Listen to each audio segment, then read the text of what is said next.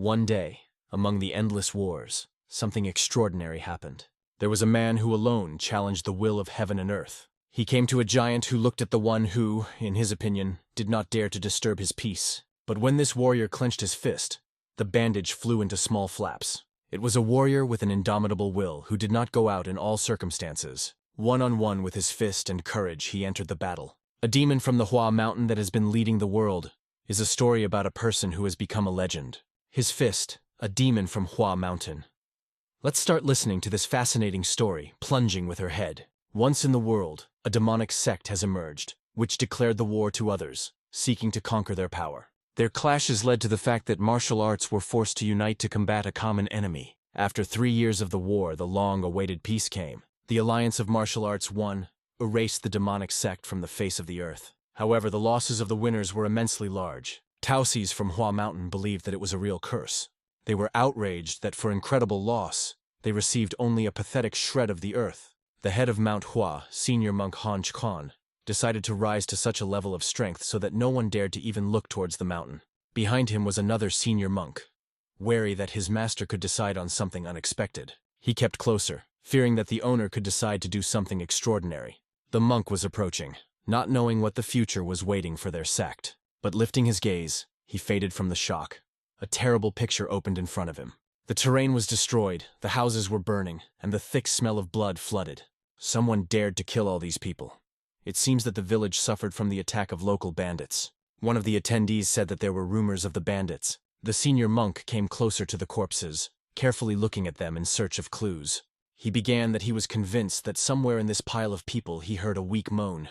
He said loudly that he was coming to him, as if someone else was alive. The head understood that in such circumstances, the chance of surviving was scanty. The senior monk began to sort through the bodies, trying to find at least some signs of life.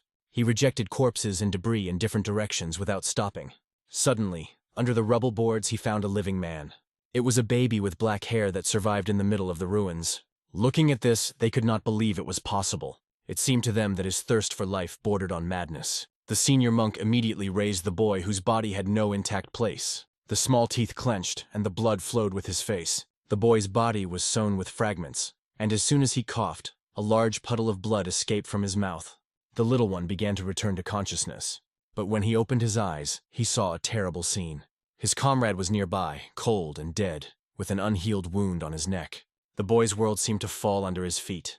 Despite his condition, he fully felt the pain of loss. 5 years have passed among the mountains, similar to the sword embedded in the ground. These mental peaks seemed to be directed by the heavens themselves. Their peaks were reminiscent of blooming lotus, which is why this mountain range was called Lotus Ridge, the place of rest of the Hua mountain sect. The same guy, rescued 5 years ago, climbed the big stonefoot ladder. His legs trembled, but he walked forward. There was a difficult distance ahead. 3 kilometers up. Through the pain, he continued to rise without stopping. He constantly looked at his leg covered with wounds. But despite this, he convinced himself that he could withstand. For him, these wounds seemed little things. Again and again he repeated to himself that he could definitely reach the top. Step by step he assured himself, a little more, quite a little. He was observed by teacher Dan Ho, elder Mount Hua, senior monk Han Seo. 5 years have passed from the first meeting with Dan Ho. Since then, without exception, he climbed these stairs. When he said he wanted to climb himself, everyone was mocking and calling him crazy. It is known that even martial arts have difficulty on these stairs, and with a wounded foot it looked impossible. Even with healthy legs, it is incredibly difficult to climb on the stonefoot stairs daily. One day, Dan Ho rolled into a thick snowfall. He fainted from exhaustion, but the next day, although the patient went up again, every day, gathering with thoughts, he climbed the mountain again and again. It lasted for a whole 5 years. This was the case. The endless conquest of the mountain allowed him to grow a little muscles. At the top he was met by a master, asking if he climbed again. I will apologize to him for not obeying again. The master reminded him that he knew about the condition of his feet, which to do nothing with anything. But he also understood that the guy would not listen and asked to approach. I will reply that everything was well with him, but the master insisted that he would come. When the guy approached, the master put him on a chair and began to massage his leg, asking not to move. He repeatedly repeated that muscle massage would not hurt after training, but on the contrary, would help. Even during the massage on his face, it was visible how it hurt. "Why are you so reckless?" asked his master. Do you so seek to die that you are jeopardizing my eternally grunting master? Excuse me, I didn't want to, I said quietly. In the martial arts, the Hua Mountain, the work of the feet is of paramount importance. If you pass the exam and become a student, you will have to study Gugunbo. It is the most difficult technique of working legs, which even the most capable students master with difficulties. The master understood that no matter how much he trained, because of the injury of the ladies never mastered Gugunbo. Then the master told him, for happiness a person needs a hardened heart. If your heart is hardened, the fate will take care of you no longer suffer. The ladies understood these words completely. However, he lost his faith in fate. There was a hard workout on Hua Mountain. The students were ordered not to relax and study the art of Bukovan to like the tiger that attacks prey. The master demanded to use all the muscles of the body for a powerful stroke. He demonstrated how strokes should carry strength, showing it with their movements. Suddenly he stopped, noticing who came to him. Finally decided to greet the elder? Lady replied that he was just going to the John Boat Palace. It became clear to them because all the martial arts of the Hua Mountains were collected. The master appreciated his perseverance, understanding how difficult it was for him. Although he knew it was a real test for the guy. Then the master said, "Ho ho shu." He noted that if the ladies continue the workout, it will eventually become a real master. In response, the ladies only asked if he could continue his way. After that, he headed in a given direction. Other students looked at him as the main student gone gun. They believed that this lame guy became the main student only because of his accident. How is it possible? Is he able to practice martial arts at all? The students wondered, watching the lady. The master forced all these skeptics not to waste time, but to take up training faster. Hua Mountain professes the idea of unity of students, but it seems that only ladies understand how illusory it is. Every time these thoughts appeared, he tried to discard them and not get hung up. Soon he got the Palace John Bo. At the top of the stairs, he was met by one of the swords, expressing respect for his stability. They invited him to pass without shy. As the chief student, Gon Gun, he was missed without any obstacles. However, every time he realized that all these techniques of Hua Mountain were in vain. Then he took a book called Jukeps, The Foundations of the Martial Arts of the Hua Mountain, distributed to all students. It wrote that with the help of this technique, one Taoist was able to split the giant boulder in half. But even it was considered a basic art. Everything I could give is to practice this technique for years. He honed his movements to the fact that the air flew around.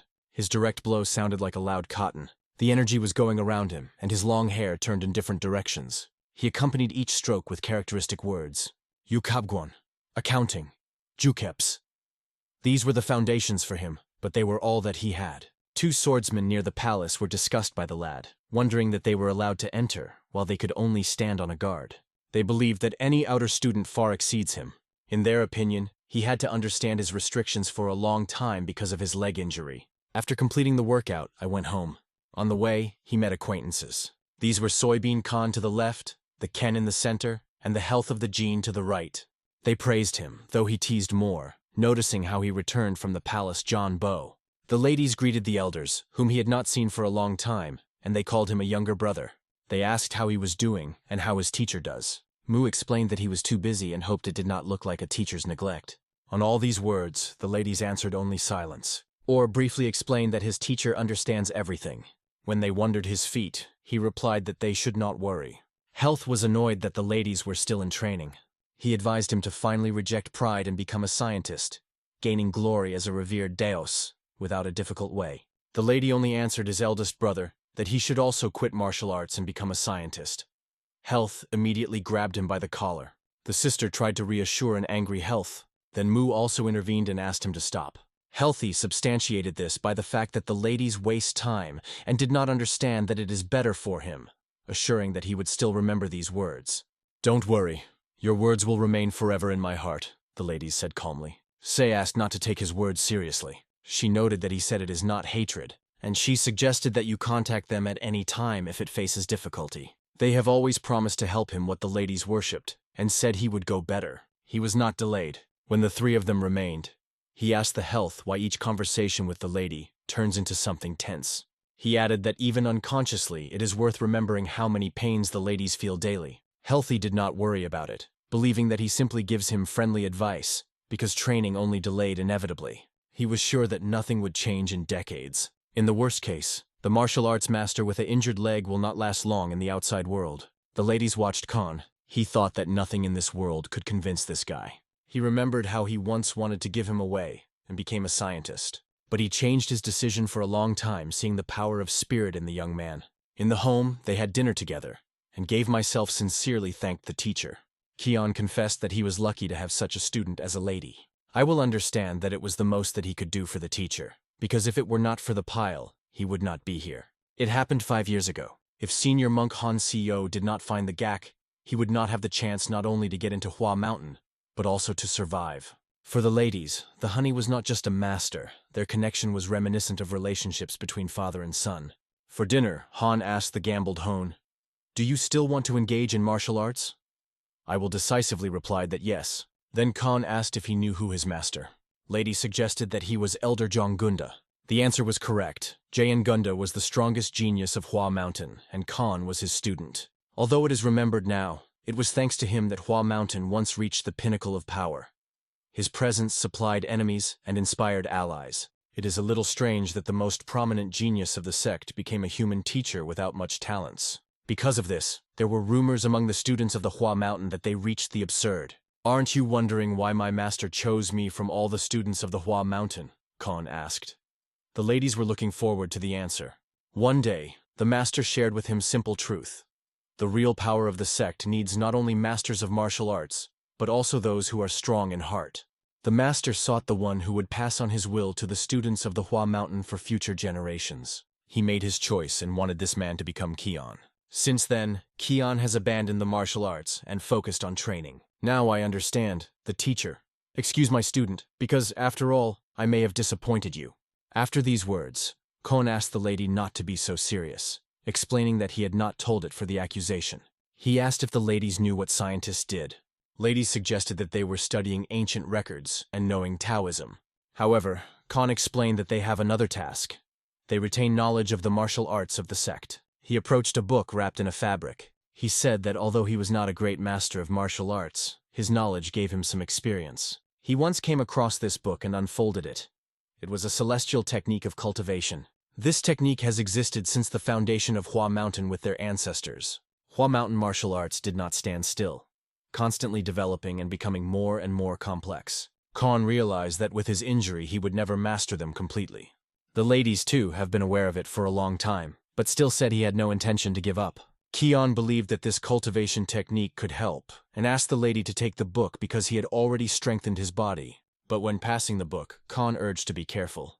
This book has long been the inheritance of the ancient times of Hua Mountain. Since the ladies did not find a solution in modern techniques, let the ancients help him find the warrior's way. As the teacher said, his muscles are already well developed due to the daily lifting of Hua Mount. However, his inner strength was still weak. Imagine heaven in your mind. Feel their gravity and clarity. Reject unnecessary thoughts. Unite with heaven. Only control the heavens with the power of thought. Meanwhile, there was a CO with another student near the Stofuda path. They surprised the absence of the GVs because he never missed training and today disappeared. It was worried that if he did not appear, she did not know about the selection of Master Hangim. Her friends suggested finding him on her own, and CO believed that Chun Gun would be grateful for it. At this time, the ladies approached the old house with a straw roof and wooden walls. He opened the door and walked inside. Barely breathing, he fell on the floor. Keon has already woke up and began to stretch. Khan approached the ladies, realizing that he was extremely exhausted. On the doorstep, he lifted his shoes. Looking through the gap, he saw that the lady was sleeping. He immediately approached and began to massage his painful leg. It was all he could do for him at that moment. The next morning, the clouds slowly sailed over the mountains. Under one of the waterfalls, the ladies were sitting in meditation, thinking that for the first time his body did not hurt, though he was training for exhaustion. He guessed that the master somehow helped him, possibly transferring some of his energy. During meditation, his brother Vaughn came to him. Vaughn interrupted his workout, calling for himself. He looked at his feet, thinking that he would have to call this cripple older. In general, he has never been ready to accept ladies as Rivna. He envied that this boy became the main student only through luck. Vaughn asked himself why, when everyone was despised in the sect, this circus was still ongoing. Finally, he conveyed what he came for, reminding the lads of HO, so that he would not forget to appear for the selection. At that moment, he looked in HO in his eyes and felt fear. They were absolutely black. The lady was a little surprised. Did the master really decide to spend the selection? After that, he turned and began to go. Vaughn did not understand what was happening. He was amazed at why I will be going so quickly. Despite the injured leg, the lady was still faster than him. The lady was already approaching the Jimna Palace, the symbol of the power of the Hua Mountain. The students, seeing him, immediately asked themselves what he was doing here. Behind his back, they discussed that the lame place here was not a place, and that he may also seek to get a master's techniques. Looking at him, they mentioned that as the main student, Jong-gun, he has the right to participate. The students whispered that ladies with their wounded leg would not be selected, which is made through a duel. Sei was glad when she saw that he still had time. She asked him not to listen to the stupid brothers who just envy him. I bowed to her, confessing that she did not even expect such support. Suddenly the man entered, ordered everyone to silence and congratulate Master Hangim. Everyone lined up in front of the gate, which began to open slowly. The students showed deep respect for the great master. The gates were opened wider, wrapping the atmosphere with tension. The face of the master, which became visible at the gate, approached. When the master came out, he immediately greeted the students. Once again he introduced to those who do not know him. I am a Hung. He explained that here, by order of the head of the sect, who wanted him to teach as many students as possible. However, the master did not want to spend time on garbage. He was indifferent whether he was the main student, external, or even bastard. He will only teach the most talented. The students thought why even external students are allowed, but not too much to allow everyone? Some doubted. Is the head of the sect of the leakage of their technicians afraid? At this point, the master announced, "Let the selection begin, and let him win the most worthy. I have realized that everyone has a chance to win, regardless of their origin." He clenched his fists, hoping that even with his leg could stand. Then he approached him with a question. He asked the master how he would choose the most worthy. The master immediately warned Khan that his legacy could be in vain, but he replied that it would be strange to ignore this opportunity. After all, it is likely that his student will represent Hua Mountain in the future. The temptation is too great. Kion also said that he would still continue to study the art of West of Purple Heaven. Your inheritance conflicts with my training, and I'm not ready to give up years of work, said Khan. And the master realized that he was well aware. The master explained that those who wish would fight each other, and he would choose the student on the results of their speeches. Hearing this, Mu Kion decided to give up, preferring to avoid fighting with his brothers and sisters. Then the master ordered to stop the conversation and immediately start the selection. He was the first to summon Unjion and Kots of Jion. Yes, master, they also agreed. The man swung his stick to hit the drum. As soon as the blow came, it became a signal before the beginning. They stood in front of each other. Units with the art of the flower of the plum against the technique of the sword of 7 stars of the catfish of Gaion. Mu and Sei discussed which of them would win. The Psalm of the Gaion, the sword, believed that only he deserves to inherit the master, squeezing a wooden sword in his hands. Yuan Gan clenched his fists, reminding himself of whose inheritance was fighting. It will not be easy to obtain the technique of the master. He suggested that the opponent see who is stronger. Sima's 7 stars were based on speed, and he planned to finish the fight quickly. He swung his sword, shouting that there was nothing personal. At that moment he waved his sword. His blow was incredibly fast. Yuan was ready for a rapid attack of catfish. It was hard to believe that in his hands a regular wooden sword. Yuan decided to go into the counterattack, attacking his fist, which was not easy at such a speed. He noticed that the catfish had opened and decided to take advantage of this moment. With one eye through his hand, Catfish saw the fist of UNA approached him. For a second he dismissed his head, avoiding a stroke, solid as a rock and fast as a ball. "Where did UN get so fast?" said the catfish. He then decided to show his speed, waving his sword that flew near the head of UNA. The main goal of the UNA is not to let the Som move away, because its fist of plum flowers is effective only at a close range. But apparently, Som guessed that UN seeking to shorten the distance. In an encroaching with his sword again, the catfish exclaimed that UN overestimates his strength. "What an incredible force!" The viewers kept the breath. The lady watched carefully, seeing one side trying to shorten the distance and the other defends it. It would be good if the ladies could have watched all the fights, because of long training, his real combat experience is almost zero. On the battlefield, both fighters were not going to give up. Catfish decided not to restrain himself. Just like him, UN pushed away from the earth. Both went towards each other. The stones under their feet flew, breaking into pieces. Some warned that UN was attentive, because now his blade does not distinguish from the real one. "Thank you what I reminded," said Un. The 7 stars sword technique was lightning. UN barely had time to evade. Meanwhile, the energy of the art of flowering plum has already accumulated on his hand. A bright flash flashed near his palm. The palm of Yuna was already close to the abdomen of Catfish. Catfish opened his eyes wide, feeling the pressure of the blow on his stomach. His body is like a feather. The other side flew from this incredible blow. The audience shouted, raising their hands, and the master began to descend to the arena. One of the audience was pleasantly impressed. He had not felt such excitement for a long time. Another, though weaker, also wanted to try their hand. The catfish acknowledged his defeat, and UN extended his hand, helping to rise and calling the battle wonderful. Incredible power, thought. Realizing that it was only the first match, the students were even more inspired. The atmosphere has changed greatly. Lady never saw the students of sex behaving like that. Is it through the master standing behind? He turned his head in his direction. The master's eyes immediately met his gaze. The master was amazed, because he recognized in him the guy whom Keon-kun was picked up a few years ago. The ladies felt incredible pressure from only one side of the master. The master thought that perhaps this boy was not a place here. The next battle was declared between Kan Soybean and Mugul. The soybean blooming plum was the only woman who possessed the martial arts on Hua Mountain, and everyone knew it well. Many believed that they did not even need to look to guess the result. Having entered the arena, she was ready to allow him to strike the first blow as a younger one. But he, with respect, suggested that her take the first step. After these words, she warned him that such pride could cause anger. Pride is needed to rely on yourself. How can something be achieved without it? Mu asked. However, she was already ready to make the first blow. Washing his sword, she invited him to defend herself. Like a plum flower that shone with its beauty, it rushed to the opponent. After the first attack, Mu realized that it was much stronger than it seems. He clearly realized that he loses if he underestimated her. Soy was ready to show her true art of possession of the sword, and asked him to defend herself. Its technique is 24 steps of plum-flowering sword. Reflecting the attack, he still tried to make fun of her, asking if she knew where her strokes were targeted. But his face expressed less confidence than his words. It was beautiful and effective. Every time Soybean attacked, it seemed like a plum flower. This is what was expected from the technique of 24 steps of the sword of flowering plum. I will listen to the comments of others while standing in the crowd. Mugul was still too weak to challenge Kan Soybean. Gul was desperately moving in the arena, telling himself that he could not just seem. However, his movements were too slow, and Soybean herself told him. Performing 24 steps technique, Soybean hand led the sword in the air. Gul was curled, trying to evade. The expression of his face was as helpless as his hairstyle. Miracle he managed to evade, and the tip of the sword flew near his liver. He was aware that, although it was a wooden sword, a stronger blow could hurt.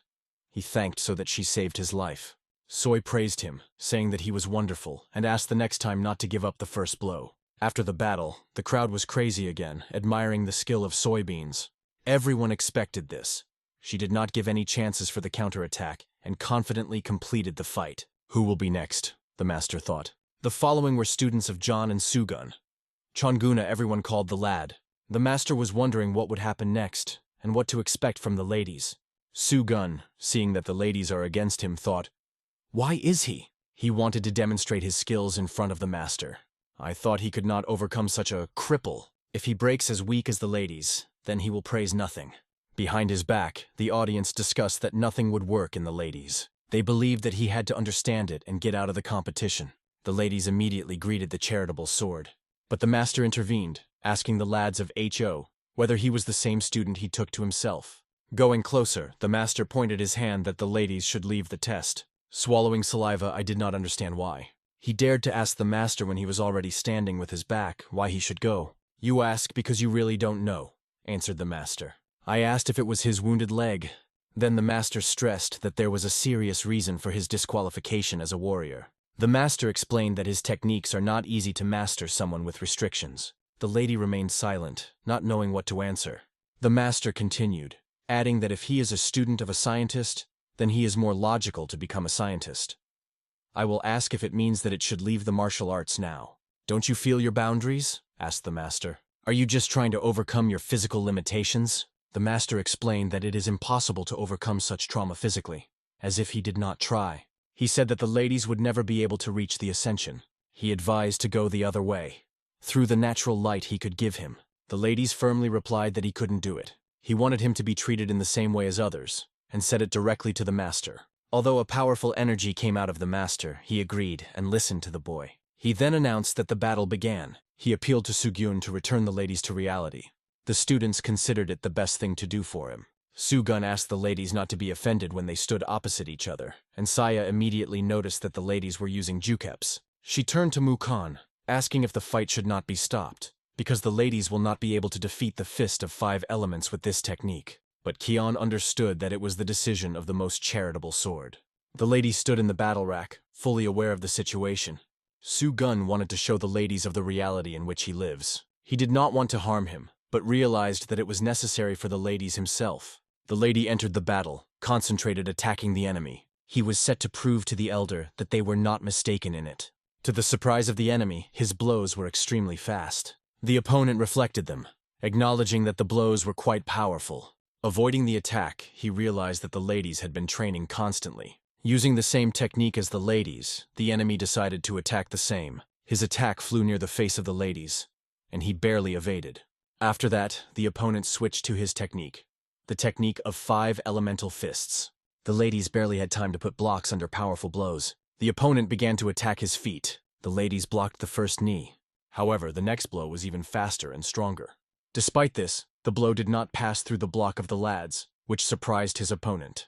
The opponent began to be angry because the ladies evades his attacks. Was it always so skillful in blocking Su Gunu strokes?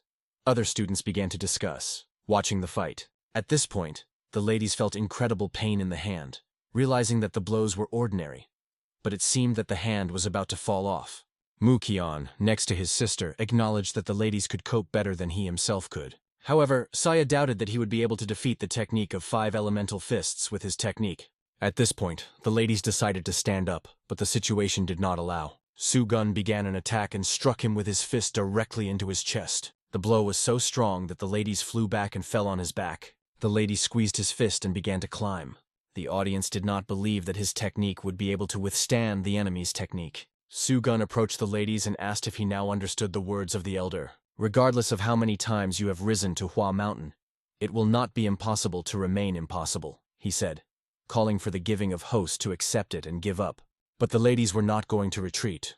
He did not take the option by following the scientist only because he was said so. The ladies were set to prove that he made his choice not mistaken.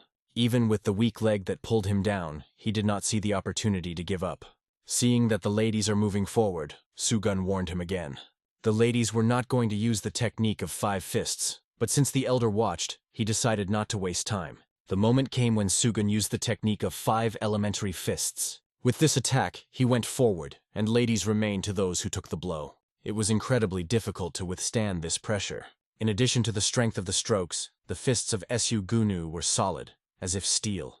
The only option for ladies was to evade strokes instead of taking them on the block. Other students noticed this, and began to discuss how skillfully he evades. They were striking as he, despite his leg injury, was flying in the arena, avoiding blows. He has a foot in the ground, creating a point of support.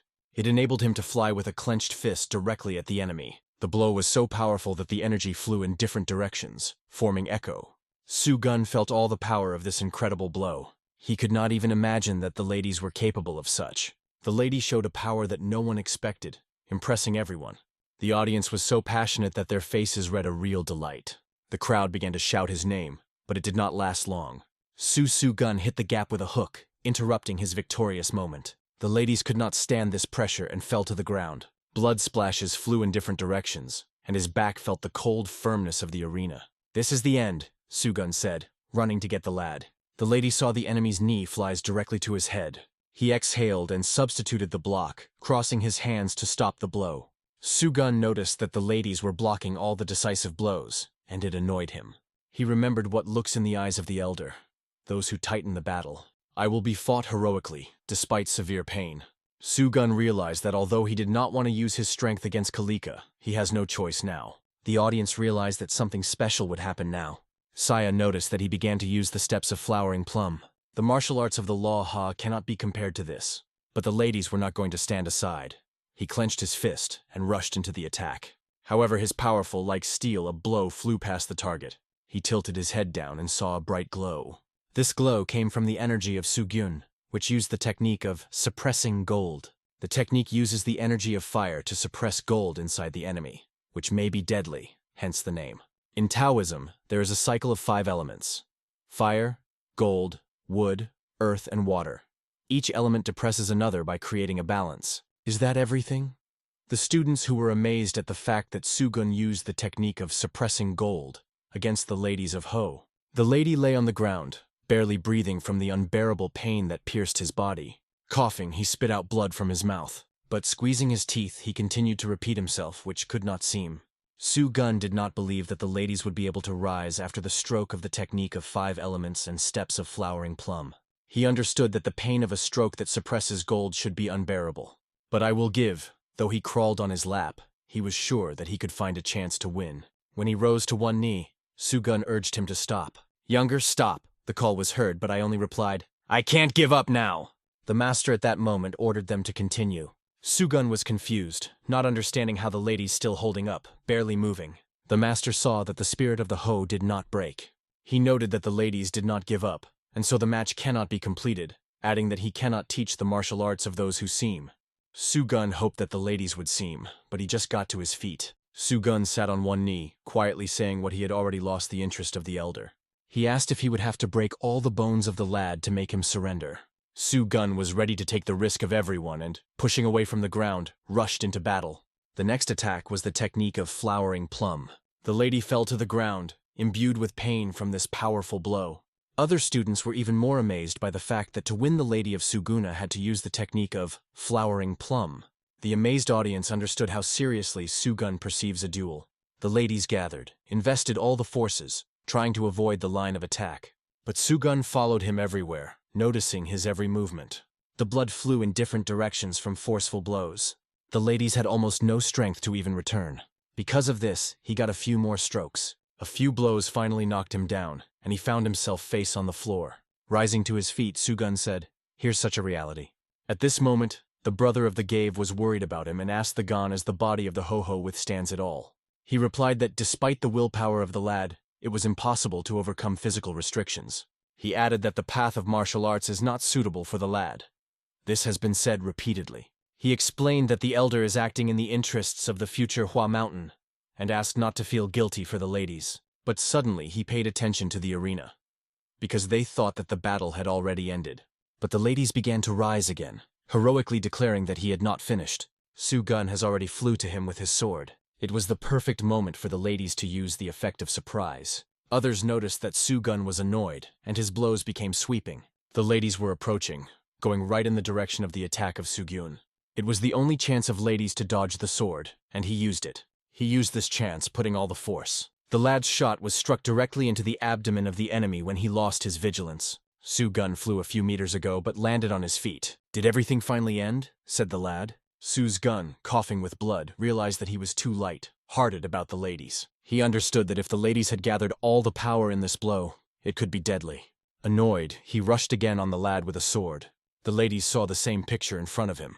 The sword flew exactly along the line where his head was. This blow was much more serious than the previous ones. The lady felt all the severity of the blow when the wooden sword hit him directly in the head. The pain that pierced the lad was incredibly terrible. Seeing this, the master stated that the ladies have a talent. "The blow you caused Suguna is that's proof. However," he said, "the talent becomes useless if you cannot use Kai." He asked Ho to realize it and give up. But what is it? Asked himself. If he could think, he would have done it a long time ago.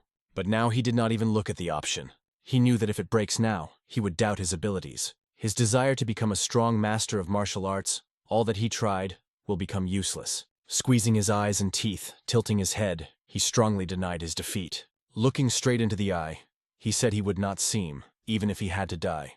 "Are you full of desire, isn't you?" asked the master. He added a few questions but now asked Su-gun, wondering why he was delaying.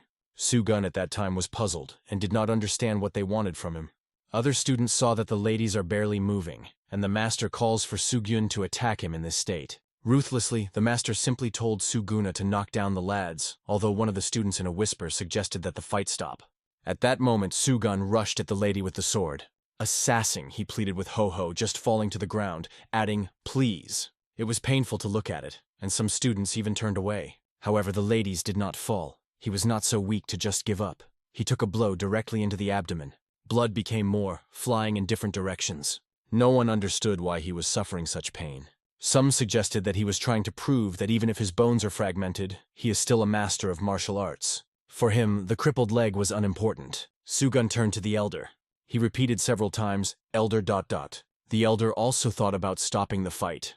He knew that if the ladies were getting another blow, he would not be able not only to be a master, but also to do a simple job. However, despair and determination in the look of the lad spoke for themselves. The master noticed the endless anger that burned in the ladies. The blood flowed down, pouring at his feet and streaming on them. Each step left a red mark. It made the heart of the master of trembling. Everyone was ready to stop the battle, and Sugun considered the ho-ho with a reckless fool. But this fool continued to go forward step by step. His face was so crippled that he was barely reminiscent of him. In the end, he could not stand and kneel. Sugun asked him to apologize, but the lady said it was not the end. Resting his hand into the ground, trying to rise. He barely spoke, but found strength to continue. Sugun waved his sword again, ordered him to stop. The master was silently watching it. He saw the face of Ho-Ho's touch the floor again. The lady was fighting for the last breath and now lay, and other students intervened, believing that the fight should be stopped. They approached him and began to lift it. Mu and Xu was the first to raise the ladies, asking him to stay. The master was angry and ordered to withdraw students from the playground and continue the test. The time passed, and I will be taken up the Hua mountain. At the top of the mountain stands the house of the elder. Barely lived hoes were brought directly to the house of CO, calling the elderly loudly. The door opened with a roar. The elder, seeing a crippled boy in front of him, almost fainted. He did not understand what had happened, and asked the one who brought it. The student explained that it happened during the test. The CO seemed to be involved in the battle to death, not to the trial. He asked again who brought him to this condition, but he was asked to calm down. It was definitely not the time to find out. In fact, it was a miracle that the ladies survived. CO began to bring him to his senses, asking if he was hearing his voice. He got some pills from the box. The elder was no matter what happened, he only wanted to save the lad. He pleaded with him to survive and not leave his master. Even Kion did not restrain the tears that rolled on the cheek. Suddenly, the ladies coughed, giving the hope of the master. At Chukvion Palace on Hua Mountain, they discussed many obstacles. Finally, they have martial arts that they can be proud of. Chan Moonin, a leader in martial arts, said that the achievements of their students are significant even in comparison with other sects. However, the master opposite noted that there is a long way ahead. To revive the former glory of Hua Mountain, you need to be more loyal than ever. The act said that to restore Manhwa requires extraordinary talent, which manifests itself once 1,000, not 100 people. The only thing you need Hua Mountain is one talented goss. All this is due to the victims of the elder. If it weren't for him, our sect, which remained in the ruins, would never recover so quickly, the master said. 20 years ago, after the war with the demonic sect, Hua Mountain faced numerous problems. The masters who were to lead the new generation were killed, and Manhwa was on the verge of collapse. In this difficult time, the elder invested all his strength and time in the restoration of Hua Mountain. Because of this, he did not have the opportunity to continue the martial arts. He made the choice by giving up the martial arts for the sake of Hua Mountain. Having the greatest potential among the students, he sacrificed everyone he had for the sake of the sect. However, he did not receive a miraculous pill, which is given only by Chang Moonin. He gave the Hema hymns liquid elixirs of Hua Mountain. The hill gym has reached its level thanks to the victim of the elder. The act of other immediately began the restoration of Hua Mountain, dedicating 20 years of grueling work, which allowed Mount Hua to become what she is today. The act knew it better than anyone. Over time, the master made the desire to create, for which he was grateful to the act of Inu. Even his words seemed reliable, but the act advised him to take the student to convey his will. He asked how the successor was chosen. Without problems, the master replied, promising to give the pill of plum flowering to his student. Then the act asked whether the best students were who had attracted his attention. For some reason, the master remembered the face of the ladies. However, he told the act of Inu that the best students have almost completed their studies and are difficult to teach new techniques. The other asked if he planned to look for a student among ordinary or even external students. The master stressed that the talent does not depend on the place in the hierarchy. In order to become a sword representing Hua Mountain, you need to have a prominent talent and effort of such power that blood and sweat will act. At this point, Koncio ran to the room, turning to the elder. Konci was in a panic, but acting was asked to reduce his voice, reminding where he was now. Kian came here, hearing that the older was here. The senior immediately asked if Khan came through his student. It was clear that so, Khan asked if the senior tried to bring his student to death. No, I didn't have that intention, the master replied. Then why did you break his body into pieces? Khan asked. The master replied that it was the only way to save him. He explained that forcing the ladies to leave the martial arts is a way to save him. But Han struck on the table, saying it was an absurdity. He said he could not save him, forcing him to quit the martial arts. for which the act and others asked the younger to calm down. The dispute between them continued, and Khan stated that he really did not understand the elder. The senior asked the younger one, "Isn't he crippled?" He added that he does not know what Calicus could achieve, studying the martial arts, although he also regrets his talent. Annoyed, Khan asked why, because of injury to the lady, could not study martial arts. The master believed that the martial arts of the Hua Mountains were too important, so that the cripple could master them. Kion, disappointed, said to the eldest that he did not expect such words from the greatest swordsman of the Hua Mountain. However, the sword did not agree, claiming that for the sake of Hua Mountain, he was ready for everything. He emphasized that the pain that his student endured was for the sake of his good. The sword believed that the rejection of stupid dreams was the best for ladies. Hearing this, Khan stated that his words were full of sophism. The sword asked if he was aware of Knon, how cruel and difficult the path of martial arts. He added that if his master was mistaken, he would have ordered him to go the scientist and give up the martial arts. The swordsman expressed surprise why the master chose such an incompetent student. Khan was painful to hear these words from the greatest sword of Mount Hua. However, the sidesnick continued, claiming that he did not give other students to any chance. He said he wanted to show that the world of martial arts is not a place where it is possible to survive. The sword stressed that she does not regret his choice and solutions even now. Kion realized that the anthem was still holding the image through the incident. Then Khan turned to the rank of Ina. He asked the act of Ina if the one that the words of Gima were true believed. Han asked if his student was the guy he had picked up 5 years ago. Kion confirmed that he added that the ladies were part of his Rahua, asking if it was so bad that he studies the martial arts. The act began to doubt which way to choose for the prosperity of Hua Mountain. Khan CO, seeing the silence of the rank, asked him to answer again. Finally, the act rose and said that to allow this boy to climb Mount Hua 5 years ago was a mistake. For Han, these words were a blow to the heart, unexpected and painful. He remembered the day when the gates came to his senses, and his eyes were burned with determination and thirst for life. These were the eyes that a regular baby cannot have. The rank believed that if the ladies master the martial arts, he could call them evil. He added that if Kinen did not ask him then, he would never allow him to become a student of Mount Hua. For Han, this seemed absolutely nonsense. Closing the door, he quit the words that to teach the gambles of the hog arts would be a bad choice. Going home, Khan only pleaded for them to wait. They waited for the moment when the ladies proved how deep they were mistaken. Kion will never give up on him, and the tears that drained his gray mustache and beard testified. The HO was in a critical condition. His body suffered such serious injuries that if it were not for training, he would no longer be able to walk. He will need at least 3 years to rehabilitate to heal the wounds. Now it is the best time for ladies to master the martial arts. 3 years later, his musculoskeletal system will cease growth, limiting its potential, as if the senior Kion Gim was condemning him to a lifelong ban on the study of martial arts. However, Khan Seo did not intend to follow their rules, and was convinced that everything would go differently, contrary to their ideas. Fortunately, the Lady HO escaped internal injuries, which significantly increased his chances of recovery. Heavenly cultivation technique protected its circulatory system, without which it would remain in a coma for life, not able to move. This was the will of heaven. The master, standing over the body of the Ho, promised him that he would never disturb him again, taking care of him fainting. He just asked him to stay a little more. The master was ready to make a great warrior from him. Khan Co was a scientist who devoted his entire life to science, and his combat skills remained lower than the average. If it weren't for the Ho-Ho, he would never go up the mountain himself. He studied many ways to calm his heart, but before danger, they all seemed in vain. Starting on a stone, he was preparing to step forward. Despite his fear, he had to do it for the sake of the lad. Taking a crust in one hand, while holding the stones, he decisively began to move forward. Despite the difficulty of movement in those conditions, it moved step by step. Finally, having overcome the path, he reached its destination. The next day, the HA was still lying on the bed, resting after survived. The master sat in the yard, enjoying tea, and considered the following steps. He thought about how to help Ladies Ho restore strength. The master prepared the medicine, which he later gave to his student. When he turned to the lad, he barely spoke a few words, too weak to speak. The teacher was deeply moved when he saw that I came to consciousness. He ran to him, asking to keep calm and not strain, and I will say Ho with a weak voice, "Teacher."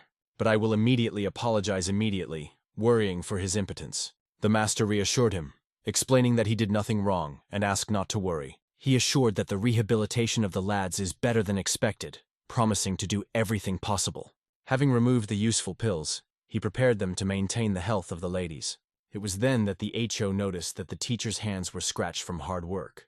The HO could not understand why the teacher hurts his hands, because he only reads writing and engaged in science. And then he realized that the teacher wrapped her hands, searching every stone on Hua Mountain to get these pills for him. Probably under clothing, he hides even more wounds received in this hard work. And the master himself asked only to give HOH to accept the pill as soon as possible. Taking the pill in his hands, I will quickly throw her into his mouth. From now on, you have to focus, said the master when I will swallow the pill. He asked him to apply the technique of heavenly cultivation so that the pill force spread throughout the body. The medicines that the eye have ate were what the teacher was climbing Mount Hua himself. At its summit, he won valuable grass and created from it pills for cultivation, named Undanda. The pill for cultivation, known only to the chosen scientist, was a secret that was known only a little. It does not increase the internal energy as quickly as the plum flower pill, but with regular administration strengthens the body and the musculoskeletal system. If the technique of celestial cultivation is an iron smithy, then Unudan is dry firewood inside it. It is because of these firewood that the furnace burns even more. As a scientist, Kancio has learned many books about martial arts. Compared to the average master, his knowledge seems boundless. I will follow the instructions of his teacher and took the pill daily in the morning. Using the technique of celestial cultivation, the days flew for him as a moment. The moon passed, and the HOs began to show the first signs of restored force. The master, as always, sat near the kettle in the yard, thinking about further steps. When I will leave home, the master asked how he felt. With a smile, the Vasiho replied that he could already walk on his own. The master said he would find the martial art that would be most suitable for his body. He explained that he is not suitable for ordinary styles, so he will have to create a unique martial art specifically for him. First, you need to develop techniques that are suitable for his injured leg. Active use of legs is not available to him, so standard methods are in vain. I will be aware that with his foot would not be able to master something too difficult. But Kanso assured that it would only be a challenge that could be overcome and took the stone in his hands. He collected a small pile of stones, laying it on the table, explaining that the movements that will ensure stability will be able to become the basis of his martial arts. The master asked to imagine that these stones were an impregnable wall. Pointing to one of the stones, he said, "This wall is your enemy. Martial arts masters who have improved their styles are strong as a fortress." He asked Ho-Ho how he was going to overcome such opponents. I will confidently reply that it should break them by force. This is the only method available to him. But this is a false approach, the master replied, refuting the idea of ladies. The answer is speed. If it is high enough, then the enemy's strength becomes futile. Terran used to destroy the walls of the castle during the siege. The movements of the HO legs should resemble this ram. It should move incredibly quickly, concentrating all force at one point. This is the technique of leg movements need to be developed. That's what means to conquer the change because of simplicity, the master said, explaining the essence of the plan. He called this technique attacking steps. They do not require any excessive movements. His legs should be a support that can withstand great force. The HO lady began to gradually master this technique of attacking steps, and his efforts began to produce the first results. After a while, they were near a huge boulder. From that day, they had to stay away from people. Among the well-known forbidden martial arts is equipment known as Hyolchongak. This art was created by a demon, which traveled through Hancho 20 years ago. Drawing a circle on the boulder, the master explained that the demon swayed such an incredible force that they said as if his blow had changed the color of the sky to red. He made a line on the ground and explained that the demon did not even hide his connections, eventually becoming the enemy number one for Hancho. At that time, hundreds of experienced martial arts combined forces to meet him and win. But he mercilessly dealt with them. After that, he disappeared from society, never returning again. In the end, he became a myth forgotten by most people who believed that he had gone, annoyed after this battle. But in fact, everything was different. Instead of avoiding Hancho people, he disappeared because the great king of the swords of Mount Hua, Sanchonja, intervened. Like Ugyompe, he was one of the 10 heavenly masters of the world, and they decided to determine which of them was better in possession of the sword. They fought day and night, causing trembling all over the world with their battle. Finally, San won for half a few. If Ugyompe did not spend its internal energy from other masters, even San would not be able to overcome it. He was so powerful. He wanted to destroy the book, but looked at its content, changed his mind. Although knowledge in it could be used by evil people, such as the Ugyompe, the martial arts described in it were striking. Then, without any choice, he hid the book from the public, handing over to scientists. This is exactly how this book has been in the hands of scientists, and this story has led them to the present. Studying this knowledge and experimenting with them, you can create the perfect form of attacking steps. Hearing this, I will ask the HO teacher what he should do now. The teacher explained that from this day it would become his task. It should reach the tag on the boulder in just one step. The distance to the boulder was about 20 feet, or about 6 meters. Lady HO evaluated this distance as very large, even for the martial arts master to overcome it with one jump. Because the left leg had to be used for the jump, the master outlined the line. He explained that under any circumstances, I can leave this line under any circumstances. The master understood that such a distance was impossible for the human body. But I had to do it. Despite the fact that he crippled with a wounded leg, successful completion of workout will give his body a perfect feeling. At this point, the master ordered him to start. I will give ho-ho, finding his resistance under his foot, pushed and flew forward. But, as they say, the first pancake is a gloomy. He was unsuccessfully landed on his leg. The master noted that this only confirms that his body is leaning to the left. It was ordered first to adjust their rack. The HO gave it again to the ground, preparing for the next jump. He jumped, but again he was not waiting for. Rising after falling, he pushed his fist from the ground, repeating trying again and again. The distance to the boulder seemed too large and almost undivided. To be honest, he even began to doubt whether he was able to do it. The master only explained that his task was now jumping to the boulder again and again, despite the difficulties. Of course, I will agree, and stated that he would do it as many times. He jumped to the boulder again and again, training his body and spirit. At first, his fist was too far to reach the boulder, and he deviated from the line on the ground. Only 1 month required to move in the right direction. After that, he began to notice the improvement in his approach to the boulder, and from that moment, the real hell began. The impact of a damaged leg on the ground brought unbearable pain. It seemed that the muscles were torn into pieces. 10 jumps took another month of hard work. He took 2 months to overcome the last 10 feet. And here is the day he has been going for so long. The HO finally reached a label drawn on the boulder. He finally overcame the first step, but he understood that it was not enough to reach the boulder. You need to do it faster and with more force. He needs speed and inner force sufficient to break this boulder. At this time, a group of merchants from Bukhara returned to mine after successful trade in the event. The group was created at a dream of a genome who studied martial arts in the Mudan sect 30 years ago, and since then gained a wonderful reputation. They hurried to get to Gamskos in 10 days. Some helped push the cargo on the trolley to facilitate the burden for horses. Spring was already approaching, and flowers blossomed in Chongvon. 2 men talked about it, admiring the first signs of spring. They confessed that they were already missing the house. Because 11 months have passed since they left their homes, they did not suffer again to feel the smells of their home and hug their women. But not everything was so safe, because the bushes were waiting for them. One of them ordered everyone to be careful and prepare weapons. However, in a moment their blood flew in different directions. One of the comrades was killed directly in the eyes of the other. He ordered to defend himself from the enemy and protect the load. Then the captain asked who sent the attackers. One of the men replied that they did not know who before them, but they were very skilled. I am a dream of a Gaon, an internal Mudan student, and the leader of the Bukro delivery group. He introduced himself to the enemies. He turned to the attackers, asking who they imagined themselves to attack the book delivery group. A man with a tattoo on his shoulder mockingly asked if the son was proud of the Jian, with his belonging to the Mudan sect. Oh son, Gon felt that they were treated like garbage, and it caused him indignation. He could tolerate the insult to his address, but would not allow anyone to despise the Mudan sect. The painted man said that the pride of Gon's sleep for the thought looks ridiculous. Then he pushed away from the earth and rushed to them. Your sect rolled the tail after encountering us, he exclaimed. 30 years have passed since the world believed that they were destroyed. The man pointed his finger on his shoulder, a demon sign, known to the world, like a fireworks explosion, and asked if Gon still does not understand who he was dealing with. Oh son, the Jian saw that this fireworks took the shape of a flower, and then he realized, before him, a demonic practice. The man smiled happy, glad that the dream now realized who he was, and asked if he realized why he said that the Mudan sect was afraid of them. The dream did not believe that he was a real demonic practice, but he decided to prove it, killing him. He ordered his people behind him to show who they really are. The dream ordered his people to prepare for battle. He pointed to the enemies, calling them abomination, who turned Chonvan into a sea of blood 20 years ago. The dream was set to stop them here and now, no matter what. Then he turned to his friend McVen. The dream decided to take care of everything by asking McVen to survive and return home.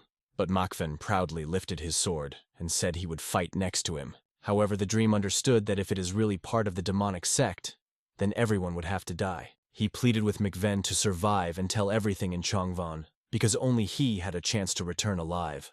It was the last request of the captain, and although Makvan received him with bitter tears, he was ready to fulfill it. There were incredibly many terrible events that day. The Bukro and its influence disappeared from the face of the earth. At this time, the ladies' HO continued his workout. The powerful enemy to win, he repeated himself during his workout. His enemy was this boulder, which he intended to destroy today. Today he sought to become a new person, revived through strength and will. Focusing all the force in his hands, he tuned to the jump. Then he gathered all his strength in his legs and pushed. He had, like a ram, to move directly on the boulder. As he was approaching, he said quietly, peppering a fist, "Punching the obstacle in an instant is its goal." He hit the target the stone began to crack and the small stones flew around. His hand has penetrated deep into the boulder. Finally, he was able to do it. The loud crack spread around, the stone split. Behind him was a master who said that his hard work and shed tears were not in vain during the past year. He put his hand on his shoulder, ho-ho, adding that he had tried a lot all this time. The master understood how many efforts the lads made, more than anyone else. However, he also reminded him that this level was only the beginning at which others are already, and asked not to allow him to overshadow his mind. The HO has understood it, and even such success was significant to him. At this point, the master noticed how a special aura began to form around him. The master guessed what he thought. I will think that he would never allow himself to be humiliated. It seemed to the master that his faith would only be strengthened, and he felt that he could turn the lads of Hawk into a real monster. Chanmunin ordered that Konseo did not teach him any of the martial arts of the Hua Mountain, but there was no right art for the ladies of HO, so Han did not violate the order. It was his only solution, because I will give HO his only student, and everything he does is done for him. Over the past year, no one has climbed these mountains, and it is obvious that the elders will not do it. I will not be a helpless student who needs pity. He will undoubtedly become a treasure of Hua Mountain. Konseo did not have an insult to the senior master, knowing that he went to solitary training with his new student, Mon Gon. Kion also did not hope that he could make a pillar of Hua Mountain with Mon. The next day came quickly. Lady Ho rising up, thinking that it was necessary to make even more effort. He realized that if he wanted to succeed, he needs to work even more. Even the unfinished technique in a real battle will not benefit. A very long way ahead. Suddenly he appeared behind his back, turning to him. I will humbly congratulate his older brother. When asked by the HO what happened, he replied that Chanmunin ordered him to bring him his teacher.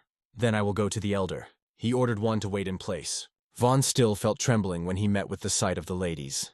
He did not understand why he became so shy before the older, though it seemed strange. And he did not understand how the HO, who had to stay in the coma for life, stood back on his feet. Who came from behind the door. Von Yol introduced and congratulated the master. Why did you come here? Asked the master.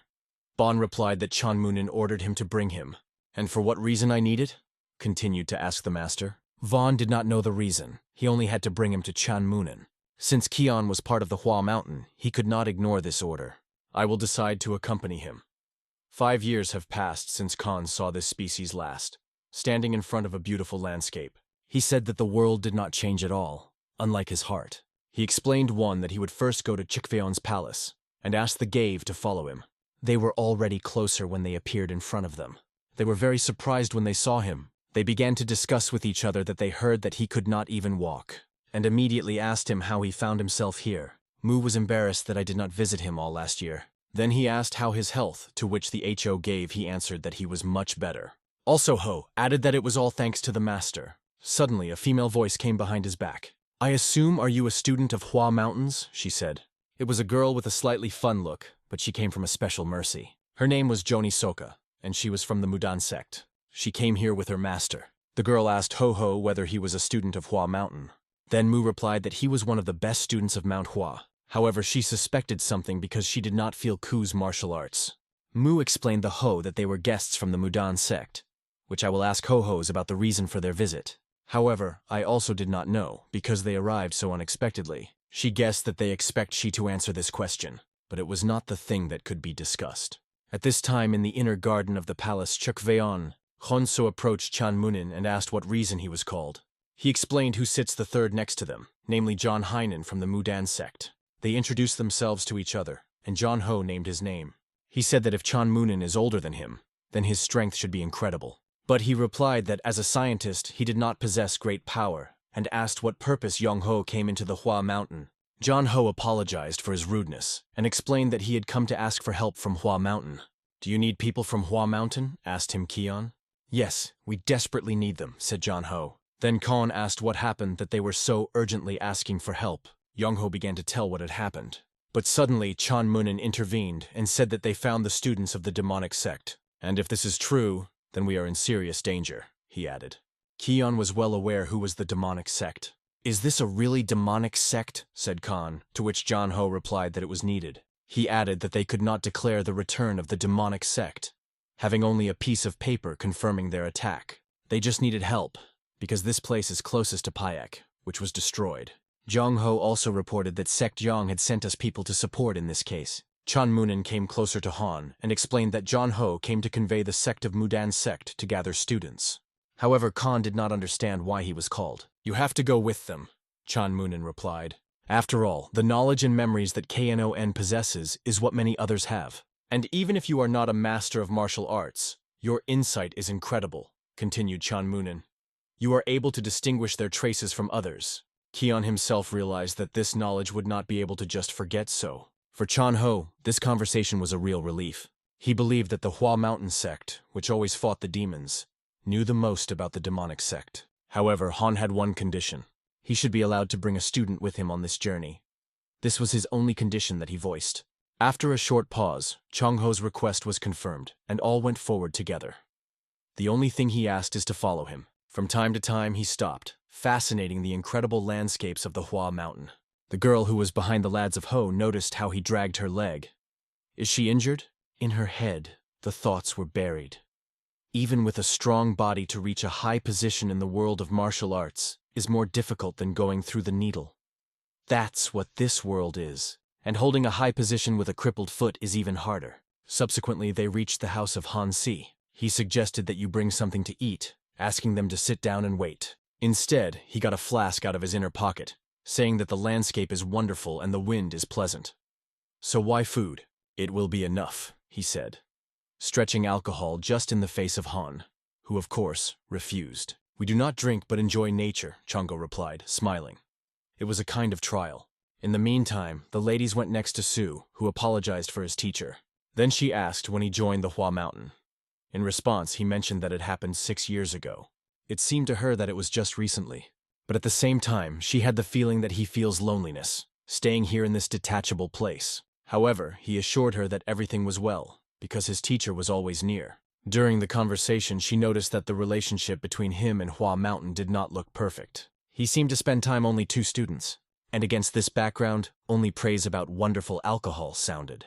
Going closer, I will see that his teacher was already holding a bottle of alcohol. He seems that he could not refuse himself, and his eyes were already shining like a mirror.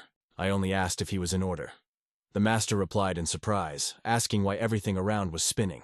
And immediately after that, he began to fall. Chongho did not understand anything, because it seemed that he gave a little drink. Just 3 sips, but such a reaction. The lady took him on his back to bring it inside.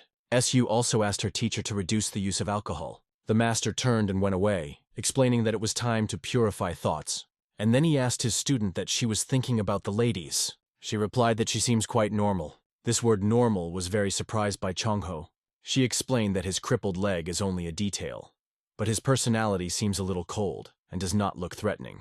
Hearing her, he called her naive. Then he asked to look away and asked if she saw what he was showing. A small target was drawn on the large boulder at the level of human growth. He pointed to the effects of the blow that remained at this target, and the traces found only in 20 feet from the boulder cannot be ignored, even with those that are right before them. Chongho explained that the ham is not a child who needs help, as she thought. He added that it is not necessary to sympathize with those who have trained more than 10,000 times. The power of Hua Mountain is as huge as it is deep. She thought if it was really possible to train 10,000 times, it seemed incredible.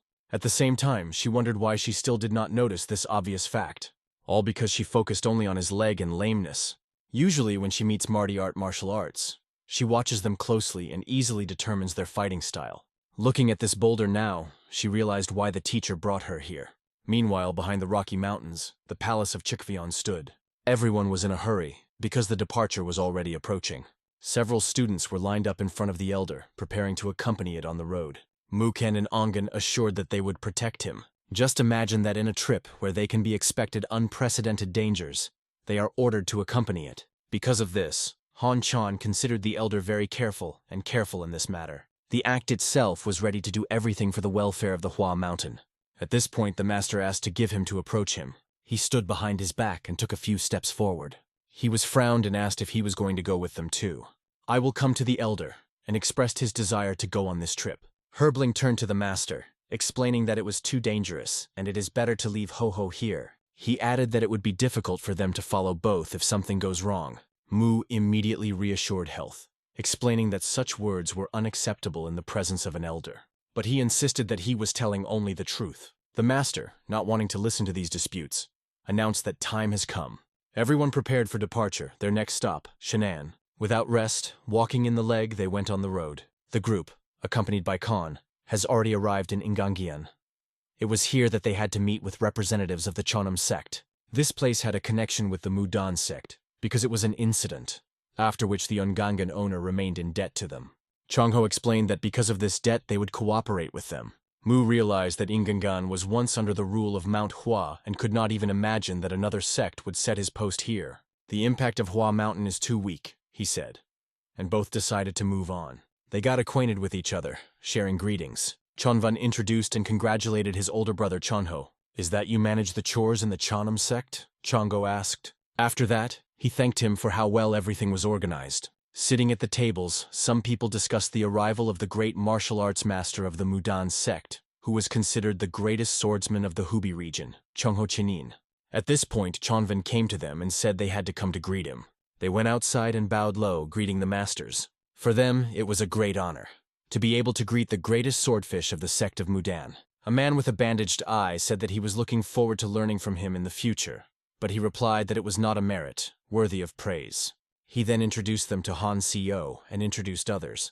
During the presentation, he said that Chongho came from the Hua Mountain, a sect known for his harshness, which settled in the Chants, where they acted similarly. A man with a bandaged eye was called Junhwa. He expressed that I was glad.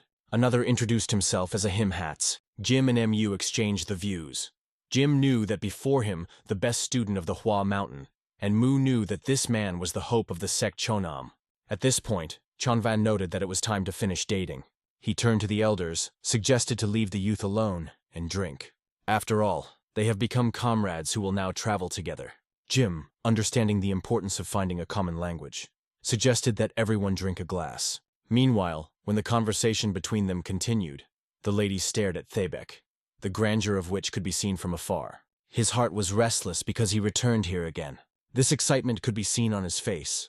The master also noticed it, and warned that if he passed this place, he may subsequently regret it. They had a little time, so he advised him to use it to take advantage of it while there was an opportunity. The lady thanked him for the chance, and promised not to be late and return as early as possible. The ladies went to the gate, and it noticed the Soha. She immediately approached him and asked where he was going. He did not answer, so she asked if everything was fine with him. The ladies turned and wondered what she was in mind. She assumed that he was upset because he was not invited to the table, but the case was different. If he is embarrassed here, she suggested going to the Mudan sect, as they were also reserved there. He thanked her, but explained that he was in need of completion. So he went to the gate and left the territory. The guard, who stood there, also asked why he was going out and whether he was disturbed. The lady asked, asking if there was a horse he could take. He asked if he was allowed to use a horse. The guard agreed without hesitation, because the owner ordered them to help them with all the means. He showed him 2 horses and asked him to return to the knight. Sitting on a horse and going up, the ladies mentioned how his father always told him to look for a Taebek mountain as a landmark to find a way home if he ever got lost. It was his first time on horseback, and he focused on the majestic mountain in front of him. There was no hint in the eyes of Ho-Ho. It took a while, and it was among the trees growing on mountain slopes. He lightly patted his horse around his neck, saying that he was a good young man. Walking a nameless mountain trail, he stroked the horse and asked to wait here. This place was filled with memories of how he followed his father everywhere. Many years have passed, but even the trees remembered the trees that grew on the side of the road. The leaves rustled under his feet when he sat down and touched his hand. He looked down from a small break, Everything was covered with grass and ruins, but people once lived here. In his imagination, silhouettes of father and mother arose. His breathing became more frequent. His heart was pounding. Not holding back tears, he whispered, "The HOD hot returned home." The inner pain made him fall to his knees. Squeezing his fist, he could not understand yet. He did not understand why his father had to die. Why, when more than 100 people were killed, no one was in this case. No one even tried to find out who was behind it. Sitting in this place, I will promise to himself, never forget about it and keep it in your heart. The horses' hooves were beaten on the ground, and everyone was in a hurry to get to the pass. They went forward, adjusting their horses. The Mudan sect was already preparing the way. It was only to rush to the Yemen's Pass. It was a storage facility for tired travelers. I will give hose with others sitting on a horse just before entering. But they were warned even at the hotel, because Mago's clan is quite close. They were told that they may not return home for 6 months or all year after they leave this place. And if you are lucky, perhaps the return will not be at all. It was a gate between Junyuyuan and the outside world. At this point, Chongho approached Han and said they had to meet with those who sent a letter from the area. However, he also noted that the connection with him was lost since his last letter. Chongho hoped that he would be brought to the city where the Battle of Mago took place. He added that students needed to rest. Since the future was uncertain, Khan suggested that everyone make a break. 2 Chongho fighters sat down and began to discuss how the ladies became one of the best students with such a body. One of them noted that he was also called a lame doe on Hua Mountain. In other words, he is a dog that is not able to run, and one of the fighters just hoped that the ladies would not spoil anything. At this point, Kohn climbed with the lads of Host Stairs. The master explained to him that this world is too cruel when others were judged only by appearance. It frightened. "Sorry, it's all because of me, I will say." Keon replied, "I am so in noon that I could not help you." He felt that because of this, he was hostile to him. The master knew that it was time to make a decision that would give you the opportunity to move forward. He turned to him, saying that Hua Mountain is high enough to touch heaven, but not wide enough to hug him. The master acknowledged that he had no other choice but to stay on Hua Mountain, or not, but the other. The lady listened to every word of the teacher carefully. He continued and asked, "What if Hua Mountain refuses you?" He said that in this case, the ladies would not have a reason to remain true.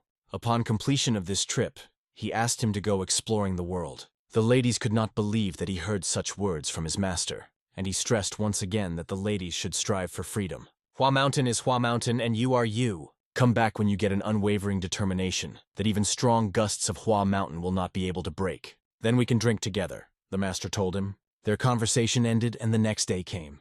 Chongho went to the seemingly empty shed. However, while there, he said, "I know you are watching me." He then called his name. "I am a Chongo from the Mudan sect." He assured that he should not be afraid and asked to just go out. Suddenly behind him, a barely audible rustle. Chongho instantly turned his head in that direction.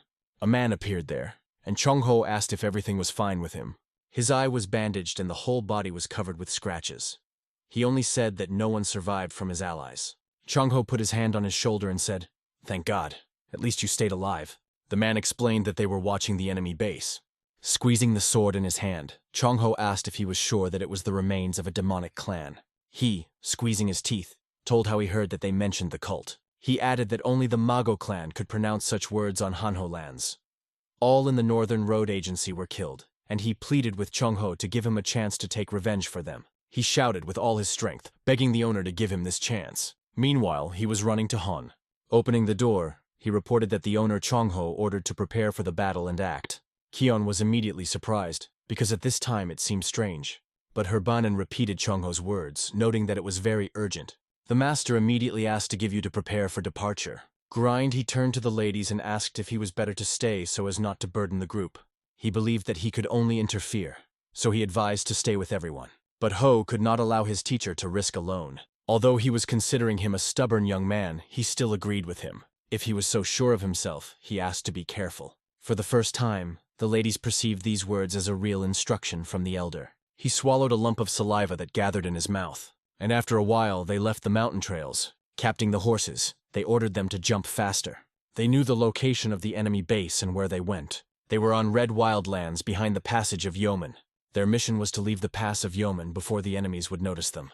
This place on the top, this gorge, was called the Stubborn Hell. Nwegun came to the boss with the news that followed the tale. He explained that it was probably through the pass battle. It became known that among the people of the agency, the support of the Northern Road was surviving. Didn't Captain Chong say that he will take care of it? The boss asked. After that, he clarified who pursues them. The Mudan sect, Hua Mountain, and Chonam, Novgon replied. The boss realized that if 3 of the 9 large sects pursue them, it may mean that everyone is mobilized soon. As soon as the 9 large sects are mobilized, 5 large families will join, and the whole world is behind them. He was aware that now they had no strength to resist the world, so he decided that it was better for them to go.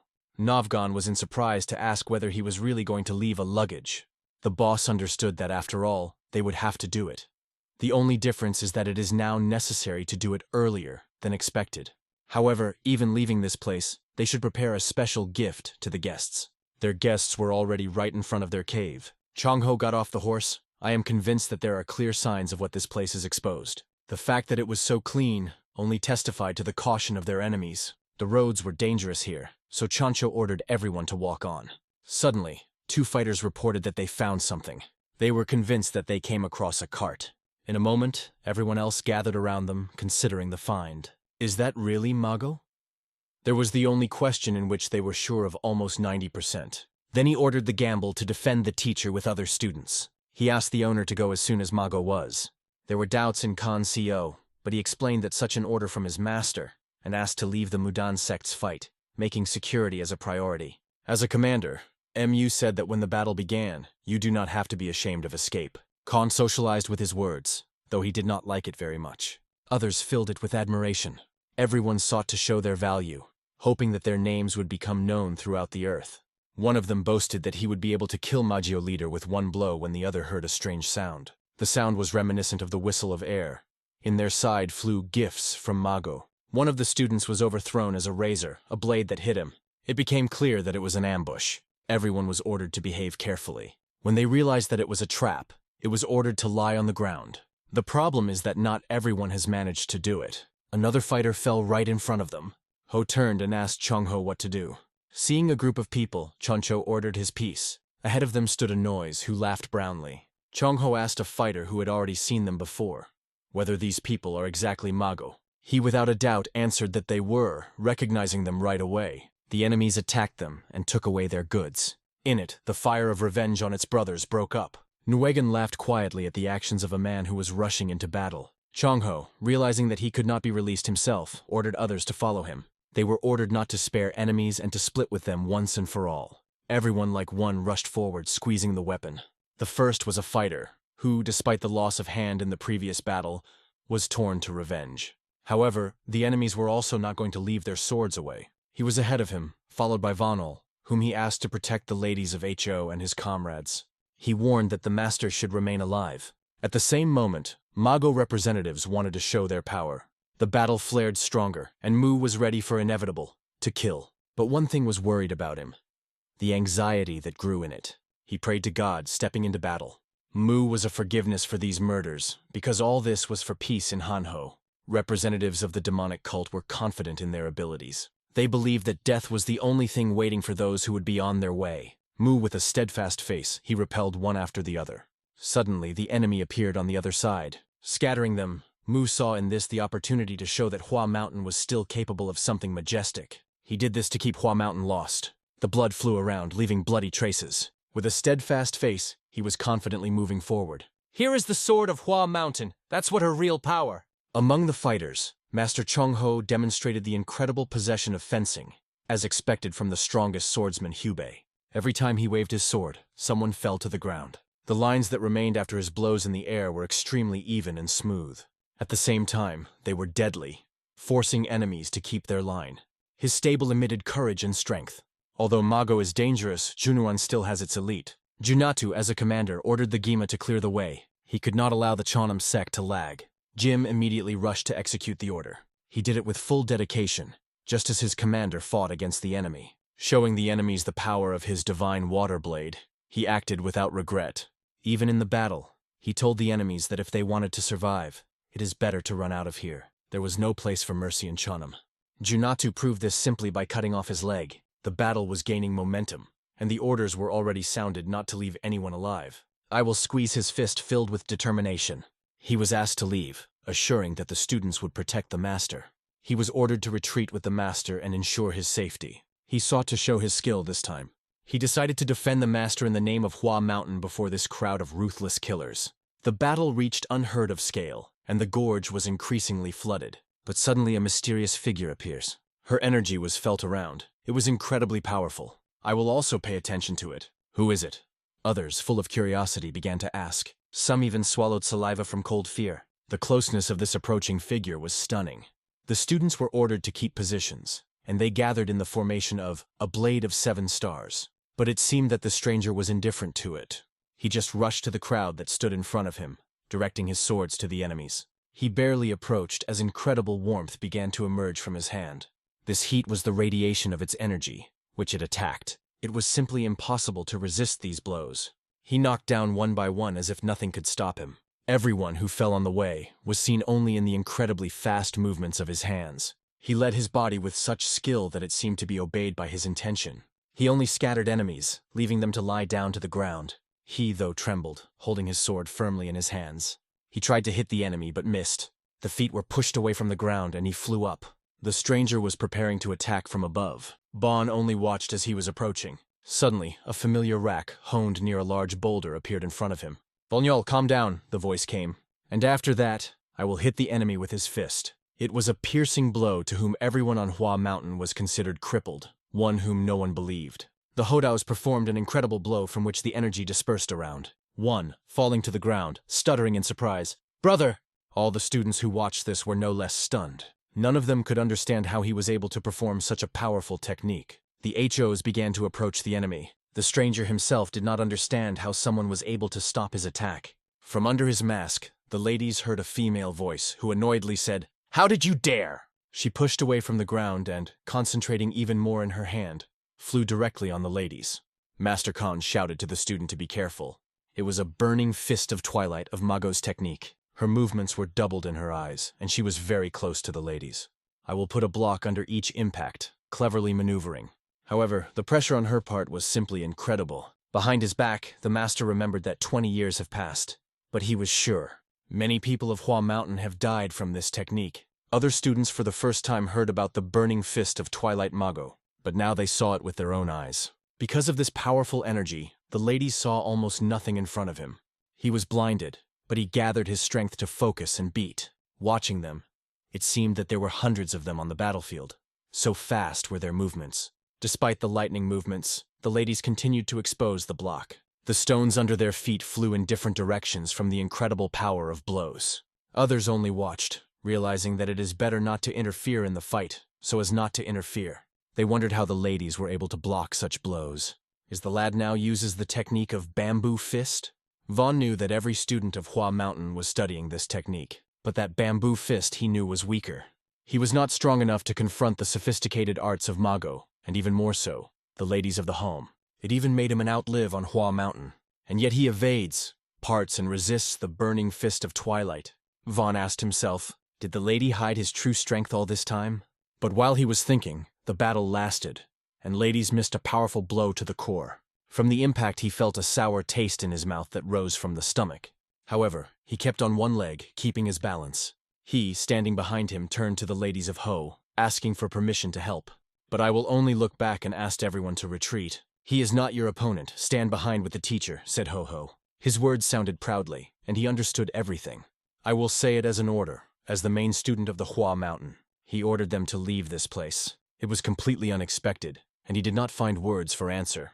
Kion refused, saying that he would not go without him. Teacher, I know you will never ask me, but ask go. I will join you soon. Putting his hand on his heart, gave him a promise. He knew that he had to fulfill this promise. Finally, Khan agreed, believing that he restrained the word. All behind the lads began to retreat, following his order. He remained one-on-one with an opponent who asked if he was a student of Hua Mountain. The ladies answered in the affirmative. Hearing this, she said coldly, "What a pity." Then he asked her if she was with Mago. She slowly began to lower the mask, saying, "So we really call us the world." Lowering the mask, she said they called themselves Shingo. She explained that Mago means the cult of evil, while Shining means the cult of God. And then what does Shining here? Said the ladies. She explained that this place is a concern, their base, which is also a big prison for sinners. The lady listened carefully to everything she said. It was their last shelter, because they did not remain, but it was found today. She confessed that some of them planned to take revenge on Junju, although not everyone supports this idea. When I heard about some, he asked if there were those who did not want revenge. Take it as you want, she replied. Then she wondered his name. She explained her interest in the fact that he would be the first to kill, and wanted to know at least his name. The ladies began to approach her, limping, and called his name. I will not forget you, give you ho, she said, calling herself Yu-Gi-Un.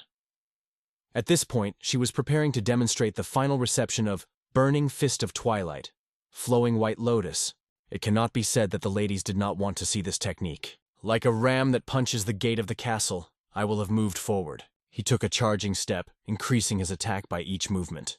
He repelled exactly as he did thousands of times before the boulder. The technique of heavenly perfection has straightened every muscle of his fist, but she was just as confidently approaching him. Her Burning Fist of Twilight was wrapped in powerful energy, and the string of Flowing White Lotus was no less threatening than the previous one. The ladies did not retreat or restrained. He immediately used a penetrating fist. They approached so quickly that they raced past each other, everyone trying to evade. She was already behind his back. The lady looked back. At this point, a crash was heard and he began to cough hard. He felt his pain, and this feeling was unbearable. Her blow touched him with incredible force when she flew nearby, but she looked at her body with no less pain in her eyes. Her body also encompassed pain. Blood splashed from the wounds that covered her body. She also coughed with internal damage. The lady at this point was already lying on the ground, clenching his teeth with pain. She stood over him, watching. She realized that if the blow was stronger, her hand would no longer withstand. She never felt such a fear in her life. But now she saw the one who inspired this fear, and in her head the idea flashed. What a pity that I have to kill him. She even apologized to his face. Listening to this, the ladies asked her not to speak as if he were already dead. Looking at him, she saw his eyes full of vitality. The incredible will glowed in his gaze. She was surprised that he could move in such a state at all. She thought again with sadness. What a pity I should kill him. I have already rose, and she paid attention to the sound she heard. It has already begun, she exhaled. What started? Asked. And at that moment he saw something flying straight to him. This something hugged Yu-Gi-Oh for the belt. She only whispered, "It's time for me." When a mountain near the mountain appeared on the mountain, and quickly pulled it out.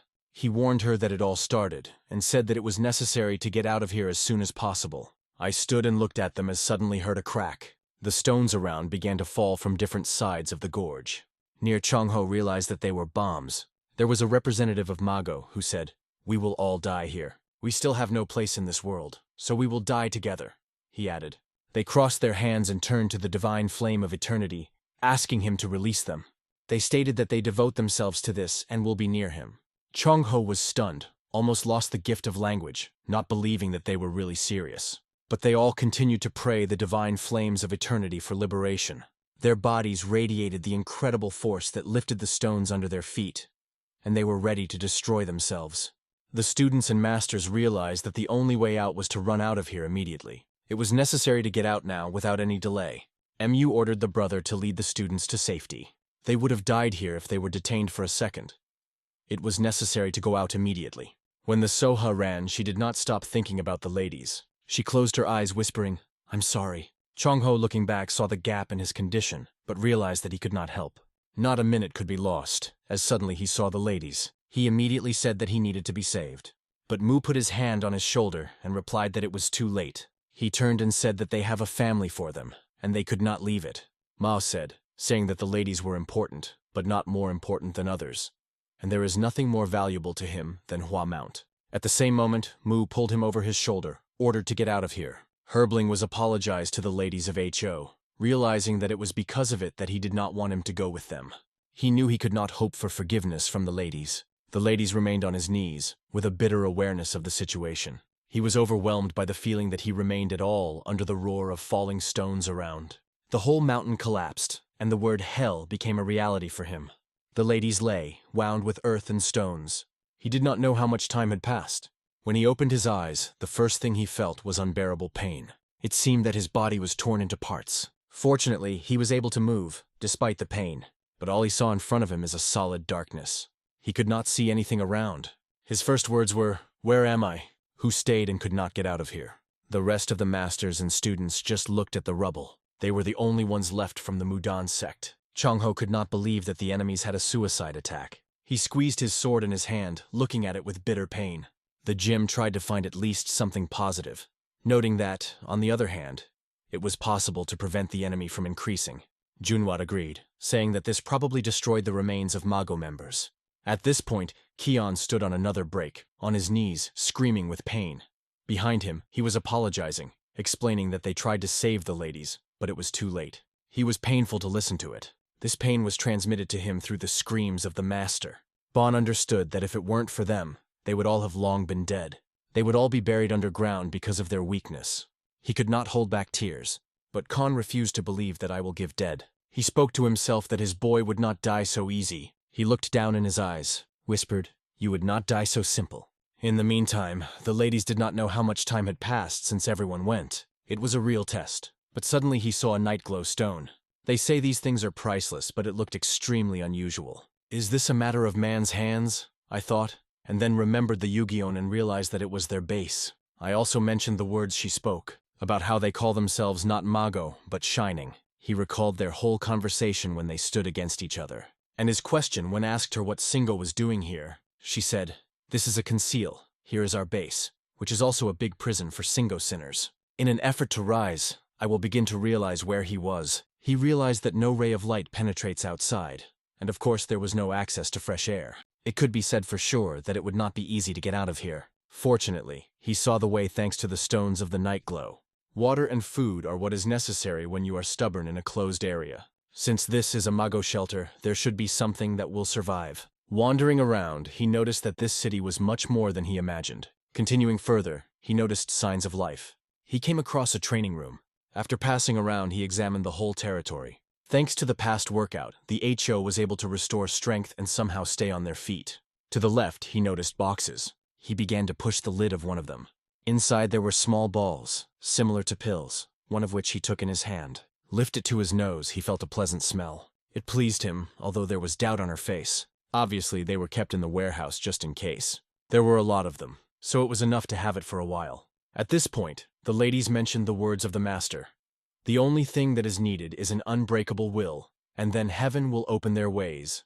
The ladies did not know how much time had passed, a week or a month. Perhaps he even passed all year long. The snake which accidentally came here crawled among the ruins. She gave out a barely audible hiss, but her path broke off when I will just crush her with one hand. I would think that at least 5 years passed, because it seemed that his body had stopped growing. Although he did not know his age, the fact that he stopped growing testified that he was already an adult. The most important thing is that despite all past tense, it was still underground. This snake he caught was a wonderful food for him. The horrible sound was echoed in a narrow cave, creating a terrible feeling of the presence of an invisible guest. It seemed that this sound came from under the stones, increasing tension and feeling of danger. The lady stepped slowly, gently putting every step in a cold darkness. Only the movement of his right foot was clear, rhythmically touched the earth, leaving his left behind. The left leg was dragging behind the right, adding it to a strange, alarming rhythm. The unusual frequency and rhythm of the steps made it even more strange and threatening. The time passed, and the exit continued to be littered with earth and stones, cutting off the way back. The cave was tight and dark, but it had no significance for ladies. He knew this path by heart. The ladies passed this path 1,000 times, remembering each pebble and each stalactite on the ceiling. He stopped at the cellar, where 10,000 gold coins lay, hidden by Mago warriors, the former masters of this cave. After Mago moving to the closed Adu, this place became a repository for martial arts. Of course, they took the majority with them, leaving only those techniques that considered it unnecessary, such as explosive triple shadow stroke and a wide rocker. Lady carefully took the book, Explosive Triple Shadow Stroke, which he read thousands of times. Everything that has been related to this technique has already rooted firmly in his memory as an old friend. The HO was pleased that at least something was left, what he could take time, distracting himself from loneliness. It took a long time, and I will go to a place, even darker than a dungeon with 10,000 gold coins. The fragments of boulders were lying everywhere, scattered, as if traces of the former confrontation. They were destroyed not by nature, but by someone's hand that made efforts to destroy them. The cave suddenly pierced a strong gust of wind, which hinted at an empty space behind the stones. The wind was cold, like a demonic whisper that whispered past the ham, like a secret warning. Despite the cold that had to penetrate it to the bones, the ladies remained an emotional person, as if he were deprived of all the feelings. I will break the stones in front of him, opening the way to the unknown. A new area opened in front of him, spacious and dark, full of unsolved secrets. In front of him spread a wide, dark lake about 10 meters deep, so deep that even the stalactites disappeared in its darkness. This meant that the water was flowing somewhere, but its movement was hidden from view. I will find this place when the famine corrode it from the inside, approaching the limits of survival. When the food stocks for the cultivators ended, he began to eat moss to quench hunger somehow. The hunger was so strong that he even wondered to bite his own hand. Having passed through blood, sweat, and tears, he finally found this storage. In the dark reservoir, amazing glowing fish floated with transparent bodies, through which even their bones were visible, like mysterious ghostly creatures. I will not know how long these fish existed and how they got here. The only thing that was important is that these fish evolved, adapting to life in the depths of the cave. He quickly grabbed one with his hands, cleverly catching it in dark water. The HOs began to eat it raw, biting a piece by a piece. He broke her body with her teeth, satisfying the famine that he had tormented him for a long time. Only bare bones stayed on the ground when he finished. But it turned out that the fish of food was not limited. Sitting on the cold earth, I will suddenly catch something new. His hearing recorded a quiet, long-lasting sound. It was a strange beetle, like a scarab, which appeared at the dusk of the cave. The beetle, like the fish, emitted light, which allowed it to see it even in darkness. Because the cave was closed, each sound was reinforced, reflecting the moon. And when Skabai broke his silence with his movement, at this point, something else, even more strange, appeared from the stones. It was a huge mantis whose body was also glowing like fireflies in the darkness. Bogomola's eyes seemed surprised. He did not expect to see someone in this desert darkness. Because there was little food, insects often competed for survival, which awakened the curiosity of the ladies in their battle. Bogomol attacked the first, his hut like a sickle, ruthlessly waved in the style of martial arts. The paw, without the slightest hesitation, dropped directly on the neck of the scarab, kissing her victim with a deadly blow. But the scarab's body leaned at an angle, rejecting the attack as an experienced warrior. The solid armor of the scarab has repelled, neutralizing the strength of the mantis due to the cunning protective maneuver. The battle lasted, exacerbating everyone's desire to overcome the other in the struggle for survival. Bogomol was angry with his paws, trying to destroy the enemy with one powerful movement. Suddenly, Skabi opened his wings, adding a new element to his protective tactics. His wings moved so quickly that the human eye would not be able to see them, reflecting the mantis.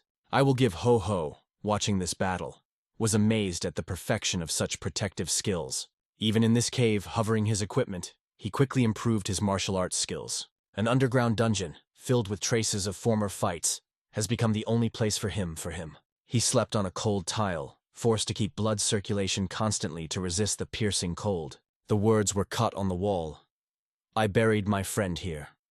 A reminder of who was here before. He saw this inscription every time he opened his eyes, as a silent companion of his loneliness. I will not know what happened to those who left these words, but the only thing that was interested in, to survive and get out of here. After leaving the Logov, he descended on the platform and stopped in front of a large boulder who blocked the path like a guard. There were many dents, traces of former battles and training. Recently the boulder was smooth as the surface of the mirror, and now covered with traces of time and effort. The reason for these dents quickly became apparent to the ladies, who examined the stone with understanding. The stone flew to all sides, as if a dry tree that cracks under pressure. The blows were not applied with his right, but with his left foot, demonstrating the skill of the ladies. And so, gaining speed, he turned this boulder into a bunch of debris. The pieces of stones flew all the way like sharp fragments.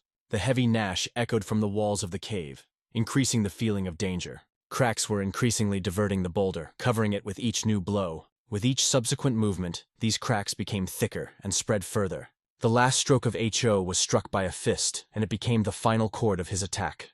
The blow had the power that the crack passed through the entire cave, like an echo of destructive force. The boulder crawled like a shell, but the fist of the Ho-Ho had remained completely unharmed. This incredible blow was the result of a combination of a piercing fist, a triple shadow stroke, and a devastating occasional step that created a new, extremely powerful technique. The level of his divine cultivation has gained new faces, merging with Mago techniques. Despite its great difference, the martial arts of Mount Hua and Mago have united in his hands. His thirst for the study of forgotten techniques made him stronger. The techniques that he mastered with KNONCO have changed so much that he may not even recognize them now. Darkness and loneliness made the gambles even more gloomy and closed, delaying it in deep reflections. He did not know how many blows he struck to achieve what he wanted so fervently. The only thing he had in this cave is the time, and he was even glad. The desire to crush everything around grew. The only goal, to break a way out, gave him the strength to move forward. He felt a duty to Hua Mountain, but his combat equipment had no drop of mercy or righteousness. The essence of the technician Mago has completely merged with the techniques of ladies, forming a new, dark power. He repeated the blows again and again. It was the only thing that saved his mind from the edge of madness. And one day it happened. When working out the blows, he froze, feeling the incomprehensible sound. He listened, trying to recognize the source of this noise. It seemed like it was like an insect. And he was not mistaken. There were dozens of wasps near him, which began to fly from all sides. Seeing them, he immediately felt a threat ready for possible attack. The axes did not stop waving their wings, flying to it in a constant rhythm. They flew out of the hole that he pierced in the boulder, awakening the anger and danger of the cave. The situation was critical. It was necessary to act immediately. It was then that he used his techniques against the wasps that flooded the space around him. The piercing fist capable of crushing boulders had to destroy them. But this technique did not operate against the OS. They only flew, picked up by powerful airflows. But every time they were attributed, the wasps were instantly returning and biting with new force. They attacked mercilessly. There were so many that it seemed that it would not end. I will squeeze his teeth, withstanding this unbearable pain that pervaded his whole body. The wasps were constantly stinging him without leaving any place unharmed. It was then that he realized that these wasps are unusual. They are not simple. Are they poisonous? Damn, do it really poisonous wasps? Swore in his thoughts. He tried to wave them from the body, but their number was simply countless. I will make a decision. It is necessary to run. And he rushed in the opposite direction. Where the water ranged, he saw the only way out, to plunge. Sinking into the water, he felt relief, though temporary. The poison was so strong that it seemed to be beyond its understanding and endurance. His body was squeezed in agony and his eyes turned red. The veins swelled and appeared throughout the body, emphasizing his suffering. The HO could endure the pain, and thanks to his incredible strength, he kept it. But there was one nuance. Itching was unbearable, much worse than the pain itself. Itching and agony absorbed him, and he began to count for minutes before his possible death. Squeezing his teeth, he barely restrained so as not to tear the skin from the body. The ladies were struggling with the poison that seeped into his body. He called these creatures hellish axes. I am sure that they came from the depths of hell. The problem was that he did not know how to fight them. No matter how high his martial art, it was almost impossible to touch them. He was lucky to have a little fish, but sooner or later, and it will end. The only way out is to find a shield that will help you go through these deadly insects. The shield that will be useful to him in this situation. The shield that will stop them is his best protection in this hell. I will give Ho-Ho again and again tried to break through this dense swarm of beetles. There were a lot of them, and their gear was created by a terrible echo. He waved his hands, trying to beat them with his blows. At first it seemed that he was successful, but over time, these attempts ended in failure. The only salvation for him was water, but every time he was again confronted with itching and bites. I will strongly press his forehead against the stone, looking for at least some kind of comfort. The pain broke his head, piercing like sharp spikes. His body was covered with blood that did not stop appearing from endless wounds. Time passed crazy quickly if the cave had eaten his life. The Hod again applied a piercing fist, putting all his strength. A small part of the insects died from the blow, falling down.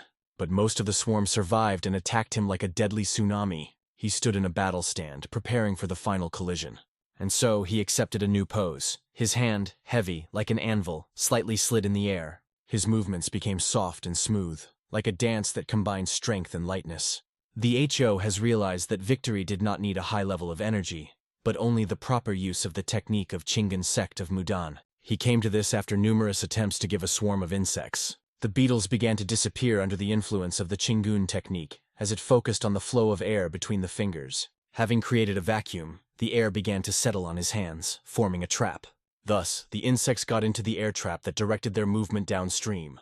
Hundreds of beetles gathered in the whirlwind, face and with powerful airflows. This movement of the destructive hand. So he called his own technique. The technique formed a vacuum that exploded under pressure, destroying everything around. However, not all insects were killed in pressure. Most swarms still lived. With an unthinkable for the usual speed, the body of the Hom began to move. It was a step to apply the Zinin to full force. It's a real hell, he felt, gathering all his power. The mountains, meanwhile, drew an incredibly beautiful landscape on the horizon.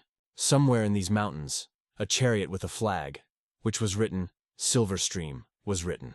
They hurried to have time to the halt that was already nearby. Each of the attendees did their work, preparing for the halt.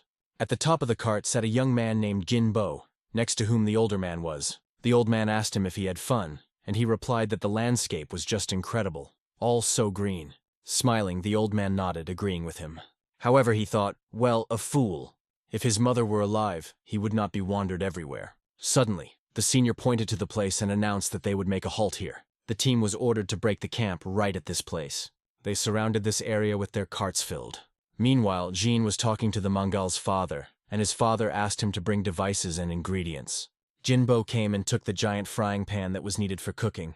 For him, cooking was the best activity on this planet. Soon everything was ready. There were special tools for cooking on the table. "What will we eat today?" asked Gin's father. According to the plan, it was sweet and sweet meat from chili, fried beef, and the father decided to add pork to a pot for soup. It sounded very appetizing. Jin has been traveling with his father for 8 years. He could even boast that he could be a real chief. In the conversation, the father mentioned that all the routes should be postponed before their return. Finally, they will get to the wine shop. It is impossible to wander the whole life. People were already waiting for them, so their father ordered the Jin to start cooking. He mixed the dish that was prepared in Kazan, adding the last strokes. Taking an axe in his hands, Gin was ready to demonstrate his culinary skills, and immediately began to cut the ingredients with the grace of a real master. He did it so clearly that everyone around the site, each vegetable cut with his hands, seemed almost perfect. Jean was dreaming of showing his skills to everyone, but it could only happen when they and their father would finally open their wine shop. The father noticed the joy of his son and asked him if he was so happy to say that the Jin replied that the opening of the wine shop was his dream. "Well, we have done a halt. I will teach you to cook," my father said with a smile. "And I become a wonderful chief?" Gin asked with enthusiasm, to which his father replied, "Yes, of course.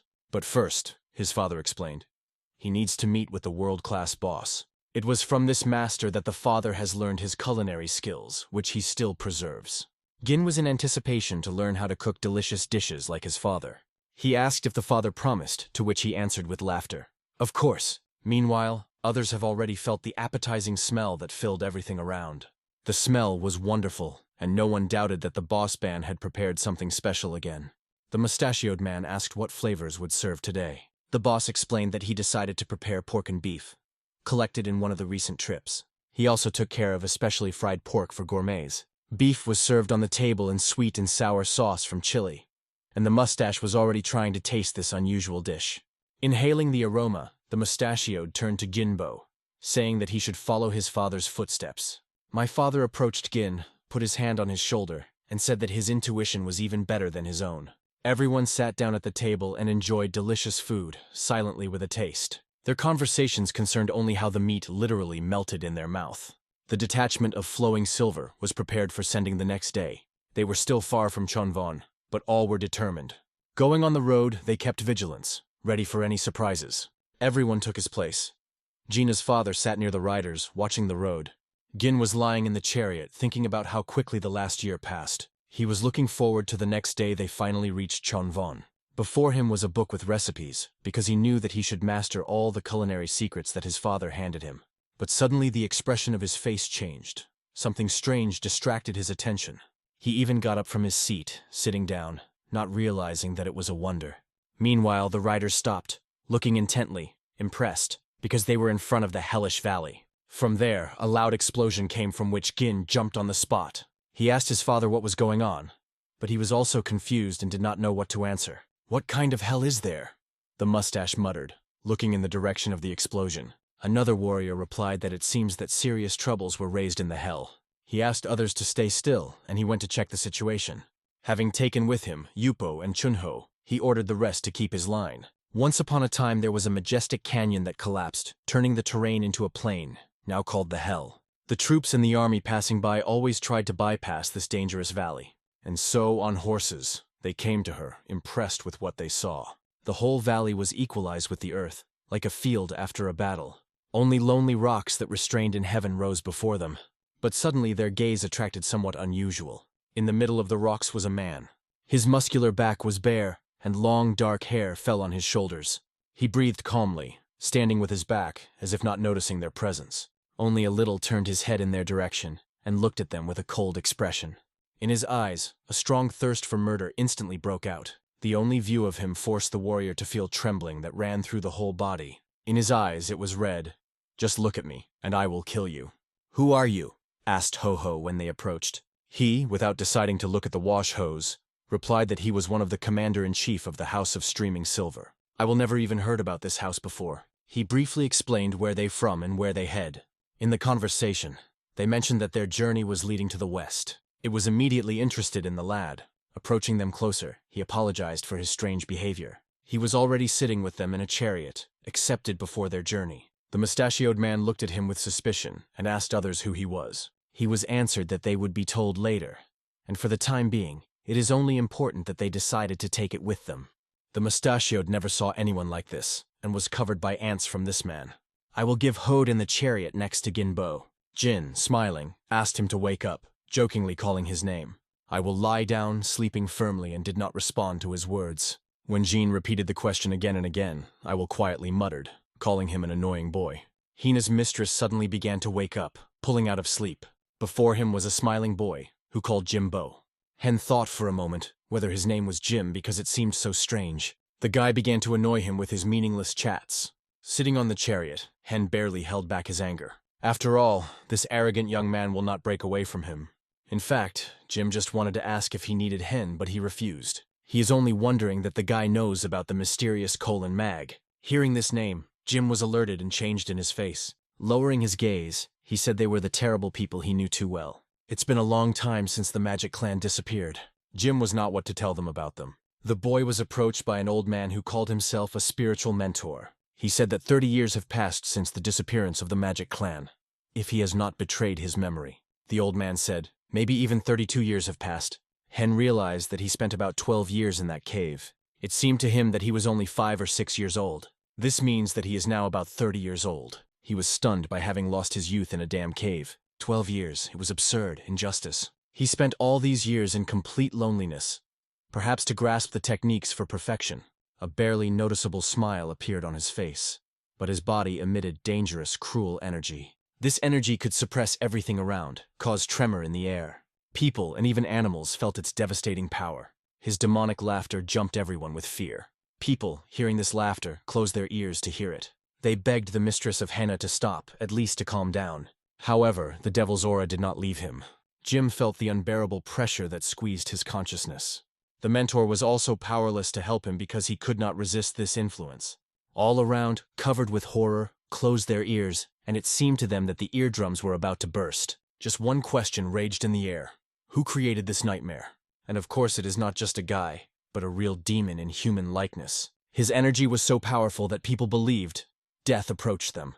However, the young lord did not pay attention to it, radiating incredible power. Even soldiers hardened in battles could not withstand such pressure and begged him to stop.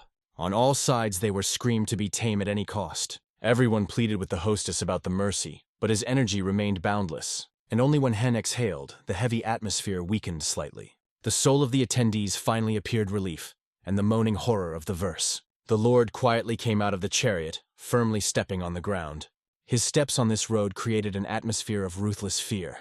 The people who saw him could not restrain their trembling bodies. They did not understand why this boy was going to where darkness prevails. Lord reached to his pocket, where a mysterious object lay. He did not take it, but demonstrated the man who stood in front of him. He suggested buying this stone that had great value. The merchant, looking at the stone, realized that it was a quartz before him. It was a rare and extremely expensive thing that caused admiration. Traders have never seen such a precious subject before. The merchants wanted to check if this stone was really real. They realized that this treasure was not bought for any money, but not to collect such a sum. However, to take it to the big city of Chongon, there could be a wealthy at least 10,000 gold. After all, every rich man dreamed of such a rare stone. The merchant smiled cunningly, thinking that not killing a guy and not picking up a stone. But I will keep a close eye on him, understanding the true value of the stone. He loudly announced that this stone, to be honest, cost more than 30,000 gold coins. I will pretend that he does not pay attention to it. The merchant continued that this stone was a real wealth, and the rich buyer could pay even 100,000. I will give you. Wishing to get the benefit, he asked for help with the sale of stone. The merchant promised to deliver him to Chonvon, where the sale will be the best. I will be aware of whether the merchant could buy a stone himself. Hearing this question, the merchant was a little confused. The fact is that he had only 10,000 gold because he was a simple merchant, but with his honor. I will agree to sell a stone for these 10,000 gold. The facial merchant changed. He was not a demon, but a real angel. The HO gave was also grateful for a comfortable journey and therefore sold a stone. The merchant proposed to mark the agreement and dine together. Jim was ordered to prepare them lunch. Hearing the hostess's instruction, Jim was carefully fulfilled. Merchants, counting the money, thought, did this demon have problems if he sells such a valuable treasure for that amount? Soon Jim was cooking pork with rice, adding a little spice. He brought spices, warning the young mistress in advance so that he could use them carefully. Jim apologized if he did not like the dish and asked not to be angry.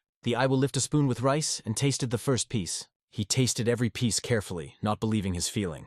It was his first food in 12 years, and it seemed unrealistic. When Jim asked if he liked it, I said, Ho replied that it was not just delicious. It was perfect, delicious, almost incredible taste. Soon the merchants paid off the ladies for a jade stone. They can be said to give all their money, hoping for future benefit. After receiving the money, I will explain what they leave them, because many do not support his decision. He wondered where the nearest village is. The merchant in a trembling voice replied that to the north of Turfan, and there you can buy a horse. The merchant said that there is a market on the outskirts where he will be welcomed, if he said he came from them. They wished each other a good road. I will be about to go, deciding that it was better to travel to one. He told the cook to continue developing his skills. The boy was amazed because his cooking was first praised. However, the father was harsh because they were different. He explained that if they followed the lads of Ho, they would only be awakened. The world of martial arts is not predictable, cruel, and dangerous. My father remembered that even the boy's mother was a very dangerous person. Jim also knew it well without his father's words. I will go through the mountains to find the village. Soon he came to the village of Turfan. He noticed that the village did not flourish. However, there was at least one decent hotel. He noted that the place looked calm and quiet. Jim was knocking on the door of this house. When he entered, people looked at the dark silhouette of a stranger in surprise. One of the local residents felt fear looking at him. However, when he showed a silver coin and asked the room, the attitude changed. The man kindly greeted him. He was only interested in how many days the guy planned to stay, and asked if the food is included in the room. The young lord answered the affirmative, and he was soon taken to the room. The man began to describe the pros and cons of this number. He opened the door nearby and showed all the amenities. The room has even a built-in bath, a rarity here. The man added that if something is needed by the young mistress, he only has to say, I will ask HO scissors, then variable clothing. He bought it all for 1 silver coin. After a long time in the cave, the lads decided to relax. He enjoyed swimming in a luxurious bath. After that, he needed to tidy up and cut. Looking at the knife he was given, he took up the case. Thick hair slowly fell on the floor. He felt updated, ready for the following calls. I will decide to tidy up. He even decided to shave, trying to look neat. After shaving and bathing, he felt a slight embarrassment, as if he had discovered himself again. He has already forgotten what a healthy sleep is. He always dreamed of sleeping well, because the exhaustion constantly absorbed his body. He restored his energy in the lotus pose, perhaps through the study of the techniques of the magic clan. Even his cultivation methods have changed. It was not an evolution or innovation, but I will name it Dark Heart of Martial Arts, because it was born in the dark. He moved and slept, energy accumulated when his inner dark heart was activated. In a dream, he made deep sounds of relaxed sleep. He had a master who addressed him. He urged him to go to the volcano, saying that this test would show whether he will survive. Lady Ho said he would definitely come, but now is not the time. The next morning he woke up after a long sleep, renovated and rested. Entering the dining room, the hotel owner barely recognized him. The guy was surprisingly good. He promised that he would soon bring him food. I will ask Ho-Hawk how far to Chonggon, and when asked by the waiter why he wanted to go there himself, he answered boldly, "Why not?" I will explain that he was afraid of nothing. However, the owner warned him that it was dangerous, and heard about numerous gangs and robbers. These bandits attack groups on travelers or locals. Therefore, he advised him to visit the local market and stock up on everything. After all, you can find a lot of useful that will be useful on the trip. I will only ask HO whether it was possible to buy a horse, because he was absolutely needed. The market was filled with liveliness and noise. People came not only for purchases, but also for entertainment. It was possible to find a lot of interesting things, although everyone tried to attract the attention of the young mistress. I will give HO for one purpose, and the noise of the market seemed strange to him. After years in loneliness, everything around looked unusual and incomprehensible. He had only one goal, to find a good horse. Soon the chariot drove past him. Behind it was a stable with the horses he needed. It was here that he could find what he was looking for. I will go, however, to the canal market, looking carefully at each horse. He noticed one, cheeky in appearance, stallion. By force, this horse could cause envy from others. None of the horses could match this stallion. Other animals were afraid of him, and it was a sign that he came up with a young mistress. It was exactly the horse he was looking for. When he came closer, the horse immediately accepted it. I will look in his eyes and understand. This is the animal he needed. He felt that this choice was perfect, exactly what he needed. It seems that the horse also felt it. Their views met, and it was apparent that they were understanding. This spectacle was surprised by the merchant who first saw such an instant understanding between the horse and the person. It was evident that the guy liked the groom, so he immediately brought the saddle. This young man was exactly those who looked after the horse and knew his habits. If his horse appealed to him, he may want to buy it. The groom offered a horse for a low price, and I will give Ho-Ho it could pick it up. After all, this horse was the most wild in the whole stable, and it was difficult to tame. No rider managed to ride it, so the horse just added a hassle. But I will be bold and agreed to buy it for 500 silver coins. It's very cheap, he said, accepting an agreement. The groom set such a price, hoping for bargaining, but it did not happen that it was struck. He quickly received money without even deciding to ask for more. The groom had no right to demand more, even if it was a special horse. When I got in the saddle, the horse did not even allow anyone to touch himself. It seemed to be crazy. The groom announced that from now on this horse belongs to a young mistress.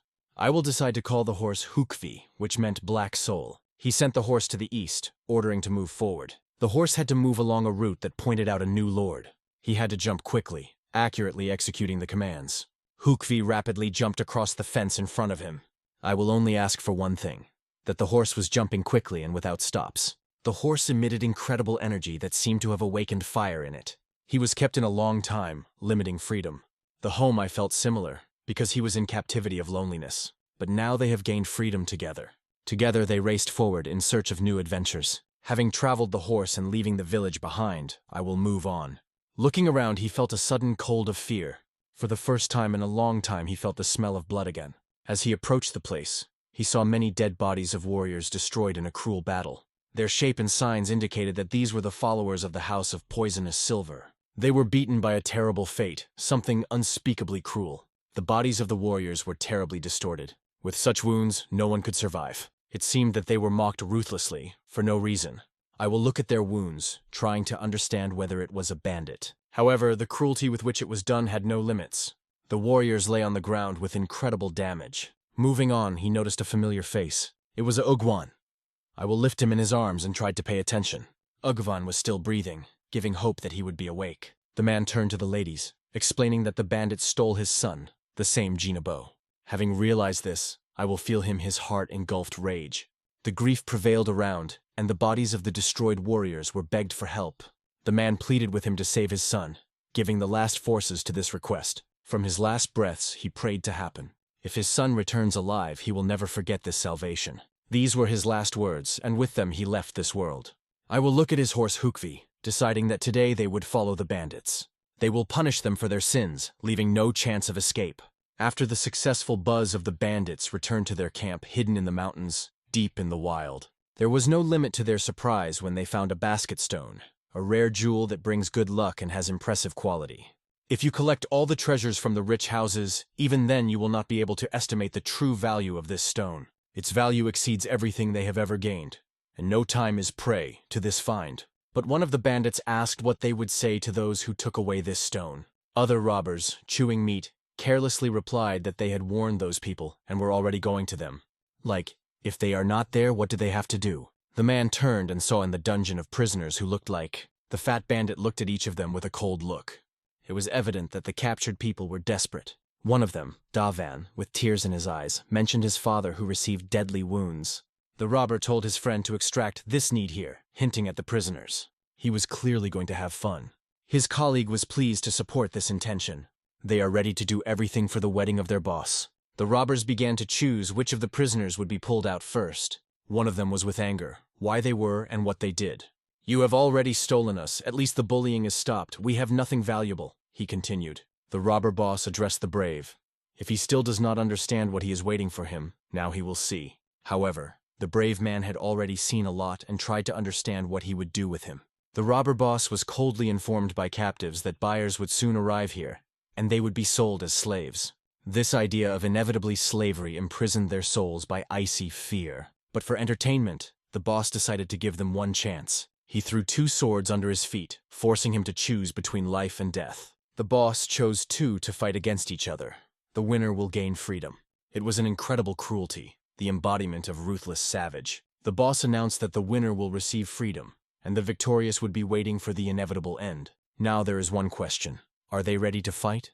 One of the men began to shout that he should fight. He would not allow himself to die. He remembered his family, children, wife, and decided to survive at any cost.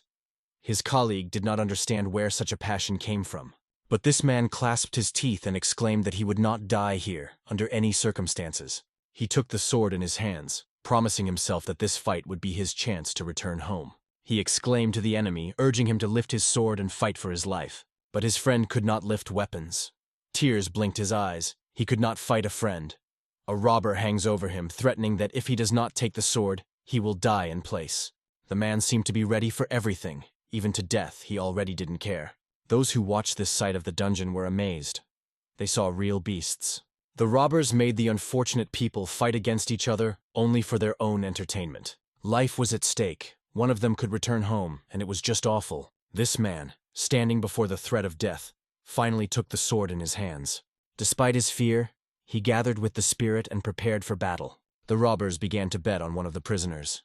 One of them was certain that the victory would be old. They raised their rates, wanting to prove which of them is right, and that one of the captives certainly loses. Both warriors looked into each other's eyes, saying goodbye and apologizing to each other. One of the men lifted his sword over his friend, swung and exclaimed that he was fighting because he was waiting for his family. Despite the advantage, his opponent was able to block the blow while continuing the fight. Overcoming the pain, he suppressed his emotions, kept firmly, blocking the blows, and asking a friend why he did so. He apologized again, saying that he should continue to fight because he has no choice. It looked silly on the side, and how it turned, it was incredibly sad and absurd. The boy made himself for not being able to fight, remembered his father who died, and now should fight a friend. It became a nightmare. They fought not for life, but for death. Their rage grew to a terrible level, as if all the dark forces were awakened in them. They are ready to use the last forces in the face of death. Despite the bloody wounds, they continued to fight without surrender.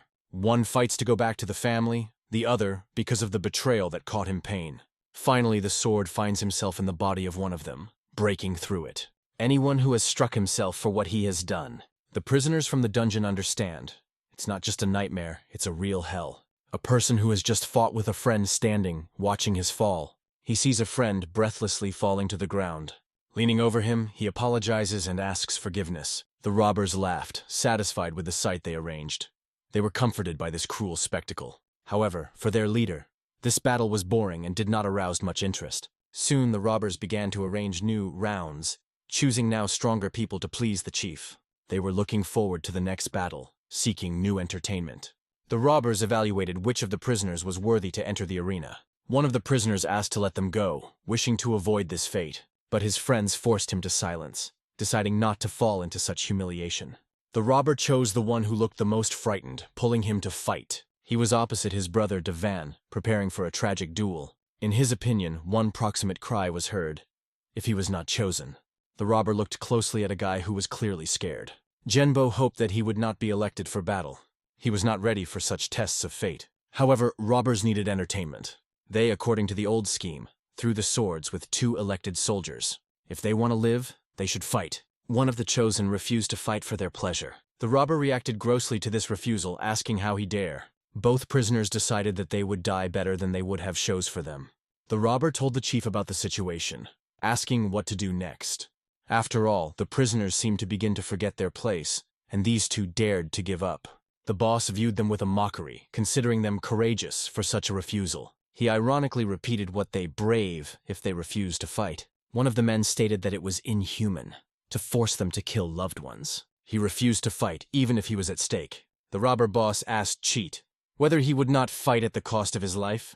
Any other in your place would be fighting for your life, and you are not, the boss said mobily. The robbers, watching the stubborn prisoners, were waiting for the boss to do with this rebellious guy. One of them even put that the boss would kill him with one blow. The other put that the boss would beat them until they die. The boss, with a cunning look, said coldly that if they do not want to fight, they would have to die. With one mighty blow, he knocked one of the men off his feet. The boss considered them void for not having obeyed him. His people were amazed by the force of blow, which he demonstrated his power. The man who refused to fight flew away, hitting the ground. He coughed with pain, feeling the consequences of a cruel blow. The boss continued the mockery, lifting him for his clothes, preparing a new blow. Waging his fist, he reminded that everyone should know their place, and the courage is only punishable here. The cheek struck the boss just in the face, depriving him of his support. His friend, watching beating with tears in his eyes, pleaded with the boss to stop. But the other robber put his sword on his neck, stating that if he does not want to die right now, he should be silent. The boss continued to ruthlessly beat defenseless people, showing his cruelty. He forced them to fight and suffer in the eyes of other prisoners. After beating, he threw a mutilated body in front of a friend as a terrible warning. People in the cage watching it realized that they were in real hell. The pain for the dead comrades was boundless. It was really a horror. The gang boss looked at those who could dare not to obey his orders. He noticed fear in their eyes and realized that they did not even dare to resist now. The captives silently, staring at the void, not dreamed of talking. Their views were filled with fear and hope that this time they would pass the choice. The boss ordered the fat from the cage. Jinbo understands that it is about him. The robber, grabbing him for his clothes, began to pull out, ignoring his pleas for salvation. He did not pay attention to no requests. "A fat pig, you want to live. You have to fight," coldly told him.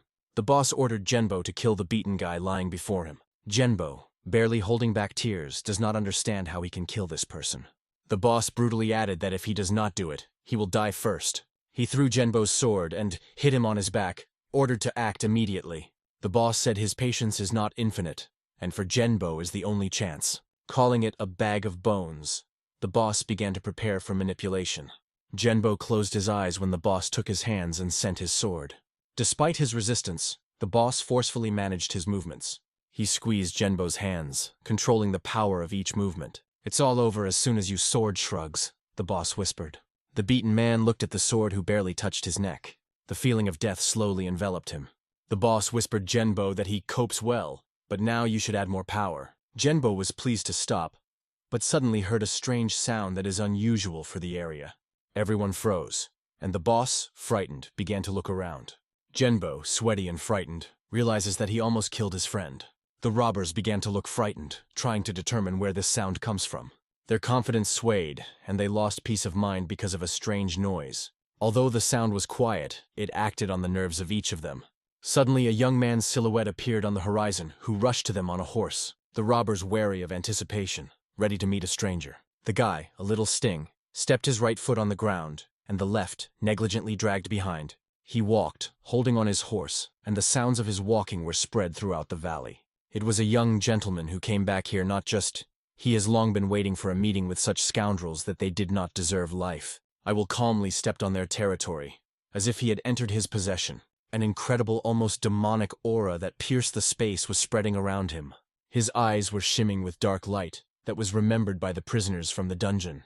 They realized that this is the same guy whose look forces the heart to die. The young master looked at the robbers with cold hatred, not tolerated their existence in this sinful world. The robbers opened their mouths with surprise, seeing what boldness he came with. Their boss, seeing the boy, did not hide his astonishment and admiration with his confidence. All bandits had a throat from fear. It seemed as if the air around became more difficult.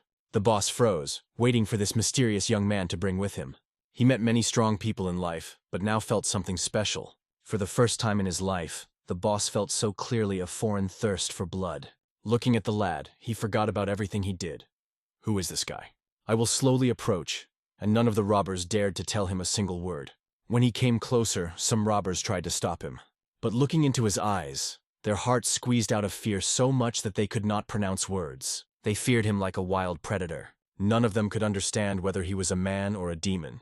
The boss asked the guy, "Who is he at all?" The young owner turned to Jinbo, who expanded his eyes with surprise. "I will order him to approach him." Jinbo, with tears in his eyes, saw the gambled and was amazed at his mighty presence. But the bandit boss decided to take advantage of the moment. He put the sword on Jinbo's neck and threatened that he would die if someone was moving out of place. "I will only repeat his order. Approach him." The boss brazenly assured that this boy would die if I will take at least one step, another step, and Jinbo will lose life.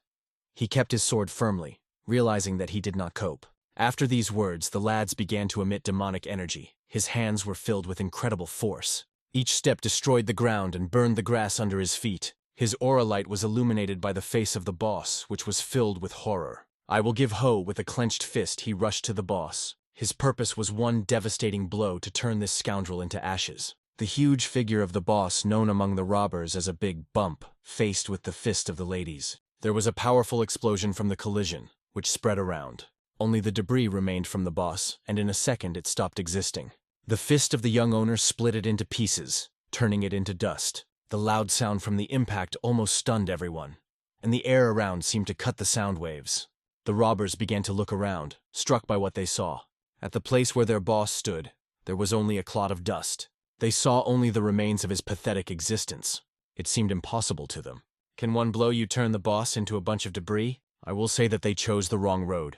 After the blow, the young owner turned to Jinbo, asking if he was fine with him. Jinbo approached, hugged him, and asked for a moment to close his eyes. Those who remained did not understand who destroyed their village, and asked who he was. The Ho-Ho Holdly answered their question. Who are you? One of the robbers, stretching the sword, exclaimed that he was a sergeant of Bloody Jobuk. Hearing the word bloody, the young master realized that they should not be ceremony. The sergeant stated that they were bloody beasts, the legendary robbers of these lands, and if I give it, they would allow him to leave. I will just smile, with irony responding to their words. The sergeant continued that his brethren were ready to pull his swords and make the boy die if he did not obey. They promised to show their strength because they belonged to the detachment of bloody animals. The robbers decided to take revenge on their leader and for being disturbed. A huge army of robbers with swords and cold weapons began to surround our hero. I will give Ho-Ho himself against the whole army, boldly went to the battlefield. Having gained incredible strength, he decided to go directly to them. Walking between several swords, he steadily stepped forward. When they began to swing the swords, the light of his aura blinded their eyes. The heads of the robbers were breaking and their teeth flew in the air. The red liquid began to flood the battlefield, forming a terrible picture. Soon all the warriors who were attacked turned into small pieces from his demonic blows. There is no doubt left of this devil's creature, which appeared in their camp. But it was unclear which of them was actually more scary, the young master, or these bloody beasts' robberies. The battle was filled with bright red blood colors. The young master of the lad, when he came to the camp, began to do justice. He turned these scoundrels into a bloody bath. Their cries about the mercy did not come to his ears. They did not hear the groans of those who were bullied, and now they got the same. Just as they ignored other people's pleas, I did not hear their requests for mercy. The sergeant, looking at the bloody massacre, understood. Before him a real demon. One of the robbers realized that they should stop this young man. But fear and horror paralyzed them, because they were on the verge of complete destruction. This young man did not just defeat them. He crushed everyone, leaving only the ruins. One of those who survived pleaded with Ho, and the young man turned to him. The sergeant, on his knees, asked forgiveness, assuring that this punishment was enough. He claimed that they had already paid for their crimes, and saw a real hell. The IDs made them to suffer as they considered cruel. A sore young master heard it and almost laughed at the irony. The sergeant continued with tears, not understanding that he was forcing this demon to do such a massacre. He pleaded and asked for forgiveness, but I will reply that forgiveness should not ask him.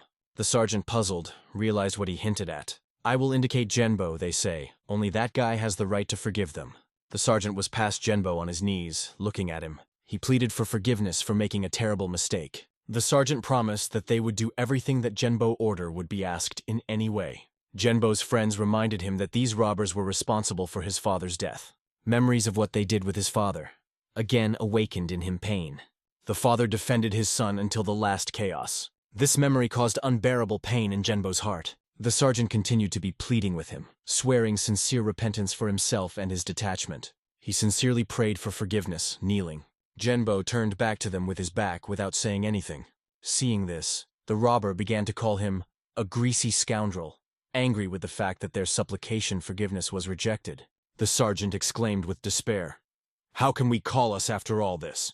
I will grab this scoundrel for clothes," reminding that this is the true forgiveness. A criminal like him has no right to offend anyone. His life depends on whether this young man forgives him or not. He has no right to it, just as they did not have when they were bullied by defenseless. The young master asked the sergeant whether at least one of the prisoners were sparing when they were begging for mercy. In his last despair, the sergeant shouted that all of them were damned freaks. He promised that their patrons would definitely take revenge on the young master for being so with them. I will give Ho-Ho, looking forward to this retribution, began to accumulate power in his fist. His patience broke out, because this scoundrel was just chatting. With one blow, the ladies hoisted the sergeant into pieces. The sergeant's remains flew all over the field. His last blow, like an explosion of firecrackers, split this scoundrel, like a powder on the ground. Other robbers left on the battlefield rushed to flee. However, I will give Hao, as if hunting for mice, he began to catch them one by one. He destroyed them with his demonic blows, leaving no chance. Their cries about the mercy were never heard. It was a brutal, bloody bath, for which these scoundrels were fully paid. Finally, this terrible scene ended. Among the many dead stood the young master. Everything was over. There is no living soul among the bandits. No one understood to the end he is a demon or an angel. But what they saw left with them until the end of their days. Sir-wide merchants could not hide their surprise. For the first time in their lives, they met a person of such power. He defeated the whole detachment on his own, burning them as if the sand was dispelled in the air. I will go to Jinbo, put his hand on his shoulder and said that everything was over. Jinbo, with tears in his eyes, barely held back his emotions, feeling deep thanks for his salvation. The merchants finally came out of the dungeon, sorry and thanks to their rescuer. They realized that this young man saved them from slavery or death from the sword, and it was invaluable to them. The saved merchants felt that they were obliged to give the HO to all their lives, and did not know how to thank him. I will give Ho-Ho's, having heard their gratitude. He replied that he was enough for him. He didn't even plan to save them, he just wanted to help this guy. But it happened that he saved them, so they sought to thank him.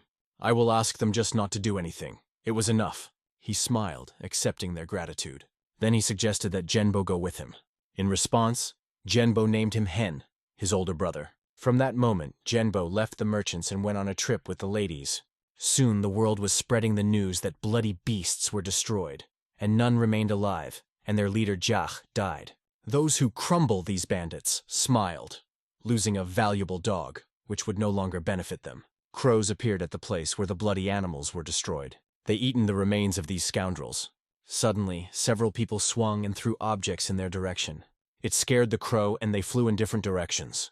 Those who threw were the patrons of these bandits, who now watched how their remains tearing predators. It was now difficult to determine how many soldiers lies here. Looking at the chaos, they did not find any of the criminals, but it was important for them to find the answer at any cost. For them, the loss of Chief Don Jacques was a heavy blow because he was their dog and a servant. If they do not take revenge, it will become a large stone in the wheels of their clan. Then one of them noticed something brilliant and interesting. It was a quartz stone, rare and very expensive. It was unlikely to belong to Hawk. It was probably related to someone else. Meanwhile, our young master and his new friend found a place to rest and decided to have a snack. Janu burned the fire and began to cook. His father taught him to cook even with a minimum of products. A simple soup could save his life. For our hero, it was a delicious food, though simple. He was happy to eat, and could not help not notice the bowl he used for cooking, the only thing left over from his father. Suddenly Jinbo fell on his knees, and the young master did not understand what had happened. The guy asked that he was taken with him to where the lad went. At first, the young master could not understand why he was so fervently asking. I will ask Ho-Hu asked why Jinbo wanted to go with him, and the guy replied that he was his father's last desire. If Jinbo really wants, I will decide to take him with him.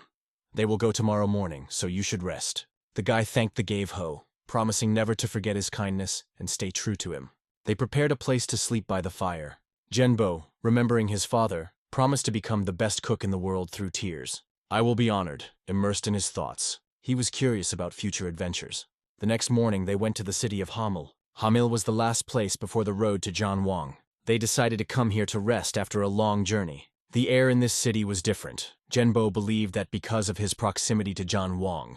I will ask Zheno not to be upset or think about the past. He advised him to look for new horizons, and now they need to find a place to relax. The young master sent his horse to the best stable. Then he went to the bar with Jinbo. When they entered, they felt a strong smell of meat and ordered a room with food for two. In the bar, people talked about their problems. Someone complained about bandits, and someone was a bandit himself.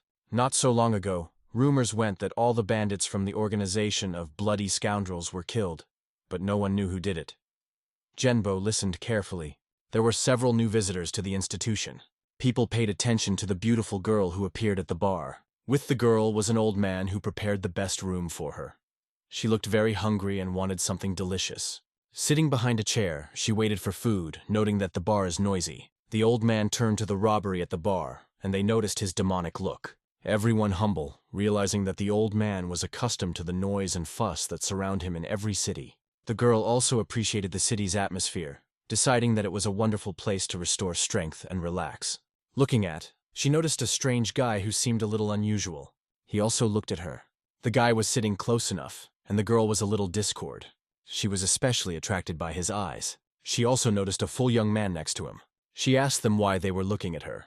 Maybe something is wrong with her face. Jinbo starred when she suddenly turned to him. He just explained that she was very beautiful, so he detained his eyes a little. The girl thanked him for his compliment and asked how he was called. The guy introduced himself, and she noted that the name Jinbo sounds good and original. She introduced herself as 7OK. Jinbo, smiling, praised her name, calling him pleasant and sweet, and the girl smiled in response to his sincerity. The old man was watching her to keep her dignity, but the girl enjoyed the conversation, and Jinbo caused her warm attitude. She was also interested in Jinbo's satellite. I will try not to pay attention to the girl, but her words were a little embarrassed. For this girl, the boys looked quite strange as a couple of strangers in this bar. The old man persistently advised her not to be distracted and not to pay attention to others, but she felt that something was wrong here. He constantly reminded her of the owner of McG, who, when she saw her behavior, would hardly be satisfied. However, since the father was not around, she saw nothing wrong with it. But was this place really suitable for relaxation? The old man exclaimed again, claiming all the 100 that his words are true. This caused a little concern for the girl. Meanwhile, the ho-ho parked his horse in one of the yards. The cognac was resting after a long journey. I will leave her there, intending to return soon to give her a rest. He did not notice how someone came to him from behind. The old man suddenly appeared and asked if the young man was not accidentally here, but I did not understand what he was about. The old man raised his voice, declaring that he was not deceived. He sees well that he is not an ordinary person. The old man approached the young man with interest, noticing the muscles hidden under his clothes. He lived a long life, and it is difficult to deceive. He was convinced that this guy was a master of martial arts. The old man met many different people in his life. Many of them were broken under the burden of his wisdom and experience. But the appearance of this young man at first sight did not give him rest. The black eyes of the young man were reminiscent of a real swirl, hinting at hidden excitement. The old man was certain that someone who risen above others is like a high mountain. When he looked into the eyes of the young master, he even had his back. The question, "Who are you?" The guy calmly replied that his name is giving him Ho. However, for the old man, this name did not open anything. But I will not understand why it was so important. The old man explained that he came here not just so he wants to know whether the guy has a connection with one of the them, but I will not understand what it was talking about. The old man looked at his leg and noticed lameness. For him, it was a shame, having a lame leg. Even with great force, with such a leg he will lose balance and become chaotic in motion, the old thought. He realized that he was not the one he was looking for, but still wanted to ask for a service. If it is profitable for them, he advised him to think about everything first. No matter what happens in the future, the old man said, let his way go. The home I felt hidden energy in these words, as if a hidden threat. The next day he prepared, stopped at the hotel and ordered everyone to get together quickly. People began to bustle, in a hurry to depart, not to become a prey for bandits. The warriors laughed at Jinbo, who carried his father left on his back, considering him a smile like a turtle. The young master approached Jinbo and asked him to sit straight. He emphasized that as the warrior skillfully possesses the sword, so Jinbo is successfully using fire and products, and should be proud of it. According to the Hoi, it is not important what others think about him. These words added to Jinbo confidence, but he could not find his eyes 7. When Jinbo remembered her, I will tell you that she had already left. I will be interested in why Jinbo was upset. In a few days, they will get to Chambon. I will advise him to go without paying attention. There is a long and difficult way ahead of them. Jinbo tried to catch up with the ho-ho all the way. The horse was hardy, and he looked well. However, as he climbed into the mountains, he felt extremely strong energy. This energy spread everywhere, as if the smell of blood had filled his mind. Jinbo also felt this smell and realized that they were approaching something dangerous. When they arrived on the road, it was blocked. The road was blocked by the bodies of the dead, who were defeated in the battle. Jinbo, looking at them, recognized the servants who worked in the Silver Stream estate. It was clear that they were attacked, but the question remained. Who did it? I will think that these people were like those who attacked Gino and his detachment. Maybe their allies. It seemed that the bodies were left specifically so that they would come across them. It was obvious that the scene of torture was in front of them. These people were tortured, beaten for a long time, and then sprinkled with salt. They suffered such a cruel interrogation that even the martial arts master would not withstand. Jinbo was frightened. This world seemed too cruel to him. I will assure him to maintain calm and believe in himself. Suddenly, the guy felt a flash somewhere in the forest. Realizing that they were watching them, he said Jinbo to mobilize quickly and follow him. He recognized these people and understood that they needed to hurry. At first, it was necessary to take some important steps immediately. The robbers watched them, noticing that they just went on. The maneuver with bodies was arranged only to evoke emotions in them, but they remained calm. The guy who carried such a threat seemed interesting to them. The robber could not believe that this young man had won all the bloody animals on his own. He thought that there were at least 10 people with him. He remembered the moment when he asked the wounded soldiers who destroyed Jock's detachment and received a response. Only one of them knew the truth. They reported that the guy was lame. At first, this scoundrel did not believe them, thinking that they were lying. But having convinced with his own eyes, he was amazed. How could a lame young man do it? The warriors waited for the signal to attack these guys. Their leader stated that this young man would pay for affecting their property, but first they should report to a mountain predator. Pulling the sword, he said that they would not lose anything if they first grasped the guy and then report. The leader addressed everyone, noting that they should go and grasp the scoundrel. Their detachment was located in a rough nearby mountain area, and they needed to signal. One of the warriors pulled the whistle and gave a loud signal. The sound dispersed all over the valley, and the whole group heard it. However, this sound was heard by the young master, I will give ho-ho. He realized that it was probably people from bandit groups. Jinbo noted that they got into a difficult situation. They were blocked. Noticing the danger, Aisho ordered Jinobo to stay in place and not to push out. At the place where the lad went, there was an incredible, demonic red explosion.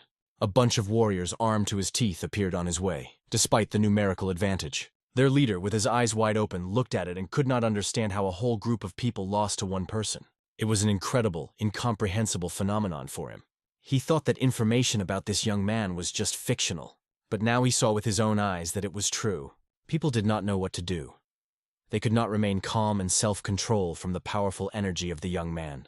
If this continues to continue, and it will continue to break their warriors, they will only remain corpses. The Hod did not allow anyone closer, and anyone who was approaching with the sword could not overcome it. Those who came closer to him than a meter received a deadly blow. They could not oppose him. The young man destroyed anyone who was on his way. He did so with such coldness that even the barbarians did not believe in such cruelty. As if he were powerful dynamite, he broke their army into pieces. For them, he was a real demon that left behind only the body. The bandit leader saw many masters traveling through the Ganges, and many of them were not only warriors but also leaders. However, having faced this demon, he never felt such a terrible power. I will leave the leader to look at what had happened to his warriors and asked why he killed innocent followers. The man replied that everyone has their own value. The man explained that in their world, these people deserved such a fate, and it was only part of the script. Their life or death did not have any significance, so they died. The home identity understood his point of view, but believed that their detachment was the same bandits that did not deserve life. The leader was difficult to agree with this directly. However, he understood that he would have to resolve this question. I will have warned that if they really think so, he would show them where their place is. Meanwhile, we delve into history. On the eastern slopes of the Tian Shan mountain raster is Sachon Sanyan, a place belonging to the Bagged clan. 3 years ago, the most powerful faction of the region united to resist bloodthirsty bandits, but was defeated. And since then, the bandits became the masters of these lands. Since then, they have been recognized as a fraction in Syndicate. The leader Sachon Sanyan, Ongonsan, wanted to know more about the Gen Chonsan group, but did not receive any information. He was worried because their people were delayed. The leader's advisor was convinced that nothing serious happened. The leader heard about the situation in the Tomb of Evil and waited for the return of John San, who had to settle everything. The advisor assured him that after the return of the John the San, everything would be fine. They realized that only one detachment could be insufficient for this task. However, the leader did not want to reduce the ambitions and was looking forward to returning his warrior with the detachment. Returning to the battlefield, the sounds of the swords spread the valley. I will deal with the bandit leader, as he did with his victims, proving that he deserves life. The bandit detachment saw what happened to their leader. Together they swung on the lads of HA their swords, trying to destroy it. The detachment was mobilized with all force, deciding to force the ladies to die. However, his lightning blow punched the body of one of them. The young man's fist went through, forcing the enemy to silence. He sent him to where their leader was already, and his fist struck his fist like a hurricane. Like a whirlwind, I will give the HO to all who stayed from the face of the earth. Looking at, he noticed a few more enemies. One of them noticed that the Lady Hoku opened his left leg a little. It was their chance to hit a weak place. This man gathered all his power, realizing that it could be his last chance. Even if he does not kill a young man, he may be able to hold his pressure at least somehow. Using the strongest sword equipment known in these lands, it causes a twisted blow. His sword is directed directly to the leg of the young owner, almost touching his body. Lady Hose sees it and reacts instantly. Rapidly jumping up, he manipulates air, leaving the enemy without a chance. The man realizes that his blow was unsuccessful. The lady's counterattack collapses on him as a massive stone. He presses him to the ground, forcing him to feel the power of his blow. The enemy disappears in the ground, being under incredible pressure. His body breaks down from the impact, flying in different directions. The enemy is defeated, broken by the power of the young man. I will pay him for the self-confidence with which he came to battle. We return to the old man, who, together with 7 OK, went to Senyan. They went to their leader, and the old man was wondering that they should find so important here. 7 OK noted that this place is unique, surrounded by huge walls. These were incredible fortifications, and they would fit perfectly to protect their possessions. The old man realized that high walls mean that there is something important here that needs protection. 7 OK knew that everything they were looking for should be here. They planned to explore this place and find what they needed. In the evening, the leader reached urgent news that should be reported immediately. They have come an unexpected guest who is constantly looking for a meeting with the leader. When asked by the leader who is the guest, the servant answered. He explained that a young lady from the group of Bloody Chishui arrived and wanted audience. The leader realized how unexpected her arrival was at this time. Even his advisor suspected that they may have learned something important. It could be dangerous if they learn more. The question is what to do. It is possible to eliminate it. This option seemed promising, but first you need to meet and understand what it knows and take action. The team was heard. Hold it to the guest room. Left alone, the leader thought deeply about this event. His thoughts returned to the Bloody Cheshui group and an unexpected visit. This young lady came at an extremely unsuccessful moment. 20 years ago, a prominent warrior named Su Man appeared, who became famous for incredible combat achievements and leadership qualities. All masters of martial arts that followed him called themselves a group of Bloody Cheshui. 5 years ago, when the bloody storm swept through the Heistan region, they did not interfere, and if they did it, Sachon Sanyan would not have what he has now. Now the question arises, whether the time has come when they get out of the shadow. This thought added some concern to the leader. He soon met a young lady with a bloody scratch. She was extremely pleased to meet him, considering this great honor, to see the famous leader Sachon Sanyan. The lady introduced herself as 7 OK, reporting that she was from the group of Bloody Cheshui, and congratulated the owner of the residence. The leader replied that I was glad to see her. As a sign of hospitality, she brought tea from her lands, which grows only on certain plantations. She gladly suggested to try the tea grown on the plantations of the owner of Sanyan. He, in turn, believed that this honor was a sign of respect for her clan. 7 OK raised a cup of tea to her lips and noted that it was a great honor for her to be the first to taste the drink. The leader noted that she did not even imagine all the importance of this moment. Her curiosity became stronger. However, she was warned that excessive curiosity could have unpleasant consequences. Meanwhile, the leader asked her father, noting that he would be glad to visit him, but had the responsibilities that restrained him. 7 OK respectfully told that her father said that if the Sanian leader was walking through justice, he could become the ruler of Sinian. Hearing this, the leader smiled, because the path of justice for him is the concept of blurred. She added that her father trusts him and has no doubt about him. The leader confessed that he did not feel worthy of such words, but promised to justify this trust one day. The leader asked if it was the only thing that her father passed through her. If that is all, he suggested meeting her father and doing what he promised. Soon in the residence, the leader ordered to prepare dinner and leave it for the night. It was a real hospitality from the owner, and she thanked for it. Our history reveals the meaning of confident steps that can destroy the stone walls. A twisted blow that always reaches its goal. 2 spooky movements, and in a moment everything was destroyed. In the blink of an eye, Ginkon-san and his subordinates were defeated. All the bandit ties on these lands were completely destroyed by the young owner. Perhaps a shock from this event, but shortly after that, Jinbo became very ill and they stopped at a halt near Hami. Due to the heavy heat, Jinbo lost consciousness and sometimes suffered from hallucinations. His eyes lost his live shine. He fought in convulsions, suffering from the bell in his ears. He lost consciousness again and again, not arriving for 3 or even 4 days. It was a real trial for Jinbo in his youth. I will understand that he could hand over to the energy of Qi to accelerate his recovery. But his energy based on dark martial arts was too dangerous and destructive. If it introduces this energy, Jinbo's body will not withstand, and it would break its internal arteries, so it was necessary to find another, safer way. The young man decided that he may have to go in search of a doctor. One of the grooms came to the ladies who spent all his life on the stables, but never saw such beautiful horses. I will thank him for allowing them to stay, especially given the illness of his companion. But what should I do when his friend is seriously ill? I will decide that he would look for a doctor and ask the groom whether there were doctors nearby. The groom replied that only endless meadows were here. There is almost no chance of finding a good doctor. The groom emphasized again that there is little hope, there is no chance at all. However, he mentioned the legend of Red Chesu, a monster who was seen only once, many years ago. Hearing this story, I will give you a horse, and went on the road. The groom told him that, having jumped through the boughs, he would see a red river. There the earth is so red that even the water looks purely red against its background. There then, Red Cheshua is a pure fish monster, which is considered the best medicine. If you catch it and cook it, you can quickly put the guy on his feet, but it is difficult to catch it. The fish hides and ruthless to those who try to catch it. One such fish can reach 1.5 meters, about 3 meters long. To catch this fish, I first caught a duck.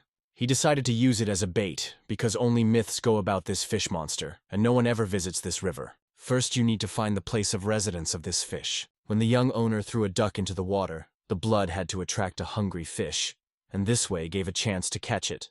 It seemed that it was not necessary to expect a quick result. However, literally in a second, this bait worked. The silhouette of the fish appeared on the water, flowing rapidly on the Red River. I will rush to her, trying to catch. It was a huge fish that grabbed its prey. It was attracted by the smell of blood from the duck. The fish had incredible size, and the young owner stopped for a moment to evaluate its scale. When she jumped into the water, a huge wave of its mass rose. If it is so large, then it probably has something alchemical that gave her the ability to immortality or longevity. But there was one problem. It seems that the fish noticed the lads, and now it decides that it would turn. Since the fish is too cautious, it is unlikely that it will just come to the surface. So you need to lure it, and most likely to get out of the water. Blood was the main factor that attracted it. But the young master no longer had a bait. If the fish responds to the smell of blood, he decided to use a knife to cut his palm. Blood drops were to attract it, and he began to drip blood into the water. He was aware that he had only one chance and dropped his hand into the river. Blood began to mix with water, creating an attractive smell. It was the only chance. If he misses it, the fish will no longer appear. Soon it became clear that she began to swim to him. He couldn't miss it. We returned to the knight Sachon Sanyan. The leader was aware that the Red Star was the name of the sword. This sword got to him with great difficulty. It has been 5 years so that he could take possession of him. He put a great effort and wealth to find it, and there was nothing in the world that he could not cut this sword that makes his owner the ruler of the Middle Kingdom. Now he is not afraid of anything, because nothing could stop him, the ruler of Junghausen. Soon the silence was interrupted by advisor Hausen. He was released by the ruler. Was something important that prompted him to visit? The advisor put his hands and reported. He reported that something evil happened with Gen Chonsan and his army. The advisor was convinced that they were killed, because it happened urgently. The head of anger struck his hand on the table. This new moon was not one of those who can just be taken and killed, but the advisor insisted on the truth of his words, understanding that someone dared to prevent him from, and killing Asana was a nonsense for him. First, you need to find the culprit, and if necessary, send people to whom the ruler spoke with contempt. But if they are sent, the bloody scratch will not stay away. For the head, it was an obstacle to be overcome in any case. They have already fallen a lot of suspicions, and there is no reason to be worthless. On the raft, the young owner felt the waves from this huge fish. She felt the smell of blood and went to her victim, which in the meantime was preparing for the meeting. Filling with dark energy, the fish jumped out of the water. Looking at the guy, she saw in him a wonderful prey. I will, in turn, took a spear made of wood and charged it with magical energy. With a powerful movement, he threw a spear, struck fish. After a while, he returned to the stable where Jinbo remained. Soon the guy began to come after treatment. Until the end, he did not understand what had happened to him. He could not even believe Han's words that he had lost consciousness. I will tell him that the guy had not yet recovered and should rest. The groom was amazed that Jinbo had recovered. But the guy himself went hunting for Fish Monster, and even took her inner alchemy. Although the groom was not very aware of the martial arts, He knew for sure that if the fish had an internal alchemy, it was an extraordinary mythical creature. This guy did not meet him with any logical criteria, but Jinbo on the correction is already good. If the internal alchemy he took from the monster is really incredible, then probably the HO will face great difficulty. The groom asked the young owner to relax, promising to seek Gino for him. The HO was grateful. In the castle, Sachon Sanyan always prevailed life. Simo, along with the old man, went into the night-cold air, which came from the peaks of Bogd. It was a great place, and if it belonged to bloody Cheshui, life would be left here. But the old man had long been suspected that the leader they were approaching could have been involved in everything. He was aware that the leader could kill him even before everything ended. However, it was too cruel assumption, because the girl was a daughter, not a son. The old man spoke these words, but began to write on the table, emphasizing that someone was watching them, thus hinting at the danger. Looking around, the old man began to be nervous, not understanding who could be. The girl showed that one observer on the roof, and the other outside the window. There are only 2 of them. Will he be able to deal with them? They didn't even say anything. Everything was passed to each other with gestures, trying to go unnoticed. They conducted a carefree dialogue, realizing all the consequences so as not to attract attention. Seven realized that she needed to sleep, and they said goodbye to each other. These people hunted them and already felt that they would not have problems with these 2 scoundrels. They needed to penetrate somehow, and while these people were asleep, to fulfill their insidious plans. But suddenly an old man appeared on the horizon. With a powerful blow, he struck one of them. The second he disabled, hitting him on the nape of his neck, making him helpless. When they fell to the ground, it became clear that the time came. Now it was necessary to act quickly and qualitatively. There was no time.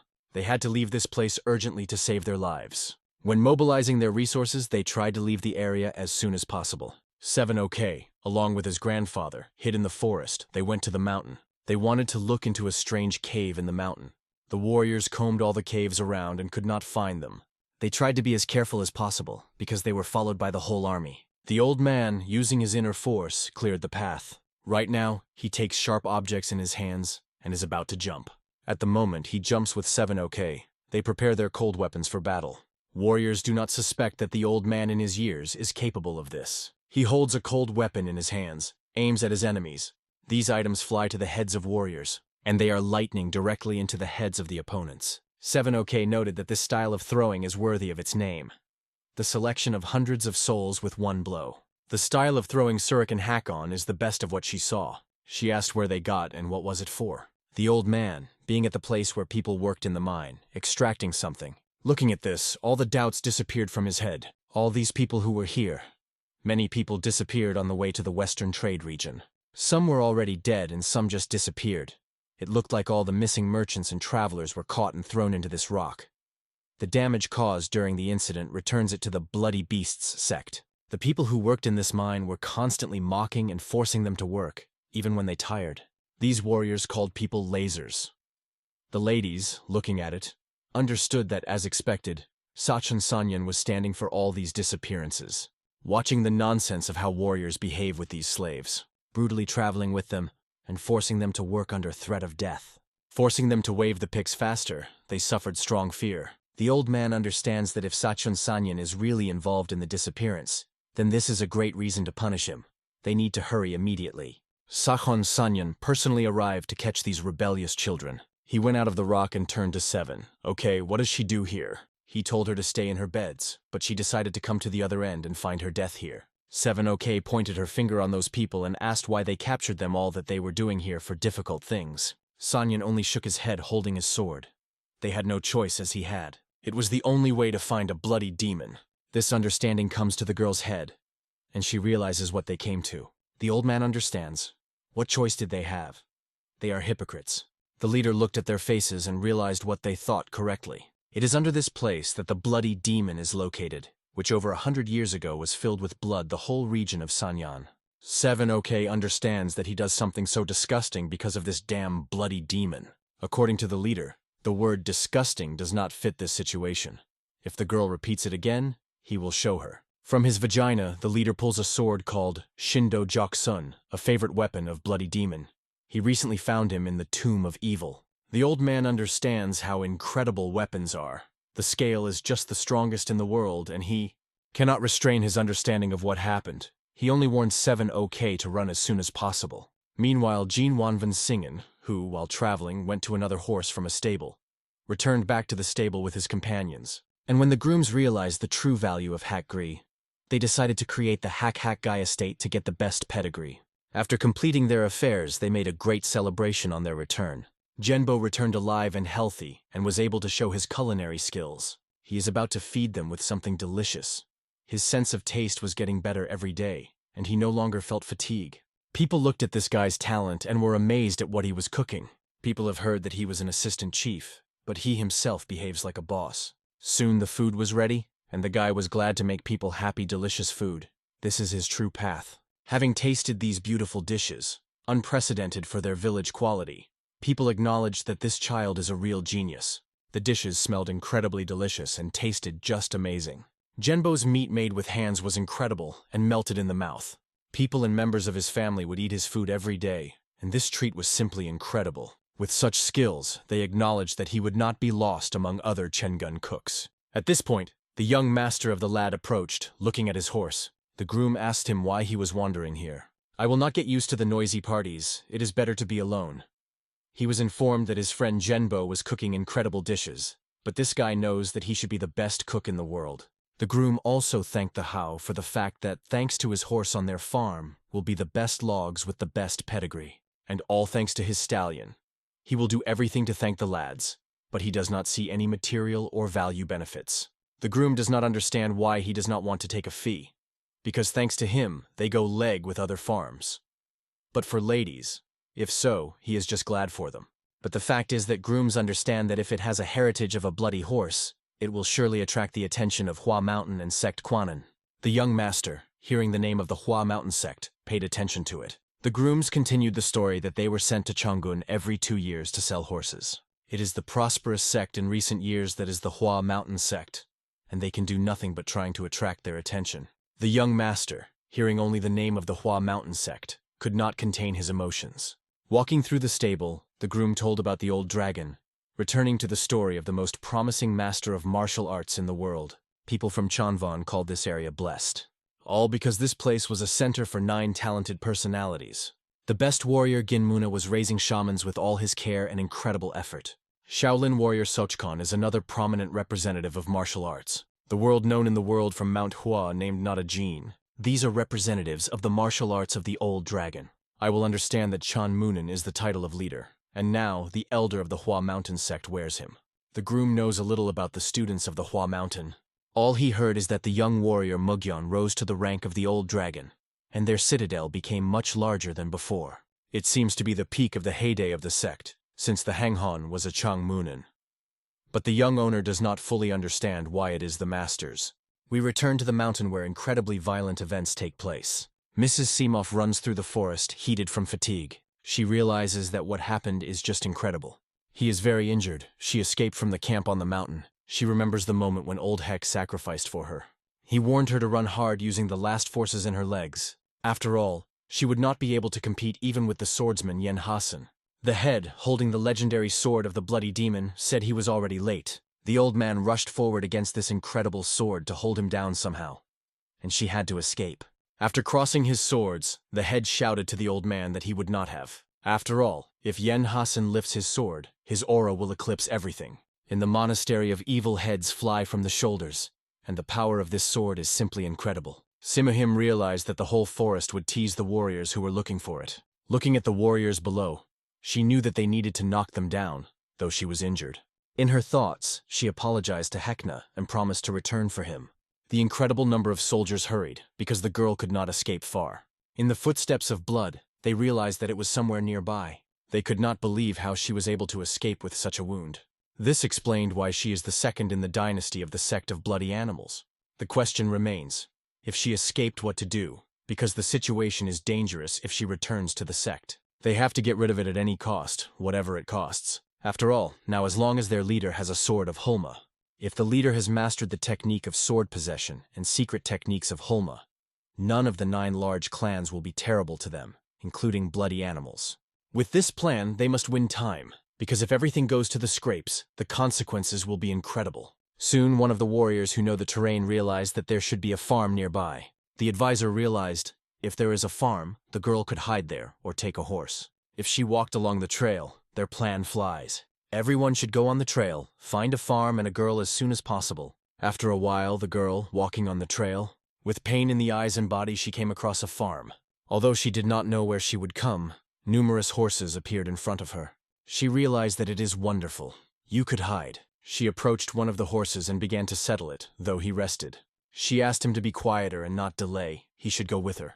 After all, the fate of the Sinyan region was completely dependent on her, and she begged the horse to help. She sat on him soon, and it was great. "A good girl," she whispered with a jumping jump, trying to reassure him. The groom, returning to the farm, saw how an unknown woman was picking up his horse. He shouted, "Who are you that the hell you take?" She explained that she had a problem and asked to temporarily give the horse. The groom shouted at the whole yard that a thief appeared on their farm. Someone tries to steal his precious horse. Simeon realized that she was a real mess and did not know what to do. Soon, numerous men gathered around her. It is unacceptable for a groom. If there is a thief on the farm, he will deal with him. The 7 begged them to understand, apologized, but had no time to explain. They should go away. But these people looked after the horses and were not going to retreat. "What a shameful thief!" one of the strong men exclaimed.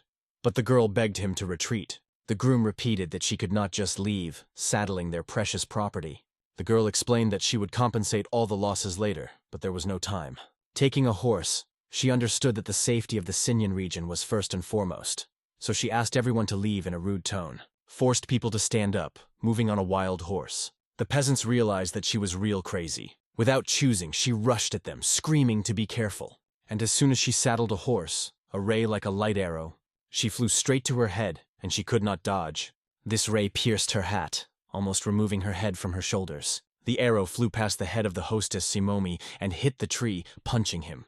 She looked at the fact that she almost died because she could not react quickly. And the warriors surrounded her and were not going to let go, because there would be no mercy for her.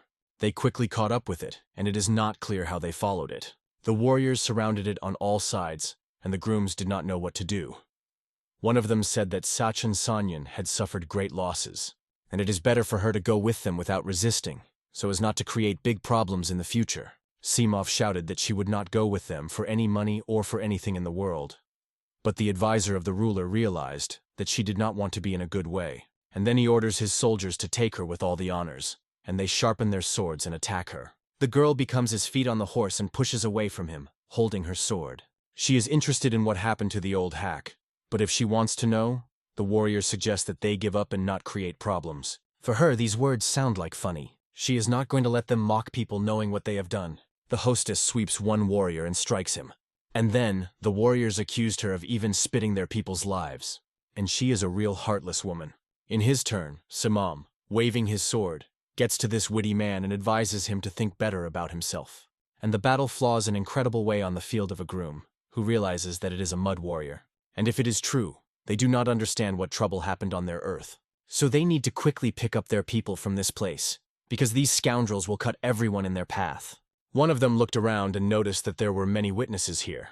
His warriors will take care of all this. After all, these witnesses do not need anyone, and they will not go far. The Konyuka warriors were not guilty of anything. They just didn't know what to do when these armed creatures attacked them. Sanyana warriors began to destroy everyone on their way. People began to flee immediately, because if they remain, everyone would die. Understanding this, Sanyana warriors shout to them that if they do not escape now, then they all end. One of them could not escape from fear, and this warrior was crushed, recognizing that it seems not his day today. Well, for an unhappy day in the village, it is some kind of extermination of ordinary peasants that cannot even counteract. One niece sees her grandfather simply destroyed with one sword. The groom looks forward and sees that the girl could not hide. She asks the warrior who approached her to spare her. She is not guilty of anything. In turn, the groom ran up to her and began to defend, because this girl is in no way guilty. How they dare! Let them stop! Looking around, Simohim looks that it is just incredible. She asks them to stop them all. After all, these people are in no way guilty. They did not touch anyone, and they do it with them. And from afar, the groom looks at his niece and just can't hold back his pain and can do nothing. One of the warriors, holding his sword, does not even tremble from what he will do now. He just asks to blame the woman who brought trouble to their village, and he called it misfortune for them. The girl is convulsively tremble with fear, even before the sword approached her, but she has already said goodbye to her life. and then suddenly they heard the roar of the earth. The roar of the chromium foot began to appear around. The demonic energy cut the sections with these soldiers and stopped them. The suffocating aura rose above the battlefield and forced everyone to stay still. With fear in the eyes of Sanian's soldiers looked at this guy. The sound of his steps made the heart of one of the advisors of the leader to die in horror. This boy is incredibly strong and they couldn't help but look at him. He approached the niece and to the warrior who wanted to make this senseless pranks. This warrior trembled, but kept his sword and asked not to approach him. But he didn't care. When he came closer, this warrior rushed with his sword at him, and the red liquid overshadowed all the space and fell to the ground from the impact of the ladies. Saniana and ordinary peasants saw an incredible power in front of them. This young man with one blow directly in their eyes collapsed a strong warrior directly in the air. They could not believe it is like a dream because it is impossible. After all, this warrior is a completely different level, and they asked him not to approach. The elder, the advisor of the leader, has already seen people like him for a very long time, and this guy is incredibly strong. Their leader called that they were Sachin Sanjan's warriors, and came here to grab a woman and want to just pick her up.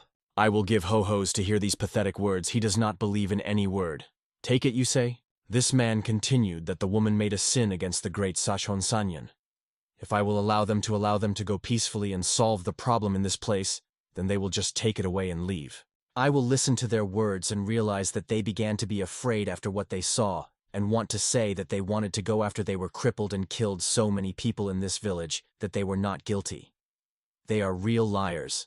The warriors felt this deep and hoarse voice, as if it sounded from the abyss of this person, and people did not compromise. He is just incredible.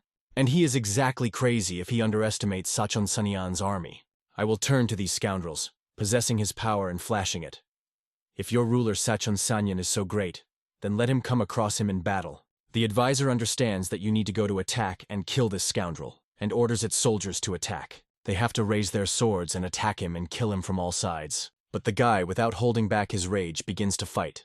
Against the incredible number of soldiers, he begins a cruel, bloody bath, forcing them to pay for his actions against ordinary people. We return to Mount Bagd, Eastern Tanshan. The head of Sachon Sanyan receives news that something happened that it needs rapid attention. After all, they found what they had been looking for a long time. They found the same bloody demon who had been looking for so long. Sachon Sanyan realizes that he finally has a bloody demon. And to the question where his advisor replies that they took him to the temple near the Cave of Evil. His subordinates will bring him at dawn. But the head realizes that it is not the case, and this time he will leave himself. The next day in the temple, which was near the legendary mountain, the Sachon Sanyan temple, where the same legendary artifact was brought, the warriors leaned and waited for the head to do what he came here. It was a bloody demon that many legends went. This sarcophagus felt the incredible energy that came from it, and then Aljan Sanyan asked about the workers that they all now rest in the tomb of evil.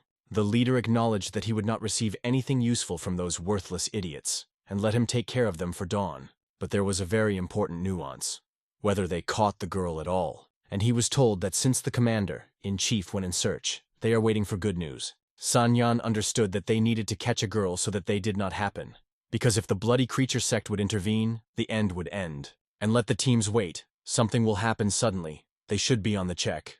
Starting near a large demonic Seunduk, Lana repeated to himself that it was fate from the beginning. The perseverance of the bloody demon should belong to him.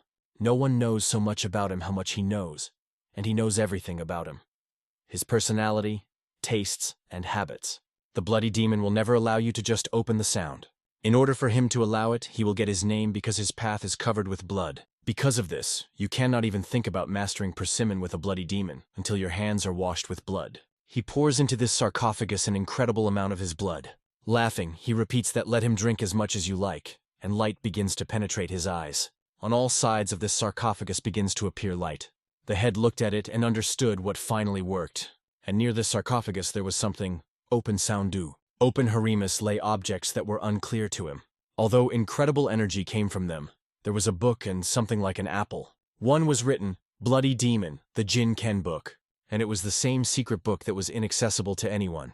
And now she appeared in the hands of the head of Sachon Sanyan. And it turns out that he still has an elixir of divine power that goes with this book. It was even better than he could imagine. They even prepared an elixir for humans to inherit the bloody demon. He immediately swallowed her and felt this power. He was not even on his own for a second, and his stomach twisted so that he almost died. He falls to the ground, holding his stomach. The pain penetrates it. There was such a feeling that his stomach was pierced by a burning blade, and his body began to penetrate the hellish flame, and it seems to flow through its veins. Due to the incredible amount of energy, the head felt that he would not stand, and in a few minutes, if he used this force, his head would explode. Looking at his body, he sees that the bloody demon is a real creature, and he began to shake the body of this man, tearing and filling him with his power. The whole temple enveloped the incredible radiance of energy, and we returned to the battlefield. I will fight with the army, using deceptively simple attacks and steps. The warriors who collided with the lads became soft like rubber dolls. The piercing blow of the lady's HO became at times stronger, and Sachon Sanjan's warriors felt that their attempts were not more than meaningless. His blows, like a billion fireworks, were reflected from man to person and washed with blood, and in a moment, every attacker was rejected by a rapid storm. Only one view of the limbs in action was terrified by anyone who at that moment, in a failed coincidence, was on the farm. Simeon looks at this guy and admits that he is a real devil. How can he so easily kill people? After all, the incredible elite troops of Sachon Sanyan were defeated in the blink of an eye, and their commander-in-chief of the army Sachon-san remained only one, and he asked not to approach him, and if the guy kneel and raises his hands, he would spare him. I will look at him and ask, what is so special in them? This commander-in-chief said that the great center of the Sanyan region is not all. Their authorities extend to Shanvan himself. So, if the guy attaches Sachon Sanyan, then only death awaits him everywhere. But the young lord does not understand. Well, what? The commander-in-chief continued. If he understands what it is about, then he should let him go and just forget that such an incident was. The home looked around and heard that the girl was screaming near him. She said that it could not be released in any case. When asked by a guy why, she said that this scoundrel abducts people, crosses the plains and sends them into slavery. Simeon told the full truth. So many people have not seen in slavery, even on the mountain of Bod in North Tanjung. All those who stole people were they. If it is their hands, then her father Jinab was killed by their hands. This meant that these guys were real devils. The commander-in-chief understood how difficult he was in a difficult situation, but too late to convince him, because he shouted that I will not have a reason and a major problem for them. He had nothing left but to escape from here and report the mistress. Looking at a guy who is lame on one leg, he doesn't believe that this cripple uses Nansgon reception, and even if he does not kill him, he wins time for escape. He hoped for this commander-in-chief and wanted to use the technique to escape. The commander-in-chief of this army takes 4 slices and throws them towards the young mistress. They penetrate the air and target it, because this warrior used the art of possession of slices. But all his attacks were repulsed by a young mistress who rushes to meet him. Taking his strong hand for his clothes, he twists in the air of this commander-in-chief, and using its extraordinary force, breaks it into the ground, forcing it to spread like a sand. At the place where the guy put this commander, an incredible wine of great depth was formed. And this warrior, feeling the incredible power of this extraordinary person. By the way, he lost the memory of warriors in Sachin forever. The bloody bath happened, and the silhouette of the young mistress was flooded. Simeon has never seen such strong people and such cruel people. People from stables did not understand how in general a person could be so easily and strongly killed. This guy is a real monster. He is incredibly strong.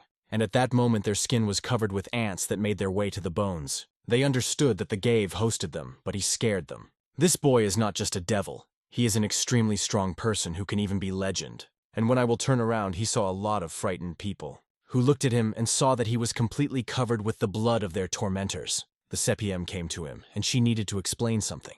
Young Lord gave his teeth because she could not stand why this girl came to this village. But she had no choice. She needed a very strong horse. The young lord asks her. She knew that she was haunted by the heads, but the girl repeated that she had no choice. But what does it mean? There was no choice. These words should be explained, and she explains that he is obliged to protect a peaceful life in this country. Lady Hose asks only, why? Is it more important than the lives of these people? A 7 with tears in the eyes and an open face says that she is very sorry that it turned out. But the fact is that the victims for peace in this country would not be avoided. And she asks for the help of the lads, as his strength can help stop Sachon Sanyan. And she asks for the peace of this country. I will give you all the strength to apply a slap to this girl, saying that it is wrong. People have opened their mouths wide with surprise. The 7 recovered after the stroke and said, I apologized. I will give you to people, saying that at first she will have to apologize to all the inhabitants. She, crying, says that the fate of this country lies on her shoulders. But the guy does not think that the country is worth the lives of all these people. Simohim does not understand how he can speak so.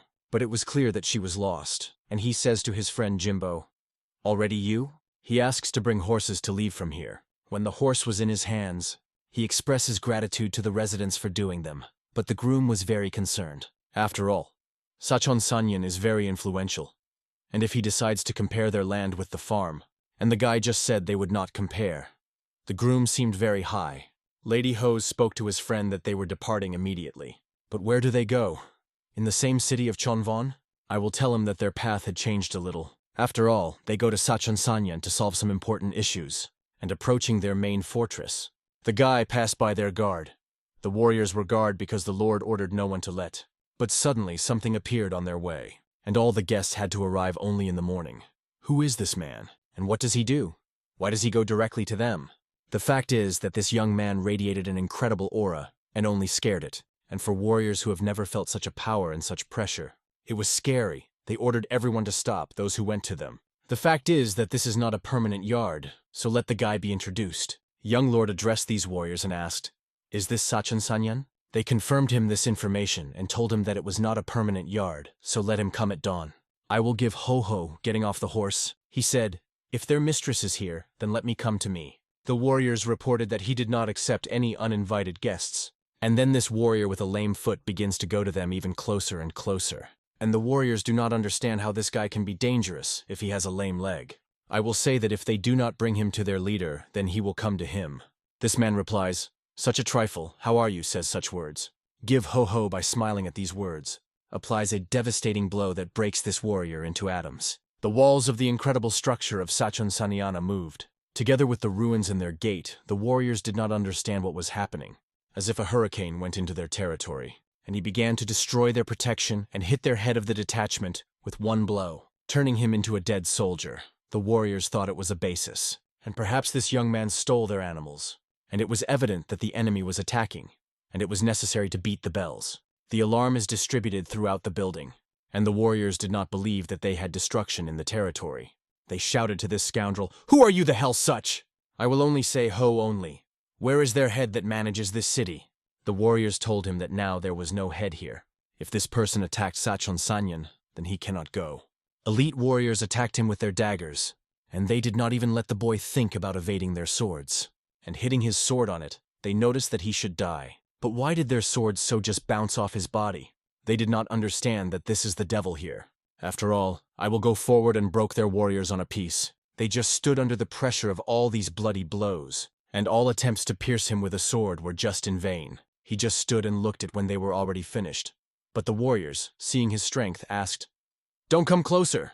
Lady Hosu bathed in his demonic energy and could break anyone with one blow. His eyes were filled with the fury of divine technology used by the lads. To break into the main base of Sachon Sanyan, he used a penetrating fist and an attacking step of the demonic beast. And so the walls of this place reflected the piercing sounds, as if the rolled thunder, after which people fell and flew like a fallen coin. The best blanks held by Sachon Sanyana's people were like branches against ladies, and he cut their attacks like an axe, which cut the twigs on its way. After a while, many soldiers were defeated, but new victims came to their place, and this place turned into a bloody bath. And, seeing this result, which led to the fact that all the warriors were lying on the ground, the guy asks, "Now, maybe you will start talking to me? Where is your head I was looking for?" One of the warriors who survived after this chopped pointed to the Mount of Bagged. Young Lord understood that he had heard something like that. If he is on the same mountain, then they are on the way. In this temple, where there was the head of Sachon Sanyan, the head acquired the force it received from the bloody demon. After drinking the elixir of divine power, he received an incredible power, and she took root in his body. The elixir gave him the opportunity to study and master the forgotten techniques of the ancient art of the bloody demon. And in return, John Hansen survived hell. His muscles were torn and growing, and then in a circle again and again, 1,000 times in a row. Each bone in his body changed and rebuilt, forcing him to fight all night in agony. But ultimately, his whole body has become unprecedented with strength and incompatible with human endurance. And having this power, he felt fine. His muscles were felt as if they were from iron, and they were 100 times more flexible. And now this sword recognizes in him a real master, and now he feels the true power of this blade in his hands. Now he can destroy the mountains and cut the heaven. He cannot wait for the moment to test his force that explodes in his body if he does not release it. Fortunately, he knows one place where he can release the inner devil. And after a while, the Lord comes out of this temple. Asked, where does he go? The man replies that in the tomb of evil. When asked by his warrior why he does it, the leader did not answer. After all, he got such force from a bloody demon, and he must pay him that he loves the most. Blood. We return to the ladies of the Ho, who by his power destroyed all the soldiers in the castle. The reinforcements soon arrived and saw that one guy had made such a mess. Looking at who opposed him, our hero analyzed who these guys were. They saw the devil in it, because this guy cited such an incredible chaos in their territory. But fortunately, all the members gathered here, and probably he should thank him for gathering everyone here. Hearing the word whole soup, the guy thought of him. And they had a reason and habit of using such a name, because they are known as the horrors of the desert. And under that name they sprinkled all the blood here. Young Lord heard about the horrors of the desert, and thinks that these scoundrels gather against him. The desert bandits were rumored to be destroyed by Sachon Sanyan and John Hassan, and were named. But they turned out to be alive and healthy and hide among Sachon. And when the HO will hear the name Hol Sapun, he asked that this is, but for the first time, someone ignored them. And they said to each other that we had a lot of free time. Because of this, such a little crisis began to ignore them. So they will use it as an opportunity to show their power again. And a great moment in the blink of an eye to destroy Sachon Sanyan. Then, when one of the warriors of Hampoon went straight to the young mistress, he asked him who he was. This man with a scar on the eye is called a champignon, and people around them realized that Hal Sapun was the devil's. They began to act again. And soon a cruel massacre would begin. People expected only one thing: whether these people could stop this demon who attacked Sanyan. This man with a scar on his face realizes that they came to Sanyan only because of this demon, through this man who gave them a turning point for their Hal Sapun to capture their influence. They were getting ready all the time and thought they would use combat line. And now they finally met a decent enemy, and they order everyone to stand in the position of thousands of souls. They direct their weapons to the ladies, forcing him to be frightened. They cut it into pieces of this line. Warriors support their mistress, and instantly activate their combat equipment, which should reveal the system of thousands of souls. After all, the thousands of souls is a combat chic, which is used exclusively against elite soldiers. This system uses hundreds of people acting as gears in the clock and can attack enemies mercilessly and continuously.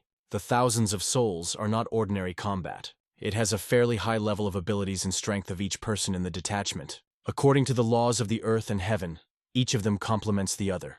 But when the HO was left on the ground, all the energy released from the Shining lay on his shoulders. The incredible pressure that could easily kill any person in this world spread monumental, and the warriors on all sides surrounded him, and their cold martial art filled the air.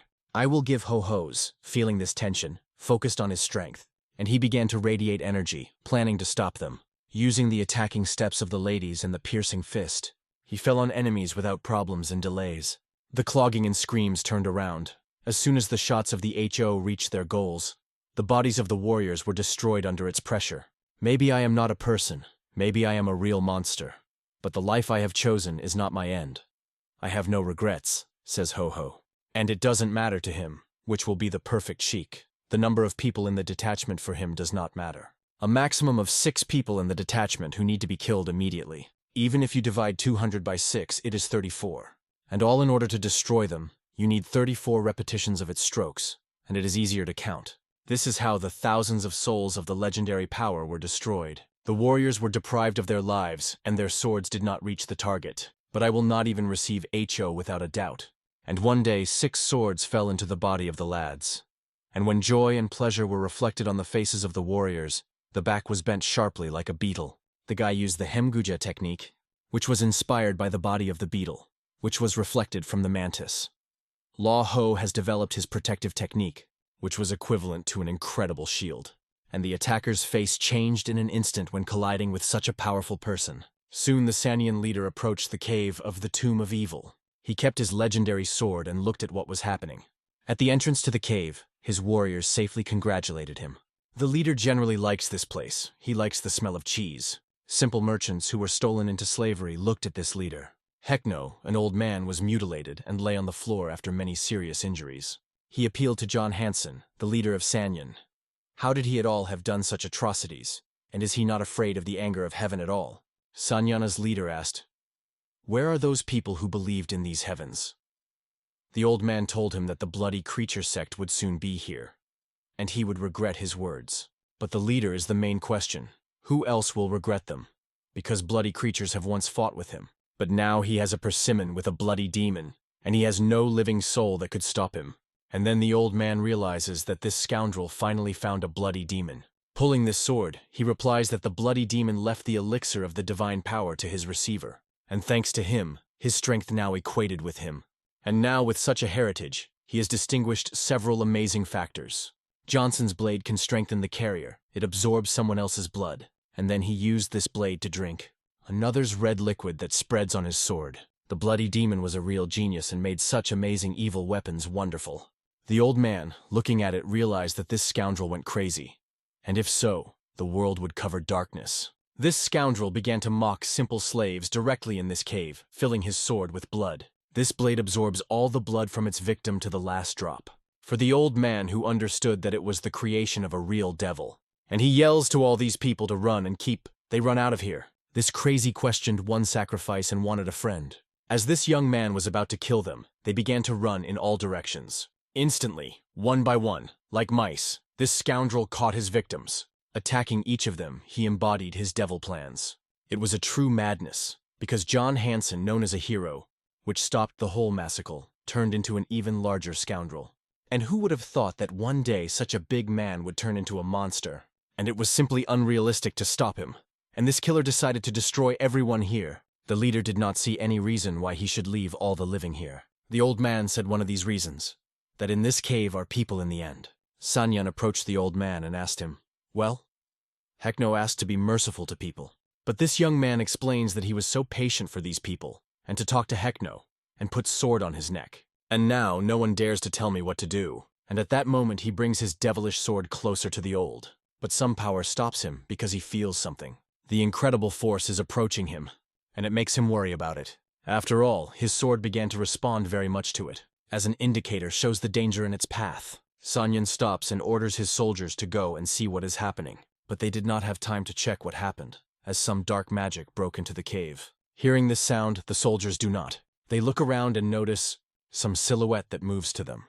And this silhouette just destroyed their friend, which fell to their feet and broken lay on the ground. Then the young lord, "I will enter this cave." The sound of his lame leg appeared around, and the pressure that came from him filled everything around. "I will give ho-hos, having solved some problems, came to the most important." The old man looks forward and realizes that he is the person he met before Sachon Sanyan. This guy was painted red with the blood of his enemies, and the legendary sword of the bloody demon begins to respond to this guy stronger and stronger, from how it comes closer, and then this leader asks him to call him. And noticing that the eyes of this young man were incredible, he told him that it would be better to introduce him. But I will give Ho. If it is the head of Sachon Sanyan, he was glad to see him. The leader did not understand what this young man could have. I will tell him that they finally met, and he began to approach him closer, and the tension in the cave grew. His lame leg, walking through the rocky cave, forced the earth to move. He, without any warning, pushed away from the ground, bouncing. He rushed towards a leader who suddenly did not know how to respond to it. Using his devilish sword, he blocked the ladies. The strength of this young man was so incredible that he was simply impressed to the depths of the bones from her. Soon a bunch of warriors ran to the leader's residence. When the connection with the Simo and Hekno was missing, then the bloody creature sect sent a search group behind them. And then they found a 7 on a farm that told them about what happened and the current situation. After that, 7 sent warriors to Sachon, who had to hurry and arrive at the place on time. They looked at the huge mountain of Sachon Sanyan, and the mistress realized that there was a root of evil. Their leader did not understand how they were able to build a balagan in the region, and they seem to have decided to become our storage in our side, he says. 7 Kevinon argued that one day they would still have to remove them, and now they are on the territory of their enemy. They should raise the flags of bloody creatures. The cavalry should keep their lines and send the enemy territory to hell. Holding his sword, he wanted to invade their land through the assault and solve this unworthy problem on their way. The soldiers of the sect of bloody animals with all their cavalry column attacked the fortified fortress. During the attack, their troops were fully confident that they would ruthlessly destroy everyone who would be on their way. However, when they reached the main gate, They did not encounter any obstacles and were surprised by the silence of this place. No resistance did not resist. But as soon as they stepped into the territory, they saw that all the soldiers and residents were dead. The place was reminiscent of the horror scene. The mountains of corpses were lying everywhere, and it seemed that something incredible happened here.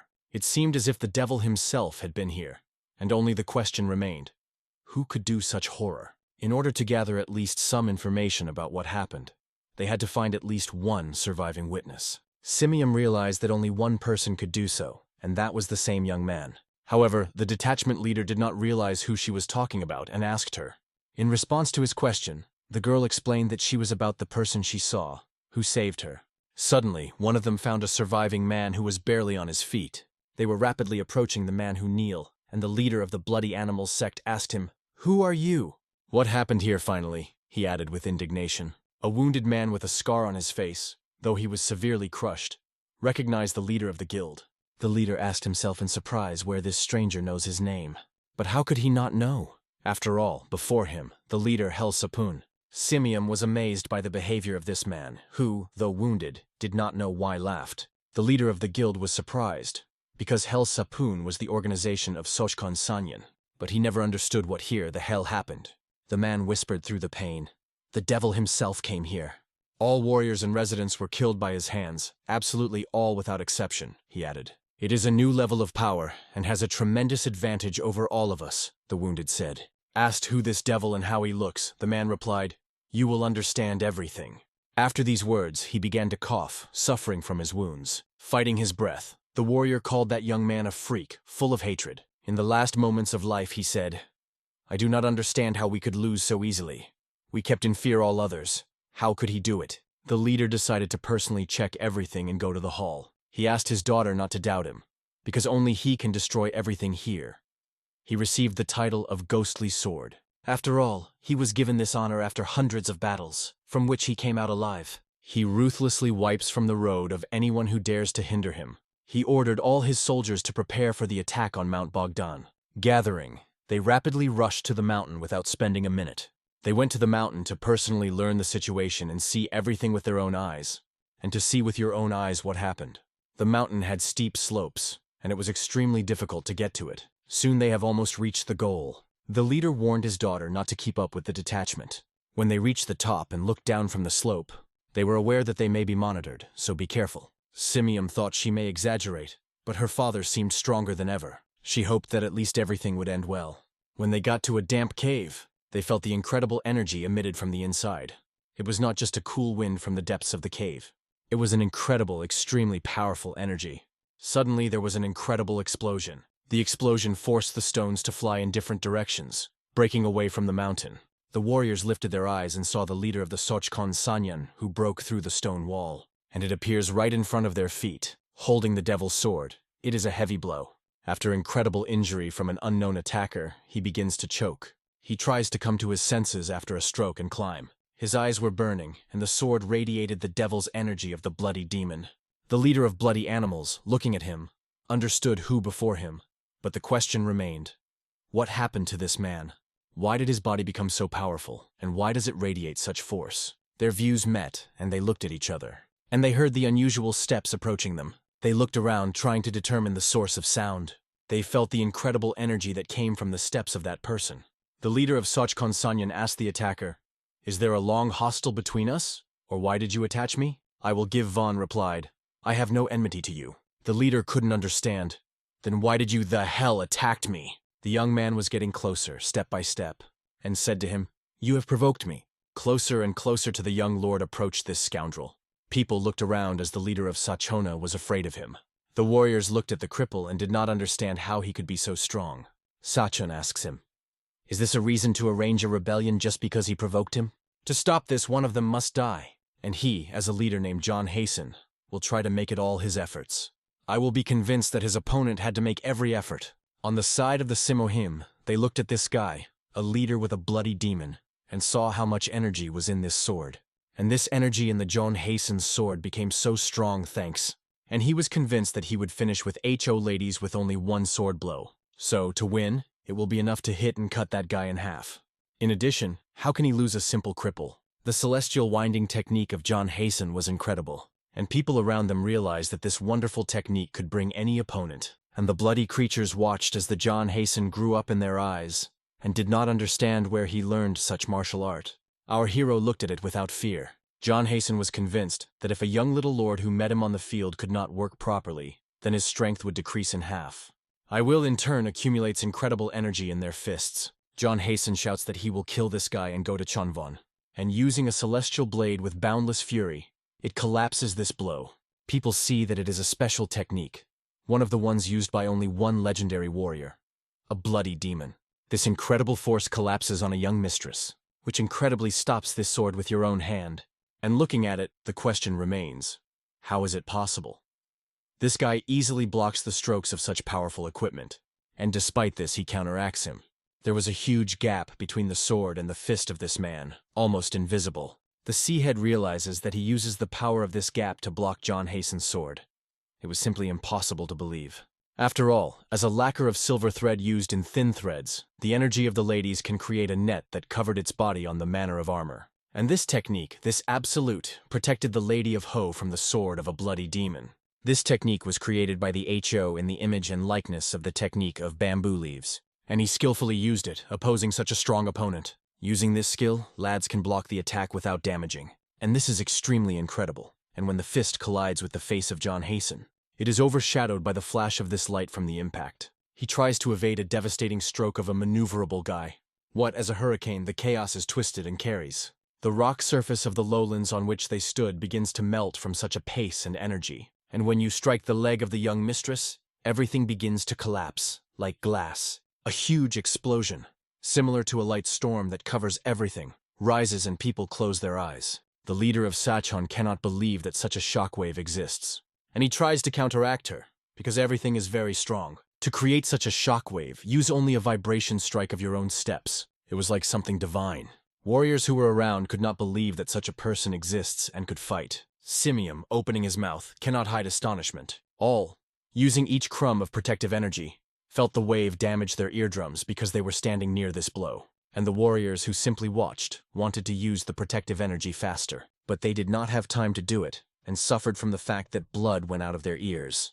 I will give you, looking around, he began to come to his senses. His eyes were filled with flash then, when the leader of this damn organization pushed away from the ground and attacked it. He, like a snake, catches his fist, and their blood began to diverge in different directions. Then Sachana leader realizes that this guy grabbed him by his neck. He clasped his teeth while his sword fell out of his hand. From the cough, from the fact that some boy who came to him makes him breathe a real bloody demon, and raising him all above he choked him, forcing him to die. It was not the end. He wanted to deal with him so that this scoundrel was not in this world. And after such a blow, people only closed their mouths, because the leader John Hasten struck the rocky land, and he broke the strength of the earth with his head. He defeated the earth and heaven. This is the name of the technique of ladies. I will create it, being wrapped in a cave when he broke very heavy stones. To get out of this crypt, it was necessary to destroy one huge boulder that blocked the output. But to get out, it was necessary to destroy only one stone. The passage could be filled with other heavy stones. Therefore, as soon as he realized how to prevent collapse, he had to pull the fragments and arrange the passage. He repeated the same act hundreds and thousands of times, learned to crush the stones into smaller pieces, breaking them on the ground. And looking at this spectacle, people in fear understood how incredible power he had. A man with a terrible force came from the regions of Sinan. The head of the camp Sachan was helpless before this guy and died like an insect. This person is a real monster who can destroy Chonvon under his feet. This man for the bloody creatures was a real devil from where he came from. It is unclear. I will give Ho, a blood-smeared enemy, told these people that they had removed this mess for him. Having taken the sword from John Hansen, people gathered to discuss the moment that that person had made a lot of difficult sins in the pursuit of weapons. They were lucky, the bloody creatures, that he was killed by the warrior before he fully mastered the military art of the bloody demon. If it were not for the guy, all the land could be threatened. Because of this, the legendary two objects, a demon's sword and a book of prohibited receptions of a demon, now have them. Looking at the distance, I will understand that he is not interested. Simohim repeats that it is forgotten techniques of a bloody demon. They were very lucky that John Hansen did not become a master of arts, and it is scary to imagine what it would be if he used them. He would just kill someone like a young mistress. I will not even doubt this. He was convinced that it could happen. And still they are uninteresting for you? Asks the girl in surprise. In general, I will be host. He did not answer these questions, only reported that tomorrow he would leave this city. So let them do with a sword and a book. Asked by the leader of bloody creatures whether he really gives them these things, they decide that if so, they will store them on their base. However, it is an incredible day for Sakon. The Jui Pass is one of the few places that connects Redlands with the regions outside the Great Wall. Shanghai Pass is the main road leading from the edge of the desert to the Big Wall, as well as in the west. 12 years ago, the boy passed this path accompanied by many other soldiers. And when he headed to these lands, people looked at who was going to them at all. If it passes through a J, it will get to Shanvon. The warriors stopped him because they felt dangerous. Young Lord Lady Host suggested that they were people from the Junan sect. In turn, these warriors asked him not to approach and stand where he stood. To begin with, he should name and tell why he goes here. Jinbo said that they were heading to the house of a streaming silver, and they passed this road a year ago. If it is a path to a streaming silver, and you are really guys from the house of streaming silver, then we heard that people are about 100 in the house of streaming silver. Then why are you just 2? They asked. They gave the documents, reported that the bandits attacked them, and this is a signed letter from the head of the bloody creature. If so, it turns out that the sect is handing in for you. And it seems that the seal and signature are exactly the leader of 7 mosquitoes. But the last phrase sounds quite strange. After reading this letter, a man realizes that at any cost, you need to skip these people. It was struck by these words in the letter. Still, if the house of streaming silver was broken by bandits. So the question remains with the guard. How did these 2 survive? I will try not to answer the words of the guard, but just turned away from him. Then this guard became angry. You don't hear that, I ask? The energy of the young mistress begins to go out of his hand. The ham did not even move, and the security guard began to laugh from this young man. He did not even respond, and he used power. Then the guard decided to apply on the hand of a young hostess, Jati Trigrams, a technique in which the Junan sect specializes. If the enemy is exposed to such technique, he will not be able to be released under any circumstances. I will try not to succumb to such dangers and ask this man to remove his hand. In turn, he shouted, You are a real scoundrel. Although nothing happened to the guard, I will just smiled at his actions, and he tried diligently to use this technique. Soon his hand began to rot and his fingers began to twist. The guard with tears in his eyes recedes from the young mistress. Next time, if you touch me, then you will dig a grave yourself. He acknowledged that this person he had just touched was incredible.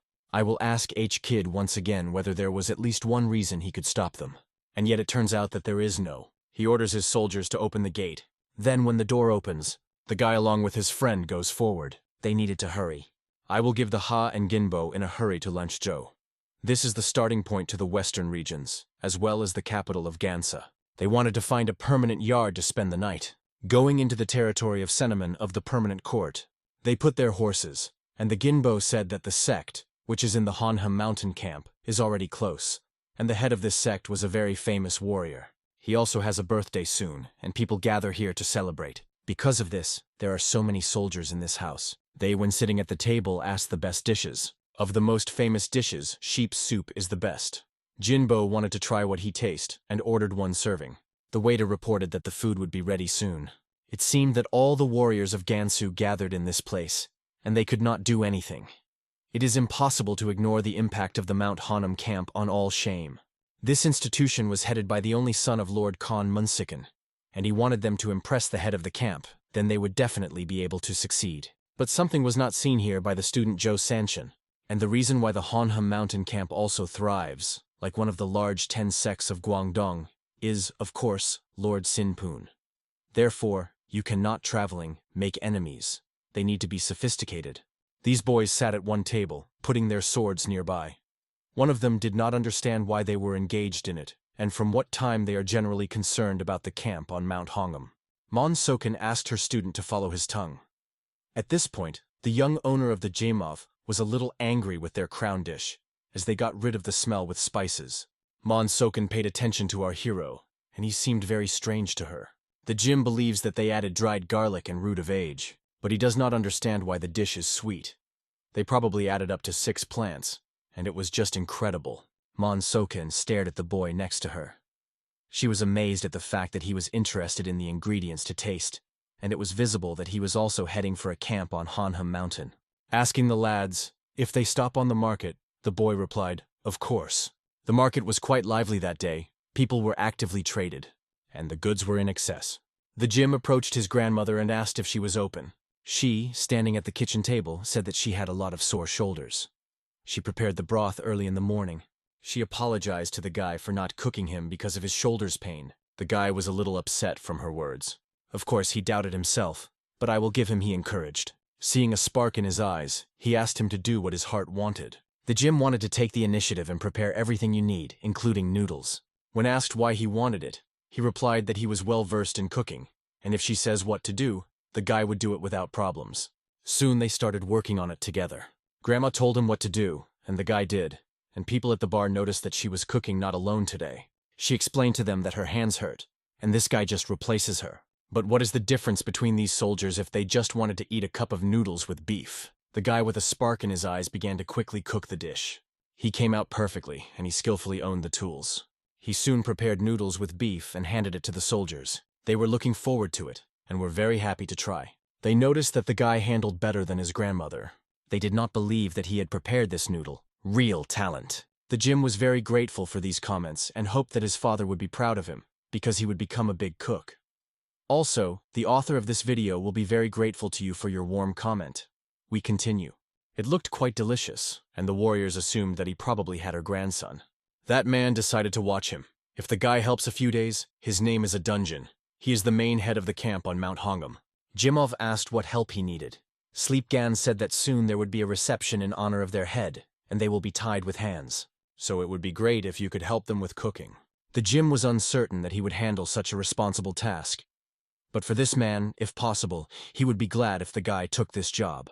Feeling a little uncertain, Jimov decided to agree. He decided to ask his brother if he could go at all. I will give Ho-Ho side and thought a little before letting him go. Sleeping, seeing that two of them, said that he would inform the head and the leader, and they will be both placed. After 8, I will go to his horse. He was met by a student of one of the masters who asked, "Is this your horse? I will not particularly like to talk to strange types." The man continued that the horse looks too sophisticated next to such an imperfection as he, and he ordered him to sell this horse because he would give him a lot of money. Monsoken was next to her brother and upset because of his rudeness. I will not respond at all to his proposal, and no matter how much he offered, he refused. His sister decided to force his brother to give up her words and quenched him. She apologized for the rudeness of her brother, explaining that he was not so bad and made a mistake by contacting a stranger. Monsoken wanted to apologize for him and asked for forgiveness. Then her brother said they were stopping at the camp on Mount Hongam.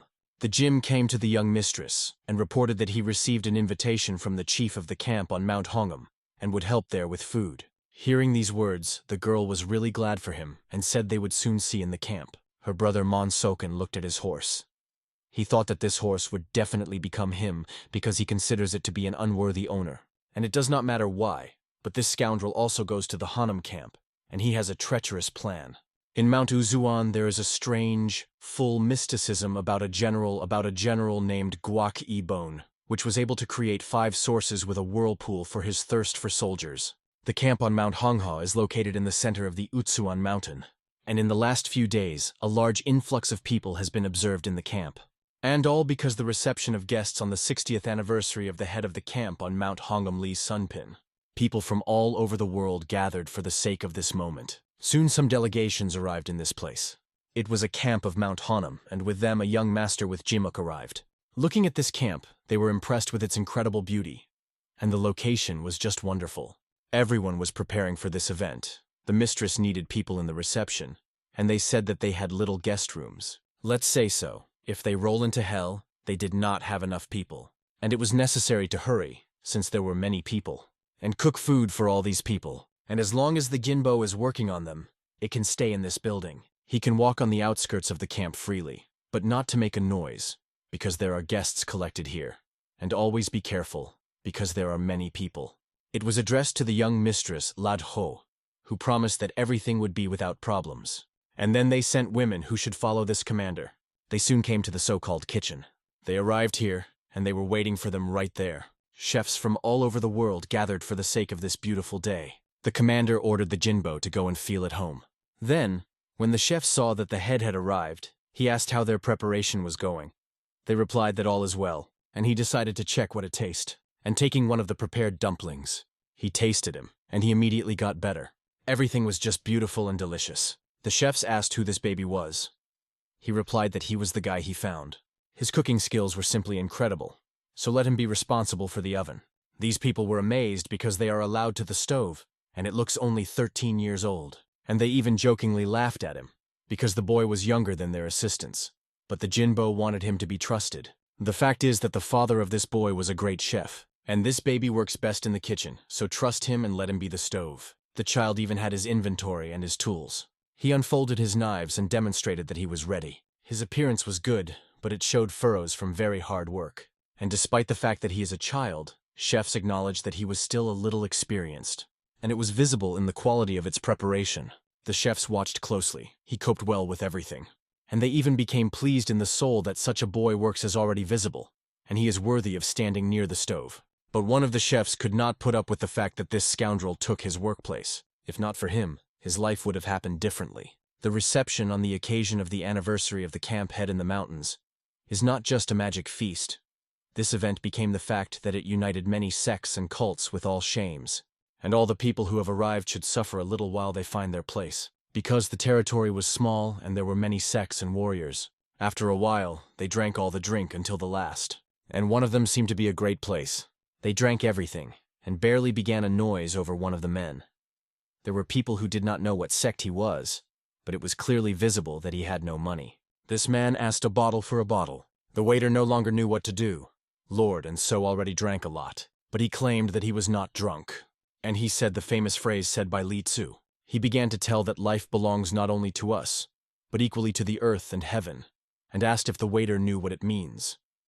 But where he knows. This means that life and death are predicted by heaven, and everything he can, focus on enjoying the moments of his worthless life. And this wise man said such a huge thing so many years ago, as one can now lose the moment of life. And since human history is complex, there would be no sage so that alcohol is far from him. And yet after these words the waiter decides to quickly bring him wine. This man was satisfied with himself. It was necessary first. The ham passed the table of this man, and this young man shouted to the lady ho-ho that there was a free place. Of course, he did not particularly want to sit with him, but what to do? Then, when he was going to him, it was evident that he had a damaged leg in this man. He has a place for ladies, but no one can and does not want to sit with him, and he asks him to sit courty. His name is Hon. He welcomes this man who sat beside him, and it seemed like a lightning relationship and an exchange of names for him. And he decided that it was necessary to fill a glass of a young mistress, but he acknowledged that he did not drink. For this man it was such an annoyance. He does not enjoy the taste and feeling of drinking. Well, there is nothing like that, and he thinks that it does not matter. Everyone is. Still, he will still make him talk and asks where this lady. Young lord told him that he was from external lands, and that means that it refers to the earth outside the Great Wall, and it is a huge path that it has gone. This uncle expresses his respect. He always wanted to go there. Soon all people are told that the Don sect has arrived, and Li Sinpun was very popular. People gathered to meet him. This man will finally see these soldiers from this sect. One of them was on the poppy soap. He is called the Heavenly Master. Some people did not even believe that they were honored to see one of the 10 heavens sent talents, and this was a real opportunity. Young lord heard the phrase, 9 sent heavenly talents, and paid attention to it. Because he was a poppy man, a heavenly master, to whom he turned his vision. In front of them stood a mysterious Namak Sokyup, whose gaze seemed to be pierced. It was difficult for ordinary people to believe that they witnessed a meeting with one of the 9 chosen talents. I will listen carefully to the words, 9 messengers of heaven. He could not ignore the meaning of this title. The heavenly master Walmak watched the man with alienation and curiosity at the same time. A sedentary man suggested that I will not be familiar with this person. I will give HO in turn. He believed that he did not have to know all those before him. For a man, this meeting seemed somewhat unusual, because they just met. The ladies suggested that he talk on an equal footing, and the stranger began his story from the beginning. Kamwiron is the most fertilized people in the country. Gin Muon, the boldest sword, claims leadership in the Mudan Guild for centuries. From the side branch of the Zaje sect, there is a Cheng Pio San, known as the Squeezed Wind Reaper, which operates in alliance with Shinbi sects and dominates in the Tibet region. UN from the Sun Sun sect, known as the Sichuan Star, made the impression of his skill. Sun, brought up by Shaolin monks, is known to split the rock with one blow. The flower of the coast of the ocean, He Owl, a warrior from the He of the Hay, became a true symbol of power. In the sake of Zhonggon, one of the most respected warriors. And the last of Kamui is Namp, a heavenly master from the Gondon sect, who has high hopes. It was said that 6 elders of the Gondon sect sacrificed half of their CI to strengthen the power of Nakamak. His ki was the strongest in the world. No one could match his energy. But even so, he explained that ranks did not matter among the Cameron, because their strength is almost equal. Their conversation was interrupted by a man who pushed an empty flask lying on the floor. It was Namak himself who approached Cho Jonvun. He, without thinking for a long time, noted that he seemed to be able to close his mouth again. Cho Jonvun calmly noted that Nakamak's eyes were just as proudly looking from top to bottom. Outraged by these words, Namak loudly called his name. Hearing the name of Cho Jonvun, some turned, whispering, "Is this really a drunk heavenly dragon? Do they say that this vagrant is a drunken heavenly dragon that swims in heaven?" Suddenly, one man rose and said that even without the title of Kamwiron Cho Jonvun, he gained glory no less, or even more than they. Once upon a time, when the demonic sect declared war on the world, warriors from the Hua Mountain, whose victims allowed other sects to gather strength and army to fight. Many sects united under one banner, creating a union of justice soldiers in honor of the fallen. Among them was a man who stood proudly on the forefront, with a steadfast Janil-san, a wandering, who created his own sword style. His courage united other vagrants, and they founded a new sect. The sect that passed more than 100 battles and always won, called 100 Battles. He was named, a blade that permeates gods and demons, and in his honor raised the flag, a symbol of the unbreakable power of hundreds of battles, which perpetuates the memory of Yanil-san and his invincible sect. The only student at the head of the sect of hundreds of battles was Cho Jonvun, known as the Drunken Heavenly Dragon. Namak, standing next to him, asked him to be a worthy bearer of the flag of victories, but Yonvun did not live for the sake of justifying other people's expectations. Namak looked at the guy at the table opposite. Maybe it's his friend? They exchanged in a few more words, after which Grunge just asked Jonvun to follow his tongue. If he came here just to get drunk, then it is better to do than to arrange a mess. Leaving them at the table, Namak cast another look, warning that he would follow him. "Self-confident stupid bore," Cho Jonvun said, staying alone with the lads. Calling a gamble his friend, Cho asked why he was so silent. "I will be in response and surprise, what time they are friends from."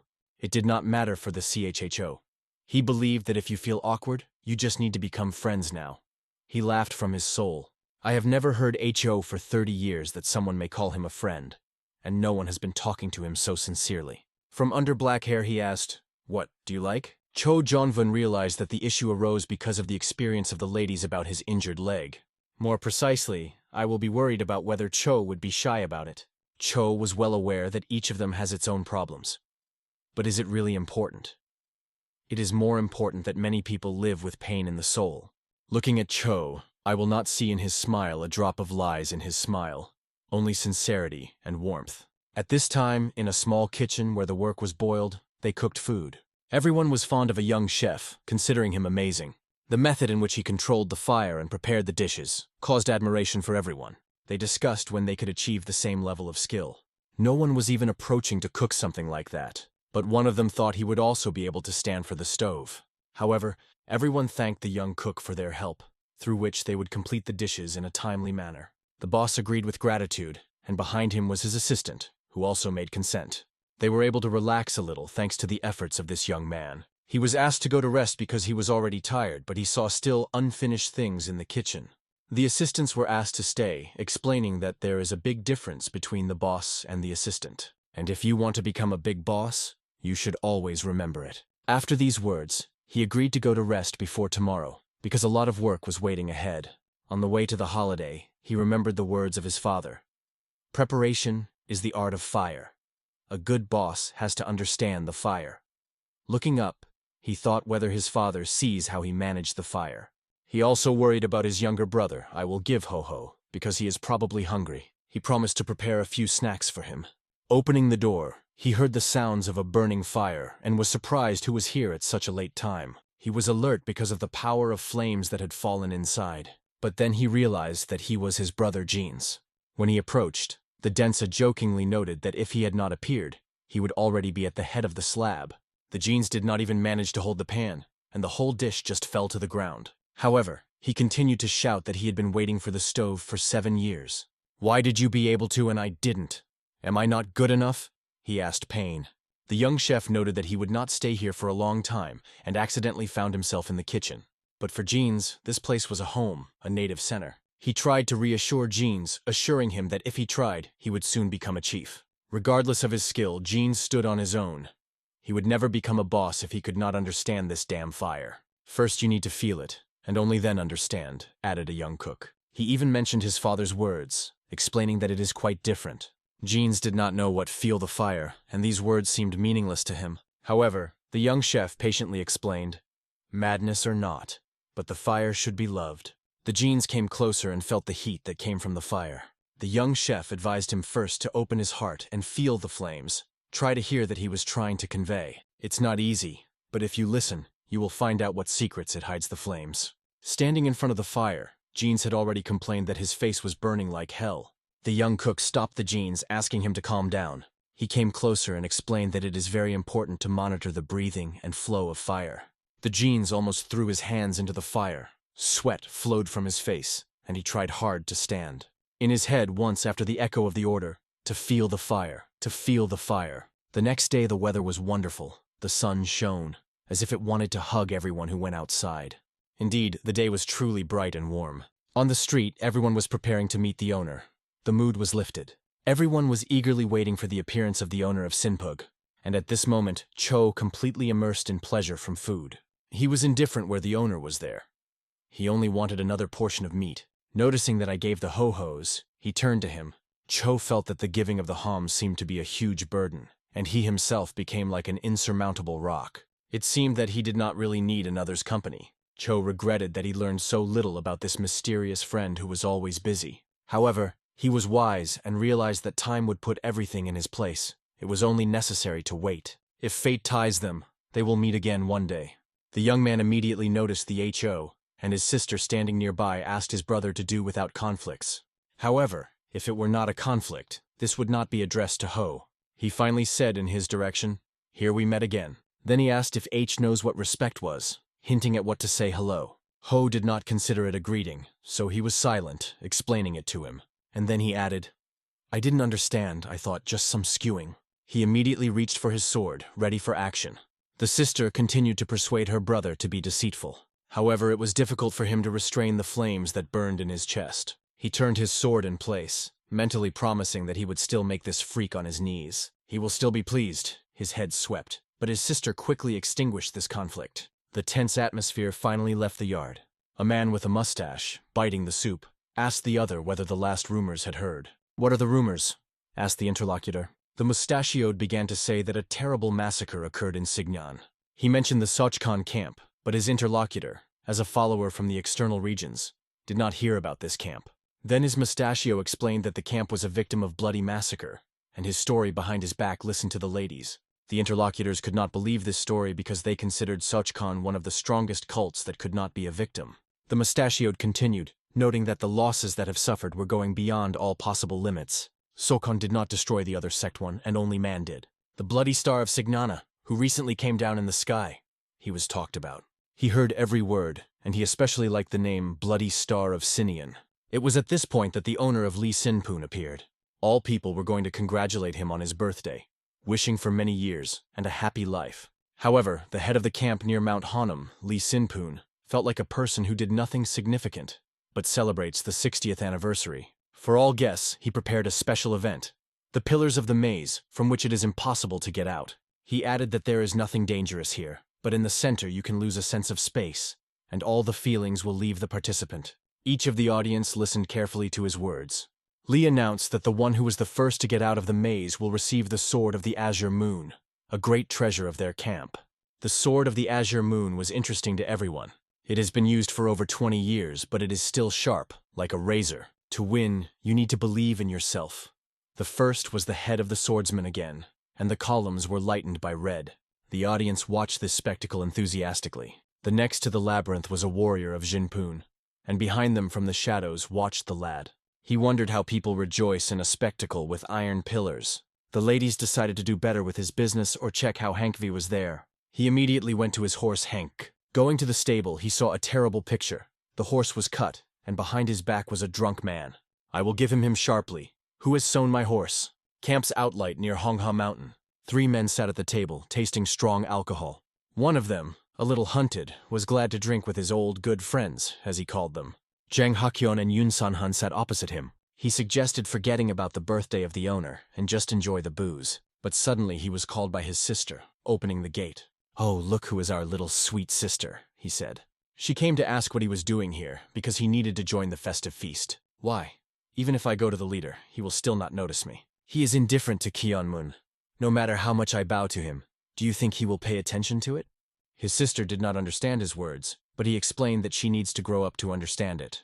In the end, he even suggested that she forget about the owner's birthday and join them. His comrades also invited her to make them a company. The fat man continued, joking that they were not so bad, but she just turned away from them and sighed hard. She asked her brother another question. Where did he go last night? Of course, he was not going to report to her every step, although the thought of the lads of Hum forced him to remember the purebred stallion. At this point, the lads approached the gate. Opening the wooden gate, he noticed his sister. She turned her head and saw the man standing in front of her. In her eyes, the ladies looked like a Jinbo mentor, the one who could be an example. However, she did not understand what he was doing here. At this time, Namak Sokyop asked about Yoon San-han and wanted to find out if he was really here. He was told that Yoon was now in a branch, and told that he was also an unofficial student of the Gondon sect and is very talented. Meanwhile, the arrogant man listened to the question from Ho. This question caused him a strong anger. Rising, he agreed that he really came to look at his horse at night. He clenched his fist and approached the lads of Ho. What is he muttering there? He added with contempt. And without hesitation, he swung his hand on the ladies. He thought he would be able to hit the first time, but Ho just evaded his blow. There were loud screams that spread around. These were screams because the brazen flew his head down just before his sister's eyes. The sister realized that he was the first to attack and began a conflict. She also saw that he was cut after one single blow. It was difficult for her to believe that this black-haired boy was so strong. Svarl's friends could not understand what had happened, because everything happened lightning. But they realized well that if their friend Joe did not use Ki for protection, so its internal organs could turn into porridge. Standing above him, Ho calmly explained, "If he decided to touch what you do not belong, be ready to lose something valuable." Friends rushed to him, begging a black-haired guy not to approach closer. At that moment, Joe only coughed, asking for a mercy, explaining that he just wanted to try to ride his horse. In the eyes of his sister, he was always strong and confident, and his self-esteem did not allow him to look weak in front of others. But now he pleaded for a mercy. One of Joe's friends turned to Ho. He asked how he was able to attack a person in the camp, and immediately asked to stop this conflict. He introduced himself as he is San Khan from the Gondon sect, a friend of Joe. However, Ho did not understand what he wanted to say. He hinted that he could not just stand and look at the situation on the side, and as a student of the sect of Gondon, he could not simply avoid a fight, even if the enemy demonstrates his strength.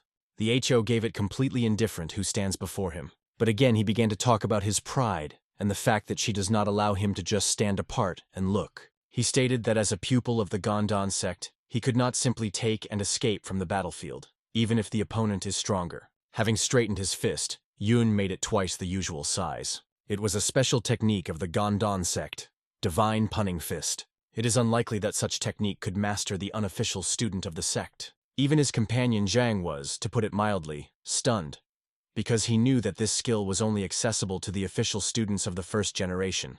The Ho face could not be said that he felt fear, but Yoon had a completely different facial expression. It boiled wild determination. This wild character became noticeable in the air. Looking at the Ho, Yoon did not see any thrift of murder and could not understand why. Suddenly, such a strong energy went from the ladies that the young man began to push back. But he gathered with his forces and went on the attack. With his fist, he was about to punch his head with and destroy him. The distance was so small that he simply did not believe that the enemy could evade. Ho did not even go to evade. He just caught his fist with his own hand. He squeezed him so much that Yoon was squeezed with pain. Watching, the comrades were amazed at how Ho used the block to avoid harm from Yoon San-han's technique. This caused them a real shock. How can it be blocked by a divine penetrating fist? The answer to this knew only the Gak, and doing so, he used the destructive power of his 5 fingers. The young hand went cracks. The pain pierced him to the brain. An even louder crunch came. After that, Ho just revealed his hand. Yun with a broken forearm flew back, and his friend, together with his sister, kept his chest, watched all this. It became clear to them that they could not even resist him. It was obvious that they were not level. Yun, crawling on his knees and spitting blood, asked, "Where did this man come from? Hell came from?" Ho acknowledged that Jun is different from his comrades. At least he behaves as a real man. And even on his knees, Yun stated that although he was defeated, it was not the defeat of the Gondan sect. Yun promised that he would once again come together in battle, which he will give him. Turning around, replied, "You can do it at any time," and went away. After a while, Yun lay in his coat, trying to recover. An older brother came to him. Seeing the bandaged leg, he asked annoyedly, "What is the devil?" His gaze slid in his hand wrapped in bandages. "Who did it with you?" asked the older brother, clearly excited. Yun explained that it was completely his fault and nothing serious. But his brother firmly decided to find out who did it, and promised not to give any mercy guilty. Yun insisted that he was his personal business, and he did not want anyone to intercede for him. The older brother asked if he really wanted it. He recalled that although Yun is an unofficial student of sect, his skills are not inferior to the first generation of students. Despite his younger unwillingness, his older brother decided to find out everything. At this time in the kitchen, where delicious dishes were prepared, Jean was engaged in cooking, focusing on his business. Gin was giving a gamble. There was a conversation between them.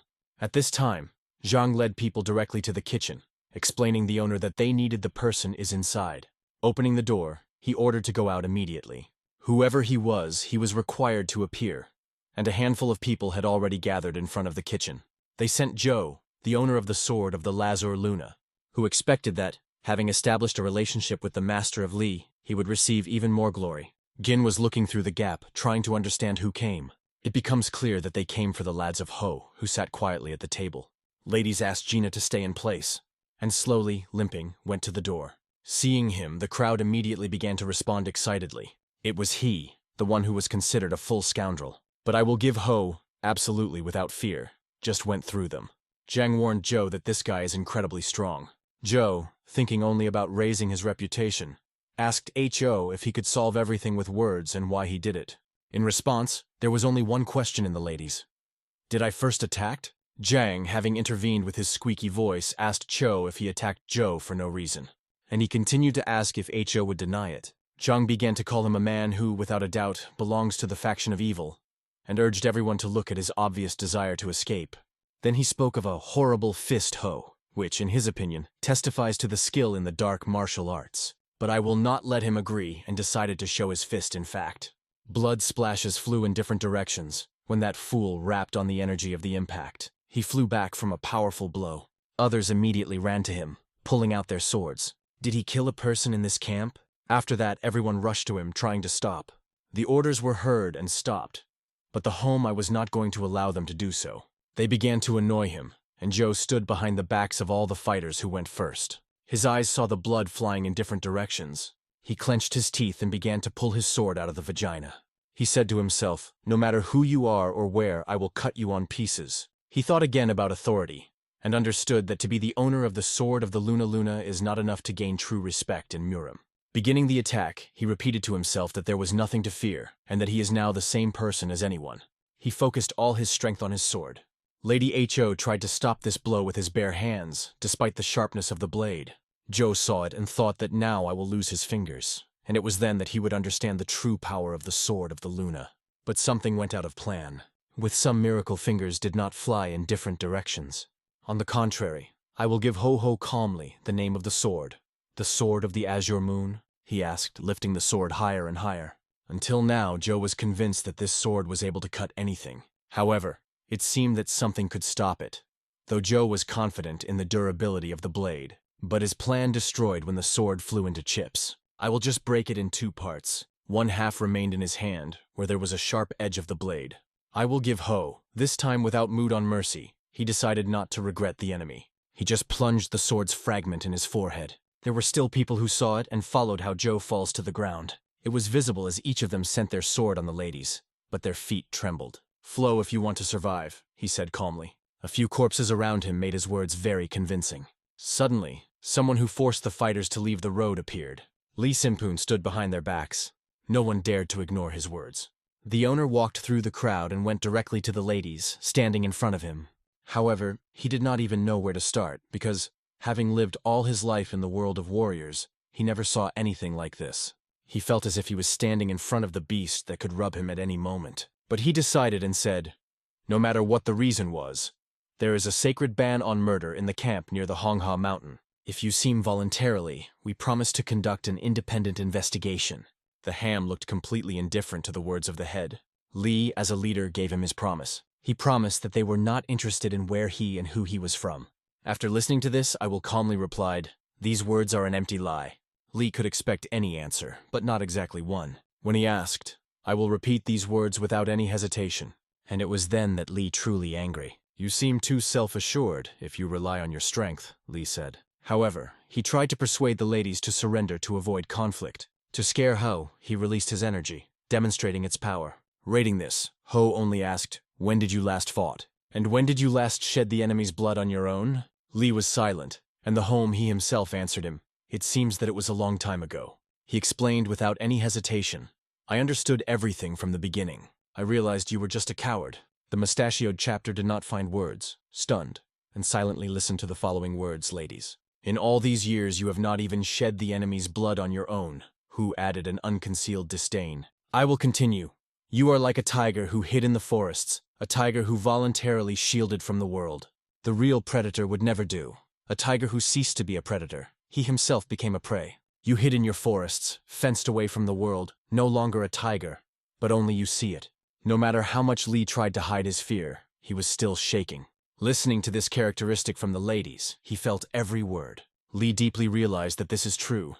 He was just an old man who hid behind four walls and is afraid to fight. Lee could not say a single word in response. Suddenly, someone else appeared and asked to be silent. It was the owner of the Gondon sect, the Heavenly Master. The Heavenly Master is one of the 9 chosen talents of the Kamuroni sent by heaven. His name came to him, the energy coming from him was incredibly strong. Lee heard that there was no equal in the power of the Heavenly Master. That is why he was called the great student of the Gondon sect. He felt a huge amount of CI, which everyone could feel around. Others believed that his arrival was their salvation, and that now the hours will no longer dare to behave so recklessly. Only by looking at the hands of the Celestial Master, one could impress with the energy that focused on them.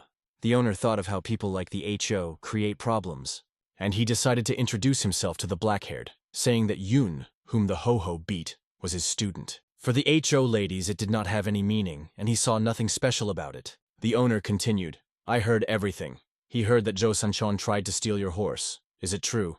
Sanhan said that this case is your personal war, and you should be responsible for it." The Heavenly Master thought in the same way, but still believed that Zhou and his friends had created problems. But this does not mean that his people can be handled like this, and he pointed out that there are rules in the world. Ho listened to him calmly without showing any emotions. The Heavenly Master began to talk about one of the rules that should be followed. Do not kill someone who does not create problems. Ho-Ho patient was waiting for further explanations. The Heavenly Master suggested. He stressed that no one would cause new problems, but the word fair has caused a special curiosity in the ladies. He said that the decision would be made by the head and elders of the sect. This is the last advice for you, the Heavenly Master added. Ho asked what would happen if he refused. In response, the Heavenly Master released his energy and replied, "If you do not accept my offer, then you only have to fight." He himself did not expect that there was a person in the world capable of withstanding his pressure. Squeezing his fist, he warned Hose that it is why it is better to stand up if he wanted to survive. He set the conditions. "If I win, then I will take you in the sect where you get a hard punishment." "And if I win?" asked Ho. The Heavenly Master promised that no warrior in Hans would never oppose him, whatever happened. He swept the honor of the Gondon sect and asked the owner of Lee whether he agreed to these conditions. Lee, stuttering, said, "Of course," and promised on behalf of the whole camp near Mount Hua. They concluded a conditional agreement. The Heavenly Master focused on his breath, using the technique of breathing of thunder. It is said that, reaching the skill in this technique, you can gain the power of thunder itself. Legends indicate that this power is not equal in the world. Everyone could not believe that he would actually use it, and were convinced that the Heavenly Master would win the first blow. But something went wrong. The first blow flew by. Lady Ho just blocked the next 2 beats, substituting the elbow to redirect them to the other. Strong, like steel, the hands of the Celestial Master only cut the air. He had a plan B. He decided to attack his knee. Observers began to change their view of this battle, surprised by the exposure of the ladies. I will have just blocked the blow of a celestial master with the help of his CI. Then the owner went to a new level, using the secret technique of the Gondon sect called payoing for breaks. This technique justified its name, but the liar HO answered a powerful blow directly into the forehead. The movement of the HO did not provide any complications. It was a technique that meant a simple but extremely powerful movement forward. These were attacking steps, the basis of this technique. Puncting fist led the ho-ho, and the pursuit of the gardens of the Heavenly Master came together in a collision. The blow came out so powerful that a wave around him dispersed. Together with the wave, stones that erupted from under their feet flew, flying far around. Anyone who watched this battle kept breathing. The Heavenly Master had already released a couple from his nose. His fist, hardened by grueling workouts, suddenly stuck pain, as if he had broken into pieces after colliding with his fist ladies. He managed to block the punching fist, but it was the first time when his fist was stopped since he started using this technique. None of the warriors could stay in battle with him in seconds, and everyone trembled with fear, only looking at him. The master held his hand, which began to tremble with pain. Gathering all his strength, he clenched it even stronger. Meanwhile, the Dom's HO tried to recall at least one enemy who went so far in battle with him, but could not remember anyone. His emotions seemed to turn into ashes. However now, in the full battle, he felt pleasure, and even started laughing that he was even more angry with the Heavenly Master. He changed his battle rack, and again he released his key, ready to study the young brazen, who in his eyes crossed all the borders. The home lady began to take a completely different look, mocking the Heavenly Master that the followers of the Gondon sect were much pride. Apparently this is because of the status of one of the 9 large sects. But is the status so important? He smiled. This mockery over his sect caused a bitter feeling from the Heavenly Master. To give a chance to survive after that, he was definitely not going. However, it was indifferent for the ladies whether it was a Gondon sect or someone else. He expressed everything directly and without compromises. The Heavenly Master no longer kept himself, but the ladies were confident in one. He knew that taking the risk of life in battle, the only thing that could be relied on was your own strength, and yet an insurmountable desire to defeat the enemy at any cost. They went to each other, ready for the next collision. The Heavenly Master acknowledged that this young man did not look like any of the soldiers he met earlier. It was not even in strength or weakness. The HO gave had a power that forced others to literally fall into the ground. Around them, such a powerful energy was raging that it seemed as if they were inside the volcano. It was extremely difficult to see something in this stormy aura. But I have already felt and found the weaknesses of the Celestial Master, and began to attack it. He assessed that this technique is based only on direct strokes. Its strength is significant, but requires evasion. Ladies use the technique of scattering steps, ideal against such direct attacks. 10 illusions were created from the first step. These illusions had to distract the enemy, preparing him for the next blow. And then the gadget struck with such force that even those who stood behind the back of the Celestial Master, they opened their mouths so wide that they seemed to fly flies. However, by some miracle, the Heavenly Master evaded this attack. His face, however, was covered with tension. Under his feet, the stones flew to the sides when he found a support on the ground. The HOs began shouting so loud that even pieces of saliva flew out of his mouth. He could not believe what had just happened. The Heavenly Master, running straight, suddenly turned 90 degrees. There were no people who could change the direction during a charged attack in the world. Lee stood and trembled, just looking at this battle. The question is not whether it is possible. Changing the direction of the attack at this speed means to break the back and legs, because the bones do not withstand pressure. Everyone who watched the fight was understood. And everyone, even the strongest, saw that his abilities go beyond the possible. Every movement of the Heavenly Master was evaluated with fear, realizing that he will become their horror. The Heavenly Master decided to end the ladies of HO with one blow, otherwise he would be a serious threat. He could still add Kai to his blows and end the battle with one single blow. The red glow began to dazzle his eyes. The Wind Fist of the Demon is the following technique used by the Celestial Master. It was a secret technique of the Gondon sect. From it, those who were injured felt the bones turning into dust. Bones and the skin did not remain intact. At this point, everyone realized that the Chicken Fist of the Demon is a secret technique of the Celestial Master. Previously, they only heard rumors that this technique of 12 accurate blows can even destroy the soul. The Heavenly Master was approaching the ladies of Ho, preparing to use this technique. "It's suicide!" people shouted from the crowd. But scattering, the Heavenly Master continued to strike. And from the point of view of the lads of HO, his fists seemed more and more. It was possible to die simply standing next to those who used this technique. and the HOD did not even dodge. However, from the very beginning, he did not intend to avoid strokes. It was hard to believe, but his body seemed to respond exactly, deflecting all the ki that came out of the fists of the Heavenly Master. The Heavenly Master was convinced that Kai would cause great harm in his blows, but he didn't take a long time to understand how wrong he was. Gumgudja is a technique that the Gave Ho-Hod has studied, watching the beetle. The powerful attack of the lads was accompanied by the technique of Gumgudja and the offensive step. The key point in this technique was the punching fist. The fist of Ho-Ho was approaching the face of the Heavenly Master. At this point, the Heavenly Master tried to block his blow, but the fist of the Ho-Ho was at an unusual and unexpected angle. Cutting fist is another technique of ladies. This technique allows you to easily control the bones of the hands. Therefore, it is almost impossible to predict where the cutting fist will come from. The first question that appeared in everyone who stood side by side. How was the hell taken, perhaps? It is almost unrealistic to predict the trajectory of his attack. Everyone knew who was the Heavenly Master, but now they saw him knocked down with one blow. This made it different to look at Ho.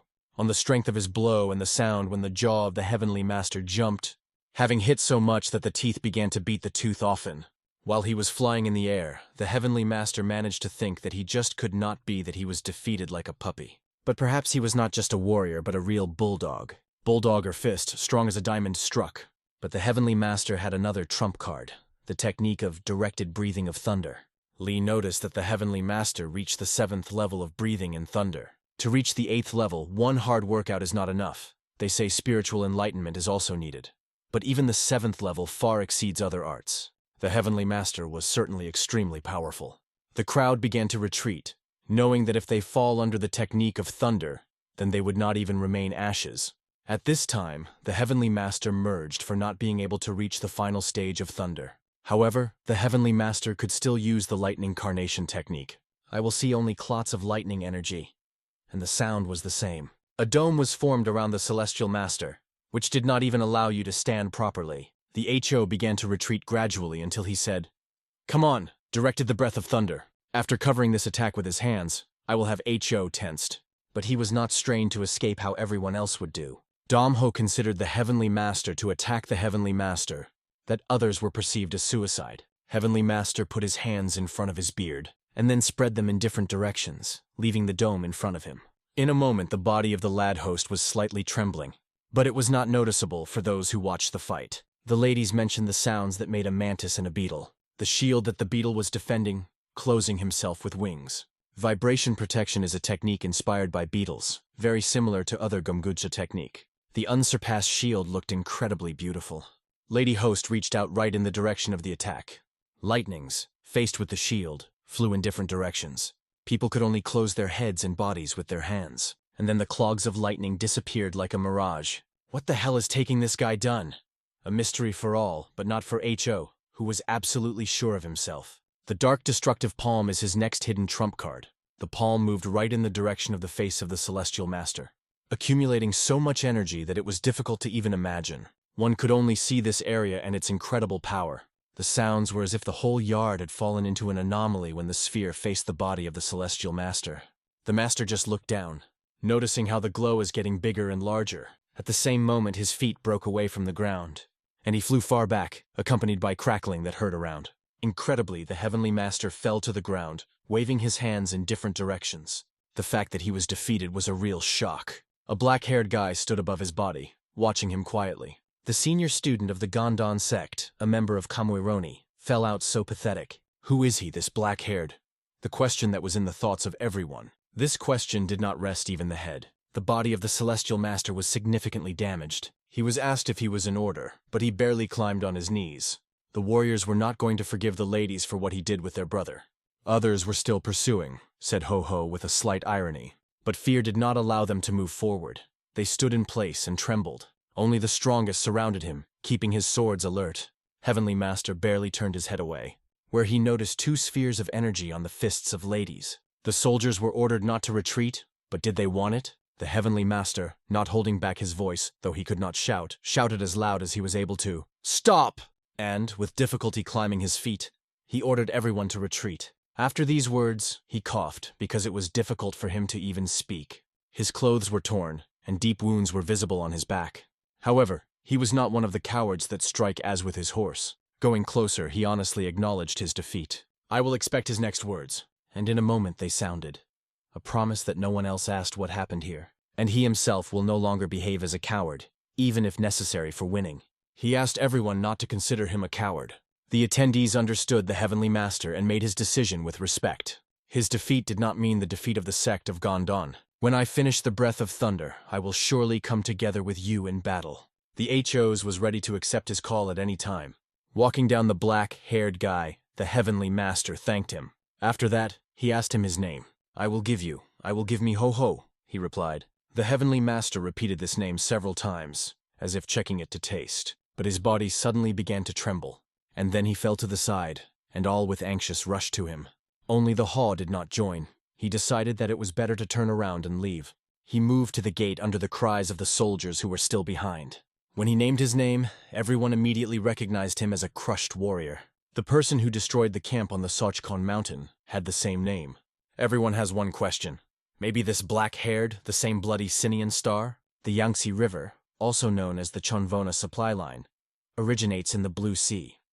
It is a large river that flows through Chonvon, giving the life and culture of many peoples. Wide and deep, it allows large ships to pass, including passenger vessels, which regularly transport thousands of people. These ships are called Unmadogensen. It is on one of these ships that passengers are now being landed. Passengers are ordered first, and everyone has to wait for their turn. People are asked not to push or create a crowd. Sando Security Company is one of the medium and small transport companies located in Santhao, Hubei Province. It is one of the most famous and promising security companies in Hubei Province, and more than 100 soldiers operate under its banner. The head of the company, the chorus, warned his employees not to relax, even working in mine too, because you never know what can happen. The employees assured him not to worry, believing that they were always on guard and nothing bad would happen. They asked the owner to leave everything on them and called for a rest. Their purpose was to get to Lake Dunton in 5 days. The man liked working in Uma too, and he would agree to travel so daily. But suddenly the conversation went to rumors. The rumors who said that Hans had a massacre. Recently the camp on Mount Hua celebrated the anniversary, and everything was destroyed there by one man. However, they say that there is a big bustle now. Zhou, a senior student of the owner Han, partially paralyzed. The owner of Zhang, the head of the trading house, the Danda, the owner and the owner of the MO, all of them were killed. And this is not all. The senior student of the Gondon, the Heavenly Master, won. And the one who did it, destroyed the Sochkon camp by himself. He was nicknamed Sinian's Bloody Star. However, they say that this bloody star is actually crippled. It seems absurd. How can a person followed by such stories can be so awkward? And just this cripple, which they were talking about now, approached them. He walked just past them without paying attention. When Jean was leaving Hongha, they went down south, and 2 weeks they reached the Yangtze River 2 weeks. Looking at this river, they were impressed with its size. Gin was never seen such a large river before. Just like him, I will never see such endless water. An incredibly beautiful species opened from the river. But the HO could not think of it calmly, because his mind was busy that he killed so many people. Looking at his own hands, he noticed that the blood had not been dried yet. His teacher always warned him to beware of demons in his heart. Demons are always waiting for the moment to sharpen your heart, a piece by piece. Or maybe it did not capture your hearts. Maybe you became a demon. He remembered. At this point, Jean asked the lads what he thinks. Noticing anxiety on his face, he asked to leave behind fear and enjoy the beauty of the Yangtze River. At this point, a female cough came behind their backs. What interests you? Asked the girl, getting closer. She was incredibly beautiful and sweet, and her outfit was clear that she was not from a poor family. They both turned their heads in her direction, drawing attention to her. Jin felt her voice sound like a lark singing. It was unclear why they were silent, and she asked about it, and asked if they were on the river for the first time. Stick, Jean was able to say a few words, explaining that for the first time. Are you ashamed? My name is Chon, and how can I contact you? Jin, a little bolder, called his name. She was pleased to meet. But the man, turning to her as Milady, said that she should not talk here.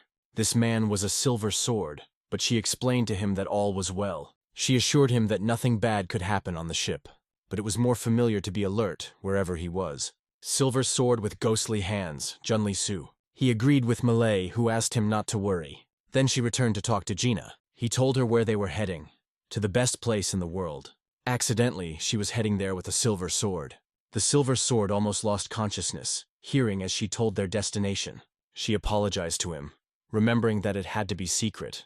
To the left, she noticed a cauldron, which seemed to be used for cooking. It was the reason to ask Gina if he is a cook. Upon learning that, she was delighted and began to ask about his best dishes and when he started cooking. She even asked him to somehow demonstrate her culinary skills. When he replied that if the opportunity, she was obliged, she considered it a promise. Then the Ho, who stood nearby, turned to Gin. The girl also greeted him, and they exchanged names. Because Gin called him his brother, she became interesting, but she suggested that they were not her brothers, because they looked different. However, I did not talk into the conversation, deciding to check how his horse, a black demon. She gained his gaze while Gin explained to her that it was his horse. The girl also drew attention to his lame course. I will already go down to the place where his horse stood. Having worried that he could be boring, he came up to cheer the horse a little. The horse, of course, did not know the human language, but undoubtedly understood the gave. He asked him to suffer a little, and he promised that when they arrive, he would allow him to run well. Their conversation was heard by a man who served the horses. "Your horse is your horse?" he asked, getting closer. Then he praised the horse, calling him a wonderful pitch. He said that he has been working on this ship for a long time, but he has not seen such a horse. He advised to be careful, because some hands are scratching on such horses. The HOs have always been careful. "You do not imagine how many people have fallen, just casting a slanting look at this horse," said Ho Ho. Hearing this, the guy felt a slight fear in the voice of the ladies. In the world, the murmur of such people is called masters. I will ask the guy to look after the horse before arriving on the pier and feed him well. He also asked permission to ask one more.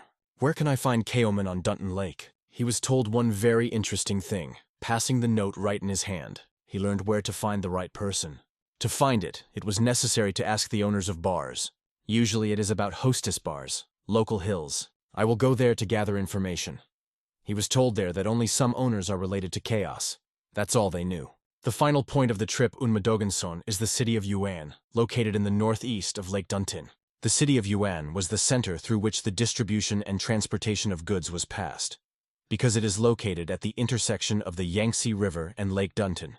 It was famous not only for its developed road and waterways, but also in the military and commercial industry. I will give Ho and Jin because they got off the ship in the city, and I will explain the Jin that he should find out something. He asked him to find a room and rest. Jin did not know what to do, but asked him to hurry. There were many bars on the main street. People in Yuan call this place Road Danmyeon. The ladies stopped in place and listened to different offers around him. He was also called on attractive girls who advised to go to their bars, and praised that their bar is the best in the city. Do you have high standards? How about our host's bar Chonsan? Yuan has no bar better than ours, one beautiful girl said. The HO gave hon to her proposal and decided to go to bar Chonsan. At the western wind, Gin was looking around, studying the atmosphere filled with mysteriousness and peace. He was reminded that they should not worry about horses. They will remain here in the yard, and they will be given care until he rest. When lunch is time, he will be able to climb to the second floor, leaving his skippers below. But he was also advised not to climb the third floor, no exception. It turned out that the whole third floor was occupied by a powerful sect of the Huan sword, which rented it for an important assembly. Yuyan's sword sect is the largest in the whole region, and now something extraordinary and mysterious is happening here. This story intrigued Jinbo. He really wanted to find out what was so special in this sect. The Baru Bar hostess, a girl named after, was just nearby and politely invited him to enter.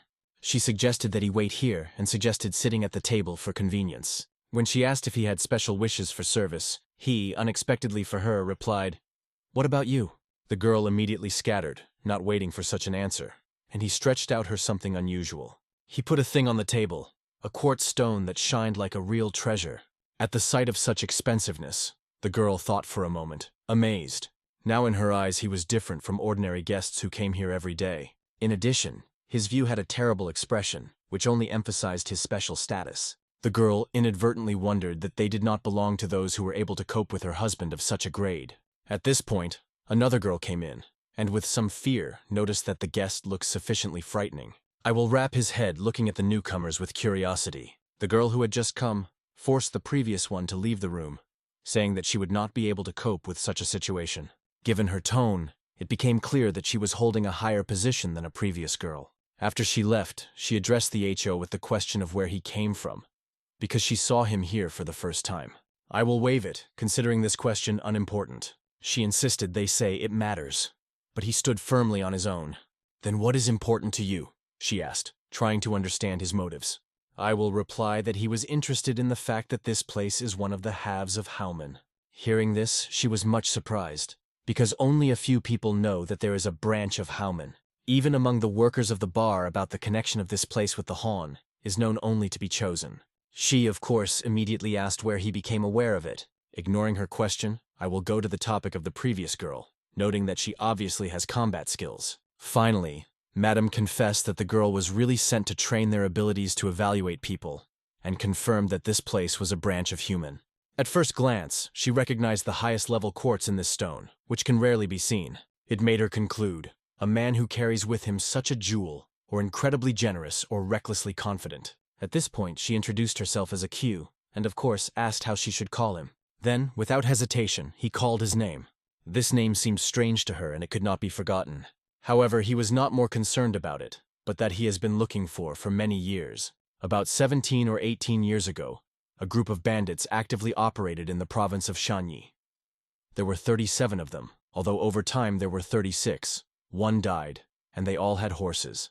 Their leader was a man for about 30 years, with a sword of Nas and a scar on his left cheek.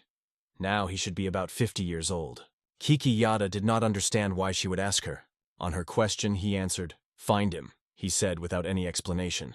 Then he clearly dictated the rules, adding that he would not take how long it would take. His words were made not as a request, but as an order that cannot be abandoned. "Find it at any cost," he added, already opening the door. After that, he slammed the door loudly, leaving it alone with his request. His unbreakable character made her hold her breath, reflecting what he heard. Returning to the closet, Kiki asked in Solhi, "What do you think about it?" The doors opened slowly, and behind them appeared in black, with a face hidden in the dark. Solhi replied that the situation is not easy. She was ready to try to help, but warned that it would not be easy. Solhi also asked Kyuv whether it seemed to her that his view was more scary than the snake poison. Kiki Jacob began to say that a few days ago, extremely valuable information came to them. A legend about a warrior. It was a story about a warrior who, in Lonely, destroyed the camp of the Underkra Sochkon, a group that claimed leadership in the province of Signan. At first, she couldn't believe this story, thinking that it was just a fiction. But later there were rumors that confirmed the incredibility of this story. In the camp of Harpora in Honham in the province of Gansu, before the eyes of hundreds of people, he defeated the Heavenly Master from the Gondan sect. "The bloody star of Sinian," said Java, realizing that the UN sect will do everything possible to fulfill the request of this man until he appealed to someone else. After a while, the Vasiecho was already in the courtyard again. He sat at the table with Jinbo, listening carefully to his stories. Gin was told a lot of what he had heard earlier, but most of his stories were about food. He also mentioned the people who he likes, especially when they enjoy the dishes that he prepared. However, the attention of the Geo was directed to another couple of people at a nearby table. They discussed that only one sect in Yuan wears a sword-shaped embroidery. These were warriors from the Yuyan sword sect, and their conversation was even heard from afar. The warriors, holding their swords, passed by people, attracting attention. The swords looked incredibly beautiful, and their clothes were impressed with their exquisite design with a noticeable embroidery that stood out among others. One of the warriors said, "I am a Gin Yansa from the Huan sword sect." He said that today on the 3rd floor there will be an important event held by the hostess Gochkon, the second master of the Huan sword sect, and so he asked them to quietly leave the room in the afternoon. The man soon began to set the guard throughout the house, providing each corner with safety. Gin Yansu personally controlled the location of the guards, putting some even on the stairs for greater security. Everyone was intrigued. Who should come, and why so much protection is needed? One thing was clear. An extremely important person arrives, and the atmosphere around was filled with unusual excitement. Like everyone, Jinbo, having tasted the local food, also realized that the arrival of that person was of great importance. I will only indifferently respond, commenting on what a delicious food, as if it were not interested in what was happening. After his words, Jean has rejected all the extra thoughts of important guests and focused on the fragrant soup in front of him. He enjoyed every aroma of spices that complemented the rich taste of the dish. One of the guards approached them and asked to complete the lunch and leave the premises. Jean was trying to find some excuse, but could not express anything expressive, and I will be silently sitting. The guard threw a few more bold phrases that only warmed the atmosphere. I will barely hold back his emotions, trying not to respond. Suddenly the announcement came. The second lord arrived. All attention was instantly drawn to the door, and each of the warriors bowed his head in a respectful bow. Hardly entering, Stygia immediately asked, "What about Miss Hai?" When the hostess was informed that Miss Hai was still on the road, it caused him some disappointment. The second host of the Juin's sword sect was outraged by the fact that he would have to live in a hotel, not in the luxurious apartments of the highest class. Gin Yansu, low bowing, apologized, explaining that all the luxury were booked until next month. "Well, let's see how much you will experience our patience," said the Lord with a hint of dissatisfaction. Ginyansa hastened to justify himself, noting that these rooms were also comfortable and food is refined. He also reported that all the preparations for the guests were completed and the menu is ready. Looking out the window for the appearance of Lake Donan, the Lord was eventually satisfied with the landscape. He was worried that Miss Hai also liked this choice and comfort. Soon the news came that she had arrived. Yuyan's sword sect met her with proper honors. The first thing she asked was whether the second lord arrived. She was invited to follow them and held to their destination. She, with a serious facial expression, listened carefully to their words. Under the interested views of people, she rose to the third floor. Who is she that if even the Lord welcomes her with all the honors? The attendees were surprised. It was a woman like a beautiful flower in the middle of an endless ocean, a flower that knows no boundaries. Her name was Hel, and she was known as a witness to the endless ocean, the only woman among Kamwironi standing on a level with other 8 dragons. A warrior, brought up on the island of He, where she grew under the supervision of elders. He Island is a great island at the northernmost point of Chonvon's map, where the He sect controls everything. However, since the island is located so far from the center of Chonvon, the He sect is not included in 9 large sects. Rarely, when the warriors of the He sect leave the boundaries of the island, and their appearance in Chonvona marks the beginning of the Great Storm. Currently, Owl is the only warrior sent to the continent. This means that it is extremely strong. When she first appeared, many men who were passionate about her beauty tried to approach her, but none of them survived. For unknown reasons, Soval continued to move north, entering many battles and winning everyone. So it was named Flower of the Endless Ocean and was included in the Kamuiron list. At that moment, she entered the room where she was expected by the second master. He gladly greeted her without sparing words about her incredible beauty. Agreeing with the thoughts that spread about her, he expressed his admiration, and she answered thanks. He offered her to sit down, ordering everything on the menu without knowing what she loves. She thanked him for his hospitality, recognizing his attention to the details. Lord was careful about everything, because this meeting was an important greeting for the He sect. Sitting at the table, Miss Hay cast her gaze to the right, towards the window that came to Lake Dotten, admiring his landscape. It seemed as if all the stars merged into a smooth dance on her skies, creating a fabulous glow around her. The second lord, fascinated by her beauty, could not look, more and more surprised by her incredible sophistication. If she became mine, I would never have regret her, he flashed in his thoughts. The second host of the sect of the sword, Yuen Gonchkon, was fond of peaceful pleasures and luxury, finding special pleasure in them. However, only one beautiful flower could fill the void inside it. Owl became the missing fragment that he has been looking for years. At this point, he ordered one of the servants to bring what was carefully prepared. It was a gift for a girl he asked to accept. There was a sophisticated blade in the box, beautiful in his skill. He called it only a sign of his sincerity, putting all his feelings as a gift. This sword was curled up with the best blacksmith's blacksmith, Hunan, Gon Yajam, and his radiance spoke of high skill. He ordered him as soon as he learned that she decided to visit Yuan. He proudly told her that the sword was created on the special technique of Gon Yaja. She, tilting her head, calmly asked, why did he decide to make such a gift? His cheeks became red, and he replied quietly that it was, as previously said, a sign of his sincerity. But she firmly explained that she did not come here to accept gifts. Her visit was aroused an interest in the reputation of the Huan sword sect. She was unnecessary with such a magnificent sword. She already had her blood, and that she had enough. She thanked him for his hospitality and care. After that, expressing his hope that he no longer worried, returned and left. He stood in place, trembling with indignation, barely saying one word, and behind him and the other. What a hell! The rage was overwhelmed, and he broke up, breaking the table with food on the pages. The servants hurried to reassure him, but unsuccessfully. His anger boiled so much that he grabbed a chair and threw him out the window. This meeting did not benefit her at all. Walking the street, she thought about a few questions that were spinning in her head. The first of them, why did the Lord in general invite her here? The next thought was that she wants it or not, but would have to stay here until the next meeting. Lake Dotton and this little house on its region looked incredibly beautiful. She stared at this amazing beauty of the lake, feeling admiration. The light wind wrapped her face, blowing away all the experiences. Nearby, near the city where she stopped, stood by Ho-Ho and Jinbo. Seeing them, she felt unclear excitement. Something in her head began to circulate. It seemed to her that she had already seen them somewhere. And then she remembered the hotel questioning wind. Looking closer to this black-haired guy, her thoughts froze. At one point, it was overwhelmed by different mixed emotions. All because she has not seen such deep eyes. For her, these eyes seemed filled with darkness from the inside. In her eyes, there was no hint of emotion. This view was something unfamiliar and mysterious for her. Owl felt her palms moistened with tension.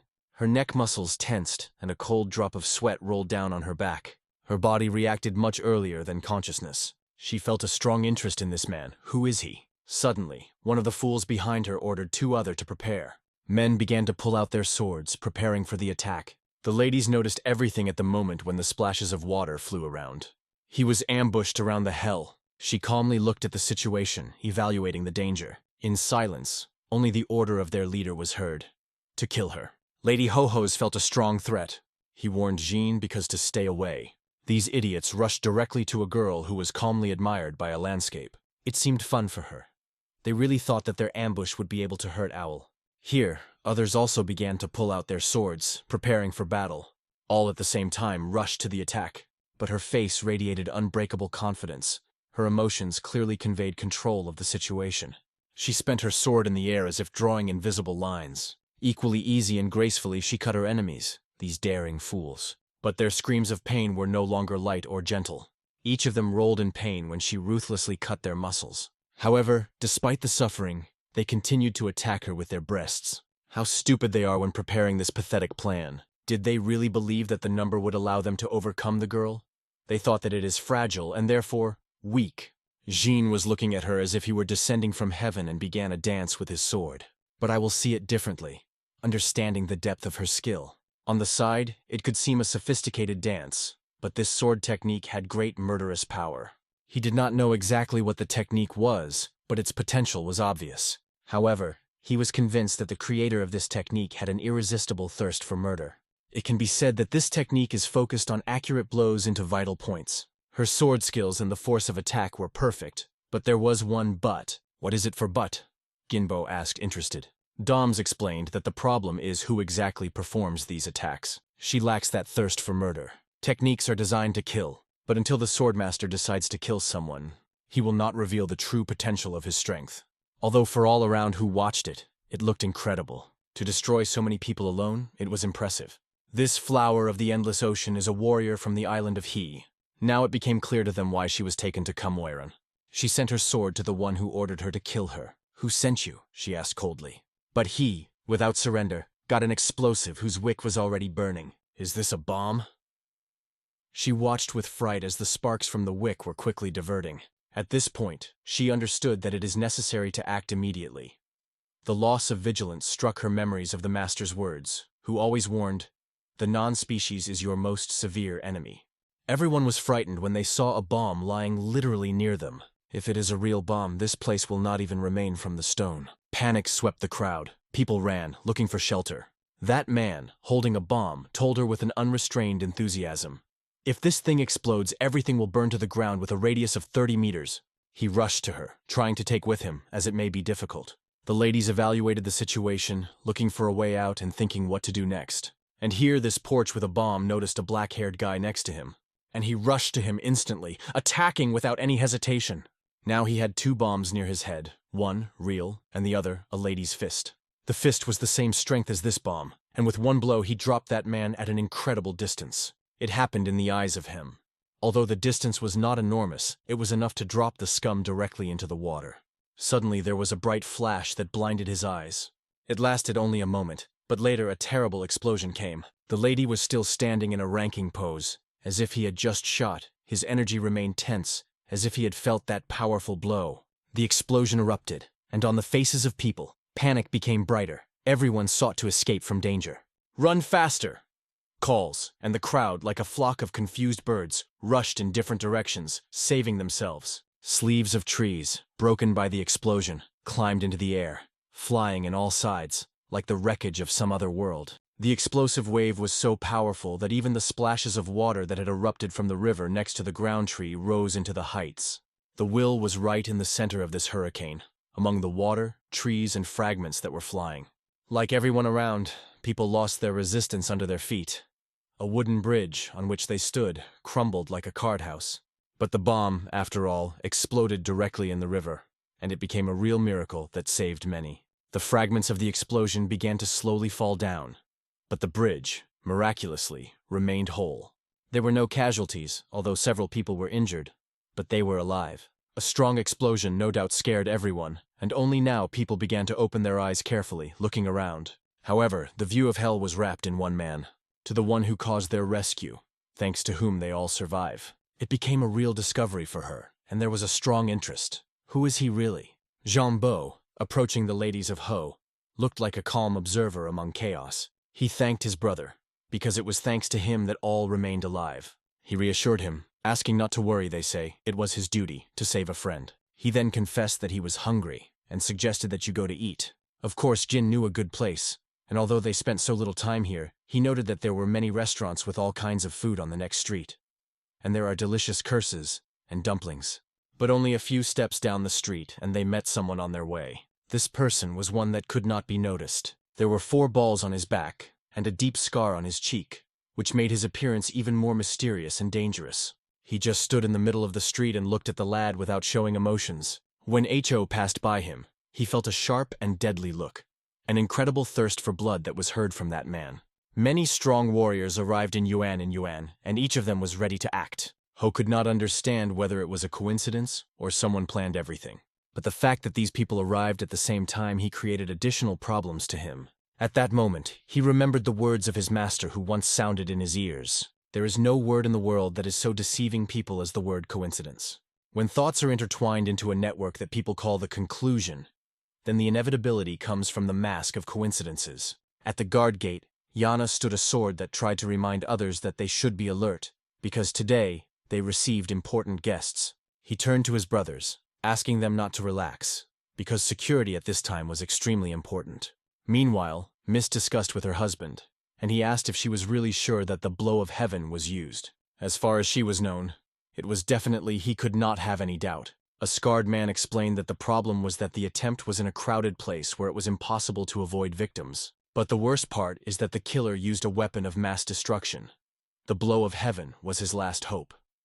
The same opinion was expressed by the head of Inspectorate Yana, Qianvon. He began to tell her that about a century ago there was a sect of Huayun. The girl listened carefully, asking with interest, waiting for new details. They were those who took away firearms. One day, the forge accidentally mixed the wrong gunpowder and created something that the world had never seen before. These weapons were 4 times more powerful than a regular bomb, but it had the same size that it could be conveniently carried with it, and called her Blow of Heaven.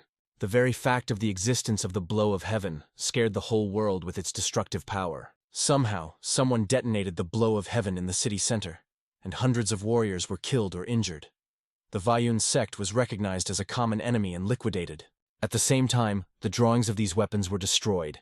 But now, hundreds of years later, it has appeared again. And now that the Blow of Heaven appeared in Yuan, Qianvon concluded that Yuan will not cope with this threat on its own. He then mentioned that the Wan Sword sect is much smaller than the He sect to us, and he himself is one of those who stands at the head of the city of Huan. His task is to know every little thing about what can get into the city. Initially, the girl exhaled deeply, preparing for the following words. Soon the influential Chongvan sects will gather for a meeting near the Dantin River. He was stunned without waiting for such news. It was information he could not know because the meeting had to happen just under his nose, on his pier, and he didn't even hear about it. He, Chosun, explained without difficulty that it was secret information, and she would not have been aware if her master had not told her. He guessed, and she confirmed that this meeting would probably be dedicated to a recent incident and could happen in its territory. The word influential is not used in the ordinary sects. A sect awarded the title of influential is either one of the 9 large sects, or belongs to one of 5 large families, or may stand equal with them. Although the Huan Sword sect was recognized as one of the strongest in Hunan province, its strength does not compare with 9 large sects or 5 large families. He could not afford anger and realized that the only right way was to remain calm. He tried to find out and miss why they planned this meeting, but unfortunately she knew nothing. However, she promised to try to find out when they would come. She offered help, and he replied that she was better left here until the end of the meeting. He explained that if something happens to her while she is here, he is terribly ashamed. In the morning, I will give Ho-Ho and Jean because they left the North Wind and went to Yuan's pier. On the other bank of Lake, Dotun began its journey. It was on the Yuyan River that was the famous Hotel Zobilin, known for its best numbers in the world. Its huge size and luxurious look made the impression. It looked just grand and incredibly beautiful. Gin's father was always dreamed of getting here, and now Jean was here himself and hoped to see the chef ocular, to whom he devoted so many thoughts. He shared these thoughts with Ho, which approached him, but she had no idea who was this chef. She was then explained that it was the nickname of the great head to Cocoon. Just think what a big cook he should be to earn such a nickname. And they say that everyone who at least once tried his dishes could no longer forget their taste and constantly turned back. Jin was impatient, trying to find out what he needed to do to achieve the same level of skill. And here's I will be. Before the entrance stood the chariot, and several people were waiting at the bottom. Going down the water, they stood right before the entrance, thinking that those who visit such places are sure to have high status and large wealth. At this point, two swordsmen approached them, asking if they made a reservation. Because they did not make the reservation, they had to stay outside. The entrance was forbidden. The rules were simple. It is necessary to make a reservation, and only then can you get inside. Only those who made the reservation could get into Excite. But now there was a new question. What do we do next? With this question, Jinbo came back to the ladies and asked, "How long are we waiting if we book a place now?" A healthy man replied that it would take about a month. The other added that it could even be delayed for a long time. But suddenly another person appeared behind who said they did not need a reservation. They both turned in synchronous, so surprised. And then they saw Chan. Then Jean remembered that she told him earlier that she was also heading here. Looking at them with her sweet eyes, she apologized for not saying goodbye that day. Her schedule changed, and she had to go earlier. The swordsmen were amazed when they saw her and heard that she was talking to them. She was the daughter of John Gabo. She was a member of one of the 5 large sects of Hunan province, and her sect maintained close friendly ties with Yusun Moon, the leader of the group who stood for Zobalia. She was a special guest. Then she turned to one of the swordsmen and asked them to prepare their place right now. The sword immediately agreed. She came to the boys to continue the conversation and asked how they had. Silver Sword also greeted them with the words, "What an honor to meet you again." She noticed that they looked very restrained. She asked Jin for not to be ashamed and suggested going on. The Silver Sword told her that they should meet guests here, but she thought everything was so good. Looking inside, she told how much heard about this place, but she was for the first time here. They noticed that there were many people in the hall, all dressed gorgeous, and the atmosphere was unusually refined. Since there was a lot of time before the meeting, Co decided to spend it with Jinbo. She brought him to a large round table standing in the center of the room. Gin was just thinking about how delicious food was delicious, when suddenly a man asked, "So you with John Gabo?" She was curious about who this man and she asked him about it. When he returned to them, they saw a huge nose and face of an old man who said, "So, it was asked to climb here." It was a Hakyun the chef Isobil, for Jean because it was an incredible chance to meet personally the most famous cook. Nosy Cook asked them what they wanted for lunch. They both behaved ridiculously, could not decide what to order, and all the time gave the choice to each other. Cook proudly stated that there was no dishes in the world that he could not cook, and said it directly to them.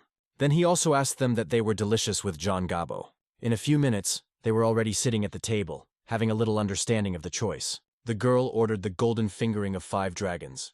It was an easy thing for him, and it was interesting to find out what she would have. She then asked to cook the rest of the dishes for its taste. The cook returned, asking them to wait a minute, and promised that everything would be ready, because the third at the table was already sitting. When the cook left them, Jean was asked with a frightened face with a frightened expression, "Why did you do so?" Because it was golden 5 dragons, Jin for me, and it was the most delicious dish that I ever tried. But he didn't know that she was with John Gabo. Then he began to talk about her high status, and it seemed to him that he had no right to communicate with her so much. I will just listen to this conversation, watching silently. The girl explained to him that they were friends and could talk as they were comfortable. When a plump man heard the word friends, he was slightly red. Silver Sword, guarding the girl, also listened carefully to their conversation, thinking that if the head learned about it, Jin will have serious problems. Friends with a person you don't even know about? After that, he began to look carefully at the black-haired and remember his name. He decided that he needed to know more about him. and began to look for clues. It took a while and Cook was ready to serve meals. He brought them together with assistants on large pallets. At first, he suggested that they try these dumplings, then Sichuan boiled fish. It was only after that he served the golden fingering of 5 dragons, because these dishes were combined and revealed their true, incredible taste. The way to eat these dumplings was unique. It was necessary to put a stick in the dough and pull the meat, enjoying a great taste. This taste through the tube forced only one word: wow. The cook, with a large nose, ran around them, watching their reaction carefully. He was convinced that they would never be able to try this outside this city. Also, with this tube, Co pulled meat, which added even more pleasure in food. She thanked the cook, and now realized why he was called the chief. But his gaze became more vigilant. He was waiting for a reaction from Black-Haired. He ate food cooked by a large boss, but did not prove any reaction. It looked as if he felt nothing at all from the taste of this food. The chief of the skeleton, watching him, made his verdict. People like him believe that expensive food is always better and cannot truly appreciate its taste. The next was Sichuan boiled fish. Perfectly cleaned, fried in oil, but did not lose any millimeter of its shape. Fluless himself could not believe that he was eating such food prepared by the chef himself. Trying to fish, he felt something incredible. The fire was perfectly combined with the feeling of spicy seasonings, and the mastery of cooking created a true harmony of taste. Pulivshu admitted that he had never tried anything like this before. Co was also delighted, feeling the fish melt in the mouth, sweet but slightly spicy. Her emotions could only be conveyed by taste. The next dish was the golden fingering of 5 dragons. Cook suggested that they combine sea cucumbers, meat, and plain vegetables together. She thought she had never tried anything like this before. The cook also invited them to come at any time when they wanted to enjoy his cuisine again, because he has a special relationship with John Gabo. Having tried a piece of this food, the whole world seemed to slow down. It was, of course, delicious, but she had the feeling that she had already tried something like this, and it was interesting to find out where she had tasted such a dish before. Meanwhile, a picture of a bird, singing the most memorial music in the world, flew in her head, and nothing was important. When the cook departed a little, she turned to the Jinbo and said, "Your dish is better." "I'm not lying, dinner, your dish was really the best." But the cook went not so far not to hear these words. "What I created is a real art with the final touch of sea cucumber and the freshest meat. Do you compare this with the shout of this thick?" He was impressed with their words, could not understand how such could be compared with his culinary masterpiece. "What did you just say? Is it a dish that I prepared, tasteless?" asked the cook with the eyes that broke out of indignation. The girl replied that she had already tried the golden fingering of 5 dragons, and what he prepared was not comparable to what. It was to hear these words for cooking, as if it were to put a knife into his heart and turn it 5,000 times. He addressed Pulash and asked, "Do you agree with her words?" Flush could not restrain and laughed. "No, it's just funny." "Lord, what did you do? Nothing can match it." But the reaction of the cook still did not reassure him. He was outraged that there was no drop of pleasure on their faces. The conversation became so loud that everyone around began to pay attention to it. Damho put his sticks for food because he lost his appetite and said it aloud. The cook barely restrained. "What did you say? Did you really say that you have lost your appetite?" "How dare you laugh over me," said the cook. Ho just silently began to climb from his chair, ready for any situation. The silver sword even turned away from the cook, and it seems that his gaze spoke more than 1,000 words. He would definitely not cope with an ordinary person. Damho, looking straight into the eye of the war, said, "You play with food." Cook could barely believe what he hears and repeated, "What? Are you smiling at me?" Damho, quietly but with determination, asked, "What is all this fuss?" And so a man with a black beard came to them and turned to Damho. "I don't know what is happening, but your words are abusive." He was looking forward to taking responsibility for their words. He was referring to this stir and awaiting explanations from them what was happening in general. It was Uncle Haya So, who had explained that he had been offended. Now he has become much more interesting that his niece is doing here, and who these guys are with her. Is it her company? She explained to him that no one had offended food here. "If I didn't worry about you, you would have ended this booth for a long time," said Soshon, looking at her niece. Only she said these words as Uncle repeated her remarks again. Yusun Moon is one of the 5 large sects of Hunan province, a sect that specializes in medical activities more than in the martial arts. It is the largest sponsor. And 7 in Vaughn, the head of Yusun Mun, is Uncle Chan. He was very worried about the reputation, because the money is big, and this is important for their situation. Then he addressed the Jinbo and asked, "Is it true that you offended the food? Jinbo apologized, but Uncle repeated his question again. Damho began to answer for him. He straight, without caution, said, "This food tastes terrible."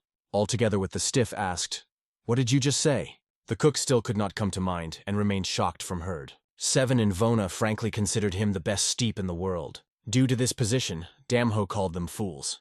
He explained that all his words were true, and he speaks as he is. Here, the guards, with swords behind their backs, began to reach for their weapons. Vaughn stopped them and explained the hoe that none of the guests had allowed himself. "If no one has said it, it does not mean that it means something," Damho replied. However, he believed that he was trying to provoke them to fight. "Today, I let you leave it all in the past, for the sake of my niece," he said, giving them a chance. One of the men standing behind added, "Wake from this! And for such as you, there is no place here," another security guard added. When he said it, he put his hand on Damho's shoulder. The cook was already eagerly waiting for him to get a lesson for having dared to offend his dishes. The thoughts were spinning in his head. "No one dare to challenge my dishes." Damho calmly asked the guard to remove his hand if he was dear to his life. "Funny. You look like those who pull the time until he sees death in his face," Damho replied, looking straight into his eyes. Such were the words of this guardian, and Damho barely held back himself. But his patience came, and now everyone was asking, where did this energy come from? Where did she come from? This is Damho, which they get angry. Now there was no trace of smiles on their faces. Even the earthy sword was struck by seeing what energy it releases. But in reality, this energy was incredibly beautiful, as if the fiery petals of flowers that were flying in all directions. However, this was only for his friends. For enemies, this energy could become deadly. Everything around was flooded with a red glow, and it was this goner who laid his hand on his shoulder, the first felt it. But even Seven and Vaughn stood silently, not understanding what was happening. The wave of energy literally crushed everything in its path, all who stood behind him. She was so strong that even the windows were not standing and flying out of the frame. The minute did not pass, as Damho turned this guard into a vegetable with one accurate blow. It is interesting if he will be able to cook something delicious from him. I do not know what we'll do with him, but there will be a lot of work for cleaners. It will be necessary to wipe his blood from the walls. All the same, Yu Sun Moon was proud of the top 5 sects of Hunan province, although they never really got into a real battle. Most members of the sect were not warriors, but specialized in medicine. The sword, holding the sword, stood up for the girl. He considered this black-haired guy the embodiment of death. Everyone was very scared. Sochkun reassured the Jinbo, and the girl shaking with fear. And the silhouette of this guy really caused the horror of everyone. His gaze was tough as a beast that looked from his forehead, and in the eyes an incredible thirst for death burned. Seven and Vaughn did not understand why he only saw such force now, and even his body was shaking a little. The barely noticeable chromium of one leg made Damho look like a Kalishan warrior. It seemed so absurd that he did not even pay attention to these rumors. The man who cut off the camp of Mount Sachon in the Lonely, and showed his strength in the camp on Mount Hanam. And she won Maka, the best student of the Gondon sect, one of the Cameroni. Bloody Starcinian, that's what this black-haired Damho was. At the same time, Seven and Vaughn came closer and asked, "Who are you?" But in fact, Seven and Vaughn came closer to apologize for the hasty conclusions. Damho looked at the CO, which was still shaking from the survivor. She asked him to apologize not before him, but in front of her, because they saved this Draguen is to eat. At that moment, Damho decided that there was no reason to stay here, and asked the Ginto to go with him. Sam was amazed, because she never saw her uncle showed such weakness. However, in the next moment, his uncle rejected his pride, and apologized to his niece, thanking her for everything. "I made a mistake because of my high commercial approach. This guy knows how to feel the taste of golden fingering 5 dragons."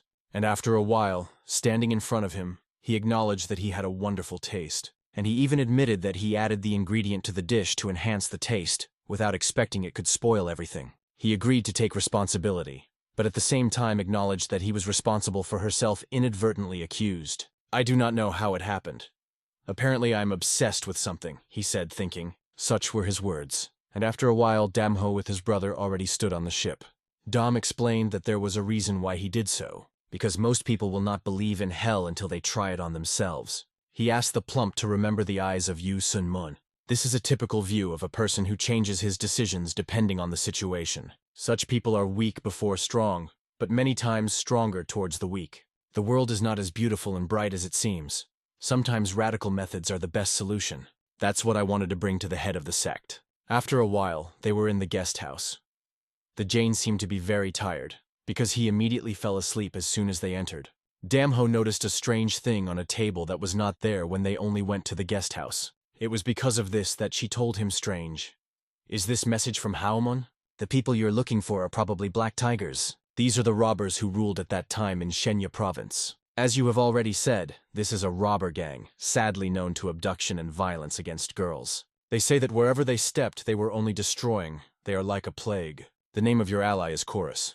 As you said, he has a big scar on his left cheek. Not far from here is a place under the name where, if hurried, you can get in a day. There is a game house in this place. There is often a man who claims that he was in a gang of black tigers. Find it, and find out where others. It was there that after reading this message, Damho went immediately. There the men sat at the gambling tables, losing their money, and some won. Between them there were humorous conversations that fit their environment. One of them raised his hand on the table. He was in a situation where he had to worry about where to spend the night today. He was called Sel, and he was the brother of this sword. The sword that said to him, "You are a ghost. Today came again, and I was not glad to see you at all." This match was not present among the guards and the guards of the mountain house to Sanjong.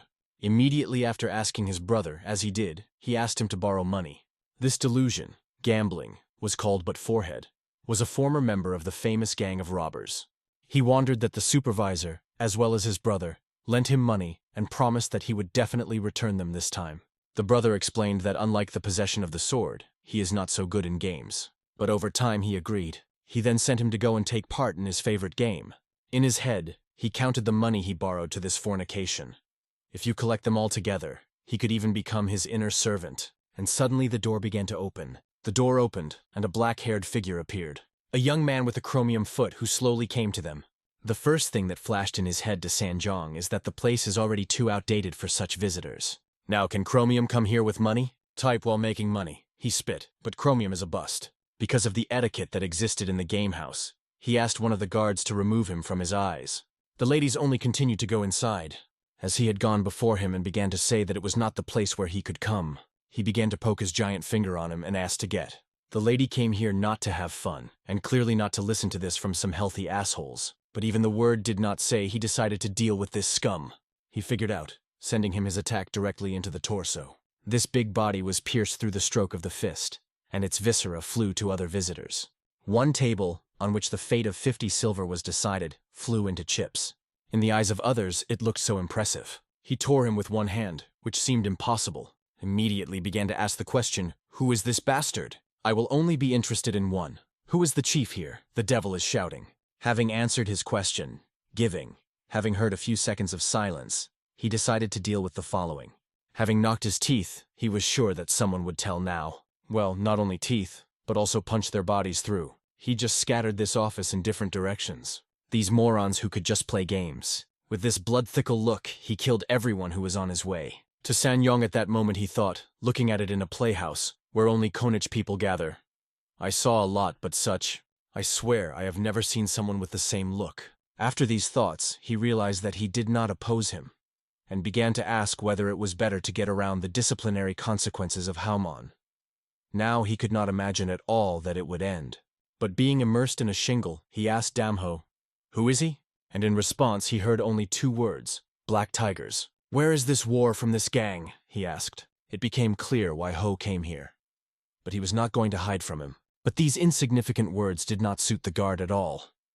And he asked him again, "Where is he?" He turned to his brother to Sanjong, and he was just as frightened. He said his name quietly, but Choel. He just kept on the mind that these 4 men died even with a whisper, and thought why he needed this guy now. The bad anticipation overwhelmed him.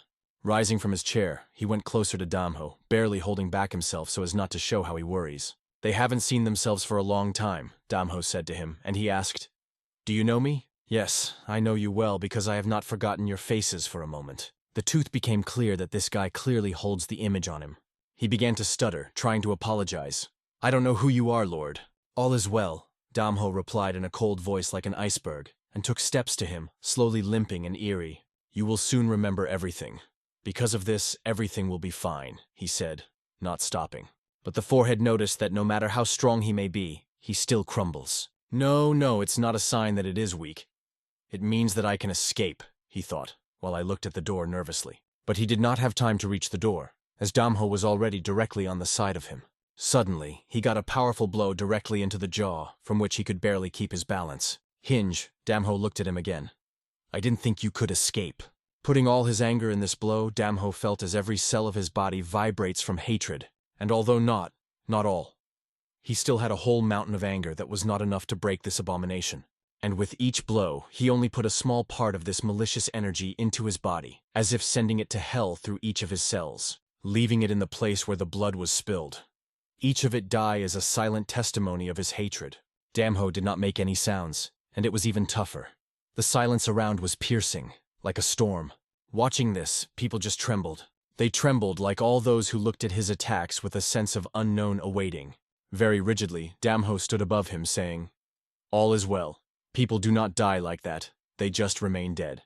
Then he asked, looking at him with an unwavering rage, "Did you bastard never realized what he did wrong?" But the forehead spit with the blood that flew out of his mouth through two healthy front teeth and asked, "What kind of hell?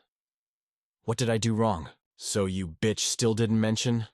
Damho said these words with such contempt that there was no doubt about his intentions. And this time Damho gave him a hint. 18 years ago, the province of Shenya. He repeated his words, looking for in memory, though he hints at the events. "Shens? What the hell happens then?"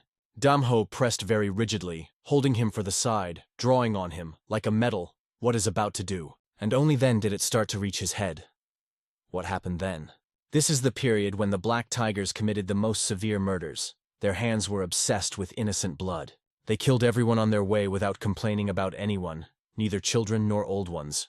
Leaving them on the ground, they ruthlessly cut their throat, not giving them a chance for salvation. Walking them on the floor, they enjoyed every moment of death without feeling any emotions to the victims. Suddenly, this moment, before the eyes of Nost, changed again. A picture appeared. A little boy who stood in the middle of this horror. Verno, it was so long ago that he couldn't even remember exactly. But that guy, with his strange look, remained in memory. He had the same view. The view of the beast who is ready to bit the throat to anyone who would hurt him. And so they began to appear, the tears in the eyes he tried to restrain. Now Damho realized what he mentioned. It was what made his heart break. "Well, how did you survive?" There was a question but the forehead did not receive any answer, except that Damho quietly said, "I stayed, and I didn't forget about the day for a second. And how I survived does not matter. It is only important to what I became," muttered but a forehead, full of rest in his voice, which contrasted with his ruthless actions.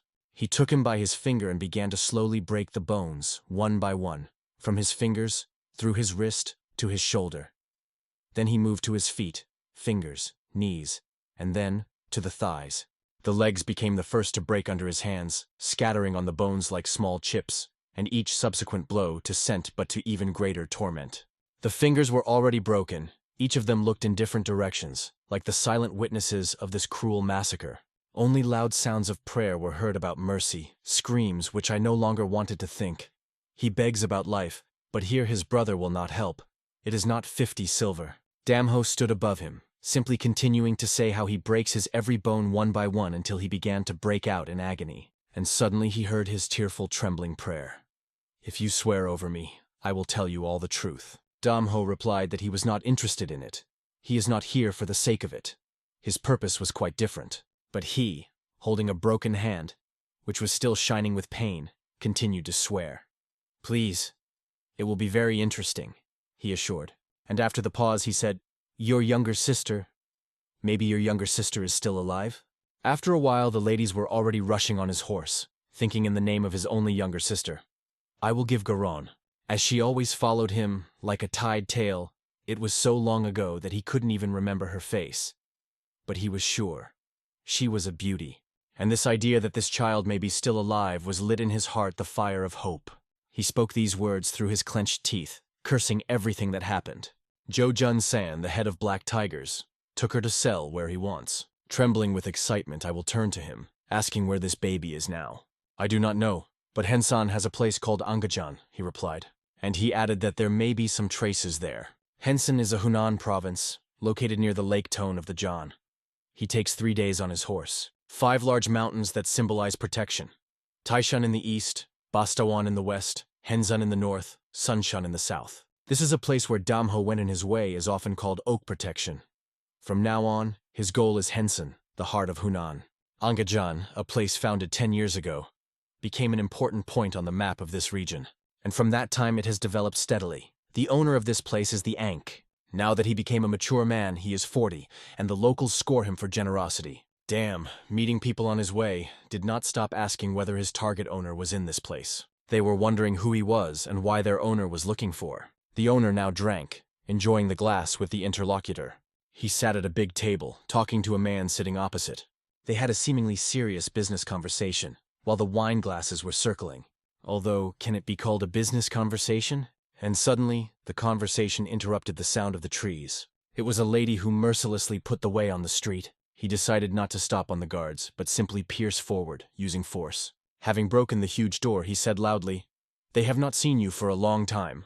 The owner did not immediately understand who before him. He grunted, "If you came to see, you should do it quietly. You don't remember me?" There was a familiar question that resembled the old days. Then his face was ill with a rare smile. But this smile was not just so. He was sure that they would soon remember who he was. Meanwhile, in the Western guest house, Jinbo cooked delicious dishes to treat one beauty that was about to visit. It was CO, which asked him to make every effort today. He kept a huge muscle for cutting vegetables and realized the process, feeling every movement with a knife. He prepared not only for her, but also for her important guest, who was of particular importance to her, close to her. It was because of this that CO asked him to show everything he was capable of. As soon as she said, "Hey, you can go," the door opened. A girl with dark hair appeared. Her beauty left no doubt. It was Ron, the daughter of Hangyeon Muna, the heads of 18 tribes in the Green Forest, as well as known under the name of Hangan Hora Ron. She was concerned about whether they had already been cooked, because every minute was important. The CO presented her Jinbo, and he said politely. Ron felt well about him surrounded by CO, and with a smile said that she heard. Even the best boss of the world recognized his skill. Jinbo shuddered from these words, asked confusedly, "Why did you say so?" And at the same moment he thought again that he should give all his strength to do everything at the highest level. He approached the plate, checked the temperature, and began to control the fire, adjusting each moment. Today, more than ever, he has invested all 2,000% of his capabilities in this dish, and in a few minutes the dinner was ready. He called the girls and planted them at the table. It was only necessary to look at this delicate piece of meat that melted in the mouth, giving a unique taste. Ron loved sashimi, and could eat it without stopping, enjoying every piece. She, tasting the dish, could not believe how food could emit such a stunning aroma. And all this was made possible by the Jinbo, not an ordinary cook whose culinary talents were surprised even by CO. Soap laughed, satisfied with her choice, because she was lucky enough to get into this place and try such delicious food. However, CO still worried. There would be no problem that the rod is out alone without security? The rod reassured her, explaining that everything is under control, and even if they notice her absence, it would not cause a big rest. "There will now be no noise in the Green Forest," she replied, knowing what CO is experiencing. "All is well." "I came with Ilgvan Commander, one of the best in the Green Forest," Ron explained. Many people do not know what the river really is. Often, when mentioning Kancho, their thoughts refer to the old school of Daemon or 5 generations. But in order to become Kancho resident, it was not necessary to study the martial arts in these schools. Everyone who has ever used the sword could become a part of Kancho. The Green Forest also belongs, and although people often associate Green Forest with robbers and despise its inhabitants, everything has changed when the number of people exceeded 10,000. The 18 tribes of the Green Forest are now common throughout the central part. In each of the tribes there are hundreds of people, and in the largest, more than 1,000. The head of these tribes was the whole Jeonmun, whose leadership and martial arts skill allowed him to manage 10,000 people without difficulty. In old age, he accepted the daughter, the whole Ho Ron, and now this girl sits next to CO. In the conversation, Ron remembered her uncle, noting that it is strange how long she had not seen him. She referred to the man who walks with the Jinbo, an impressive and terrible figure. It was so strange that it aroused even more curiosity in Ron, forcing her to think about its true meaning. Gin was explained that he had urgent cases, and so he would have to leave. Sun Chekan was surprised and asked what kind of things were waiting for him. He could not tell anything specific, so he replied that he did not know yet. He asked the girls to calm down, having a conversation, and added that he would soon return. At the same time, he was worried, hoping that he would return faster. The Henshan School was one of the 5 schools where Mooney once studied in Henson. There were times when she could boast of the same level of skill as the demon's old school. However, the school has fallen so much that it was now only a mere of 5 demon schools. The master of martial arts of the school, Chamonhyo, decided to hold an important meeting. He said that if you build an emperor hall, it will increase their authority and attract more students. Others were skeptical, believing that the idea to build a huge palace is just a nonsense, taking into account financial problems. But Chamonhyo assured them that he had already agreed with influential families who would provide support. Particularly important support should be Angajan. When he mentioned Angajan, others no longer protested against the construction of the imperial hall. Everyone was amazed and agreed with his idea. Suddenly, a man approached Chamun and asked him to go for a minute. The reason was serious. Master Chinso came. What could happen that he suddenly appeared?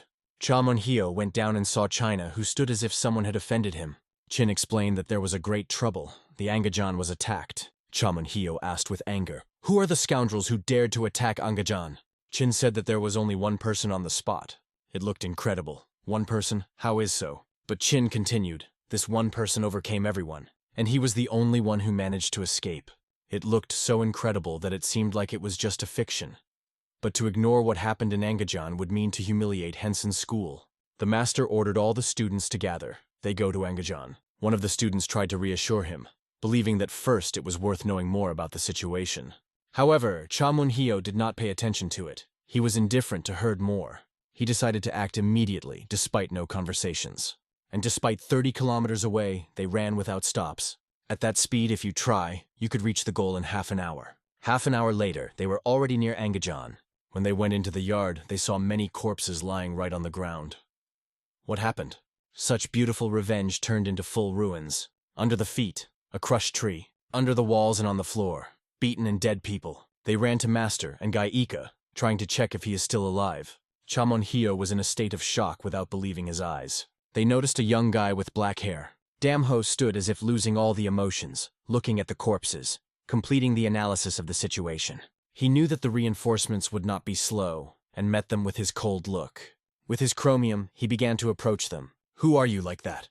asked Chamonhyo, standing with his people. He did not hold back indignation, asking how he dared to kill in the school. Damho, looking at them, realized that they were Henson warriors, whom Guy spoke. It was only an hour ago when the situation was not so tense. He struck Gyu with such a force that he flew back, shaking the board. Gyu pleaded not to kill him, and was ready to tell everything he knew about Sister Damho. Standing on his knees, he did not stop pleading about the mercy, but Damho struck him with such force that his teeth flew in different directions. Damho looked at him with his ruthless look, which did not leave a place for pity. Now his view was directed at the warriors before him, evaluating them.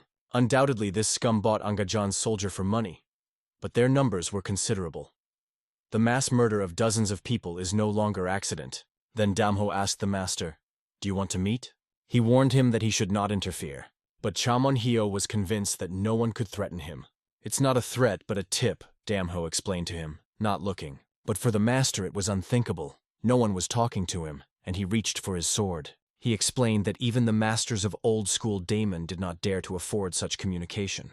Pulling his katana, he took it out of the vagina, and the glare of the sun played on a cold metal. But Damho continued to warn him, "You will regret it." Chamonhyo answered him that he would not leave him alive, and ordered his fighters to attack him without hesitation. Warriors, like hungry wolves, attacked him from all sides, are ready to destroy. Many of them thought that they were finally their chance to express themselves. "You are I will break you," one of them whispers, confident in victory. But suddenly Damho struck his foot on the ground, and the stones could not stand the blow. He was ready to show them what a real hell was if they hadn't understood it, and here began a real meat grinder around him. Hundreds of Henson soldiers could destroy smaller and secondary schools. Their strength was enormous. Thanks to them, the Henson school retained its status and remained part of the daemon's old school. However, there was one moment that made them doubt their adhesive confidence. But Damho easily dealt with everyone, turning them into formless chops. Each time his fist was cut, one of the soldiers died on the spot. No one had a chance to survive after his blow. It was impossible. Their hands broke like fragile branches of trees, and their feet were erased in dust, notwithstanding the strength. Damho was like a tiger chasing defenseless sheep, ruthlessly destroying everything in his way. They were like defenseless sheep who could not even try to stab the tiger. The Henson school warriors could not even scratch Damho. And what to say about them when they were not just chopped but torn into pieces? Their blood and teeth flew in different directions, mixing in a horrific picture. Then it became clear to them. They are now in full hell.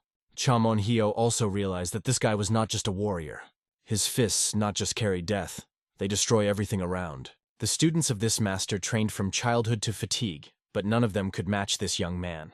And the master himself understood it. He cursed himself for not stopping him before, and hatred appeared in his heart. Having pulled his sword, the invaluable artifact of the school, he decided that this guy should be destroyed. He was convinced that he would cut him with one blow. When he rushed at him, saying the words that sounded like a curse from the devil himself. Jinbo, meanwhile, enjoyed his business, continuing to ruthlessly destroy the idiots around. He enjoyed every drop of blood that flew around. But the master approached him, jumping through the bodies of his brothers. ManhwaCapped waved his sword, asking Jinbo to stop. In the air, his formidable warning was performed. You will bear punishment from the sword for your crimes. His sword, like a water flow, seemed to turn everything around into a marine abyss. And so, the next attack, the sword crashed lightly into the air. These blows were impossible to predict, and they walked one after the other as a chain. No one would be able to avoid the strokes of this sword. Despite his explosive character, he was the best master of Henson's school. The sword in his hands was ready to split even a large stone in half. Jinbo at that moment was evading, trying to catch his lightning movements with his vision. He felt frantic pressure, because he was in front of him with a master with a long history of the school. The sword was sharp to the edge and had great force. But it was all that was in ManhwaCapped, and Jinbo understood it perfectly. Jinbo was moving forward, like water rushing through the thresholds, inevitably approaching the sword. ManhwaCapped was tense, but his strokes had no smooth he tried to show. Everything around seemed to be a stormy sea, where every movement was a step to a decisive battle. The sword was aimed at only one purpose, to kill the enemy, without the slightest oscillation. He relied only on force without any anticipation, but Jinbo, gathering energy, stopped him with one hand. The sword, which was found by the warrior himself, could not be so simple and safe. And at this point, Jinbo felt the incredibly strong energy rejected. However, he also realized that it was just a regular sword. The splashes of water flew in different directions, creating clouds of splashes. The fighters who watched all this were just frozen in place, not knowing what to do. They could not help their master, because they realized that they would only interfere. But they still worried about him, thinking if everything was fine with him. And at the same time, they felt that he was insurmountable for them, without equal in this struggle. The master lay on the floor, still holding the sword in his hands, exhausted and shot down. Jinbo repeated to him what he said earlier.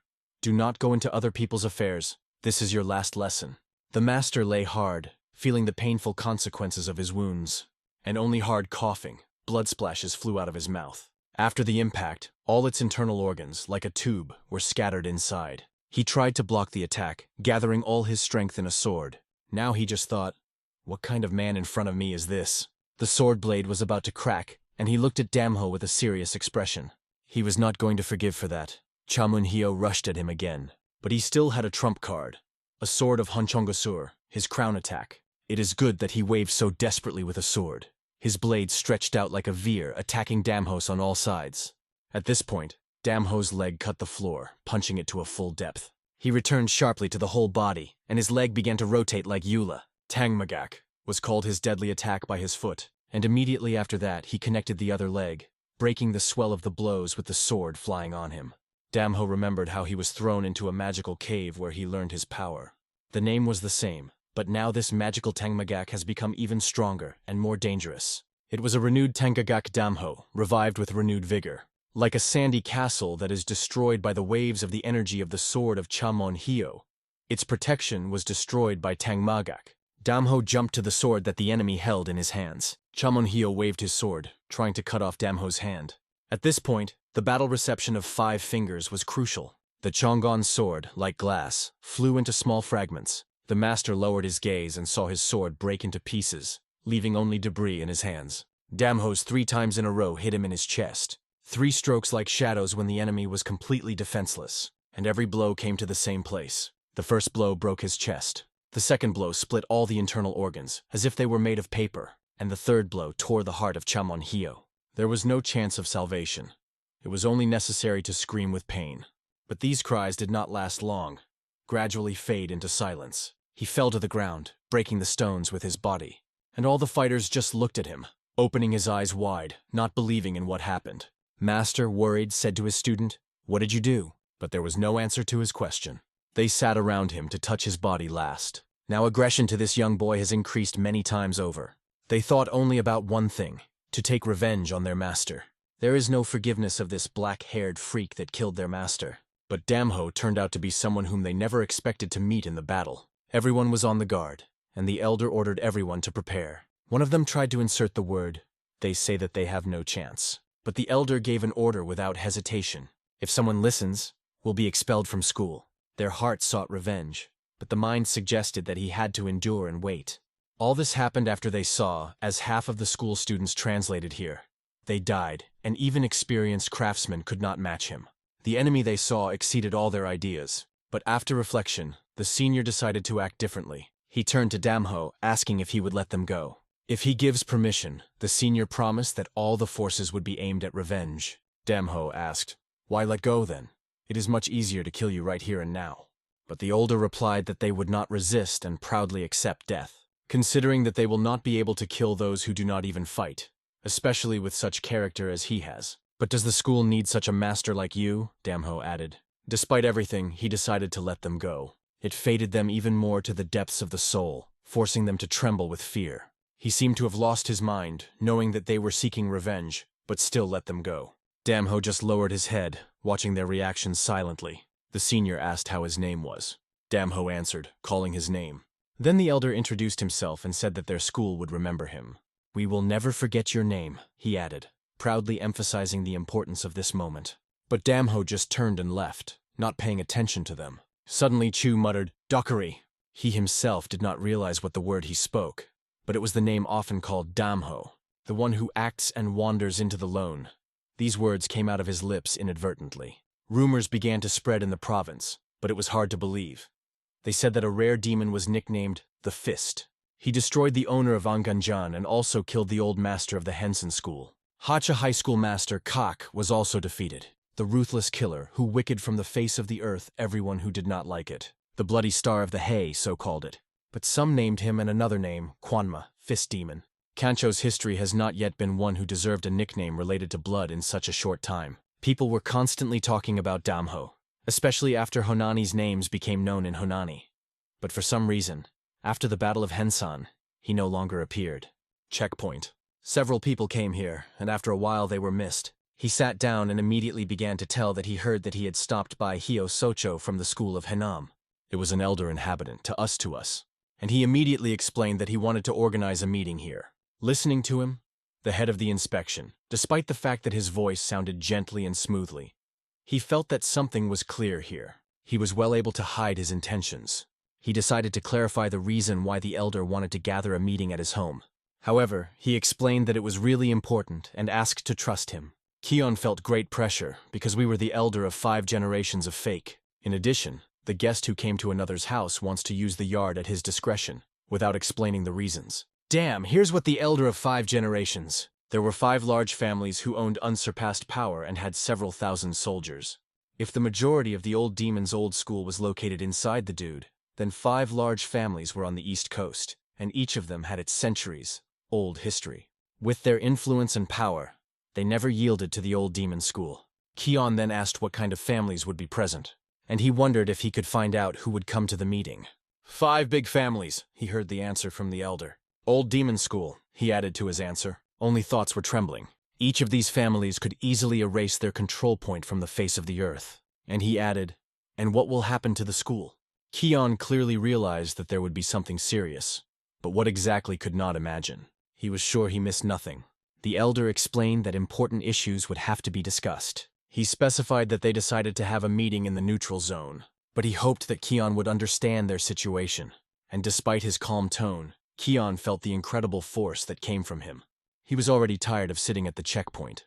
The hearing from the outside world was dark, and he only thought of how to leave from here, as a man suddenly appeared next to her and turned to her. Of course, she turned to see who it was. The man explained to her that they should not worry because they came from Castle. He introduced himself to her as an elder towards Tuasguchan. She kept calm, listening carefully.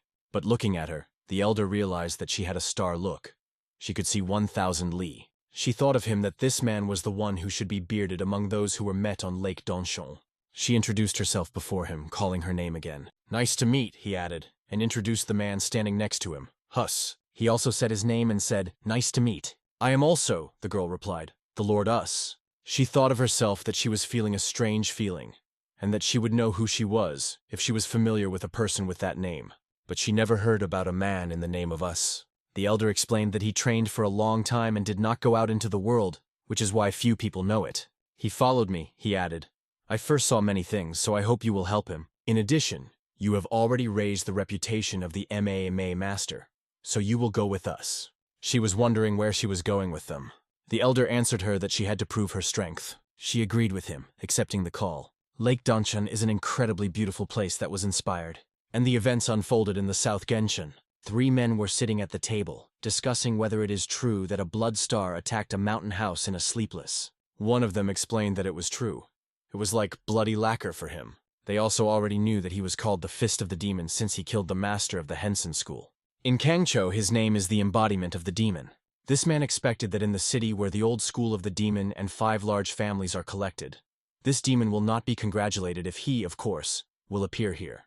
The elder heard their conversation and added that it would be nice to see him for the sake of experience. The SU added that if it is possible to meet him face to face, then he does not hesitate. The Western Guest House has long become a place where a long time has passed since the Jinbo Damho brother left, and Jinbo hoped that everything was well with him now. He sat at the table alone when he heard that someone had come. It was Achon, who, opening the door, asked if she could go. Well, of course, it was a rhetorical question from her, and the chef came behind it, nosy. The girl apologized, saying that she had brought him, because it was his initiative. He wanted to talk to him, so he came here. Jinbo was in an uncomfortable position for a few seconds, not understanding what was happening. Then the nosy asked directly, "How do you get started working in Isabilia?" It was a suggestion that put the Jing in an even larger stupor. He directly offered him work in Isabilia, and he explained that he could learn a lot, but the plump barely pulled at least one word. Then the nosy explained to him that after he left, he had to think about it. He added that he grows old, and everything is not like before. Even dishes such as 5 dragons. They no longer seem like before. "In my best years, I did not overdo it with spices," said the nosy. "I tried to resign until it was too late, but I realized that there were no suitable competitors for this position.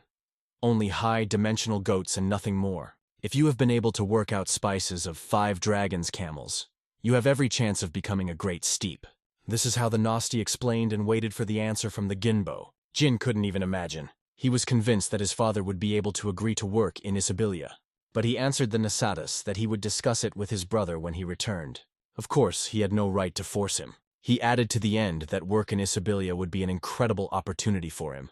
He asked very well to think about it and already started to approach the door. When he came out, CO asked for forgiveness. She explained that Uncle asked her to continue, and she couldn't do anything. But why did the Jane be interesting? And I explained that all this is because of Damho. And she started talking about the hearing that they now go about him. They are especially distributed here in Koam, where several schools have already begun to prepare for possible events. Their strength will increase significantly if they publish Damho. Damho is a person who they do not know at all. He is not the person who will bend to someone. This was clearly understood by the Jinbo, and CO agreed with him. She knew that Damho was a single wolf and that scandal at the restaurant. But still, it seems, her uncle likes Damho. And the chef came here because the Jin is a mediator. Well, she explained that the talent he had was recognized, and this is a fact that cannot be changed. There will be many such cases in the future, because Damho's audience has dispersed all over the world, and you are connected with it. After listening to this, Jean raised the theme about the Lord. "Who?" she asked. "About Ron?" asked the girl and immediately understood. Then she explained that she would not have some time. She had things. In the meantime, Damho came to Yushan. He came here to find a former member of the Black Tiger Gang. And after one scum, he made him think that he was a real monster, beating him. Having defeated this man and where he was, Damho wanted to find out where Junsan was now. From under the stones, words that he did not know. And so Damho lost all holy hopes to find Yunsana. At this point, he told himself that he should not be disappointed yet. This bastard wants to play and will definitely be illuminated. There is nothing more important for this battle. So, we will definitely meet. And he kept on the mind that the 2 tree is located Pierce Manson. There you can relax and recover. Manson is a small pier, located on the bank of the Donchong River, where you can sit on the ship and quickly roll on Lake Donchong. Damho has already driven his horse into the hangar. There he tied him and went to rest, and he thought about how the Jinbo was doing there. He turned his head left to enjoy the beauty. Landscape on Lake Danchong is really wonderful, the listies were not lied. One man was sitting nearby, drinking alcohol and talking to himself how he likes to spend time outdoors under the clean sky. He said the interesting word Odonchunchiri, which meant how time and the world. Damho recognized this voice. It was a union. He approached him closer, and his voice said his name.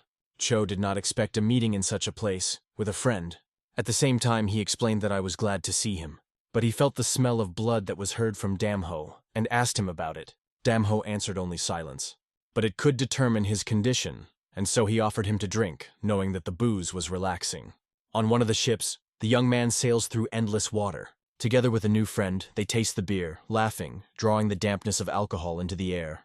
It is difficult for him to believe what his friend has changed, not only externally, but also in character. When the look falls on him, a teacher's memory appears, but for some reason he cannot understand why it came about. I will give you a guy. Find out if his stop on Lake Donkan. However, as he specifies, a friend replies that he will go to Angan, which is near the abundant fields. An important meeting will be held there soon. Young Lord is interested in asking what will happen. The guy, holding a smile, says that representatives of famous schools will gather at the meeting. He does not know more details, but it is known that this meeting will resolve important issues. All of them are panic. Not only Vangan, but also Donshon, and the whole province of Hamin stands on his ears. But it is clear that the young mistress is indifferent. The boy knows that the meeting will be people from the old school of the Dana, and representatives of 5 large sects. This is also expected to be important guests from the Kanfo. Lady Hose realized that if representatives of the old school Damuna will come to the event, then the school of Vanos will also send their people. Although he has long broken all the connections with the school of Bakon, the young lord realizes that there is his teacher's body. The interviewee lad's HO continues to pour in alcohol, emphasizing what cool ladder and does not hide his surprise. But I will not worry in any case. His path lies elsewhere. The man tells the young mistress that the glory of him has spread to heaven. The HOD does not quite understand what glory is about, but probably he does not even know what publicity he received in the province of Hunan. People call him a bloody star and blue fist of the demon. This new nickname was given to him by local residents. The home was amazed at the new name, Fist of the Demon. However, such rumors are usually spread among ordinary people. And although they do not know everything, to consider him the main character is a pleasant idea for his friend. Now the whole province of Hunan has a new hero, and it will give you Ho. It was exciting, but their conversation suddenly distracted something. The man exclaimed the giant to close his mouth to the castle. From this, such a noise rose that everyone around began to pay attention. Even if you try to keep the ship on the ship, it is unlikely to succeed. The man grabbed the ordinary workman with his big hand, calling him a whole mouth for offensive words. He was a representative of Haboxen, Hangan Boyanchon, who hints that the boy had told him something unacceptable. The guy realizes that he is in a difficult situation and recognizes his mistake. One of the crew members approaches Boyanchon, stopping it, because this guy again arranges a mess. This is not the first time when a team representative stops him from meaningless pranks. Boyanchon feels guilty of his own pranks, because his brother has a loud voice. These disputes will be completed only when they leave this place. This crew representative was the way. Due to the close location of Haboxen settlements, their families often communicate and have very close relationships. Boyanchon looked at the common man and noted with sarcasm that he was even funny. But the boy explained that he just was talking on behalf of the captain. The family tries to stop it, but he ignores their requests, offended by the boldness of the guy, who he believes offended him. The relative explains that he did not intend to ignore him, but simply performed his duties. He asks the Boyanchon to stop bullying people, give them a little rest, and the girl emphasizes that he releases the poor. Boyanchon feels that no one supports him, so he decides to pardon the guy and tells him that he was lucky. Angry, he throws him with all his strength, and the guy hit a wooden structure. People around, seeing this cruelty, feel the fear that appears in their eyes. Boyanchon asks loudly why everyone looks at him so carefully. He calls them real scum that confuses viewers. Continuing to insult, he calls their parents the same disdainful words, and the young host can no longer tolerate it. One of the men, having a good drink, is indignant through these images, considering them too arrogant. He puts a bottle on the table, saying that he cannot tolerate when parents are called dogs. The man goes forward, not paying attention to this rude. It goes closer and asks the scoundrel not to raise the noise. The Boyanchon brother is watching the situation, realizing that the fight is already inevitable. Boyanchon, calling the parents of the audience dogs, crossed all borders, and no one is about to endure it. The brother decides to intervene and apologize for Boyanshan's stupidity. But the man who has come up has no claim to his brother. He is annoyed that his brother apologizes on behalf of health. He, in turn, is angry because insulting his parents, calling them dogs, it is too much. The man tries to resolve the situation, apologizing. But this is not his business, so he decides to leave the road. The look of this man shows seriousness. It is definitely not simple. Even with the request to stay away, Healthy does not stop it, and it still begins to behave brazenly. The guy asks him to apologize not only to his parents and him, but also to all present. Healthy screams for the whole deck, noting that he is from a hook, and asks why he should apologize at all. The guy approaches Grubian, who decided to carry such nonsense. He repeats that if he calls people dogs, then he is a dog. He is absolutely indifferent who this man and who his relatives are. If he was wrong, then it is necessary to apologize, because this world is so arranged. Enchan was not even about to apologize. For him, it was a matter of pride. However, the more it seemed that the more he refuses, the more he showed his weakness. After all, his pride is not so important that someone is worried. So he loudly declared the whole ship that the Hungenboxen clan introduced the world of such a large dog as this scoundrel. The Enchan clasped his fists, calling him scum. He asked how he dared to offend a man from his clan. Switching his fists in his direction, the Enchan decided that this guy, feasting, and now he could not live. Young Lord repeated that he did not insult the whole, but only personally. The hate-covered Enchan ignores the words of his relatives who ask him to stop and attack. His brother understands that the situation came out of control, because Health was powerful, like a thunder. When the Enchan directed a lightning-like blow to the opponent, people around the breath, thinking it was the end and it would die right here. And although the blow was extremely powerful, Young Lord evades him at the last moment. He skillfully evades an incredibly strong blow, as if he had predicted his movement. The Enchan sees for the first time someone avoids his attack, but not just evades but causes a devastating stroke. If this scum applies such force again, there will be incredible casualties. Therefore, the young host grabs him firmly by the hand and holds all his strength. The Enchan begins to be nervous, realizing that everything came out of control. The young host calmly asks what he is so worried. He will have to use the technique of 8 fists to break the enemy's hand. The Enchan is stunned, believing that it is a real witchcraft. But the young lord explains that if he calls the technique of 8 fists of witchcraft, he does not understand anything in life. His relatives watch the Enchan get heavy blows. 8 fists are known to have been created by Master Chan Ilsan, an extremely powerful technique. If the pain spreads all over the hand, his brother will be overflowing. Soon, Health becomes difficult to move, and the fists of the young mistress fall on him. They circled in the dance of the battle, as if 2 enemies woven in a deadly rhythm. The problem was not only that the blows were falling on him, but in where they were beaten, the Enchan was already blood. Rumors say that the main feature of the technique of 8 fists is the ability to restrain the enemy with the help of bovine blood. In a second health, they were mercilessly fastened. The Enchan falls humiliated and beaten, overthrown on the ground, with a feeling of complete humiliation. The guy stands in front of him, realizing that there are always those who are not able to perceive words without power. If it were not for the technique of 8 fists, this situation could be much more complicated. One of them asked if this guy was a follower of Master Enel. However, the young lord emphasizes that few really know what 8 fists are. But this man realizes that it is a technique created personally by Master Chul. It contains all the emotions that San won in the battles with the magicians, except perhaps those few who also studied 8 fists. And it is quite right. This man was Chong. Everyone around them realized that there are incredibly strong people among them. If this guy is really a follower of Chan Una, everyone around is shocked by this fact. A man asks at Chan Una, if he beat this health, was it a manifestation of the wizard? The embarrassed Chong Union replies that it was his own belief. He simply could not tolerate such an image, especially with respect to his parents. Yet it is not just a fight. This incident can arise serious disputes between schools, turning its actions into their personal problems.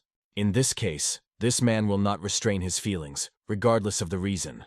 If he was attacked, he cannot stand aside. It turns out that he wants to take revenge on his friend on land. Chong Yuan realizes that this is not a real reason. But he sees this chance to meet a student of a real master, and yet the battle continued its crazy dance. The young mistress understands that these men, though they look like children, are students of martial arts. The picture seems fun. A drunken student who is in the clouds. Although it is not included in the list of Kango's best students, the power and skills are not inferior to them. They will still have a chance to see all the abilities of this guy. Chong Yuni suddenly realizes that he has ended alcohol. He is unsuccessfully trying to find at least a drop, but unexpectedly the bottle flies directly to its direction. Chonan catches her hands, thanks to a friend for an unexpected gift. But at this point, an incredible hum begins around. People understand that there is another dangerous scoundrel here. And if he is friends with Chon Yuan Yu, then it is definitely not a simple person. Chonan all time did not waste it in vain drinking alcohol. When the ship swims to the shore, it throws a bottle forward, and he exclaims that if they have enough spirit, let them follow him. Warriors who seek revenge for a friend understand that it is a clear provocation. Together with the bottle in his hand, he sharply jumps from the ship, pushed away from a bottle floated on the water. Chong University demonstrates his skills that no one has seen before. It moves on the water, as if it would run on the ground. The one who challenged him, watching, understanding, what is a real mockery of it. But he does not intend to stand aside and, grabbing the sword, sticks from the ship, hitting the acceleration board. Despite all the attempts to stop it, the guy does not hesitate. He jumps forward, ready for battle. He throws a board on the water. She pushes away from her and bounces up. Everyone watching this man leaves only a precipitate that he is a real, unpredictable personality. She is not going to miss the most interesting. And even if her brother has just been beaten, let her rest a little. She also jumps on the board, repels, and finds herself on land. Moving to the battlefield, they are found. People from the ship enthusiastically watch this spectacle, astonished how far these brave men went. I will see that his friend is seriously confirmed, and realizes that it promises an interesting fight. He feels that the atmosphere in Konth is becoming more exciting. Soon, Chon Un and Pen did never return, and Damho arrived at the right time. No one knows who won and who lost. In the western guest house, Damcho stops on vacation. Jinbo congratulates his brother, asking how he does, and glad that he decided to visit him. Gina Bo has all well, and he is wondering how things were in Damho, who recently went in business. It looks good, thank God. But Gina's face is somewhat tense, and Damho asks what happened until he was. At first, Gin does not want to tell, but in front of a friend he can open. He confesses that he received an offer from Hack Ken, and Damho immediately realizes that people with selfish intentions are always more than worthy. He notes that now you need to think about the future. Gin because too understands it, but the main driver of this force will be his own decision. After all, his choice will determine his further fate. He doesn't understand why he can't stay with his brother. He wants to continue to follow Damho, but he realizes that near Damho is always dangerous. Will Jinbo take it? However, for Gina, because it doesn't matter. He just wants to be with his brother and learn from him. If this is his choice, he will go with him. Jin is rejoicing and offers to feed a young mistress. He promises to cook the best dishes now. It is better to cook yourself, because the purchased food is not so delicious. Damho agrees with a friend and they go to the kitchen together. Meanwhile, warriors are walking the street, discussing important issues. For serious tasks, they need not only material resources, but also the appropriate area. Lake Danchan is perfect. First, the channel will serve them support, so that the soil will not collapse. If you build a fortress, thousands of soldiers will be difficult to attack it. This is great, but it takes a lot of resources for the fortress. The most important thing, they found the right place. A woman next to the leader wants to ask what he means under the word fortress, but she does not have to know all the details. They are in a hurry, and are going to go to the uncle, where she can learn everything. The woman knows about the collection of high school and 5 large sects, but understands that there are still hidden things. Finding a wonderful place, they go there without hesitation. If his assistant chose a good location, then he learned to distinguish between truly valuable places. The student thanks his mentor, because all this is due to his training. The mentor asks if he knows that the family has high hopes for him, but the student promises to never betray his ruler. Soon they come to his uncle and bow their heads. He notes that the girl improved significantly during the travel. It was an elder school of henna, a swordsman Ogun, and he is very happy to see her. After all, a lot of time has passed since their last meeting. A representative of us, Hunchin. It was noticeable that he personally came to the meeting, and for them, it was a great honor. But for him, there would be no need to meet personally if it was not for the importance of this event. If he ever make a way out of the way, then who will point to him the way? These memories cause a wizard anger. He will remember it for a long time. Unexpectedly, Uncle's nephew Guns meets us with the elder. They have heard a lot about each other, but the guy acknowledges that it is even more admirable. Gun asks us to hurry, because there are many things to do. And indeed, they need to hurry, because they were going to create a league. They rejoice in a new meeting. But one of them notes that you need to be careful because it is dangerous now when any mistake can become fatal. A woman from the clan of Us Hun realizes that he interferes again in trouble. and probably the main goal of the old school where Muno and 5 large families are to create a street league. Somewhere in the mountains there was a pleasant warm wind. Summer finally came. The leader looked at the surrounding landscape, thinking that this summer would be hot. He will be sad for these landscapes when he goes to a closed training camp. His servant reported that all things have already been collected. It was great, because a long period of workouts awaited him. The master asked if his student Un-sen was feeling well in order to be able to focus fully on the workouts. The students will cope without it, but the master is very important to them. Of course, these words were warm and meaningful to him, but it is not just words. He really needs it. However, at the beginning, no one is perfect, and the people of the whole should become heroes who will not break under the pressure of the wind. There is nothing more valuable for him than Nakan, and he is well aware of it. This man will always remember this. There is very little left to climb to the top, and the goal will be achieved. Much will change when Muraman is formed. As soon as they overcome all the obstacles, the Bravan school will again take a leading place. The master said that Okian once appeared. The teacher was informed about Hen's news. He went with Ken so that he is likely to gain experience to support Bravan, taking over knowledge from all over the world. They believe in each other, and the fact that Okians will be a good opportunity for Min and Ken. This is pure truth. They are a reliance for bragging. And if you need, the master may allow him to go into the path on his own.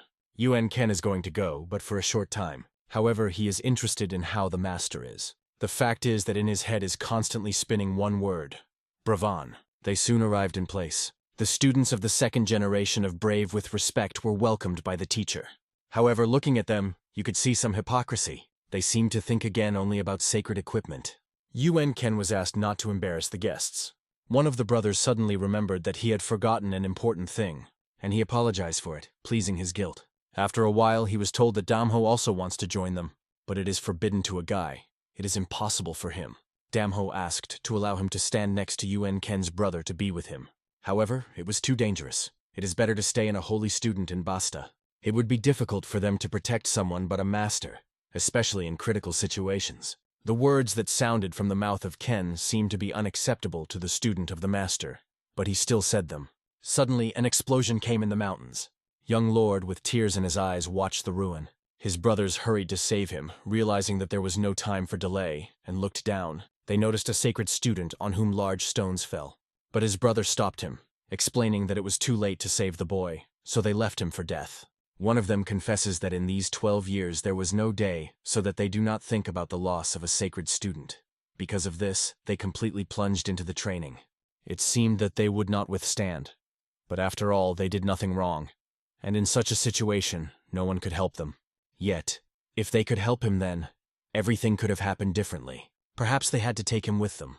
Now they have only bitter to mention this case. After that day, the master never left his home, and the air in their territory was pierced. Soon on the territory of the ocean Ho Moon, the young hostess is approached by a girl. She reports that their deal is coming to an end. He gives her the last gem. Damho asks to monitor the location of the Enusana. But this seems not so easy. It takes a gem, but it has a request in return. Damho allows her to speak. She explains that he wants him to help them when they need support.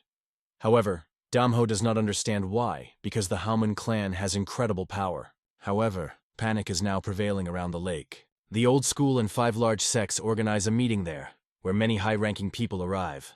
And no matter how strong the Haoman, they will not be able to resist the old school on their own. Ya says they will need only one of his help when he gets the ocean, and then they will tell where Chanusan is. The young lord will become a reliable shield for them. It sounded quite categorically, but the young host just smiled. Many people really gathered for this meeting. He now knows that more than 200 soldiers have arrived in the ocean. After the destruction of religious sects, the old school and other large schools conquered almost all territories, including the Green Forest. Their main opponent remains the old school Damuna. Regardless of the appearance of the Green Forest, it is governed by the community of thieves. If they want to become a prey, you should know the cause of this meeting. This way they will be able to take action. Soon passing past the mistress, Damcho stopped opposite her. She felt her heart starting harder when he walked past her. A strange feeling enveloped the girl. She did not understand why she was so troubled. It even seemed to her that something was wrong with her. But when she saw Damho, she realized that he was an unusual person. He had black hair and a black cloak, and his image seemed very familiar to her. However, she did not understand who he really was. Suddenly, another girl turned to her. Turning, she noticed that the man had already disappeared. It was a warrior with Van Hennen Renan Mok Ilgvan. He had to make an effort to find it. People paid attention to the giant with a huge topor passing by. They were even afraid to go side by side, because it looked dangerous. The torment of Ilgvan was somewhat different from the crowd and did not need loud words to intimidate. The young lord asked him to wear ordinary clothes so that he would not attract attention. The torment of Ilgvan apologizes to her, explaining that he hastened because she came with important news. The Black Label movement looks very suspicious. They seem to have realized that there was a great opportunity now, as the clans of Gold Tigers and White Deer have already united. In addition, it is unknown how many people went to the side of the Black Label, but when asked about time, they had enough time, but they should have time to return alive. At this time in the Western Wind Palace, Damho passed through the palace and, going inside, noticed many people. He rose up the stairs, and he heard that his friend was calling. Anyone who likes to drink invites Damho to make him a company. Damho did not mind drinking together, and a friend began to tell him that he learned the result of the match with his panmen. Damho realizes that therefore the boy is still far to Murin, but he knows exactly that his friend is not inferior to him. Chonun confesses that he really knows nothing and has not known anything. However, he is not interested in it because he is about to go to Vonagan. Chong Union remembers how it was there when there was so tight in the hall that there was no apple to fall. Members of the Honan faction gathered there. These are giants that rarely appear in public. The Jin bourses imperceptibly to them, who points out that Damho returned a little earlier than expected. Jin asks who this guy is nearby, and he states that he is his friend. Chnun meets Jinbo. Recognizing that Damho now has another friend, it's him. They look away, and Chong-un, smiling, says he is pleased, but asks him to call him a kin. Jinbo noticed that the boys drink without snack, and offers them something delicious. Chong-un interested in asking whether the Jin can cook because it would be very appropriate. Jinbo decides to show his culinary talents. Jin was made to cook delicious food. He skillfully controlled the knife, cutting the ingredients. After a while, they are worried about some girl. She asks when he had time to go, and even more surprised seeing Jin because, looking back, Chong-un suspected that this girl meets Jinbo and directly asked them if there was something between them. She replied that there was no relationship between them. But these words were even more fun for the boys, and it was embarrassed. Then she asked who was sitting next to Damho. He did not want to call his name, just replied that he could be called friend. He will be a support and hope for Damho, but the girl perceived it for a joke, especially when he introduced himself as Oppa. She was indignant because OPA sounds strange and began to shout to his ear. The girl realized that she was a joke and was annoyed by how he called himself. Meanwhile, ships were sailed from the shore. The commander reminded his soldiers to be careful on the road. Some people addressed the captain with the question of where this stir came from. They came to the conclusion that the pier was chosen intentionally for stop. Taoism was interested in Mangara React this time. They could destroy the clan, but after 3 years they only recently left the shelter. The forest painter notes that everything has changed. And approaching Don Chong, he has some sentimental feeling. But the student denies that this is not true. If this is not true, then he is a well done, because during this time without it, the clan would not be what is now, and it can be said that it will still become the basis for Tausel. He was sure they were lucky. In 10 years he has not lost any member of the clan and any student from his circle. These words sounded quite strange. He noticed in this young man something that did not allow him to recognize himself as a student of Taoism, even before his death. However, the guy resigned himself to the old man's thoughts and tried not to root him.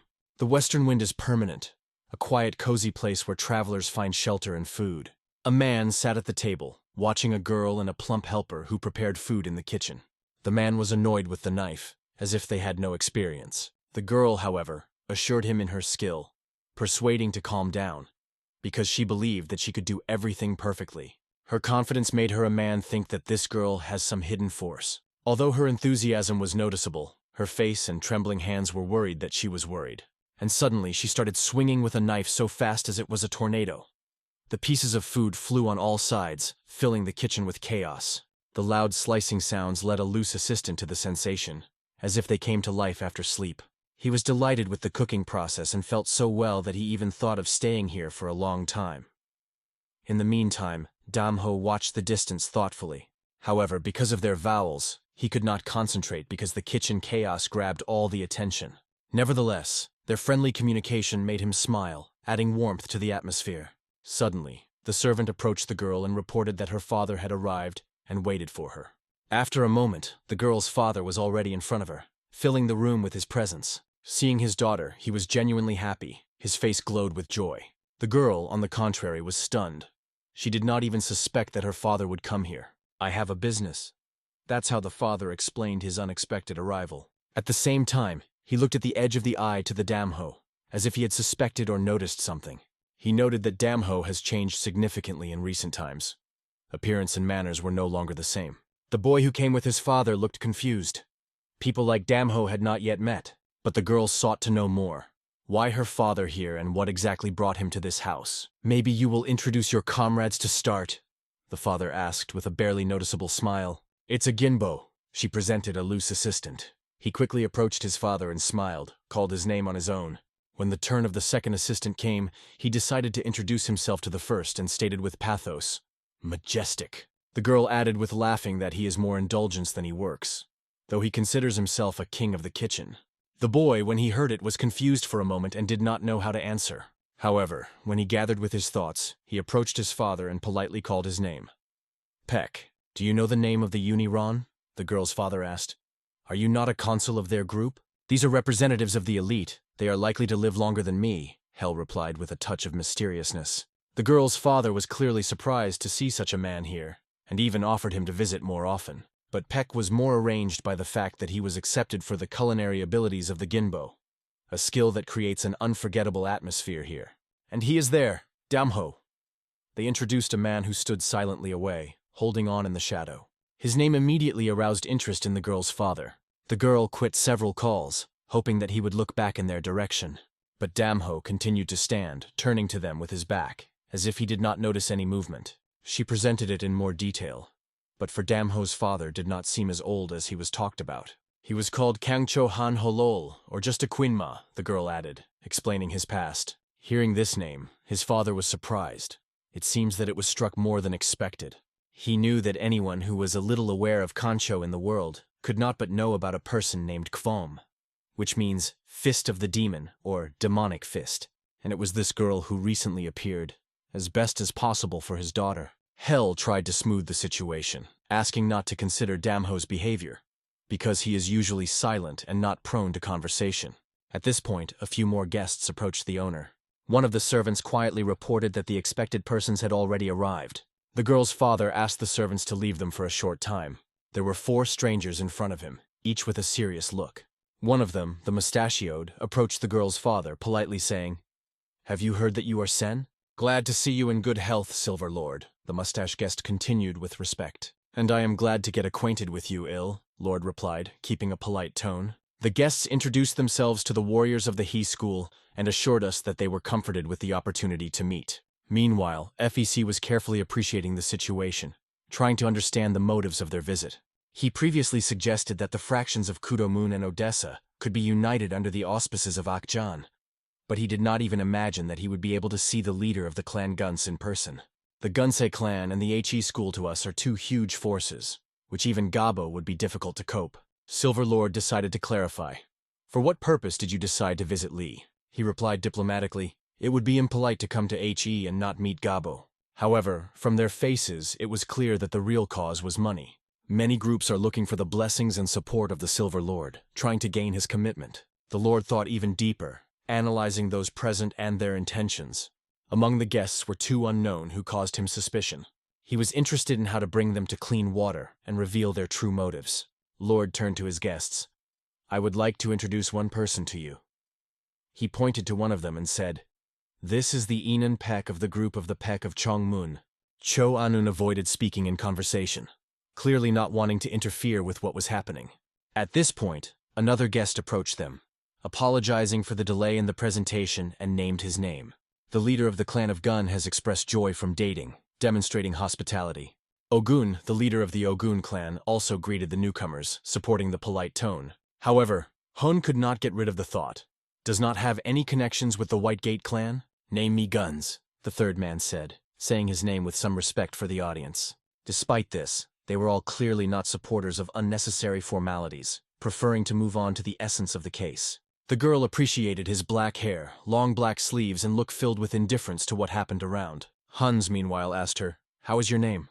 In her eyes, the memories of the past were reflected when the unknown destroyed Duchonho. She remembered the same catastrophe and Damho, who then saved her.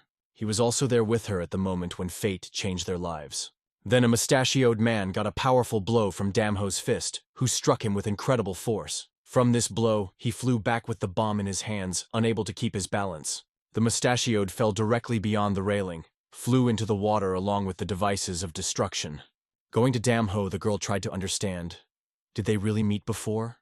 She was convinced that she saw him in the past and wanted to see it. In her eyes, a deep darkness, which seemed to fill her whole soul, leaving a trace of pain and experiences. At this point, she was quiet but confidently. I am an owl. Damho also named his name, accompanying it with a short but meaningful answer. The girl repeated his name, and there was a short second of silence between them, as if it were eternity. It is a pleasure to meet. It was in their conversation which, however, did not go unnoticed. Long-haired heard every word. He clearly recognized the girl, knowing who she is, and this discovery was filled with annoyance. He was most indignant at how a stranger dared to treat her so highly. From these thoughts, he squeezed the sword in his hand that his fingers were whitewashed and the blade trembled. Having gained courage, he approached them and introduced in a quiet voice, I am Mom Guns from the South Clan. Subsequently, he asked if they read something from the literature in the library. Damho was silent without showing any emotions. But when he heard this question, his gaze changed dramatically. He slowly turned to Guns' mom. His gaze was so piercing that the long-haired one inside everything was tension. The atmosphere became difficult, as if she were pressing on her chest. And even the girl felt this pressure. The boy on his face began to have veins, emphasizing the emotions that raged inside. Not your business? Damho was cold and creepy, answering questions about literature. His tone made everyone around strain. Now there is no doubt. Damho was the same hermit that legends went. After all, no warrior who had a mentor will never find his way on his own. Gun said calmly, if you do not want to talk, so say, but rude for no reason. Why? Another participant intervened in the conversation. To us, the Hunchin, whom the name indicated his belonging to the Gunsei clan. He came to Damho. I am sure that if he is here, he should know one of the locals. Maybe even him. Especially Gabo, who stood nearby and listened to their conversation. However, Gabo quickly denied, this man has nothing to do with me. It was noticeable that this remark caused him a lot of discomfort, as if he had tried to deny any connections with Damho. The attendees began to suspect that in the HO walls we have an enemy, and it was because of this that Gabo looked extremely alarmed. Hunchin was convinced that if Damho was a common wandering, no one would have heard about him. But the story said differently. He recalled that he had already heard a legend about a person who acted lonely, but unbreakable. It was a story about how one man destroyed all the enemies on the Sochkon mountain, acting in full loneliness. The same man performed a feat on Mount Konum, proving his strength and fearlessness. Recently, news that this character appeared on Mount Konum in a terrible state, losing a lot of blood and barely staying on his feet. Maybe it killed him, one of the audience thought, remembering the tragic events of the past. Gypsy Hyelson, or maybe just a Quinma, the man said aloud, completing his reflections. Both were convinced that they were faced with Quanma, and they stated it directly into Damho's face. Their words were heard loud, causing shock and surprise among all present. Even the girl who doubted for a long time now realized who Damho really was. However, he remained calm and replied that it did not matter. But he was pointed to the unreasonable massacres that he had done earlier, emphasizing that it was enough to cause Kancho anger. However, Damho did not worry about what others thought about him. For them, he remained those who committed many innocent killings, and this image was stuck in their consciousness. One of the audience said, as soon as everything calms down, you will become a commander. And these words were thrown into his face. Damho did not deny, only explained that it depends on his actions and choice in the future. If you do not want to be a government leader, you can always direct your power to another useful channel, he added. Others listened closely, agreeing with his wise judgments. The discussion has brought up major changes in Kancho, and their world will need help. The man suggested that Damho use his power for the good, promising that then all the accusations from him would be removed. However, for Damho, these words sounded as if they were told as a trained dog, which causes him only annoyance. When Damho voiced his feelings aloud, he was sharply asked to stop trying to avoid conflict. They acknowledged that he was an extremely valuable ally, and only with his help, they will be able to overcome the river of dangers. However, they reminded him of being careful because any mistake could be too expensive. Kancho is a place of constant changes. Nothing can be predicted here, they warned him. After that, everyone agreed that this place was not suitable for serious conversations and decided to continue in a safer room.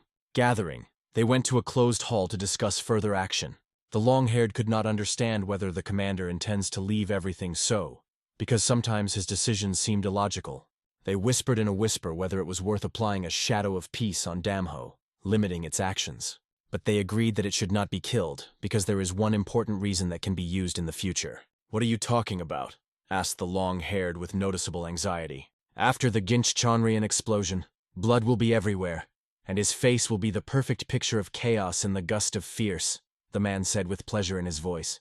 The girl listened to this idea silently, thinking about her possibility. Another man remained confident to the end. "The sky will definitely help us in this design."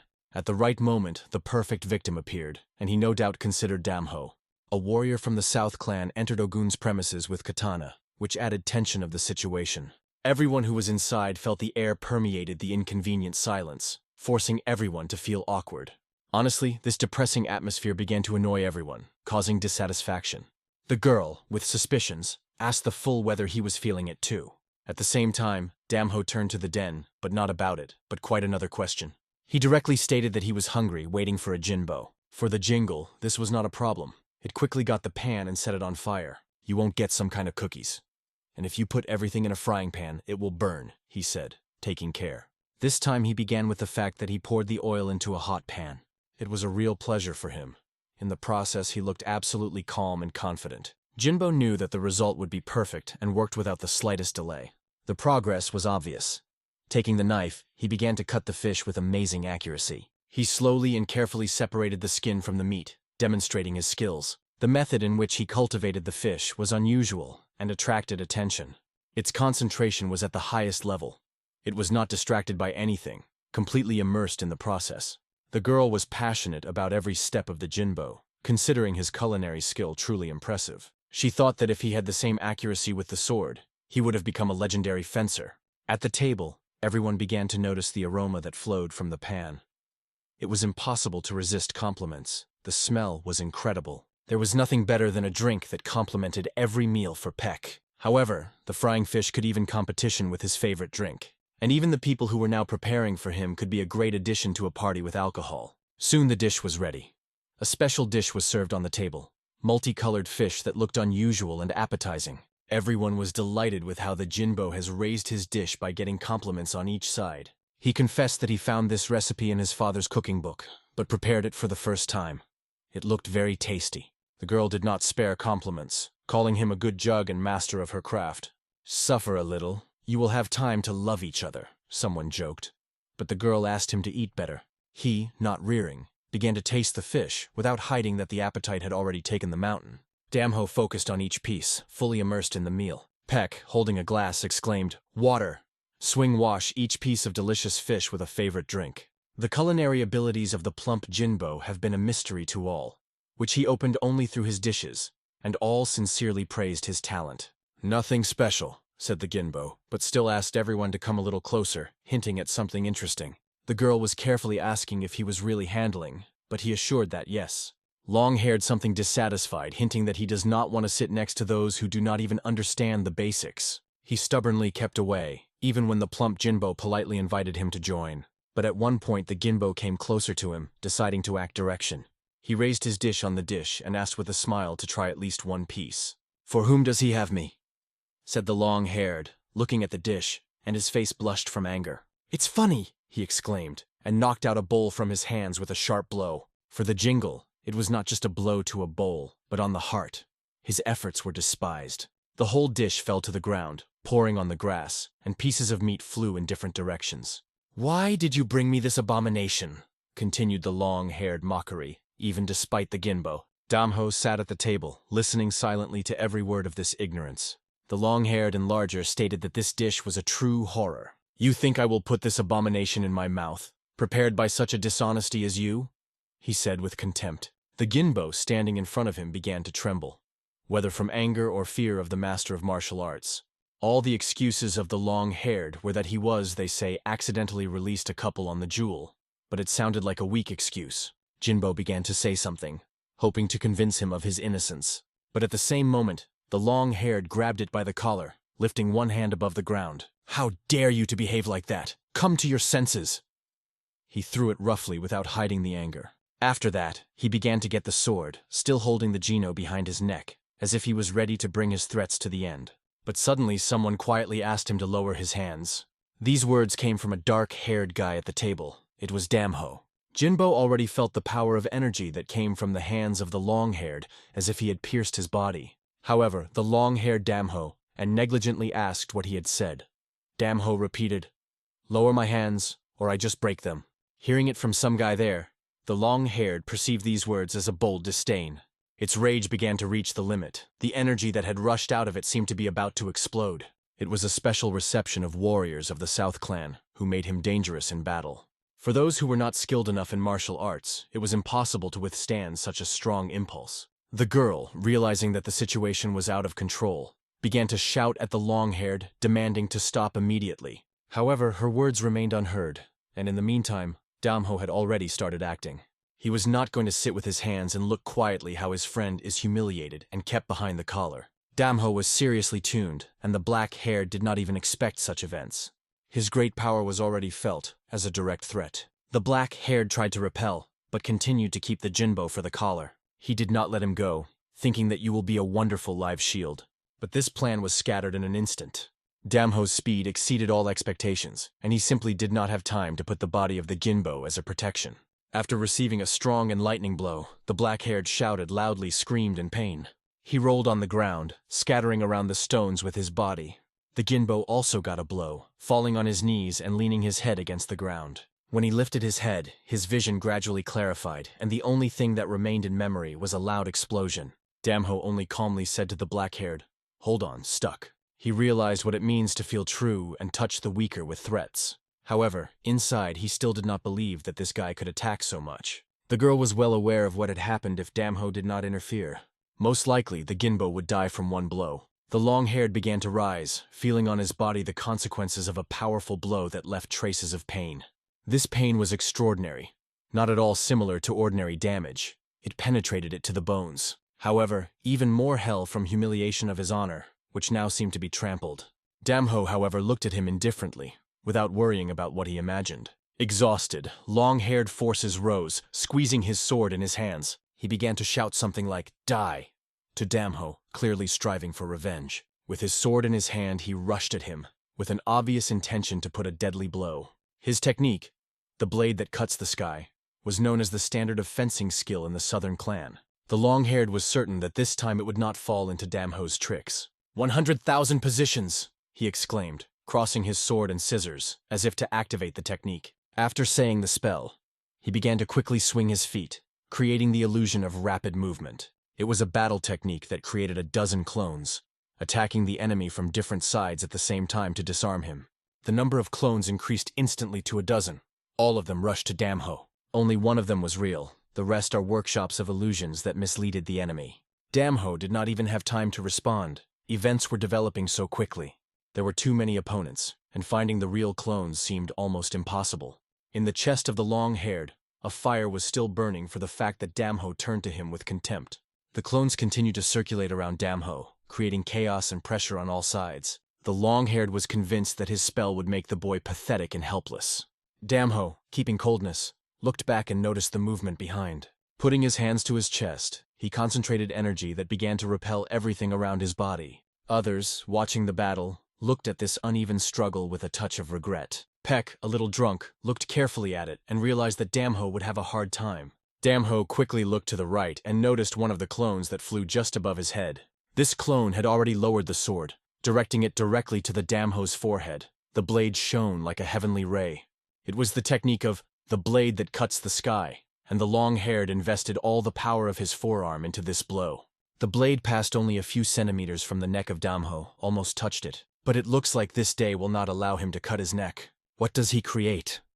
said the long-haired, noticing Damho's hands began to pour red. They became so solid that it seemed that even the sword blade could not break them. How is it possible? The only question that gnawed the long-haired, looking at the incredible power of Damho. How can a young man be so strong that it is to resist 10 clones at the same time while remaining unwavering? His gaze was confidently jumping from side to side, as if breaking all the barriers of the enemy's illusions. The thunder sounded, and the earth shuddered under his feet. Damho pushed away from the ground, preparing for a blow. His fist was tense, and he flew rapidly towards the long-haired like lightning, is ready to break everything in his way. One movement of the right hand was enough to strike. However, at a critical moment, the long-haired effort was able to put his sword under his fist. However, the strength of Damho's fist far exceeded the sword's strength, breaking it into small debris. The metal flew into pieces, like a thin glass, from a strong collision. The sword was the only obstacle that restrained his fist from a direct blow to the body of a long-haired body. But after the sword disappeared, Damho's blow still reached the target. He was fast as lightning, accurate as a snakebite, and painful, like a punch on the corner of the bed, a combination of accuracy and destructive force. Damho fought for real. Every blow was full of all the strength he could gather. The screams of pain erupted from the mouth of the long-haired was to hear from afar. He crawled on his knees, not being able to withstand Damho's powerful blows. He only had to endure the pain that pierced his body from the tips of his fingers to the soul. But Damho has not finished. He grabbed a long-haired forearm, not taking his icy look. "I warned of your hands," he said sternly, reminding of my first warning. The long-haired, despairing, began to be pleased with the mercy, but Damho did not even think to stop. Attaching all his strength, he bent his hand as he should, and that happened. As if lightning had gone throughout his body. The pain from the fracture was so sharp that he would definitely remember this moment for life. However, Guns was a direct blood relative of the southern clan, known as Sachun's Gate, and all observers understood it well. Hell was also aware that this clan was not forgetting good deeds or an image. To break the wrist of such a clan is an extremely serious event that had consequences. At this point, the elders ran to the conflict, trying to stop the fight. They had no idea what happened here and looked confused.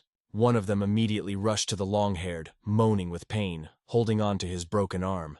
The first to whom the long-haired drew was Damho, the one who caused him to injure. He immediately began to threaten, stating that the consequences would not be expected.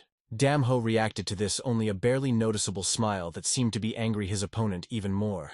Without stopping, he began to go forward, despite the warning. His movements were so confident and fast that even the dirt flew from under his feet. His gait, different from the usual, acted on the nerves of us Guns, adding tension. Long-haired noticed that Damho never seemed lame. Lightness is his Achilles' heel, he thought, thinking about the possible weaknesses of the boy. He understood that damage to the muscular tissues of the legs could have caused bone curvature, and also affected the muscles of the neck and spine. The more skilled warrior, the better he keeps his posture, preventing any violations in movements. But watching Damho, Guns thought it was definitely not about him. His strength seemed perfect. How could I lose such a snot? He could not believe, boiling internally. What will be a good basis for creating a bridge?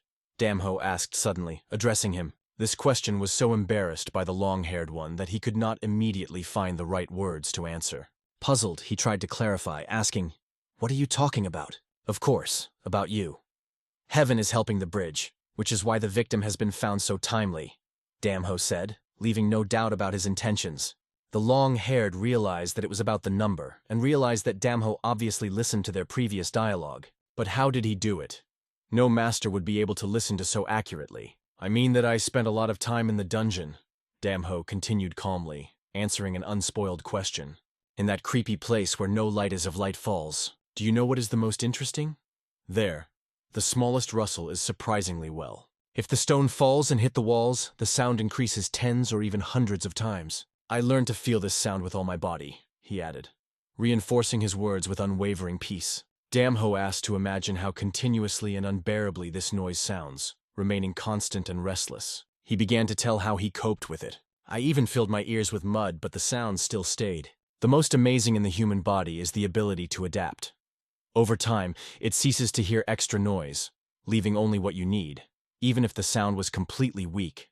These words were a mystery to the long-haired one, and he wanted to understand what Damho struck. "You ask because you do not know yourself," Damho added sharply, reading his thoughts. This made it even more consider, because he was now sure that Damho had heard their conversation. Long-haired insisted, asking Damho, "Do you really think that you can just forgive what you have crippled a member of the South Clan under such a pathetic reason?" He immediately ordered the golden swords to conquer the guy, because he shed the blood of the representative of their clan. "The Southern Clan never forgives the image," he added, and ordered the soldiers to show their greatness without restraining their strength. "If necessary, you can even kill him," he completed his order, filled with rage. This order was the only one that remained swordsmen who began an attack with naked blades. It was extremely difficult to handle the golden swords, and this was perfectly understood by FEC, standing behind Damho's back.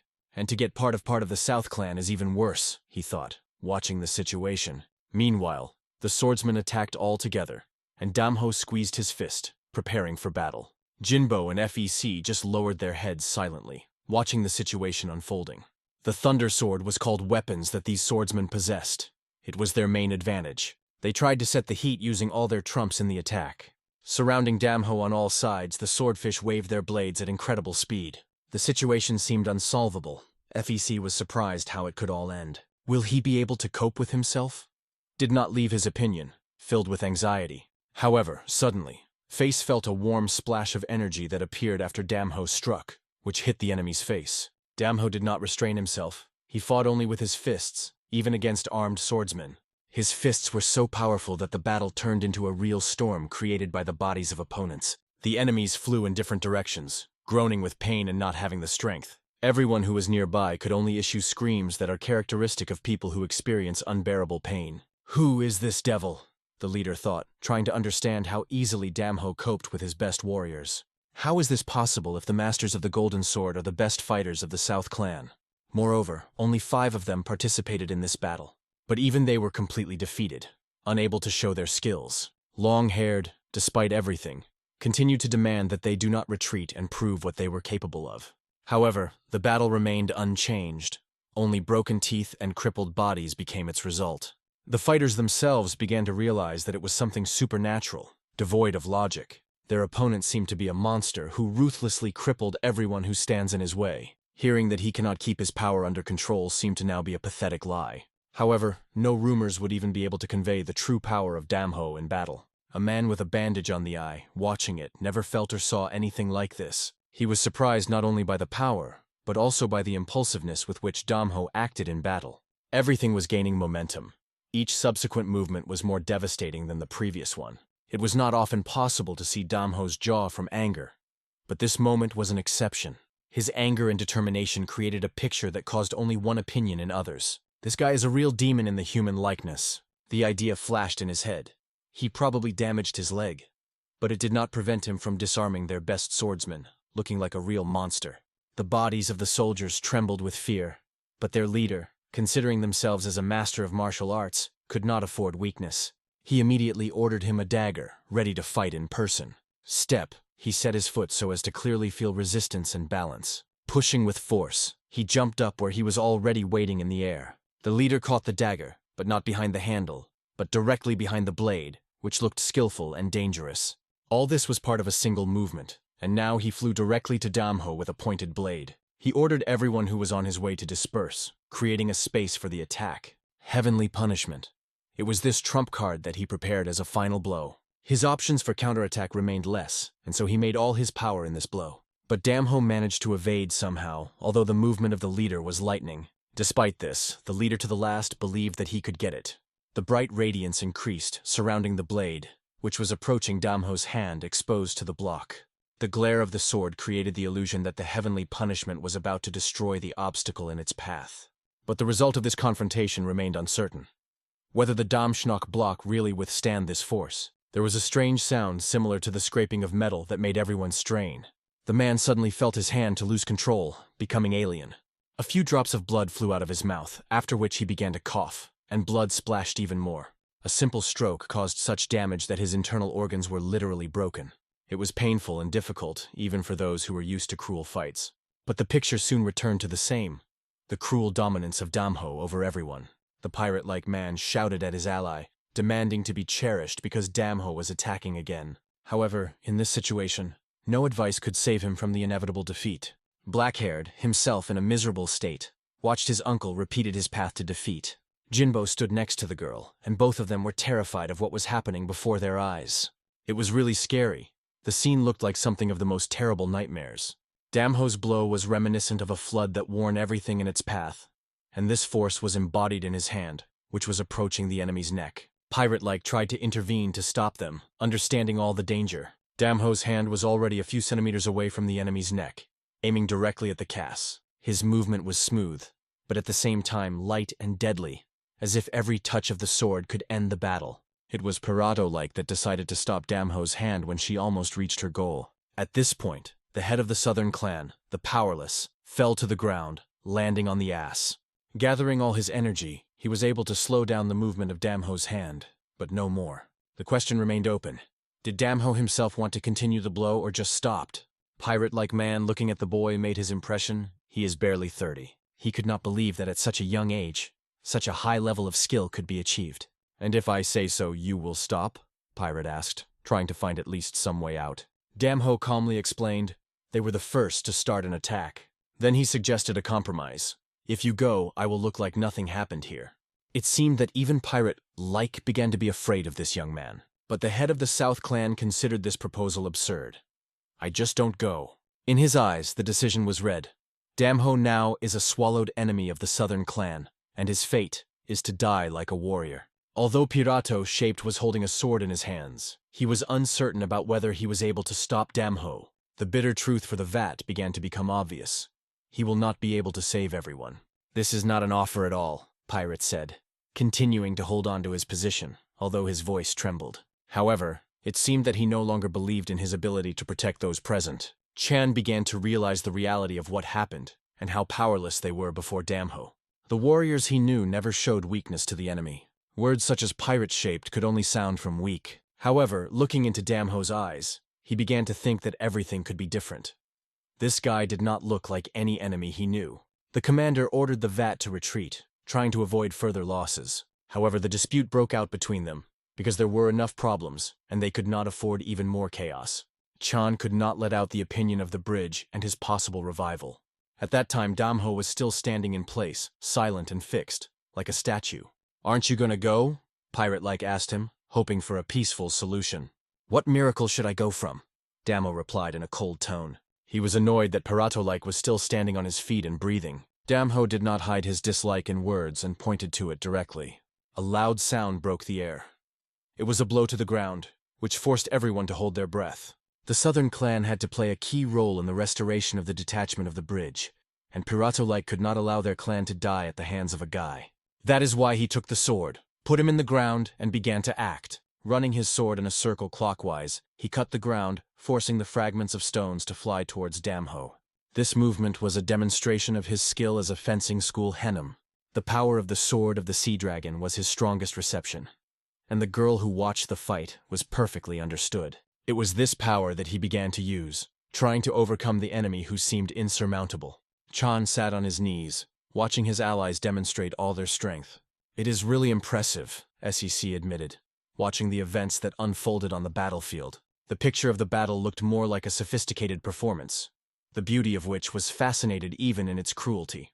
Damho collided with an incredible pirate-shaped attack. The power of the sea dragon forced him to concentrate even more than usual. Pirate-like with a bandage on the eye uncontrollably, without reducing the pace. At this point, Damho tried to catch his gaze to better understand the trajectory of movement. He needed to put his fist right under the sword blade to stop the attack, and in the air there was a collision of ice and flame. The fist Damcho stopped the enemy who was racing on him. Long-haired, holding on to a broken hand, watched how his ally continues to attack. Pirato-like felt the strength of the Damho's fist. The vibration pierced his body, as if the sword faced not with his hand, but with a large stone. The most amazing was that Damho's fist remained whole and intense, like a rock. It was a real mystery, how human skin can withstand such blows and remain intact. Nevertheless, Pirate-like had one sole purpose, to stop Damho at any cost. If he does not be able to do so, he will consider himself a pathetic worthlessness and willing to die. The best thing Pirato-like could make Damho to retreat, although it looked unlikely. He began to use the power of the sea dragon again, hoping to change the course of the battle. This time the attack was accompanied by a titanic explosion that shook everything around. His goal was to make Damho's retreat, though he realized that he would hardly succeed. Despite the waves of the energy that the sword created, Damho made his way through them with unbreakable confidence. Pirato-like was well aware that his fencing would not be able to do sufficient harm to the enemy, but he still tried, hoping at least to keep him at a distance. However, instead of the retreat, Damho decided to go Veibank, destroying all obstacles in his path. Drawing an incredible number of blows, it seemed impermeable even for the most acute blades. Pirate-like swords were known for their sharpness and force that exceeded most of the existing analogs. But this guy reflected them with his bare hands, and it seemed simply impossible. Having passed through the storm of the attack, Damho approached close to his opponent. There he grabbed a pirate-like collar, demonstrating his strength and dominance. Chan, paralyzed with horror, could only watch this stage helplessly. Many soldiers were powerless before the rage of the Damho attack, but the commander still managed to strike him with a sword, proving his status as a real warrior. The commander thought that this blow could force Damho to weaken the grip. Damho, feeling the pain, really twisted a little, but everything went wrong as it was expected. Its grip did not weaken for a moment. He continued to keep his pirate-shaped collar, demonstrating his unwavering force. Grabbing him even stronger, Damho raised the enemy up. Then, with incredible force, he threw it on the ground, hitting his back so that the earth trembled. At the same time, he held his hands under rigid control. Observers were stunned by seeing the scene, overflowing them with mixed emotions of horror and surprise. It was obvious that if Damho set a goal, he would go through any obstacles, fire, water, or even death. He acted without any glance. He was not interested in past or consequences. There was only one goal for him, and he went to her without stopping. Pirado-like lay on the ground, poured blood from the obtained blows, and pleaded with the vat to be careful. Chan at this point he saw Damho's stone fist flew directly to his head. The strength of this fist was so huge that it seemed that he could destroy everything in his way. His eyes were filled with lifelight, which emitted incredible power. Black long sleeves trembled in the wind, enhancing its formidable appearance. It all brought horror. "Is this an end?" said Chan, covered in fear. However, the Sokiop and the girl were convinced that they should protect the South Clan. They all rushed forward, decisively trying to stop Damho. "Stop, friend," said FSE, forming a charge of energy in his hand. He was supported by a girl who added his strength to his inspiration. Together they moved to Damho, hoping to stop his anger. But the one who fell into the state of rage will not simply stop. Damho has already shown his incredible skills, but it was sometimes a chance to express himself. The Fel could only imagine what had happened if I got a blow to Damho's fist right into the jaw. Damho refused to believe that he could just stop it. Calm, friend," tried to reassure him a little drunken Peck without losing his sense of humor. At the same time, he felt a strange tension as if his body was about to break into pieces. But fortunately, everyone remained alive, though the situation looked extremely dangerous. The girl tried to reassure Damho, asked him to stop, but he did not see the reasons for doing it. "The Southern clan leader is the person behind the big things," she explained why he should stop. But for Damho it seemed unimportant, and he made it clear that it did not apply to him. This only confirmed his unwavering willpower, which was striking even those who knew him. He was not inferior to Nin Chakan's will from school, and perhaps even surpassed him. Then FEC spoke in defense of the Southern clan leader, emphasizing that this man was very needed by the world, and asked Damho not to kill him. "The retreats at least once," Peck pleaded. "This is my first and last request to you as from friend to friend," he explained, hoping for his understanding. But in response, only silence came from Damho. He remained adamant. Jinbo tried to persuade Peck to leave the case. An awkward pause, filled with tension, hangs in the air. In the meantime, Damho began to approach the vat, who stood holding his wounded hand. He repeated his previous words, "I am not going to give up." Going even closer, he said it directly in the face, clearly and without fear. "I will beat and break you until you die. If you can defeat me now, you will once be able to overcome all members of the South Clan." Damho added, looking straight into his eyes. At this point, the warriors felt the hair on their heads began to gray with fear. They knew that everything would happen exactly as Damho said. His words sounded like an inevitable sentence. Hunchin did not even dare to meet the commander, avoiding this contact. Such psychological pressure was so powerful that it seemed that the murder did not even need a weapon. The destruction of will, mind, and spirit could be equal to physical destruction. The embodiment of this pressure was Damho, who never was about to give up or retreat. From our mouth, the Hunchins tore the sounds of heavy, angry breathing. His pants were mock, but no one realized what happened. Everyone just turned away, not wanting to look at him or discuss this moment. The incident in which Damho destroyed the warriors of the Southern Clan and remained a secret to the people. Only a few people were eyewitnesses, including John Yunei. None of them wanted to talk about what happened while keeping silence. However, the stress spark remained, igniting the atmosphere in the Southern Riverboard.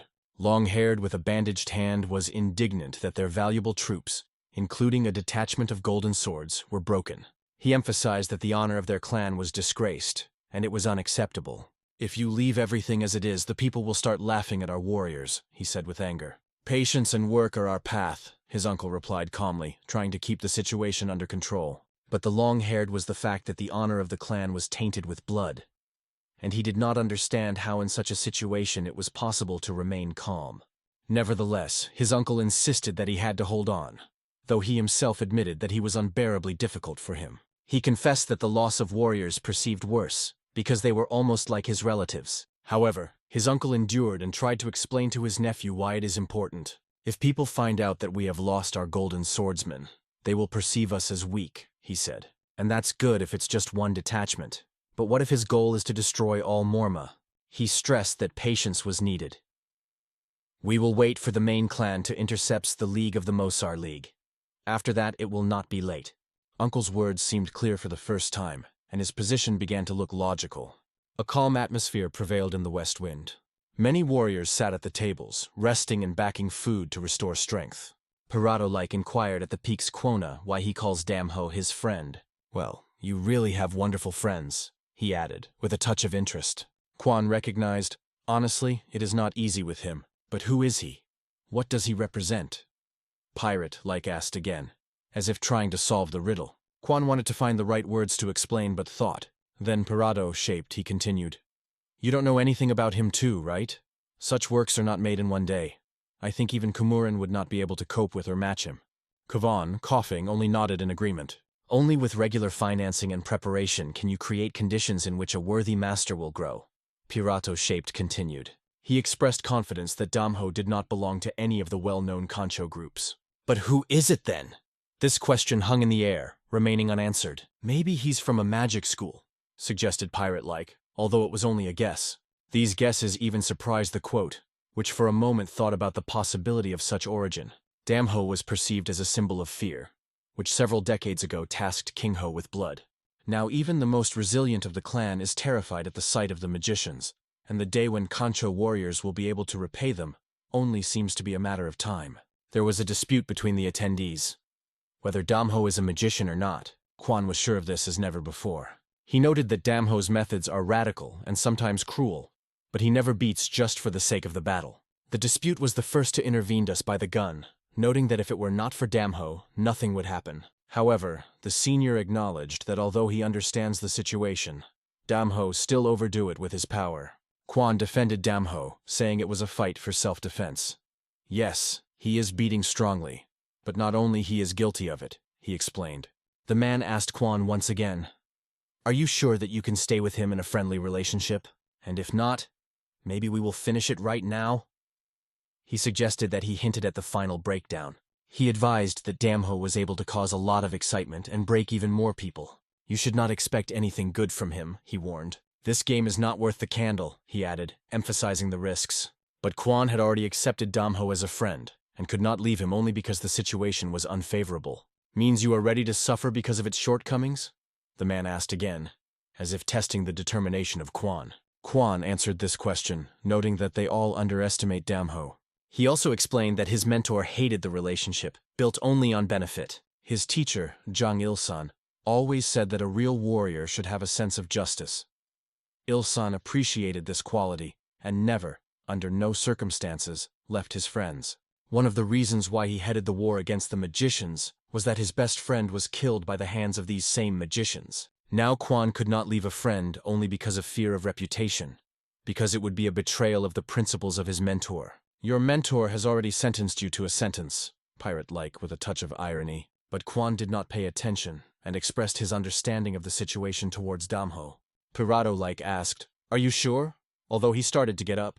I am sure that it has nothing to do with the magicians, Quan said firmly. His confidence was based on the fact that he and his teacher have long been watching these forces and preparing for the fact that magicians could return. Thanks to this, Quan felt their presence better than anyone else. Asked if he will remain with a friend to the end, he replied, I am ready to put on Khan even my life, if necessary. A light breeze walked on the tops of the mountains, adding the moment of majesty. Meanwhile, in the depths of these mountains, other events unfolded. In the middle of a dense forest, which was interspersed with stones, a new secret was raised. In the depths of the forest, there was a young man with a sword fixed on his belt. He was steadily stepping forward, muttering something under his nose, and it sounded like, beautiful. For him, this mountain seemed like a miniature volcano, which only strengthened his interest. Wow, what a wonderful sword. Maybe we will sell it, came from the side. So said the people who met him on the way, clearly unfriendly. Looking around and evaluating the situation, the young man realized that they were robbers, They asked if he knew that they lived in these places, but he just answered the counter question. And it was not visible to me? One of them remarked by the voice that the young man is young, though bold. Others called him fearless, adding, Moscow, which is not afraid of an elephant. They only wanted a little gold, declaring it in a rough tone. But the young man, though he could give them something, confessed that he had nothing himself. Then their gaze stopped on his sword. He explained that he could not give his sword, because it is a gift from his master. Well, you have neither wealth nor a sword. What did you forget here? The robbers asked without hiding mockery. But they also did not want to look weak in front of the young man, because it could undermine their reputation among the locals. If we let him rude, all passers-by will be mocking us, they decided, so we were not going to allow it. The robbers began to fuss around him, nervously assessing the situation. They noticed his confident course, equal breathing and combat readiness. The way he was holding the sword's handle gave his experience and skills. All this made them aware that they were not a regular warrior. Herban, which seemed to be the main among robbers, decided to fight the first. But the young man only killed him with one sword, that everyone around seemed to be in the garden of flowers. It was similar to the bloom of the cherry, which several robbers were recognized immediately. However, others still tried to attack, deciding to go forward. They attacked 3, trying to surpass it, but the blood flowers that appeared during his movements did not give them to end the attack. It was the technique of the Sakura Bloody Sword. There are many combat technicians, but Sakura blooms are a unique art that is used only in the Volcano clan. The only heir to the technique of the Bloody Sakura Sword was a young man whom the clan called Mongon. Now the robbers have realized that they were faced with a legend that exceeded all their expectations. It took a while, and the young man finally was able to breathe. Only swords, reminiscent of just completed battle, sticking out of the ground. He, after all, hissed back into the scissors, feeling relief. But he was also aware that he was already late. I would like to see Akyanan's night streets, but these types just got me out. He mocked me, and moved on. But one of the trees was unnoticed by a bald man. These were robbers who managed to avoid his attack, but they were stunned by his sword technique, which seemed to them a monster. The balloon was called Kwak Kol, one of the influential representatives of the Green Forest. He executed the order of his leader Chaj, who ordered to trace the young man. Meanwhile, a calm and peaceful atmosphere prevailed on Lake Tundon. Damho was already there with his friend Jinbo. Jinbo was still worried about whether Damho was angry because of the events of that day.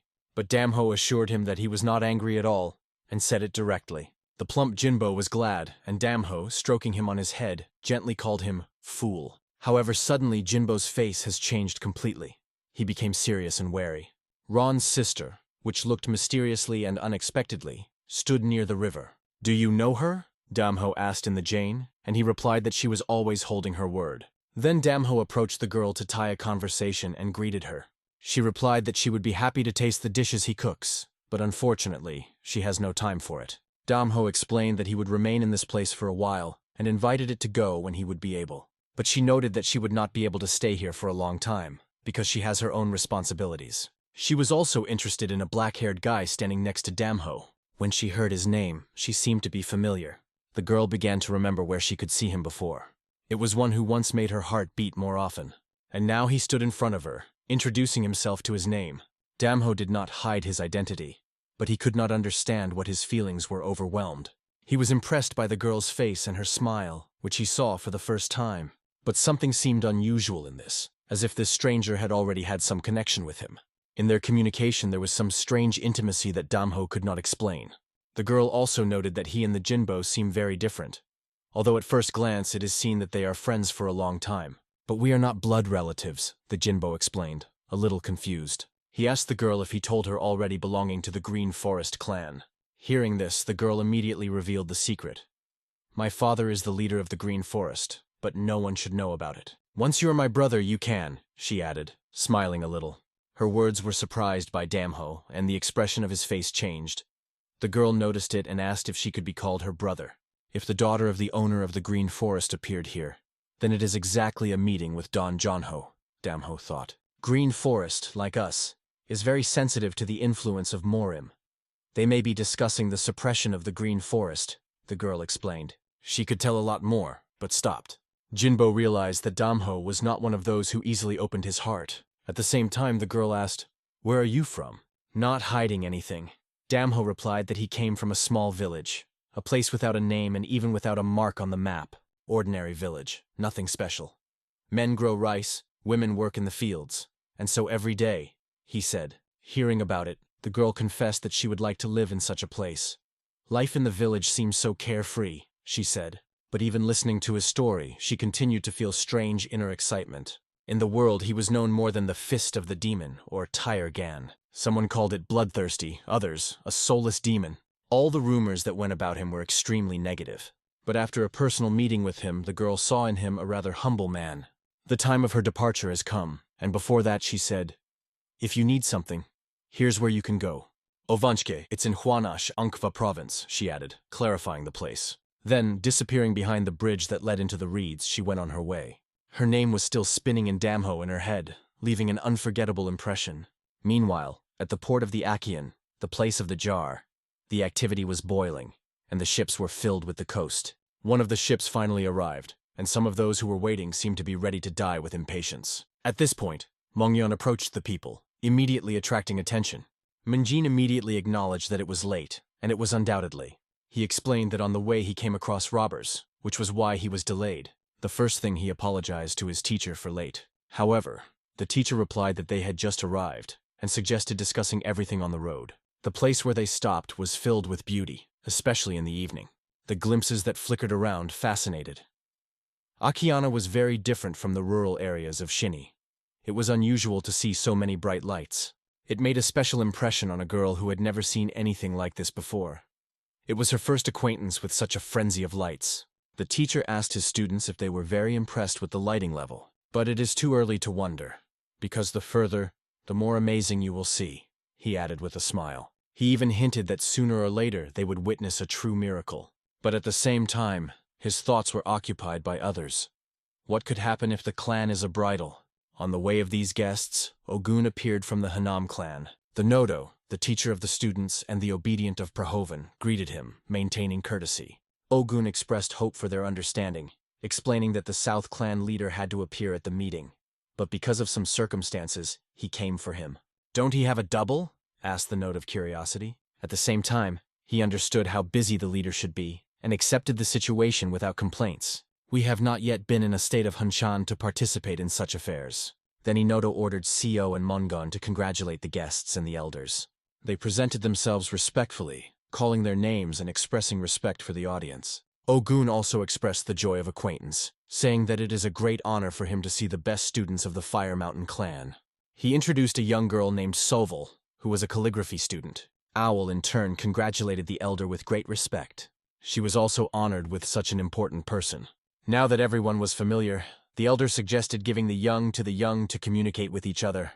Going closer, they again named their names and exchanged polite words, noting that it was a pleasure to meet. For Mongon, it was the first time he saw someone from Kumurin Henump, those who prepared the Wall of the Resolution and a manifold in China. Volcanic Swordsman is a master of martial arts who brought up Jin Other, known as a volcanic swordfish. Its main purpose was to conquer all the old Merns and show the world who is the main here. The young man understood this ambitious idea and what she carries. After a while, several riders with carts moved among the trees in the mountains. The destination remained a little, and one of the riders asked the owner to slow down a little. The commander of Penga, who was difficult to catch even thought of fatigue, acknowledged that he was a little exhausted. Looking at his warriors who went behind, he saw the same thing. Everyone looked exhausted. People were tired not only physically, but also from a long conversation, so the commander ordered to slow down. Moreover, the meeting on Lake Dundon was extremely important, and you should not rush. He warned everyone that when arriving a battle is possible, which would require their full readiness. Everything should be thought out to the little things, so that we could not be supplanted, he added. However, the faces of the soldiers who were exhausted did not inspire great confidence. The warriors still tried to cheer the commander, assuring him that everything would be fine and asked not to worry. He smiled, admitting that with age he became more and more alarming. He continued to speak, but suddenly fell silent, as if he had alarmed him. Before the commander appeared the figure of a man who held a sword with a toothed blade, as if specially designed for better cutting of the flesh. His face was hiding a yellow mask. The clothes on the body were also yellow, and long gray hair fell on his shoulders. Although it looked about 45 years, all the warriors immediately began to prepare for the battle, feeling the threat. The commander realized that the plans would have to be changed and addressed the stranger. "Do not stand in the middle of the road. We must go through."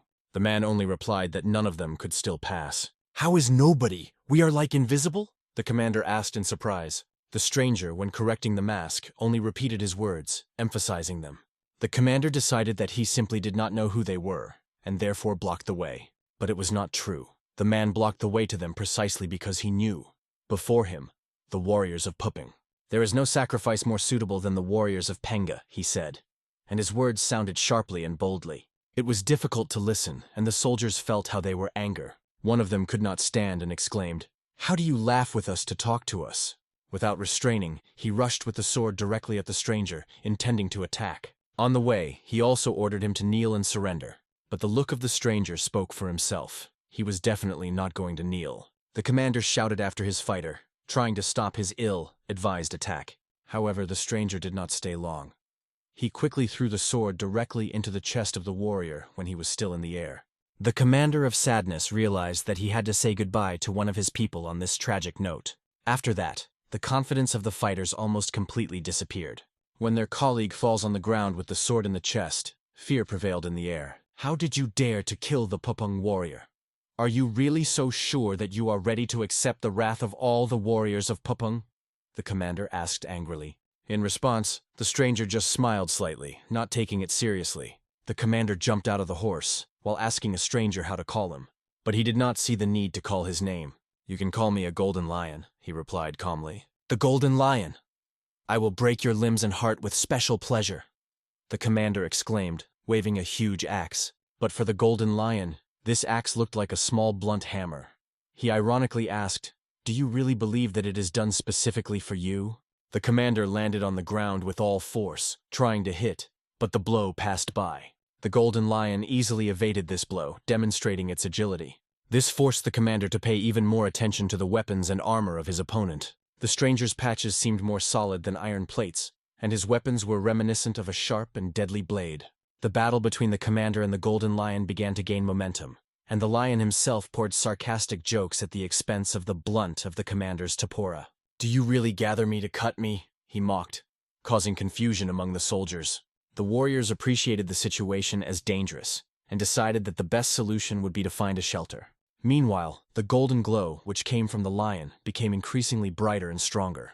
His movements were so fast that it was impossible to take his eyes behind him. "It is sad to admit it, but it seems that this battle will end solely," the warriors thought. The golden lion began to ruthlessly kill one by one, leaving them no chance. He was moving like a bee, striking his speed, and his attacks were as painful as bites. In these circumstances, the chances of surviving disappeared literally in the eyes. His unusual equipment was appreciated by the warriors only when it became too late to change something. They realized that their forces could not even get closer to the level of the lion.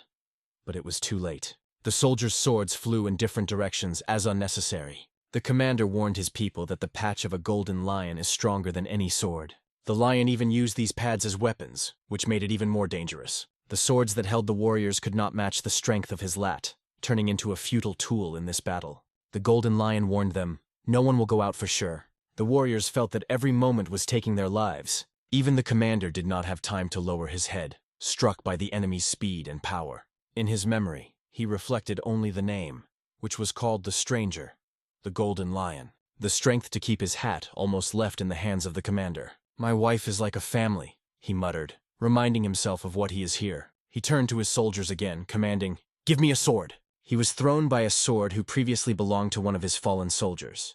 The commander, holding the sword firmly, began to move forward, ready for battle. The sword was impressive in size, and the commander, full of determination, shouted, "Golden lion, die!" But the lion only continued to make fun of, "It seems you can't even handle your hat." The commander responded by the attack using the technique of metal blood. It was his last hope. This attack seemed to have enough strength to kill even a very strong opponent. Metal blood is one of the magical techniques of the Penga clan capable of turning the course of the battle. This seemed to be enough to win. However, even using a metal blood spell, the commander did not manage to close the gaps in defense of the enemy. The warriors realized that the patch of a golden lion is stronger than just metal, and even this powerful technique did not leave him a chance. This only increased the pressure on the commander, who already felt the advantage of the enemy. The very appearance of a golden lion on the battlefield today has become an unexpected and serious blow to the leader of the clan Penga. In this situation there was no other result, but the fighters could not take their eyes off the fierce confrontation. The commander's hand barely moved, holding the sword, but he did not give up. The Golden Lion, on the contrary, was only enjoying the fact that he is now fighting with the leader of Clan Peng. "I have no time for games," he said cold, and decided to finish the fight. The fighters kept breathing, listening to his words, anticipating the inevitable solution. The voice of the Golden Lion was calm and confident, forcing everyone around to tremble. He came to everyone in his majestic figure, and his appearance said, "It is not a joke." "The captain will clearly not be congratulated," one of the warriors thought, not having time to finish this thought. They did not even have time to fully utter the word captain, as a true horrors unfolded before them. The earth flew in different directions from blows, and the hair of the Golden Lion was dispelled like a thunderstorm. On their bodies they felt a sharp feeling that they were pierced with invisible needles. The Golden Lion kept his word. He ended all the warriors, including their commander. He seemed to make almost no effort, ruthlessly destroying everyone who hindered him. The battlefield remained only covered with blood drops that flowed from the bodies of the vanquished. Each body was humiliated and crossed by several deep wounds. How does he do one? It was the last question that the commander tormented before his end. Everything around seemed red. "They were the first victim in the name of our clan," the Golden Lion said, standing on their blood. This battle seemed glorious to him, and he seems to even enjoy Her Majesty. Meanwhile, the Aqua Girl stood in front of the estate, evaluating the surrounding environment. She thought it would be nice if there was a security here. At this point, Mungyeon appeared in front of her. Two palaces are in the heart of Klana Bravan, and it is impossible to leave them. He offered her to take a walk, noting that there was a wonderful restaurant nearby. They moved the street, past the market where life was boiling. Soon they went to a place where you could eat well. But their attention was drawn to conversations around. Almost everyone talked about Kwanum. He is said to be the one who destroyed the fortification in the Sochkon, struck the Hanama in the cities of Hanam, and killed Munja from the Honsan clan. There were many rumors about him, and they filled this place with an atmosphere of fear and intrigue. It was only necessary to come here to hear people discussing this figure. Sai and Mongon, sitting at the table, heard only conversations about him. The name Kwanma has been on everyone's mouth lately. Not only Christians or wandering, but many other people are known about the origin of Kwanma. In Aqua, near the Donjon Lake, there are many warriors of a large dynasty. But for locals, a man named Kwanma is the hottest topic for discussion. The most interesting thing is that he was able to defeat the student of the highest school, Hawk, the one who, like you, was considered a member of Old Moran. The girl explained it to the boy, but he asked her not to worry. He noted that Master Gomjin In told the world about the grandeur of volcanic warriors who defeated all the old Merns. "So Kwanma must be defeated," he added confidently. But Co understood what thirst for victory hides this guy in his innocent face. He is no longer the one who was before. The character traits he acquired were like demonic. She recognized Jenin's fencer in him, but something remained unclear. However, they came here not for conversations, but to eat. Co ordered a bowl of delicious food, enjoying the moment. However, the guy was interested in one question. Who was doomed to death? He accidentally heard about it and remembered that this event happened before he became a student. It was near a private residence. At that time, the Gen, known as Heaven, was a forbidden word in the volcanic clan. The students did not call him by name, addressing him as worthless. The girl understood his words, but asked, "Who did you hear that from?" The guy only repeated that he learned about it by accident. When he tried to clarify in others, everyone answered the same as the daughter-in-law. "And who is this daughter-in-law?" Was surprised by the girl, intrigued by the new detail. "Looks like you," smiling, the guy replied. She then said that the Jean Gina is now for the clan of Brazan not just a painful finger, but rather completely cut off. Mongon listened to her words, carefully interested in details. But the girl was in no hurry to share all the details. They were approached by a man who has been looking for them all over the city for a long time. He brought the news. It is said that the Hakbupergip masters who came here were attacked and practically destroyed. How is it possible for Panga warriors to be destroyed? This information shocked the girl. Mungyeon was also impressed, almost stunned by the news. It was not just a clan, but legendary warriors. In addition, it was rumored that wandering and shamans, who also appeared near the lake, were victims of attacks of unknown groups. The faction of 9 cities and 5 generations tried to hide these events, but could not distract the public. Rumors spread lightning, and the whole Hunan province knew about it soon. People realized that the old faction came together not just, while the situation was just getting worse. The Hunshin was one of those who had been affected. The loss of a golden sword through Damho turned a disaster for him. he was left without trusted people, which literally tied his hands. Hunshin was tasked with organizing the support of troops, but to the fortress of Ankve, where the South Clan is now, thousands of miles. This trip will take at least 10 days or more. Ogun told him that the power of the Penga clan was burned, and suggested, "Isn't that magic?" Chan thought about the word magicians, which has long been in conversations. They last appeared 12 years ago, leaving the world in a state of tension. At that time, magical boats went north, where after fierce fighting with the remains of the warriors of the magicians were defeated. The whole world has learned about it. However, many did not believe that magicians could appear again. Among these skeptics were Hunshin, as well as Shaman Chonho Jenin. Chonho Jenin from the shaman's faction was the one who directly managed the detachments of the warriors and fought with magicians, so he knew about the situation better than others. During his investigations, he found out that the number of maims was insignificant, and most of their forces simply fled. At the end of his journey, Chongho, Jenin, found an ally in the Hunshini person, and together they began to pursue the traces of the magicians. More than 10 years of hard work have dispelled all doubts. The remains of magicians settled in Chonvon. If these magicians are weak in the counterattack, other clans have sufficient forces to eliminate them. Because of this, it became clear that it is necessary to create an association. All these facts confirmed that magicians still exist.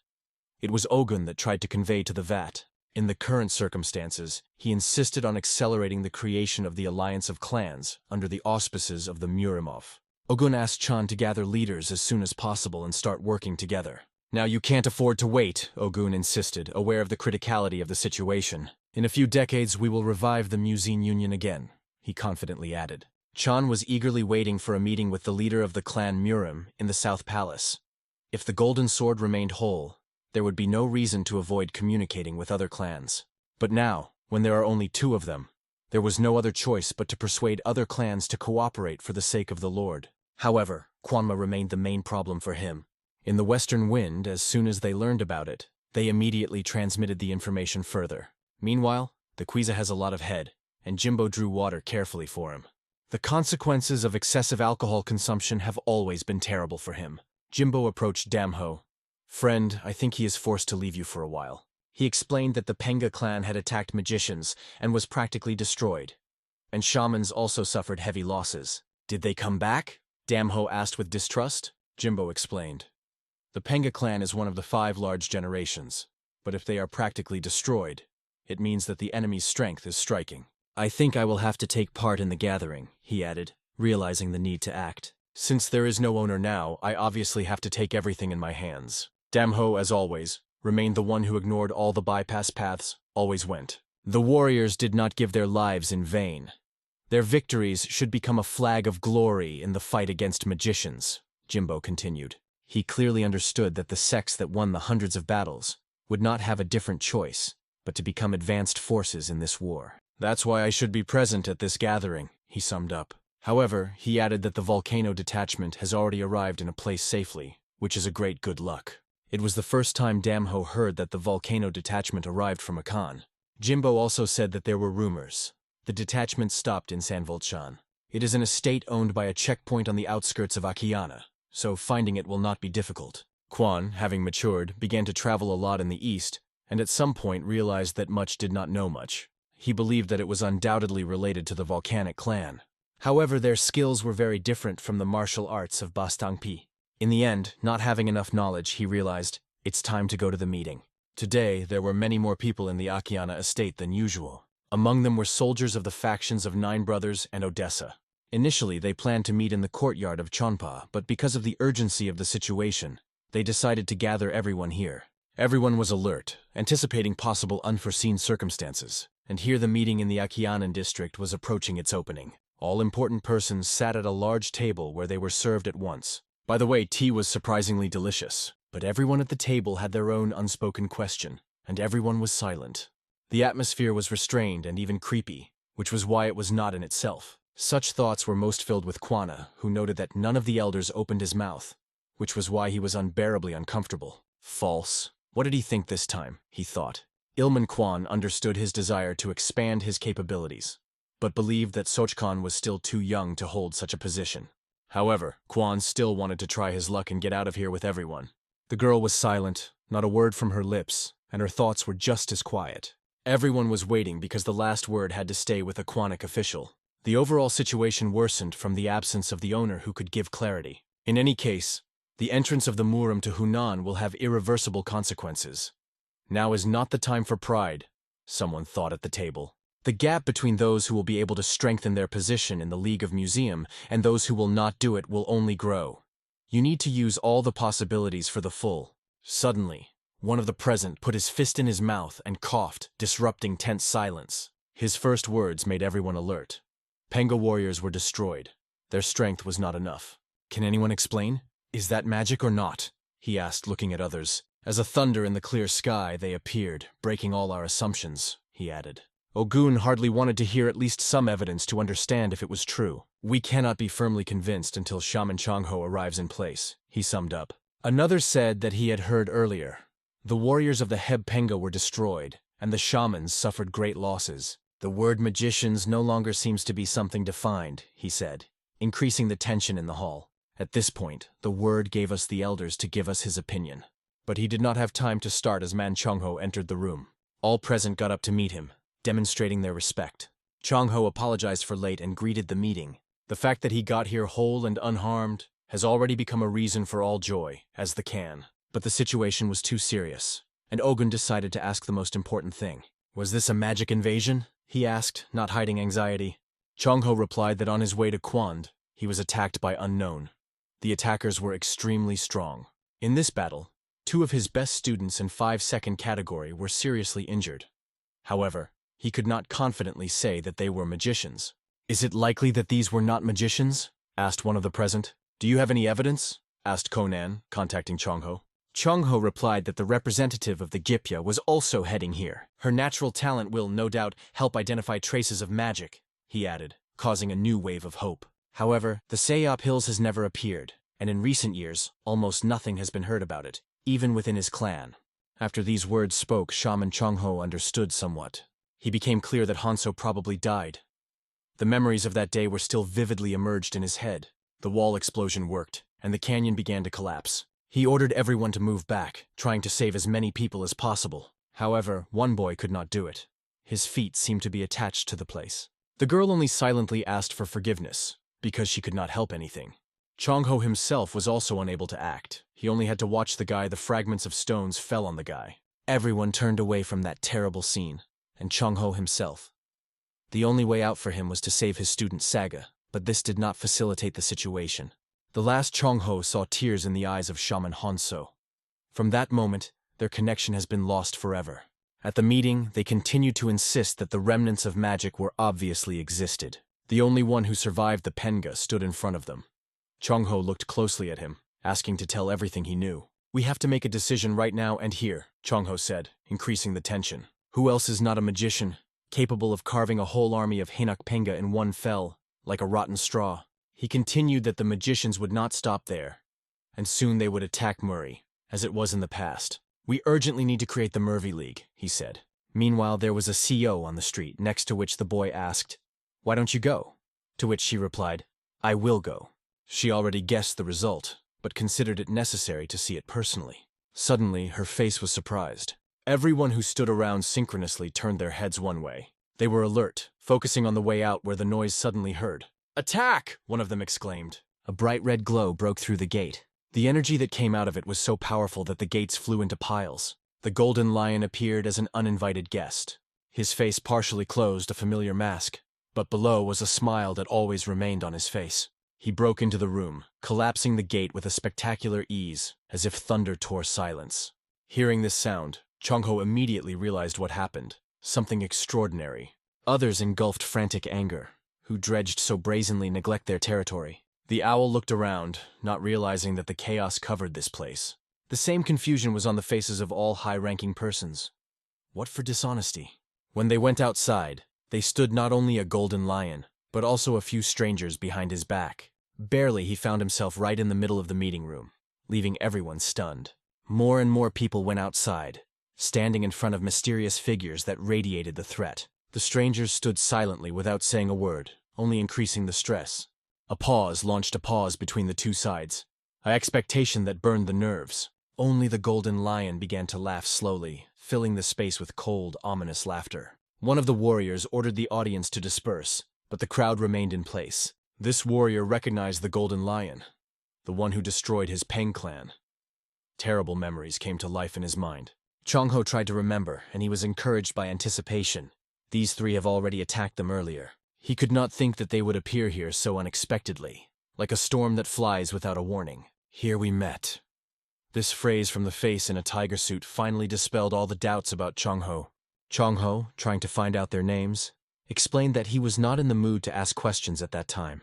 Then one of them stated that they were from the King Ada's clan, and among them is the one who embodies the power of the Golden Lion. You have to know it, he added, completing his speech. Kavan, having heard the name of the Golden Lion, almost turned red from anger and tension. King Ada? The owl, who stood behind his back, asked, interested. To master the skills of this clan, you need to use the magic of the Golden Lion, explained the stranger. And the skill of this magic, as he emphasized, has no limits. The Golden Lion immediately noted their nervousness, which became noticeable at first glance. We have not even started, and you are already nervous, he said with a mockery. However, whoever it may be, they are not going to give up so just before the Golden Lion. He disdainfully called them the collecting crisis, exacerbating the atmosphere of tension. At the same moment his eyes shone red, and the exhaled air turned into a red fog. This fog spread out like a flame, burning the space around. His ominous smile literally pressed the fighters on his ears, forcing them to feel discomfort. The tension was so strong that some began to cough, as if panting with invisible power. Undoubtedly, it was magic that suffered forces from bodies, leaving them exhausted. Realizing this, one of them rushed to the attack without waiting for the order.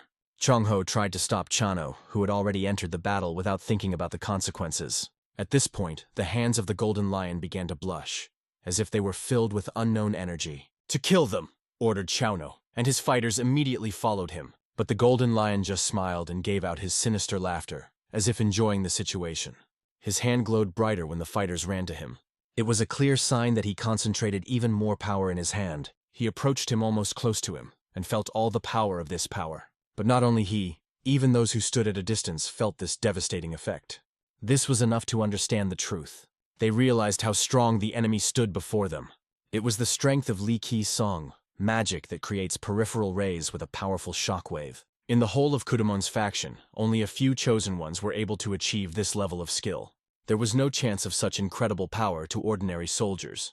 They only had to suffer, feeling the pain that absorbed their whole body. Changho was desperate to stop Chano, but it seems too late. One blow, and fell away from breathless. The fighters were stunned seeing it. Changho, struck, asked himself, did they return to this world again? Whatever you try, remain pathetic rats, a Golden Lion threw in disdain. But Changho did not yield. To find out who is here the rat, you must compete first. The young man also sought battles to prove to the Golden Lion of his wrongdoing. Mungin felt anger inside, which did not give him rest. Kavan also burned a fighting spirit, ready for a fight at any moment. They could not afford to lose the chance of this battle. However, the Golden Lion felt their presence behind his back and turned to look straight at them. Changho, having calmed down a little, stood in front of the Golden Lion, preparing for a decisive clash. They say it is the best sword in Hubei province, and inertia is wonderful, Li said, calling him Malk. It is good enough for the battle with you, Li added, looking at the opponent. I look forward to. I'm no worse, Li exclaimed, demonstrating confidence. Noah asked, wouldn't it be cool to fight one-on-one? The idea clearly intrigued everyone. Changho looked surprised. He did not expect such words to hear, but Li continued with the proposal. Let's call it a bloody bath and we will fight for full force. Meanwhile, new fighters on the side of the Golden Lion appeared on the roof, ready to fight. Their purpose was one thing, to erase all the opponents from the face of the earth. They enthusiastically jumped from the roof, immediately rushing into battle. At that moment, Mungyon determined which of the enemies he needed to take in a duel. Take care of yourself. It was the only thing that Changho had to warn his fighters. And so, in a moment, one side rushed to the other. The battle began. The soldiers of the Golden Lion sought only one, to kill, because they only knew it. Among them was the health, for which the sickle, tied to the chain, seemed just a toy. With 1 feet, he could literally cut the air with a sickle, creating threatening attack lines. When the sickle waved, he rolled into the ground just before the 3 fighters, forcing them to die with fear. The golden-haired fighter cast his gaze to the left and noticed how a sword was flying rapidly. It was this golden-haired one that became the goal of Mogan, who decided that he was his main enemy. At first he wanted to distract the opponent and then focus on one of three. That was his plan. However, even just standing still, the golden-haired released energy that influenced the whole fight. This energy was reminiscent of a burning fire that spilled around and posed a danger. But despite this, Mangin managed to break closer, taking advantage of the moment. He chose this opponent because he seemed the strongest after the most golden lion. At this time, Owl also decided to act and, with a calm face, rushed forward. Quan said that in such a situation they clearly lacked one person. He is quiet, cruel in battle, but the most reliable companion. His help would now be invaluable, Kavan thought. However, his reflections were interrupted by an opponent of a large size who came up and called, "I am a Choion."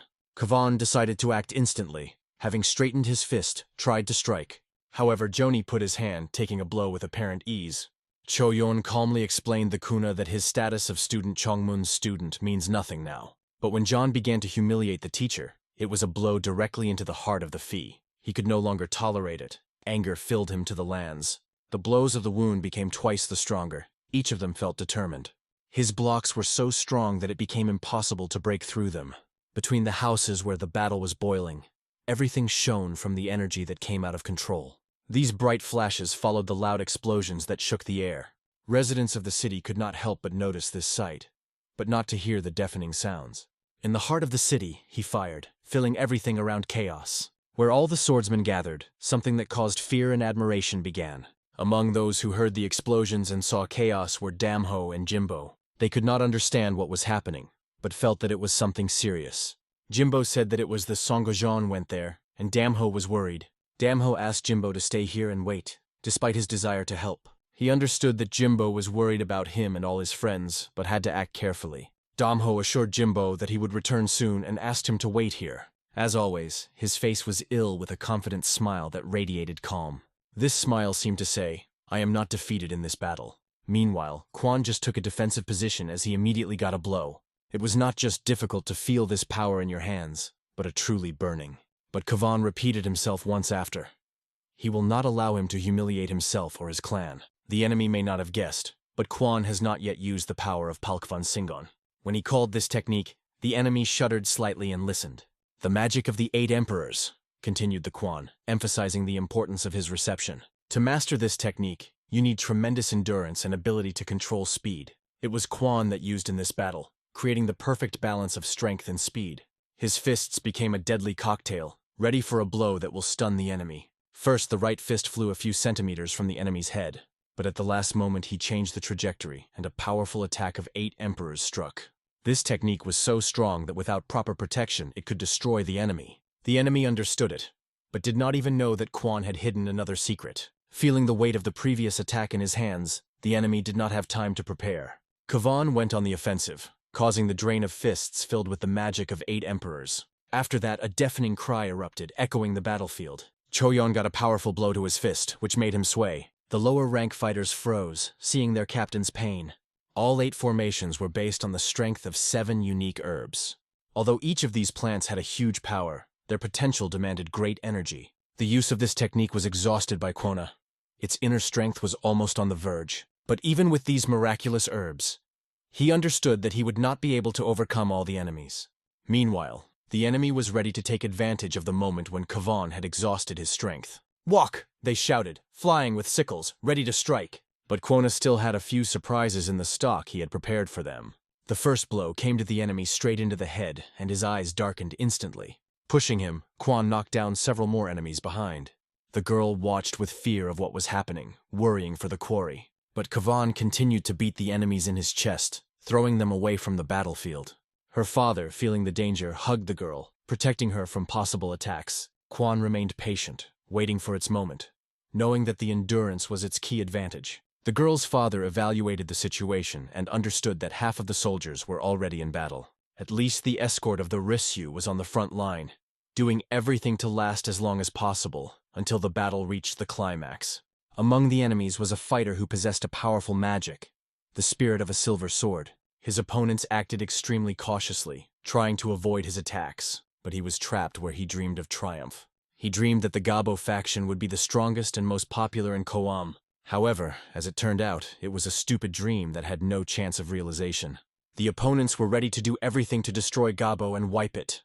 Now, everyone knew about the invasion of the magicians and what the consequences of it. Isn't this a convincing evidence of what's going on now? Mungin was directly under the attack of the enemy who lifted the weapon behind his back, preparing for a blow. It was important not to release the sword exposed to block this deadly attack. Undoubtedly, these warriors were extremely strong, and every blow could be fatal. This is argued that the magic in battle also has great power, and can change the course of battle. All the warriors of Muram had to act together to resist this horrible enemy. But the situation was getting worse, threatening full chaos. The forces of demonic blood were far superior to the united troops of warriors. Over time, the balance of strength was broken, and the advantage became obvious. If it had lasted longer, a lot of blood would be spilled, turning the battlefield into a massacre. The sound of the sword was so loud that seemed an echo of pain and suffering. Every blow of the blade was so powerful that it could be felt by heart. In a sudden moment, everything was frozen, as if the battle had stopped for a moment. Everyone was stunned and did not understand that it was a blow. Is it really black equipment? It was Chong-ho, who, holding the sword, sharply turned 180 degrees, releasing his strength. Even the Golden Lion felt the power and tension that came out of his hands. One powerful attempt by the sword, and the Golden Lion threw back from this incredible power. "You hid my secret trick, Malko," a Golden Lion exclaimed, feeling surprised. But Malko did not see the point of opening his cards to the time when it really was needed. "I can't believe that you resisted after I crossed the river Lee Sun. If I didn't do it, it could be the end for me," the Golden Lion admitted. "With such a sword, you had a chance for success, but you still didn't have the strength," the Golden Lion threw. "No matter whether it is a blade or a sword, their essence remains the same," he continued. "However, the power of weapons depends on the depth of enlightenment, years of study and work on yourself. You know your body best, but you seem to have serious internal injuries, right?" Chong-ho could not deny these words, because blood flowed from his mouth. But even this did not stop the Golden Lion. He considered himself invulnerable. Chong-ho thought differently. Squeezing his sword, he firmly stated, "It's not the end." In response, the Golden Lion saw in it only a mortal flying into a faithful death. Their battle became the most spectacular on this battlefield. It could not be ignored. At this time, Owl fought with other opponents, showing her skills. One of the enemies warned her, "Why fight? If I die, my brothers will protect me and the battle will continue." His words were an attempt to convince Owl of the futility of her efforts. Mongon, continuing the battle, watched her carefully and warned, "Look back." On that side, another fighter flew on the Owl, preparing an attack.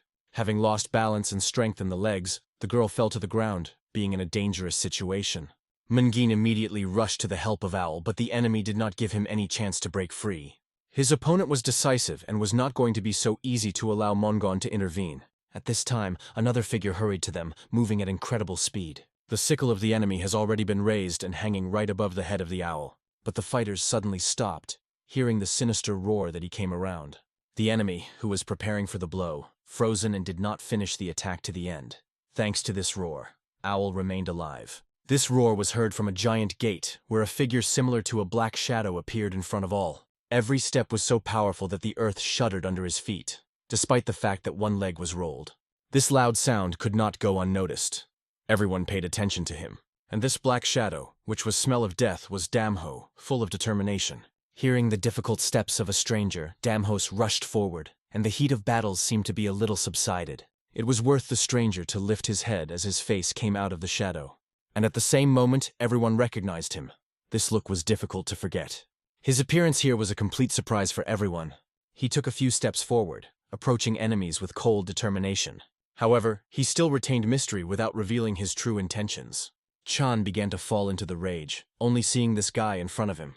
Only his appearance was horror that permeated even the strongest. Many began to erect arms and legs, as if the body could not withstand tension. Their heart was beating so much that it seemed as if it were about to jump out of their breasts. But Damho did not bother. He strongly walked straight to the Golden Lion.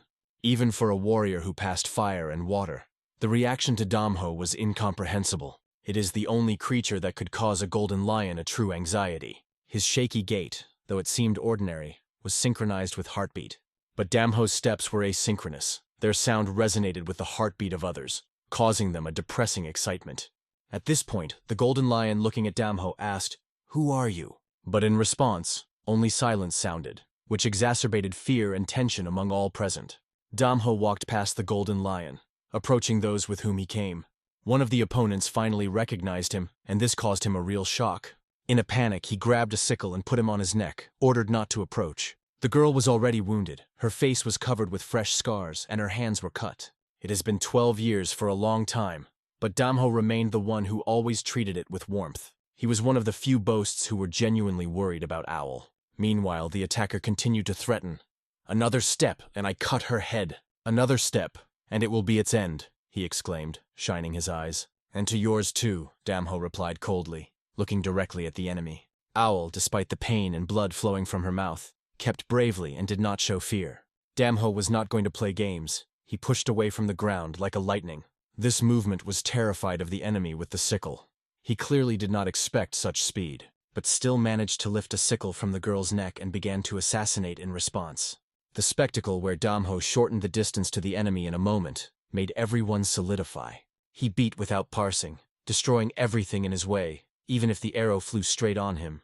With one stroke of his fist, he could break the arrow completely without stopping for a moment. His blow was so powerful that the enemy's sickle flew to the handle itself, and the fist was already riding directly into the enemy's head. It was the last moment when the enemy could still see what was happening. Immediately followed by a blow to the incredible destructive force, which completed everything. They do not escape, Broaden thought, watching the unfolding of events. Damho, without giving the enemy a single chance, grabbed him by the collar and lifted it. He threw him through a powerful movement through himself, like a doll, but he was not going to let go of the enemy. He pressed his head to the ground, holding his neck with one hand and the elbow of the other resting on it. Everyone around the breath, watching this scene, without deciding to intervene. In an instant, blood splashes flew in different directions, leaving everyone shocked. Where does he have such power? He even asked this question, not believing his eyes. He realized that Damho was very different from his predecessors. He had something animals. Tigroid decided to turn to Damho when he completed his ally. The Golden Lion added, watching the situation, "The atmosphere is truly ominous. Clearly not what I expected." Damho seemed strange to her, but she couldn't remember where she saw him earlier. His long black hair and tightly clenched lips caused her vague memories.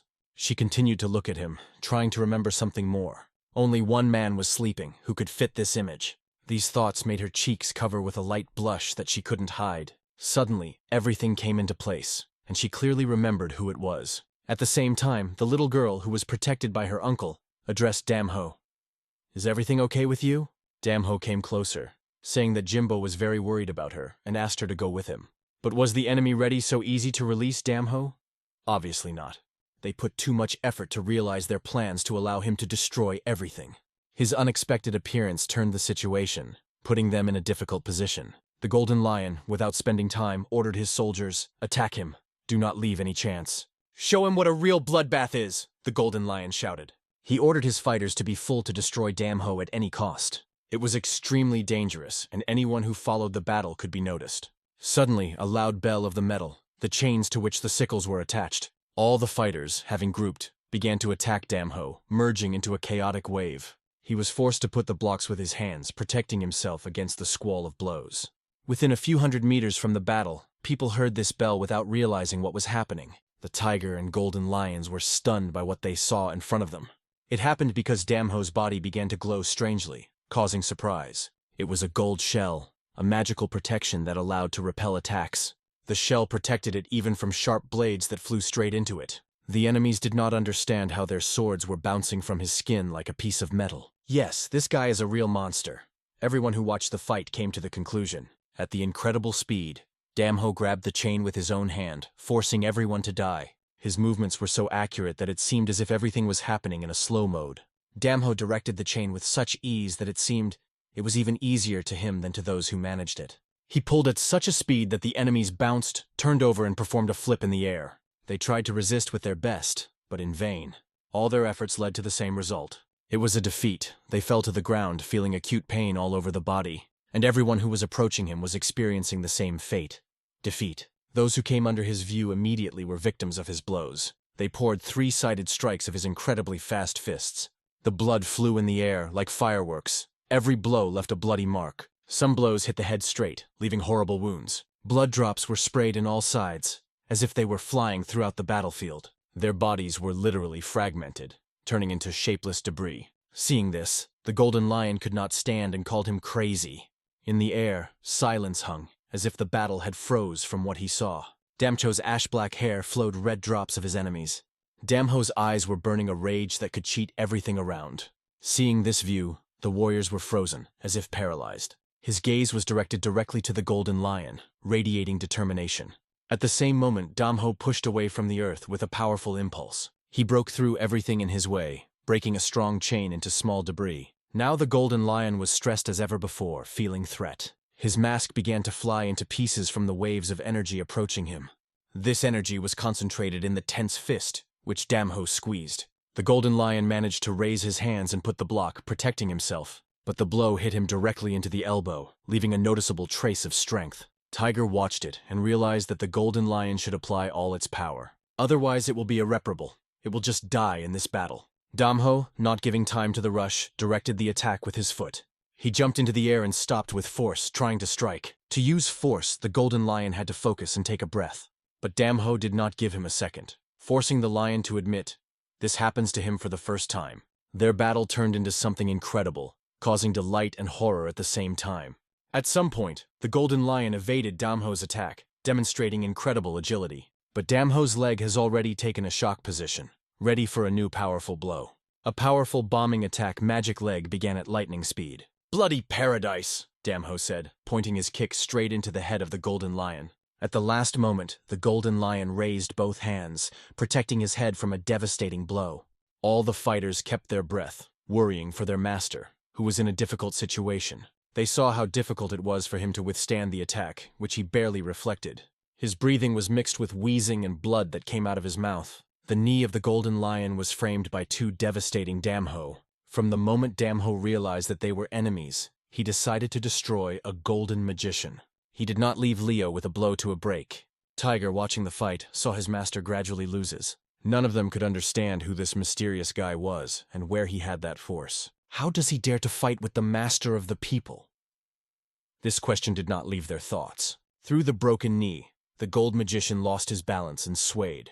Damho used to use this without losing a single second. He rushed towards the enemy, already preparing a new attack in advance. The golden lion's mask was destroyed, and now his face was open, pain and confusion. He crawled on the ground, powerless to do something, giving up in this battle. The tiger could not allow the owner to remain in such a danger and decided to act. His goal was to win a little time for the golden lion while he was recovering. From the back of the golden lion, the tiger began the attack, hoping to break the situation. The golden lion felt something flying past his ears, cutting the air. This object raced directly towards Damho, which at that moment moved to the golden lion. Damho did not expect it, but his vigilant eye managed to notice the danger. The blade flew only a few centimeters from his head, crashing into his shoulder. "Listen, boy, even if I do not kill you, then at least win time for the owner," Tiger said. These words only angry Damho, setting fire to his determination. In the next moment, he struck a powerful stroke directly into his chin. The golden lion, feeling that the forces began to turn, slowly began to climb on his feet. Right in his eyes, the tiger flew back from the incredible blow of Damho. Using this moment, the golden lion pushed away from the earth, preparing for the next course. A powerful energy, ready for attack, has already accumulated on the hands of the golden lion. Having waved his hands, he released two waves filled with destructive force. These waves were sharper than any blade that can cut even the strongest material. They were rapidly approaching Damho from the back until it was distracted by Tigrov. The waves moved at incredible speed, leaving behind energy flows. Damho's friends, watching it, could not hide the excitement. They were overwhelmed by fear. An ordinary person would have died of the slightest contact with these deadly rays. But Damho reacted. He put his hands forward and began to reflect these attacks. Let the river flow, the golden lion thought. But at the same time, he could not believe he was possible. He realized that he is in front of a person capable of withstanding a flow that usually takes away life. Anyone who faced such force had no choice but death. The golden lion thought. For this reason, Malco delayed his battle with him. Only the force equal to the power of the river could resist it on an equal footing. This old belief Concho remained an inviolable truth for those who had a strong spirit. Now the golden lion saw in this young man not just a boy, but a warrior capable of competing with the fate. After reflecting the wave of the river, Damho without hesitation continued his attack, not giving a golden lion to rest. His abilities were broken by all established laws, contrary to even the strongest truth. The golden lion understood that this fight could be the last for him and decided to go Vasbank. Everyone who watched the battle was frozen in the hard waiting for the next step. Both warriors made their way through the streams of force, but the golden lion was more in defense than in the attack. Suddenly, a bright glow was illuminated, so powerful that even the characters were not visible. The power of the river released by the golden lion was targeted directly into Damho's chest. Damho had no time to retreat. He had to take a blow. His inner strength, accumulated by the dark soul, focused on his fist. He activated a silver fist, ready to withstand the destructive wave. It seemed to be incredible for the golden lion that this guy was about to accept the power of the river. Everyone froze even more, feeling the increase in tension. Their hearts fought in unison, absorbing the atmosphere of battle. They were overwhelmed by different feelings: fear, admiration, disbelief in what they saw. They could not believe what was happening right before their eyes. "Crazy fool!" the golden lion exclaimed, seeing a destructive fist in front of him. Damho's fist was approaching him, radiating the incredible force that changed everything around. Small stones from under their feet flew in all sides, testifying to the power of the impact. Damho's blow reached his goal, and the golden lion flew back, barely resting on his feet. Damho broke through the powerful flow of the enemy's strength, proving his sustainability. He struck so as to discard the golden lion for a safe distance. However, at the same time, he felt a piercing pain on his body that responded in every muscle. This opponent had an incredible power, one that is extremely difficult to fight. His power exceeded all ideas, forcing each enemy to hold on to alert. Even the golden lion himself, having laid out his trump card, could not believe that Damho had blocked his flow. Damho's inner wounds from this stream were obvious to everyone around. According to all the laws of nature, he had to stand on his feet at all, but miraculously remained alive. The enemies, holding the sickles with alert, were in no hurry to attack, waiting for what would happen next. For Tigrov, this guy seemed terrible. As for all others, leaving him alive meant to cause huge problems in the future. Meanwhile, the golden lion, applying his hand to his mouth, only coughing, spitting blood. He dealt with many warriors in his life, but he was unique. None of those he met could compare with this guy. And even now he could not understand where such power came from.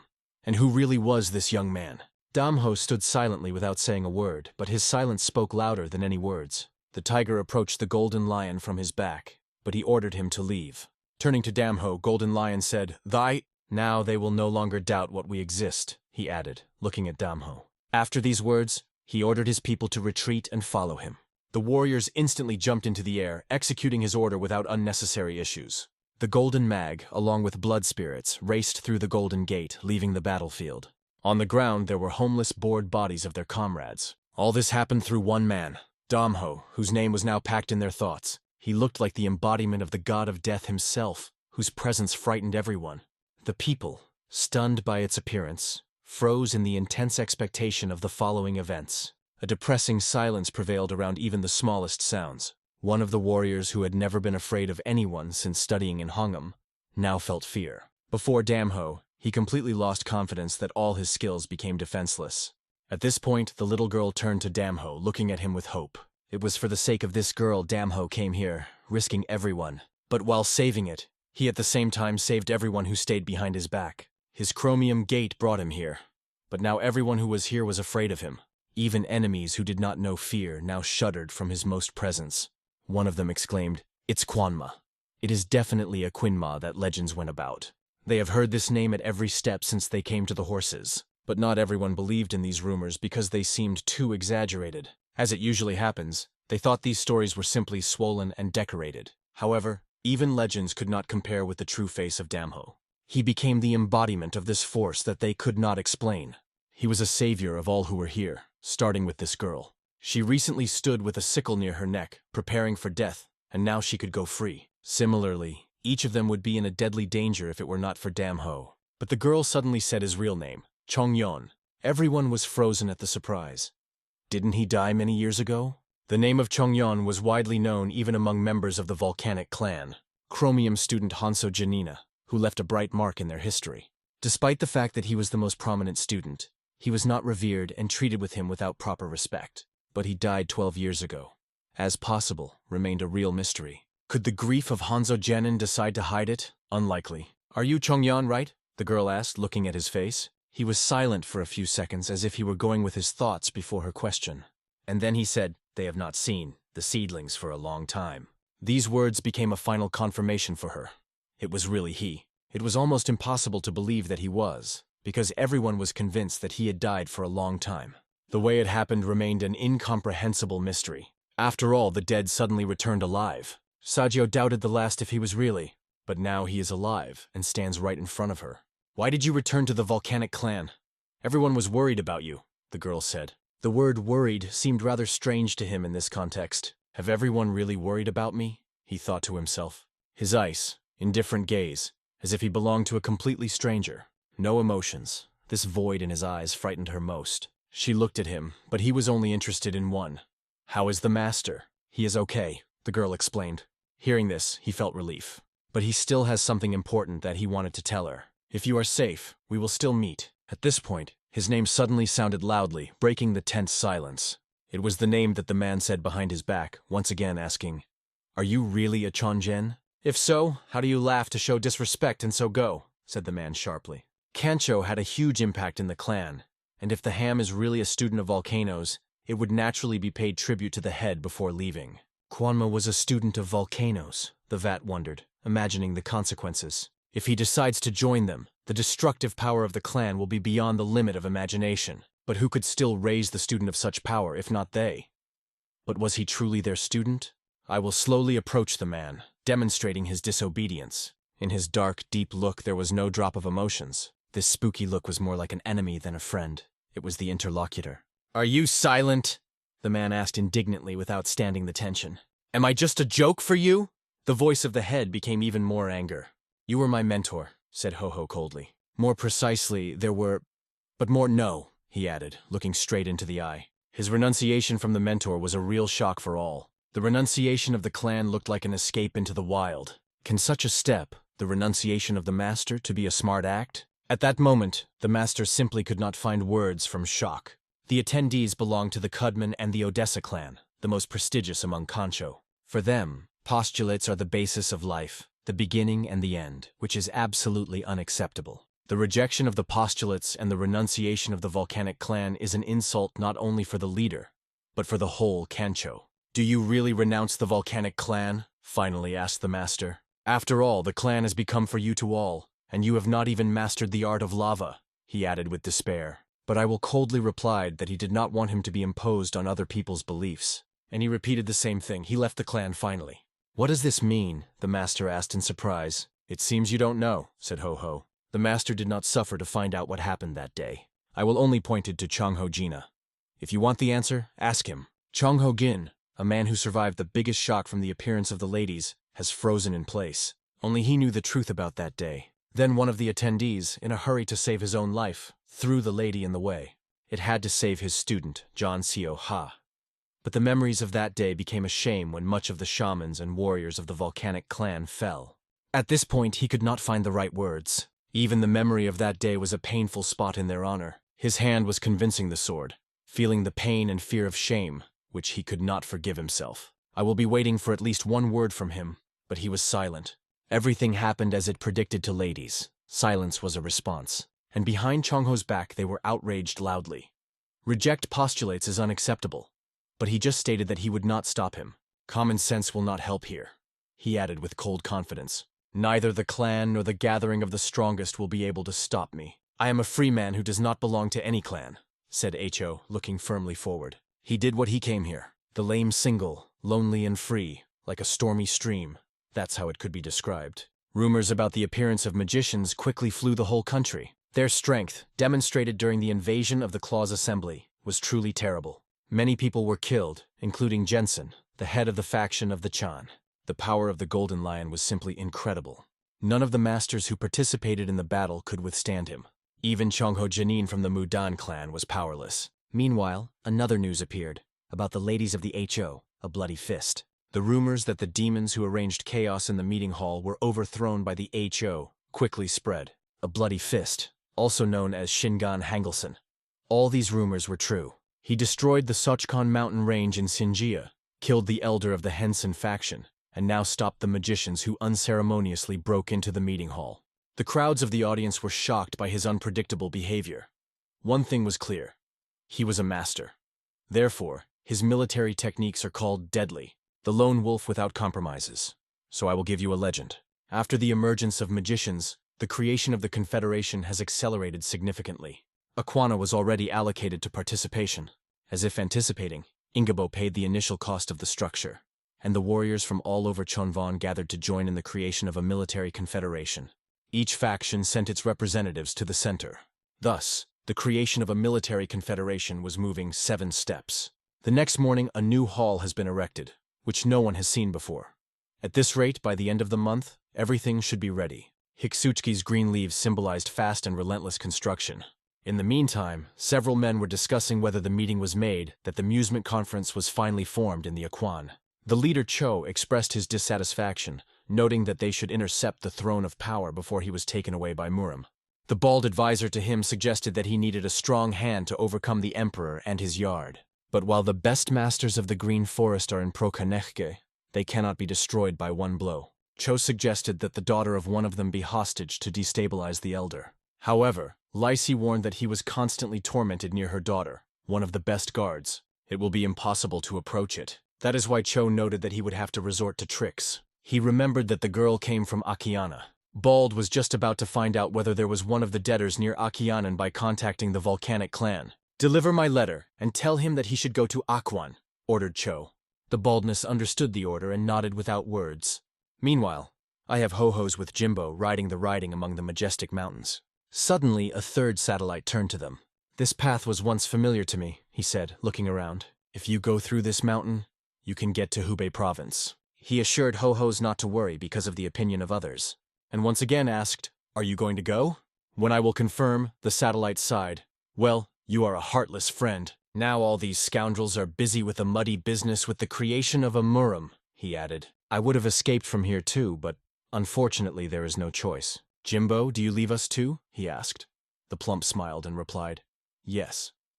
"Oh, I see you already thin," he joked. They thanked their friend for everything. "And thank you. Before the source," he said after them. The horses were difficult to repel the ground under their feet and moved forward. It's time to go to new adventures. Adventures await everyone, but only when your heart is free and not cluttered with futile worries. In this case, the fate is sure to smile.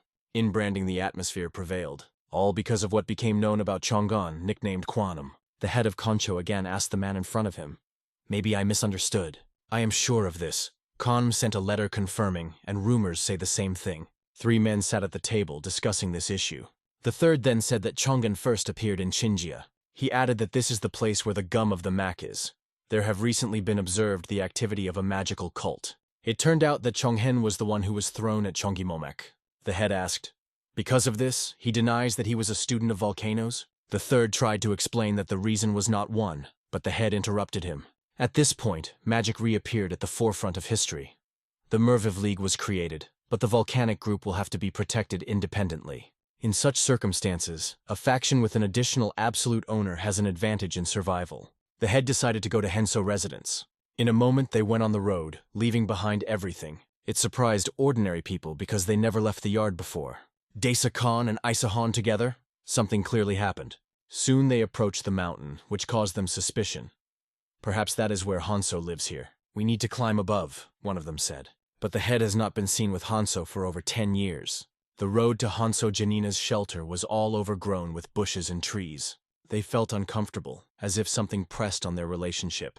After passing through the thick greenery, they finally saw an old, sloping hut. The head stopped just in front of her. He could not have the idea that Hanso could still be here. Standing on the doorstep, he said loudly, "Hans! Death on the doorstep. If you are there, come out immediately." One of them was doubted whether someone was here at all. The head felt a strange feeling that no one had ever lived here. Opening the door, he entered inside, hoping to find Hanso, but there was no one there. The head could not even think that Hanso could have disappeared so much. Only a note from Sasuk remained on the table. To see only the benefit, but not the truth. It was written on it. If you only see the benefit, there is no truth. He took a note and began to look carefully in the words written. To see only the benefit of the volcanic clan. Do you blame me for not seeing the real talent in Chongyon? After these thoughts, the head ordered Ungen to immediately find a priest. Meanwhile, just below the slope, 2 people watched the house. Wow! Only it was able to pronounce loose, seeing a wide plain in front of him. He had never seen the plain so densely planted with rice. The Hod also did not hide that he was deeply impressed with this sight. The workers on the field, seeing strangers, decided to pause in their work. Looking at, they realized that they seeing them for the first time. Who can they be? The workers came closer to get acquainted. In the conversation, he said that they arrived from the province of Ham. What a long way. One of the locals was surprised. They were asked if they were not hungry, but the loose answer was clear. One of the employees suggested eating together, even if there are few products. Feeding guests was an honor for him. Looking closer, he made a compliment loose, they say. He no longer a child. The HO gave me agreed to food only if they would not interfere with them. But for good people, a traveler is never an obstacle. Isn't it better to eat in the company than in proud loneliness? They joked. Even if there was nothing besides the potatoes, it still had delicious food. The woman who worked on the field envied those who can wander the world freely. She asked if they were the wandering, to which the plump without hesitation replied, yes. They also asked what place they made the most impression. However, the man nearby noted the woman that she was not too fond of questions. Lady Ho said that volcanoes were the best landscape in his life. The woman shone, realizing that she was talking about the same volcanoes in Shenya. It was from the volcanoes that the life of the ladies began. The rocky mountains, where the tops of the rocks resembled the dragon's mouth, left an unforgettable impression. The peaks of volcanoes complemented the blooming bright trees that decorated the landscape. The aroma of the plum, which was carried by the spring breeze, could bring his charm crazy. When the plums fell off, the whole volcano was covered with a white glow, as if a blanket. It was the best thing that happened in the life of the lad. And yet, his master, the only person who believed in him, but he did not tell them about it. He only noted that there is no better place in the world. This is the best place in the world, he added quietly. The man sitting nearby joked that the woman was very talkative and asked her to eat further and not interfere. Meanwhile, a cool breeze walked over the mountains, bringing peace. Late at night, the Ham came out, admiring the night beauty of nature. He thought about how the rice fields in the moonlight looked like a wave, but suddenly, as if to someone, he said, "Come out." "Did you hear?" he asked, turning to the void. In response, the crunch of the grass was heard. Someone was approaching. From the tree there was a figure that began to approach closer. It was a swordsman familiar to us. Mungyeon greeted the lad, wished him health. At that moment, the HO asked himself how he could forget Mungyeon, a student of Hangom Janin who balanted between life and death. It has been 12 years from the creation of a volcanic clan. But there are names that cannot be erased from memory. Mognon is one of them.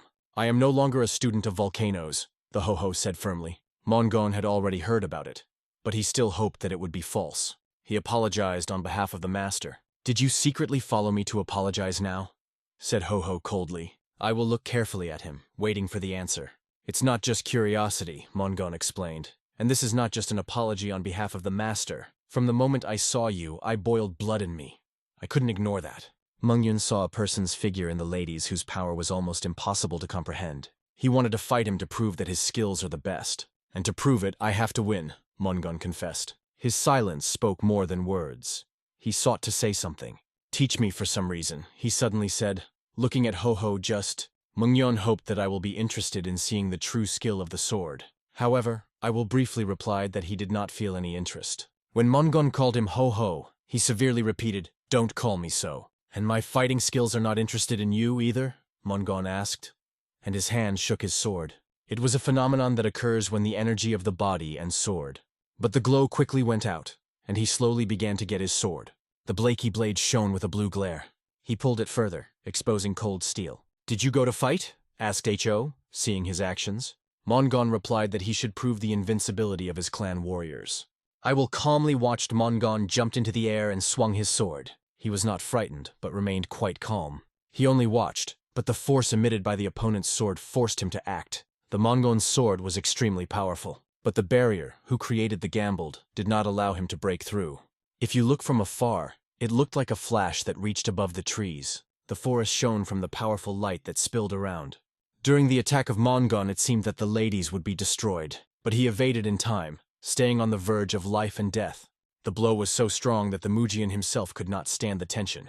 He tried to free his sword from the magic of bloody plums, but could not even move his finger. This is how the real defeat looks, when your face is in the blood and you are not even able to move. However, if I will be alive, Mongon considered his duty to start first and return to the clan. At this time, the ladies were already sitting on horseback, going on. People from the field turned them into the road rice pies, finding their kindness. But the plump could not understand where the Ho-Ho was last night, and asked directly about it. I woke up because I wanted to drink and you were not there, he added. I couldn't sleep, so I decided to take a walk, said Ho-Ho. This explanation hid a certain secret. They went on. But the HO lady couldn't help but think about whether Mangini returned to the volcanic clan. The sword that belonged to Jenin was called the First Volcanic Sword. I will not understand how Hungan would react to it. But if Mangini returned, it would be known for him. They continued to move forward, deep into the forest. Suddenly the plump began to feel some smell. It was a bad smell, the smell of blood. A crow was sitting on the branch in front of them, as if warning of danger. Walking a little further, they saw many crows that circled above the ground. On the way, they happened to a flock of wolves who devoured someone's meat. They were forced to stop when one lady hum was one more. I will give a look at the situation, evaluating the situation. Wolves clearly did not have friendly intentions. However, they were full because there were many corpses around. Among the bodies, the flag with the inscription, Land of Great Wealth. Did they not fit it? The plump suggested that perhaps the priests were bitten by wolves, but it was the work of human hands. Against the backdrop of wolf bites, real wounds looked awful. Under them were injured, which caused death. All were killed with one sword stroke. Their hearts were cut by a sharp aura. Only steel veins could withstand such a blow. The HO realized that a master of the level of full ownership of his own energy was in front of him. I will sit host to look more carefully. To kill 12 people is a trifle, but to cut a blade only the heart arteries are quite different, he thought. Those who did it used their combat force at full capacity. He has never seen a person who would have inner strength and combat skills with such accuracy. The home, I will tell it plump that it was dangerous to stay here. They quickly sat on the horses and went on. Mount Gugun, located near the Tone settlement, has a height of more than 500 meters and attracts people with its fascinating landscapes. The famous master of the South dynasty, Chan Daikon, built 9 palaces on this mountain. Thanks to this, the mountain was called Gugun, 9 palaces, and became one of the shrines of Taoism. Subsequently, the home and the Pubious lady came to the guest yard Fun Chon, where they were met with warmth with the aroma of delicious food. The woman who met them told about the free room, but he was more interested in the most delicious dish here. It turned out that her husband prepares the best sashimi in the district. The man himself confessed that he loves to cook. Meanwhile, the lades thought about how many practitioners come here to immerse themselves in the spirit of Mount Gugun. The fact that Gugun Mountain is a shrine of Taoism can really be called a real miracle. The loose distraction of the Hoi, saying that the owner of the yard is a real culinary master. He added that he promised to show the kitchen as soon as he released. Did you like it? Was surprised. Of course. Let's go down. Everything should already be ready, replied Luce. He really was reminiscent of a real miracle that constantly thought about food. They were on the table with sashimi with the seedlings of red beans. And of course a makgeolli bottle to moisten the throat. For this delicious meal, the boys thanked the girl who brought food. Plugs never tried alcohol before, but now he was overwhelmed by a strange and unusual feeling. Opening the tube, he carefully sniffed the drink, feeling its unique aroma. I will try makgeolli, and felt as if alcohol seemed to be frozen in his throat. Is it that is so loved by it? He thought. At this point, a woman's hand appeared through the curtain, which rejected the fabric. On the head of the stranger was a headdress with an attached gauze, through which it was possible to see her gentle face. When she came in, all the views immediately turned to her. Her beauty and lush forms attracted the attention of every man. One of the drunks stood up and said, "She just has an incredible, delicious aura." "Look, this cannot be to go!" the other exclaimed.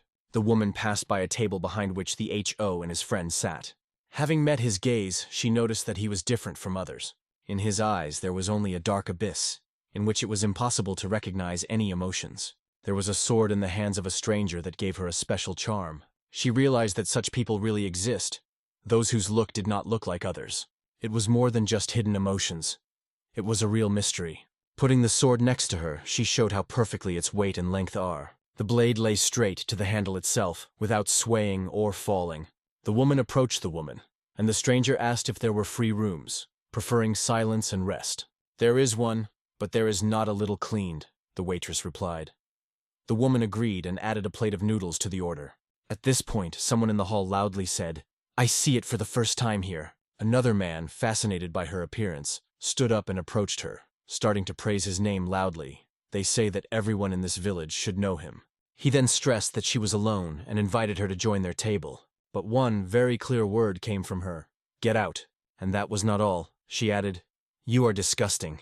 Go from here." The husband, calling himself Horse, began to be angry with her words. Meanwhile, others in the hall just mocked him. Among them was Cho, who joked that he was also once denied because of his inability to talk to women. However, the Ridge was not going to give up so easy. He brazenly reached for her gauze, who closed her face, asking, "Can I look at your face?" "I'm so passionate about you," he added, trying to lift the blanket further. The girl clenched his fist in which she kept a stick for food. Only one clear movement, and her fingers were immediately revealed. The stroke came directly into the hand of a brazen mustachioed man. The sharp pain gripped him, though he did not understand what had happened. It was only in a second that he realized when blood was flooding from his hand. The throw was so fast that the wand pierced his hand through. Others in the hall began to worry. What happened? The pansies ran to him, trying to help and reassured. "To endure. Everything will be good." "I will kill this abomination," he said with hatred. Other men also began to be angry, protecting their Kent. How did she dare to offend our friend?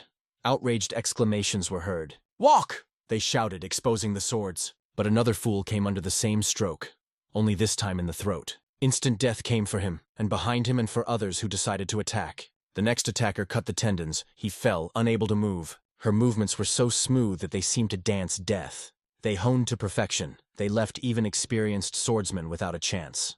They only fell to the ground, throwing their feet up like a puppet. In her hand, another wand, which became her weapon, glowed in the blue light.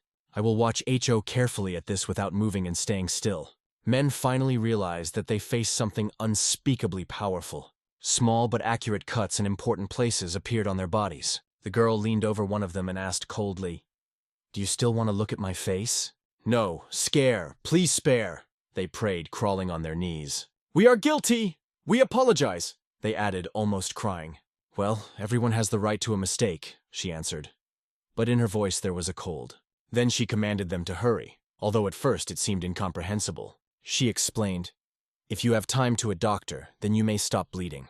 "Faster, if you want to survive," she continued, mocking them. The plump turned to the ladies and said, "This girl is just incredible. But will they be able to find a doctor? And if so, are they saved?" The sharp sword made of food sticks not only cut their skin, but also hit the hearts. Only God who can heal the soul could save them.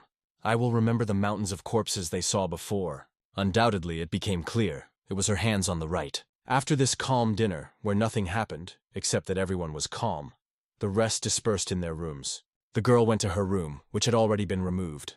The thoughts were spinning. What a grueling day, and nothing has been found so far. There are so many useless attempts as if the flies before the eyes. How much will it last, she thought. She said quietly to her, "Gogun Mountain," approaching the window. Then she jumped from him, heading to the palace that she was visible nearby, in the hope of finding the answers there. Mount Gugun. It was on its top that this palace was located. He was called no different than Gugun Palace. In the courtyard of the palace, among the night's silence, there was a man, the manager of Cholyon Jenin. His heart was beating so fast that the night became unsuitable for sleep. He asked himself, usually, when the night comes, the starry sky spreads on the top of the mountain. Why is everything so gloomy today? He considered it a bad sign, but it was not easy to put up with it. He couldn't even remember when he saw such a dark sky last. Perhaps this is a consequence of magical intervention. How many people will die this time? Involuntarily flashed in his thoughts. Suddenly, he felt someone's presence behind his back.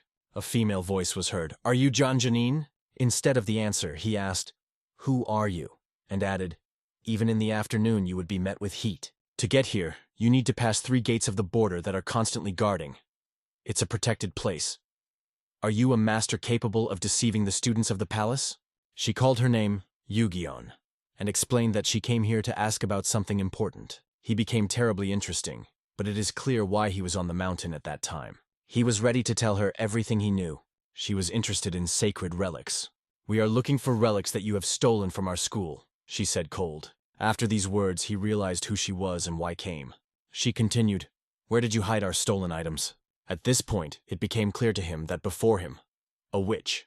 The next day, the guest bit of the punch-hone began quietly. The loose boss prepared a tofu dish and solemnly served it, putting the lads. I will give ho-ho. Although he was restrained, he could not but rejoice when he was paved with delicious food. Puffed said that the local boss has excellent knowledge in cooking.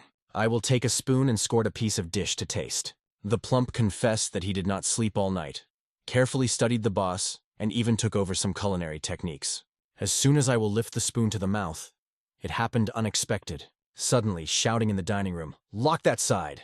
Armed men came to the room shouting, "It is necessary to catch this witch urgently." They noticed the masters from Gugun Muni. One of them explained that they came to the trail of a witch. The word witch scared everyone who was in the dining room. The man continued that last night the news received.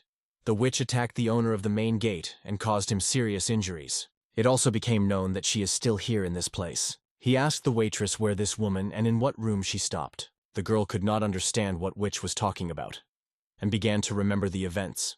"Is this a woman who stopped last night?" she thought. Stuttering, she pointed out, "A single number behind. Men set strict rules. Until the witch is caught, no one will leave the room." One part of the detachment was to block the door, the other, to go in search. "The owner was injured in the central house of Gugun is no accident," they said. One of them gently opened the door of her room, from where the light broke through. But when he entered, he just exclaimed, "Here's a uncle!" The woman was already leaving. She was not in the room. He ordered to block all the ways that lead beyond the estate. No soul should escape from here. Their task was to find the person who attacked the owner. He hoped for the help of all those present in this hotel. All men were raised so early that many did not even have time to sleep. But no one said anything specific. "I am not going to understand myself. You have to tell everything you know about her," he demanded. However, all that managed to find out is that she came here yesterday, ordered food and dinner calmly. Everyone answered her further questions that they did not know anything more. The man was increasingly annoyed by the situation that seemed to him complete absurdity. Suddenly, he turned to the ladies of Hawk and Plump. "But these doves!" He was angry that I will dinner calmly, not paying attention to the commander. He came closer, keeping his hand on his sword, and asked, "Didn't you hear me?" "I will calmly put the dish back on the table." His gaze began to change, acquiring a cold and piercing expression. The eyes of Ho began to flicker with red light. The commander began to slowly expose his sword.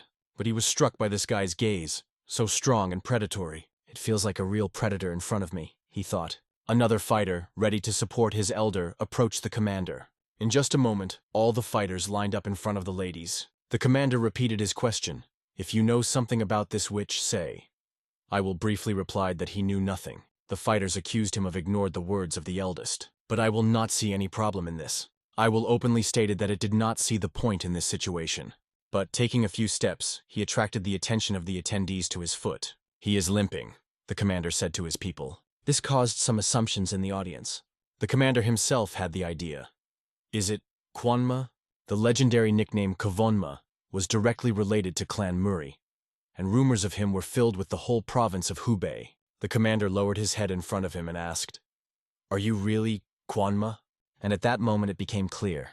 It was really he. The views of all present changed in an instant. The tone of the commander was also completely different, full of respect and caution. The commander apologized for care and explained that they now needed any witch information. I will repeat Ho calmly that he knew nothing. He added the simple truth.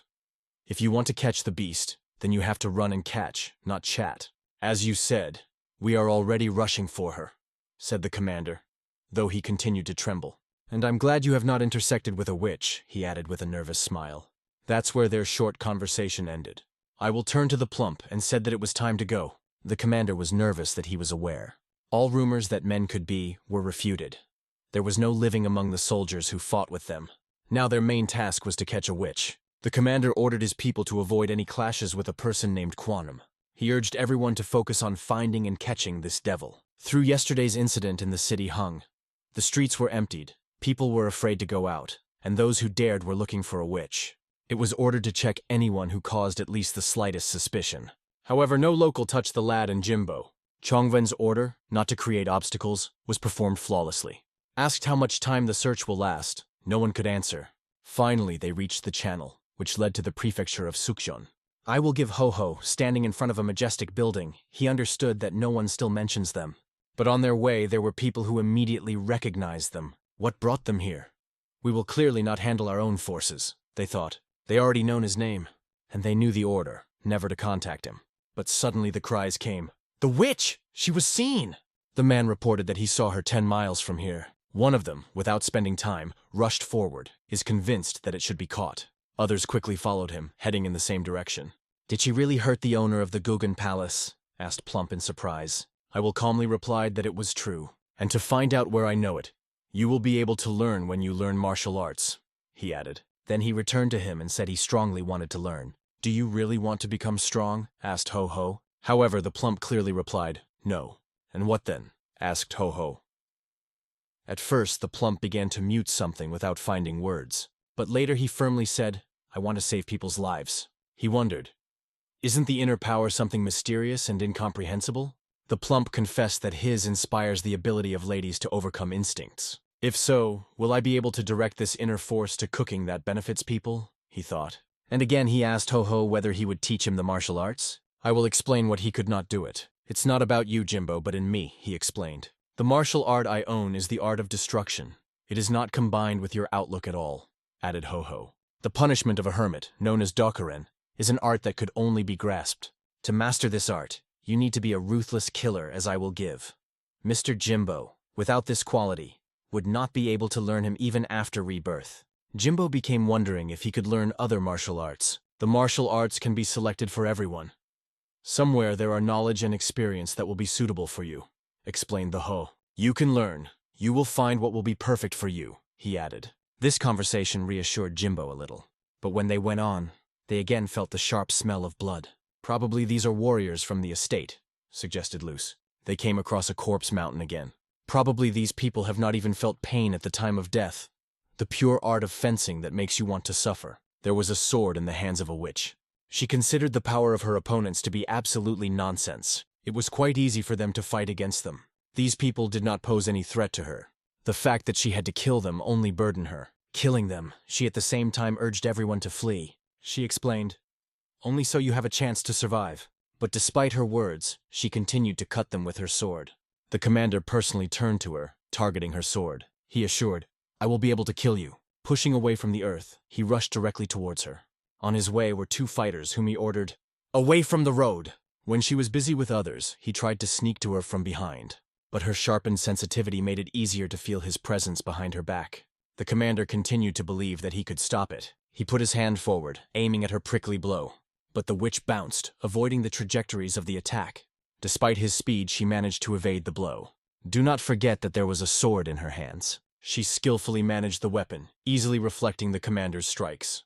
And then she went into a counterattack. He could not dodge her attack, and his shoulder was cut with his hand. The elder fell to the ground, unable to continue the fight. Other warriors rushed to take revenge on him, joining.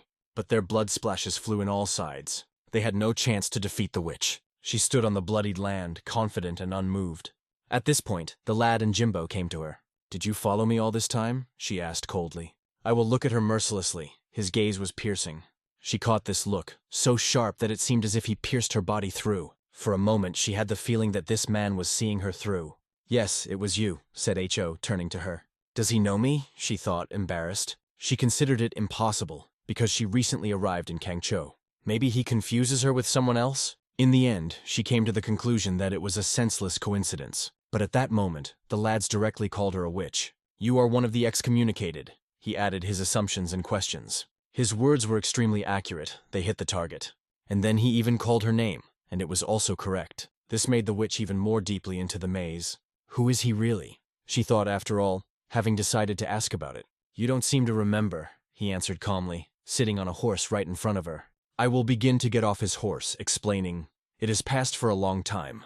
When he went down, she noticed that the guy was limping. He approached her, saying, "It seems that during this time you had time to cut many people." "It was the same in Chongyim Mace," he added with cold confidence. The words were heard as a lightning shot a witch. "You will become the first I will kill. So your name should be remembered," he repeated.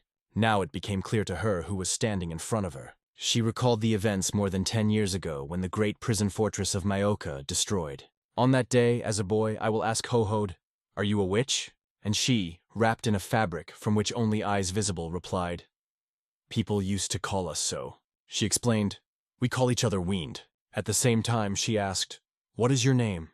and added the same words. "You will become the first to kill, so your name should be remembered." In response, he firmly named his name. It was then that the first battle began between them. Their battle was so fierce that it seemed uncompromising, but both remained alive. She was surprised that the young man was then able to block the effect of white lotus petals. Now she realized, in front of her will give Ho-Ho from the clan of volcanoes. Having said it aloud, she added, "There were dozens of heavenly lightning in the Maoka building. It remained a mystery as he survived in that chaos. But I will explain. I stood all that horror because I didn't retreat. I came out of there because I stood to the last, he added. Recently, rumors of a lame man came to her, black like a resin, a man with a lame leg. So he was described. Based on these rumors, she asked, "Are you a quota?" The home also had the question, "What is the position in the occultism?" But she could not answer because it was confidential information. The tension between them was growing, it seems, about the fire of battle. However, she did not want to be hostile to him and did not hide it.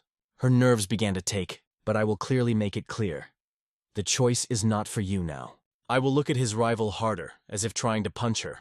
In his eyes, an experience has been read, hardened by years of difficult trials. The rival could not believe that only a defensive position could emit such powerful energy. But it all indicated that I will not be a regular warrior. Even among those who reached high levels of skill, it stood out. His gaze was unique, as if he did not belong to man, but for some reason extraordinary. It was impossible to immediately evaluate how strong it is by watching from the side, but it seemed that for a rival, he was a real predator, ready to pour. I will be interested in what decision she would make in this confrontation. She regretted it, but did not see the reason to open up. For 20 years, until she met the HO, she has never tried to kill anyone. But now, having changed, she became different, passing through hell, where people ruthlessly died. Her divine blade possessed a magical power that resembled prediction, a unique combat skill. The legend says that the one who mastered this skill could even destroy the moon in the night sky. When the young master met with this force, he felt her on himself. His body seemed to be burning,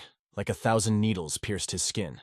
These blows caused excitement and relentless energy in his soul. But nevertheless, he courageously resisted the pressure. After focusing, I will use Hod's use of its internal energy. In the end, he understood the trajectory of her attack and stopped her powerful blow with one hand. She could not believe that her powerful blow was blocked by a simple fist. The rumors of this soldier seemed to have not been exaggerated. She had at any cost to break his defense and strike a decisive blow. Using the moon's clinic technique, the legendary reception, its attack looked truly impressive. She did not spend energy in vain, but instead exacerbated her skills of possession of a blade, as the masters did. But in a single battle, it was difficult to show all her strength through his unbreakable spirit. Its blade was as strong as a rock, and at the same time flexible as water. This is exactly how her blade that cuts the moon. However, I would counteract HO, filling his hands with extraordinary energy. Divine power shone in his fist like a bright ray of light. His lame leg made her heart die from fear. She could not understand that such an incredibly powerful blow was directed at her. In a desperate attempt to escape, she decided to block the attack. But the power of the warrior was so devastating that its protection could not stand. She coughed strongly, trying to recover after a stroke. One powerful blow to the ladies hopped her far away. His lame leg slowly stepped on the ground, as if frozen all around. She realized that she lacked energy to continue the battle. The chaotic energy that broke out of his body made her nervous. With every second, it became clear. The situation did not turn to her favor. Lady Ho-Hoing strikes a powerful shot by pushing her sword. She tries to defend herself, but barely holds the sword in her hands. The hero jumps high above her, preparing to strike a shot on top. His leg bends in an incredible turn, and the soul touches her head. She miraculously evades, escaping from a blow that could kill her. Stopping in front of him, she realizes that it is a legendary confrontation. It suffered significant harm from its incredible strength. The power of his blows was ruthless, like a rock, and resembled the legendary warriors. This power was reminiscent of the strongest person she ever knew. That warrior had an unwavering spirit, and his blows were similar to the mountain. It was thanks to him that she was able to reach the level on which it is now. She was convinced that there was no one more than it. But the meeting with the HO made her doubt her. Now she will have to risk her own life in this battle. However, she knew that this path was her fate, and so it should be. I led the HO for 12 years in a dungeon underground, where he did not even see the flash of light. Smiling, he realized that he could not rely on weakness. It attacks it with a fiery sword, tearing out the flames from the blade. But in his eyes there is neither fear nor regret, only determination.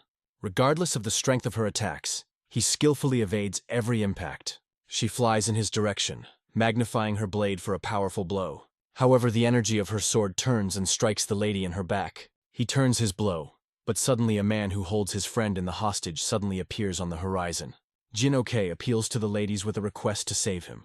Looking at the situation, the man turns to his mistress, saying that this young man brought him here. Lady HO realizes that he faces another warrior of the cultures, dangerous and experienced. Holding the sword, the man holds the second ladies in hostages. "Although you appeared later than expected, your presence pleases the mistress," he said. "Now I will have to deal with this opponent." The man specified that he was from the protest movement and his name is the Bus. "I will name his name," maintaining cold-bloodedness. Shinwil laughed, though he acknowledged that he was glad. For him, it was a great honor to see the legendary lady's ho-hos with his own eyes. He began to approach closer, radiating confidence. But with every step he realized that it is better not to contact the ladies. The hero warned, if Ginok is injured, the tire will become a cruel corpse. The tire understood this and assured that he was not going to kill him. His goal is to give HO together with the mistress to leave this city as soon as possible. Turning to the Lord, he advised her to be careful in his actions. She asked him where the golden lion was, but the man recognized that he had lost it. Then the Lord wondered if he was a priest. The tire confessed that the priest was clever than he thought, and now her help was needed. The main question was, what happened to the relics? She could not find them, but found an important attachment. The tire expressed the desire to get relics. Only with them they will be able to stop it, but it became known that the religious leader is now on the mountain. The monster of 10 unseen lives is on the mountain. This makes them think that you need to act completely differently. I will see their thoughts, but for him it is only a chaotic set of words. Shinwil, stroking the Jin's eye on the head, states that you can go right now. In thoughts, the ho-hos realizes that this fool can kill his friend for the smallest movement. He warns again, Ginai must be released, but the tire requires a promise from him. The Hod refuses to repeat their words again. As a result, Ginai is released, although the tension remains in the air. The tire warns, next time their meeting will be completely different. Jinoke apologizes to the ladies, but assures that everything is fine with him. Shinwil has extraordinary skills, which makes him a dangerous opponent. At some point, everything could go much worse, but now to blame anyone. Their meeting is inevitable, and we need to prepare. Murima's unification was successful, but this has caused new difficulties. The Golden Lion, paradoxically, became the catalyst for the creation of the Murim League. Buildings and halls were restored. It remains to create a detailed organization, to choose a leader. However, there were disputes between the factions of 9 councils and 5 generations. Some suggested that the leader leave the faction of 10 councils, but it would cause dissatisfaction. Even cultists agreed to join, although they did not seek to protect these interests. Daily votes changed the result, but eventually the final decision was made. The leader who headed Murima decided to invite a highly revered warrior. This authoritative leader was entitled to manage the soldiers in each faction, and in the event of an emergency, he could mobilize large combat units and combine Murima clans. To check the effectiveness of the leader, a council of 20 elders was created, most of whom belonged to the 10 council faction and represented the leaders of 9 generations. If not their status, they would have more influence in Murima. But now their voices were weakened. However, doubts continued to bite their souls, asking the decisions. Ataman with a broken hand arrived with important information. The message concerned the Green Forest, a key place in their plan. It is rumored that the daughters of Vanganmun, the leader of the Green Forest, are now taking place. Hearing this information, the man was stunned. Thanks to this news, it could implement a powerful and ambitious plan. This meant that the favorite was sent to Akian. The news sounded incredible, but it seems that it was true, given its importance. The leader ordered first to find out the exact location and then report to him. The information had to be carefully checked, but direct contact with it was forbidden. The guy was frightened, but saw this chance to demonstrate himself in front of the leader. These 2 warriors were reminiscent of hungry ghosts, who greedily absorbed everything in their way. Akian was experiencing a modernist boom with a sudden influx of forces, workers, and food. Warriors who were looking for a worthy place in the world of Murima sailed there as a wave of hope. There was a boat on the other side, waiting for his time. Soon the ships joined the shore, opening up new opportunities. Undoubtedly, Murimi impressed with his majesty. It seemed that a whole country, ready for change, gathered in this place. Not only small and large clans, but also a huge number of workers came to Murima. The views of great leaders, everyone with their own purpose, were directed here. However, it would now be wiser to temporarily stop active action and monitor the tendencies in Murima. The girl was convinced that John Johnson was also here. However, there was no news about its location. The Lord ordered him to watch him, because only in this way they could find out what he thought. One of the warriors looked forward and noticed that they were floating a suspicious ship. No one was visible on the deck, which only increased tension. This ship seemed to chase them. Despite this, everyone decided to prepare for a possible attack, predicting danger. The warriors ordered the approaching ship, and later realized that the natives of Murima arrived on board. One of them, a Murima archer, decided to ask where they came from. The Lord did not understand what was happening and what is the essence of the situation. However, it was known that the ship had members of the Green Forest, and this raised suspicions. The question remains, what do they have to do with this place, and why do their intentions seem so suspicious? The message received a few minutes ago confirmed the presence of important passengers on board. A beautiful girl and a broad-shouldered man with an axe on his back came to the ship, and they became the main purpose. The warriors were ordered to attack the intentions of the Murima League. Suddenly, they were surrounded by many other soldiers ready for battle. The broad-shouldered man with an axe swung, demonstrating his strength. Even against 6 soldiers, he fought confidently and without fear. It was absolutely meaningless to approach him without permission. The battle broke out even more when everyone began to withstand each other. Meanwhile, the action moved to a calm place, the Temple of Heaven.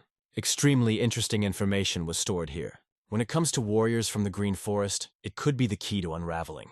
No one expected the news that one of 18 Green Forest leaders identified himself as T alone. This could indicate Junson's ambitions that went beyond the ordinary. However, there was no person who knew exactly whether he died in the forest or survived. It was strange that there was still no significant news about these people in public space. The Lord was already interested in why the situation was developing this way. It was known that the object of her interest was moving through the outskirts of Hamsan.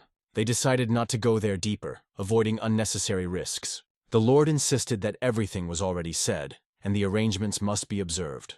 She reminded that the agreement was an agreement and should not be violated. However, their situation indicated that there was a likelihood of conflict with Murim.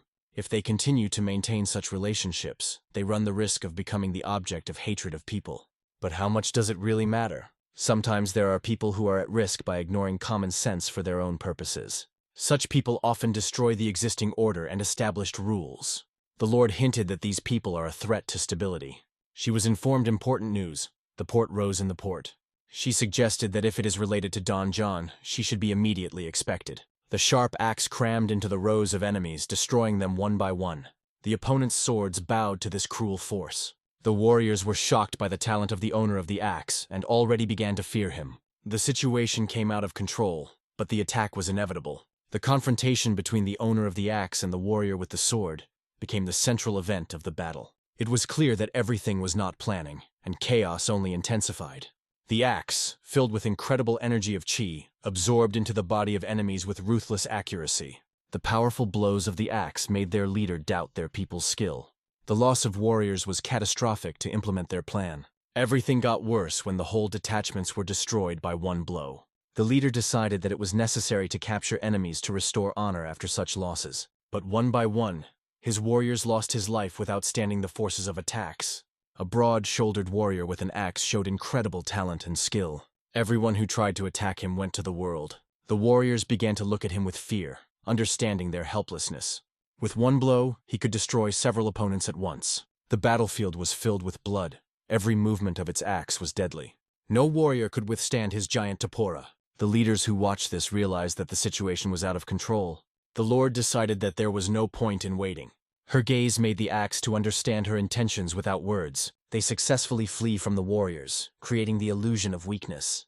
Their plan was to get out of there, even if you had to endure inconvenience. Suddenly, they sat on the boat and went on the water, avoiding the pursuers. The leader was beaten by the wand of the ship, realizing that the enemies had fled. He ordered his people to catch up and punish them at any cost. The leader of the Black Water area could not believe that these people fled directly in front of their nose, calling doubt on the honor of his warriors. Their people have already gone in search to prevent fugitives. They could not allow these people to join the conference in the Zatyan, as it would destroy all their plans. In the case of unforeseen circumstances, the guards should be reported immediately. If the information about their complicity seeps, they run the risk of losing everything, and the old man will remind them of their guilt. We move to the Ir, the capital of the province of Hebei. The water route on Yuz was well developed, although in the north the transport routes were in poor condition. There are many large lakes in the Hebei province, so fishing was a major occupation of locals. Mr. Zhen began to pick up the smallest pieces of fish that could be caught in this river to sell them on the market. His companion Hen said he was going to the book bench. Meanwhile, Jean because he took the responsibility to prepare the fish for his return. The scene is changing. We move to an old bookstore. Our hero realized that his opponent, the same girl, belongs to the cult. He had already met her in the village of Changga, and her actions only confirmed his assumption. He is convinced that she and priest Shimwol are related to it. But the question of the Golden Lion remained open and gave riddles. If the Golden Lion is also a member of the cultures, then they are all three in one boat. Ishinvol acknowledged that he had lost a Golden Lion from view. It was obvious that his setup was hostile to other clans. Jung, in her turn, reported that she was looking for a sacred artifact. I have never heard of magical artifacts, but this confirmed the complexity of the internal structure of the cult. Looking at the books, I will give the pages inattentively, and suddenly stopped. He wondered that in the world real single ones are very expensive. Loneliness and finding your own path is what actually fills this world. His consciousness seemed to expand, unfolding his wings in infinity. The lines of the book seemed to come to life in the imagination of the Ho, unfolding into omnipotent images that looked into its very essence. Everything he saw in these characters gave rise to an endless darkness. By delving into these thoughts, the consciousness of the Ho-Ho-Hid was immersed in absolute darkness. But suddenly a weak ray of light appeared in front of him. At that moment, the ladies reached out to this light, as if looking for salvation. He heard the voice of his master who pleaded with him. "I don't need, I ask you." The wizard's silhouette appeared behind the back, radiating the great power. The master warned him not to be deceived. The appearance of the master in his mind stunned the hero. "I would like to be justified." But the master stopped him. "Not time." The master promised to take care of his protection. He ordered Ho-Ho to leave this question on him. Suddenly, the master's silhouette began to dispel in space. The HOs pleaded with the wizard to take him with him. At this point, a huge lightning broke out in the library, collapsing everything around. The librarian, shocked, could not understand what had happened. He was surprised, because I did not even touch the books, but all the shelves fell. I will give you, focused, entered a deep state of meditation. He leveled his gravity center, which helped to avoid dizziness. His control of the body did not allow him to lose consciousness, even in such chaos. In the darkness, the Ho-Ho felt the light touched his body and soul, moving on his own until Lord appeared. A little more, and this light could have defeated his consciousness and library. I will apologize to the librarian, promising to compensate for all the losses. The librarian only wanted to return to the norm and would be grateful for it. Suddenly, the Ho-Hid heard someone's voice from the side. He was approached by a young man, whom he did not recognize. The stranger introduced himself to Haman, but the very mention of Haman alarmed the lad. Chan reported that he had brought a letter from Anyaki's postal branch. The HO gave the host to scream the letter to find out its contents. The letter was written, Junsan, black watercolor. This information was angry with Ho-Ho, hinting at the hidden danger. He wondered if the collision was approaching in the main palace. The gun's leader insisted on us that without the battle with a bun with a wren it would not stop. However, he acknowledged his mistake. Instead of the battle, he only needed to know the location of enemies. They said that the Beastie Sky detachment is a wandering wash, but their numbers exceed tens of thousands. And the one who holds the lives of these people is the ruler of the kingdom, who can become their enemy. If the warriors inspired by the creation of the Marima League do not intervene, the situation will get out of control and should be immediately exposed. The Lord, along with his companion, escaped from the pursuers. They wondered how to overtake the ocean, given the huge number of enemies ahead. The broad-shouldered satellite was convinced that such a situation needed help. Many different clans appeared in the ocean, which threatened them. If these clans are united, there is almost no chance of getting out of this trap. They need to find a reliable ally to continue their way forward. When they arrived in Sanxian, it became clear that they were the only newcomers there. The broad-footed hint on a girl from Gabo who could become their ally, though the only hope seemed quite fragile. They will have to make this decision and act. In Hamun, they were allocated by Ho-Ho's ship so that he could return to Akian. The captain received an order from Hamun to deliver the ladies to the ocean by any means as soon as possible. The captain looked at the Gap's Hoskos, because there was chaos constantly on the deck. He worried that he would not withstand all the problems that this mission entails. The team was aware that Akiana would not reach the end of the day, but had to complete the task at any cost, otherwise everyone would be overflowing. Chaun-san stated that she was hidden in the Black Water Bay. The HO finally received the answer to his question and looked calm, though it did not add confidence. On the contrary, his head and chest were heavy from new thoughts. Jin-Ok noted that although they are familiar, today, the ladies are scared by his mood. They spit to the island, and the HOD notes that it does not recognize this place when it compares to how it looked earlier. Many people have appeared in the city who worked tirelessly. New buildings were erected every day, turning the city. Their ship sticks to the pier in the ocean. They are heading to the Sengors. The mistress has been waiting for them inside for a long time.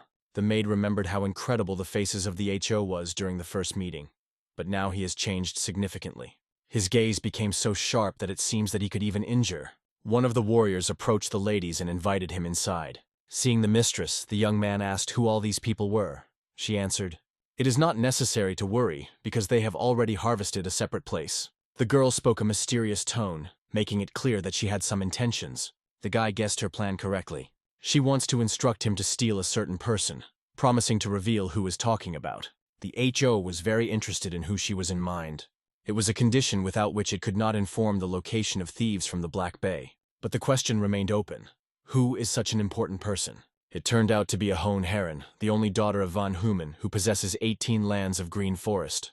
If it is killed, the ocean will become a field of large-scale battle. The guy realized that it was about her, and now Hang Heron becomes his main goal. The scene is transferred to the Murima Palace. The leader, angry with the dullness of his servant, hit him in the face. He merged that he only wanted to know the location of enemies, and this fool attacked the ship. The servant with a broken nose tried to justify his actions. He explained that those people provoked the attack themselves, and they had no choice. But because of this act, the Gon family was on the verge of an unprecedented crisis. The servant did not understand why the leader was experiencing so much, because the Green Warriors, in his opinion, could not be a serious threat. The leader explained that among them was a hole. If the world learns, the ocean will turn into a battlefield. But the servant insisted that it was only a bandage of bandits, which did not even compare with the shadow of a large clan, so they should be destroyed. The warrior with his hand remarked that Murim has enough resources to kill the Green Warriors. Murimi had sufficient force to cope with this danger. The leader realized that this guy was not as simple as it might seem. In any case, everything has already happened, and there is no way back. For the first time in his life, the leader decided to trust this young man. They planned to force the Muri clan to pay their dream, using the stolen person as a hostage for negotiations. The scene is transferred to slums outside the ocean. Everything looked very poor here, the real wilds. Quan Huaran sat on a bench together with a warrior who apologized for the inconvenience created. But as she noted, everything was normal and controlled. Soon, Chan appeared on the horizon. The Lord asked how she was and what to expect next. Sobun reported that the cases were very bad. The Lord was announced hunting.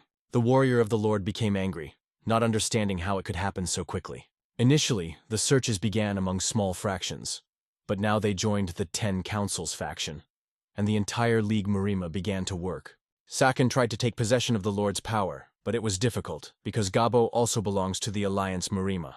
Mrs. Haben did not understand what exactly was talking about, but everyone worked hard to solve the situation. One of the warriors came to the Lord, after informing that she needs to leave this place immediately, because the soldiers of the Murima League began to search the slums. If Gabo knows that she has to do so, it will greatly become a path of their owner. Sakin reported that on the outskirts of Akiana, a carriage organized by Hamoon was ready for her, and asked not to doubt her plan. The warrior stood closely on the guard, realizing that it is time to act very quickly. The warriors were already close, and their main purpose was to grab the Lord.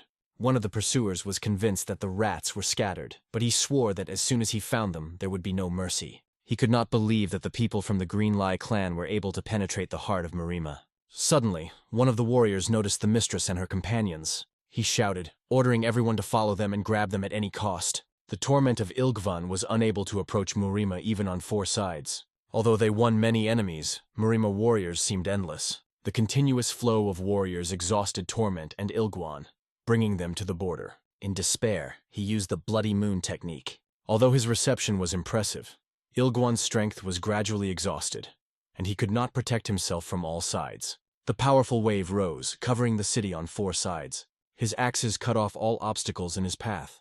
But soon he faced serious problems. Its exhaustion was accumulated, and the forces gradually left it. It seemed that on the sight of every vicious enemy, a new one grew into the rear. The mistress wanted to warn him of the danger, but did not have time. Ilgvan was struck by a hostile sword that pierced his huge body. The blow made him shudder, realizing the seriousness of the situation. Feeling the wound, he acknowledged that the enemies acted cunningly, as if real rats. But gathering the remnants of strength, he waved his axe, feeling the incredible loss of blood. The warriors realized that he was seriously injured. Blood on their swords only exacerbated the desire to finish Ilgwan. They directed all their forces to destroy it. Their purpose was to eliminate Ilgwan, even if many. Nevertheless, their true goal was the Lord, which they tried to catch at any cost. The Lord tried to defend Ilgwan, but soon she was in trouble. Having lost vigilance, she was injured in her back. Seeing the wounded mistress, Ilgvan felt anger and anxiety. To save it, he used a whirlwind that can stop bleeding. But reaching his peak, his strength was exhausted, leaving him completely helpless. His heart was torn from pain, both physical and spiritual. In the desire to protect the Lord, he turned into a warrior Renda, because it was a great happiness for him to just be near her. Watching the winged and enemies of the mistress, he felt great despair. He realized that the mistress was for him all in this world. Only one person remained in his thoughts, Han Heron, the only one and the indispensable. Ilgvan used all his last energy, which struck all the soldiers around. It seemed boundless, as if an inexhaustible element. His power forced the enemies to say goodbye to his lives. The reception of blood return surprised everyone with its destructive power. At that moment, the whirlwind of Ilguana reached back with a loud explosion. Thanks to this technique, he was able to show force that exceeded his potential several times. But this outbreak lasted only a short period of time, after which Ilgvan got a serious exhaustion, risking life. Despite this, he rushed to the help of the Lord, desperately protecting her. Ilgvan asked the mistress to flee until he took care of these bastards. The Lord realized that the reception of blood return is the last breath before the inevitable death. The only desire of Ilgvan was to protect the mistress without thinking about her own life. Seeing his dedication, she could not hold back tears. The body of Ilgwan's flower has pushed away from the earth with incredible force. He skillfully cut the air with his movements, breaking through the environment. His goal was one, to escape from the mistress. Ilgvan asked the wounded mistress to endure a little. The warriors looked at him in surprise, not understanding where he came from. How could he use such powerful techniques when his energy is almost completely exhausted? Meanwhile, the monk who was above tried to stop him. He swore that he would never forgive himself if they let them escape. A powerful wave of energy hit Ilgwan, stopping its strength. This energy, like a web, surrounded it, depriving him of movement. The old warrior struck such a strong blow that Ilgwan knocked out of balance. The Lord fell, punching the roof of one of the houses with his body. Ilgvan destroyed the building before descending on the ground after it. The warrior's attention switched to a gray-haired man who suddenly appeared. It was Janine from the palace Shansong, a legendary warrior. However, everyone was surprised. What is he doing here? Jenin from Chong was known for his hatred of magicians, his rage always enveloped in the surrounding fear. In the massacre with demonic enemies, he did not know mercy, destroying them independently to avoid their evil. He was called God of Death. Jenin realized that this girl was Muno's daughter. Squeezing his teeth, he realized that he had been waiting for this moment for a long time to understand their relationships, and finally end this confrontation. The master surrounded the girl and her security guard, asking her daughter of Muno's daughter. The guards immediately confirmed his assumption.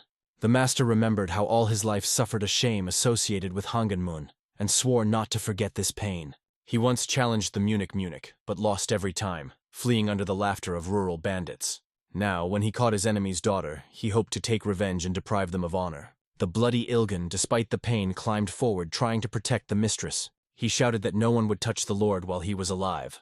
The mistress begged him to stop, but Ilgan, covered with blood, stood firmly. It was even dangerous to move, but he did not pay attention to the pain. Squeezing his teeth, he rose, leaning on his own will. Approaching the master, Ilgan grabbed him, demonstrating unbreakable power. The master quietly put his palm on Ilgan, stating that the resistance was in vain. A bright outbreak of force broke the air, causing pain to Ilgan. The master applied his crown attack, which could not be protected. Ilgana literally boiled from the powerful impact of Ilgan. He fell powerless to the ground, looking dead. The Lord in despair looked at the ward who sacrificed himself for her.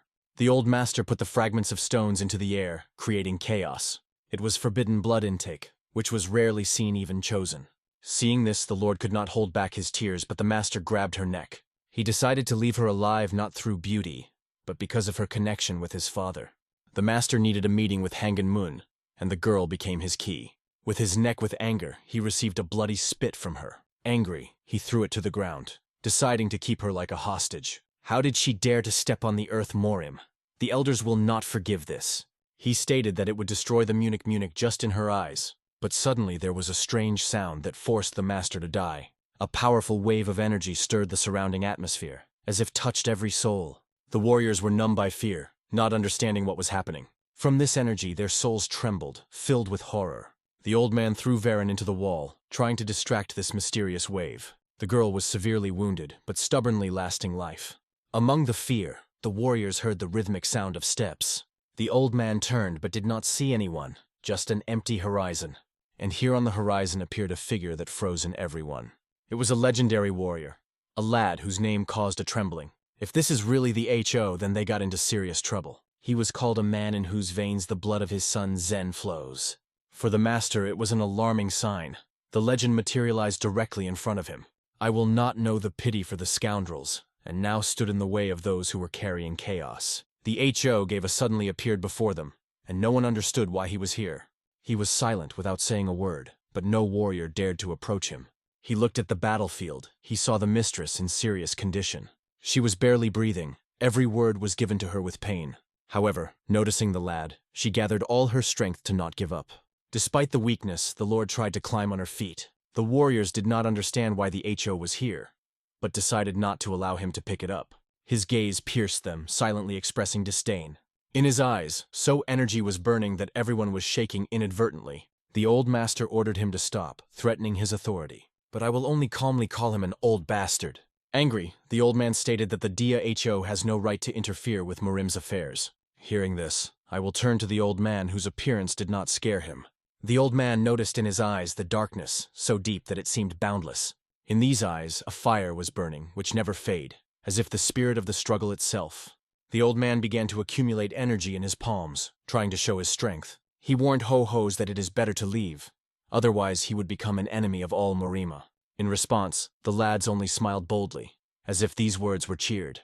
The old man insisted that this territory belongs to Morima, and the ham is superfluous here. He argued that they were not afraid of this guy, because he was only a prey. The old man shouted that he would turn the Ho-Ho by ashes if he did not retreat, giving him the last chance to leave them alone.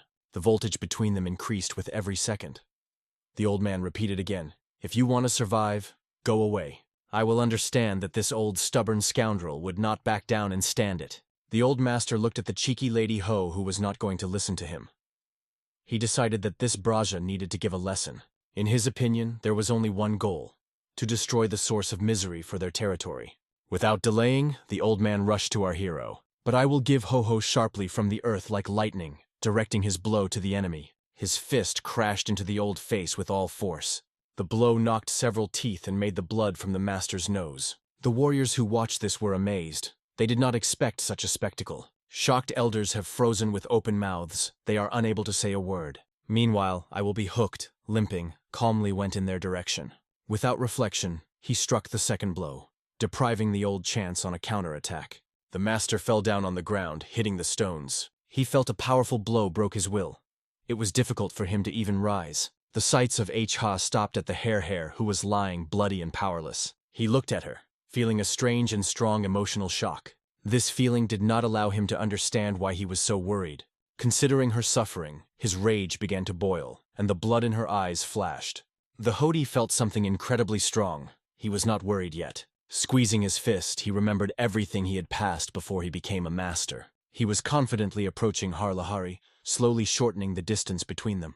His decisive look made her nervously shudder. She, holding on to the bloody hand, sees the fist of the lad who hangs right in front of her. At this point, she suddenly recognizes her older brother. But unexpectedly, the warrior rushed on the lads of Ho, trying to attack. The attacker shouted, whether he realized the lads of Ho's that he went against Morim with his actions. After all, the bridge was created as a clan of the strong, which protected the world from a demonic cult, and now his betrayal is a huge blow to their renown.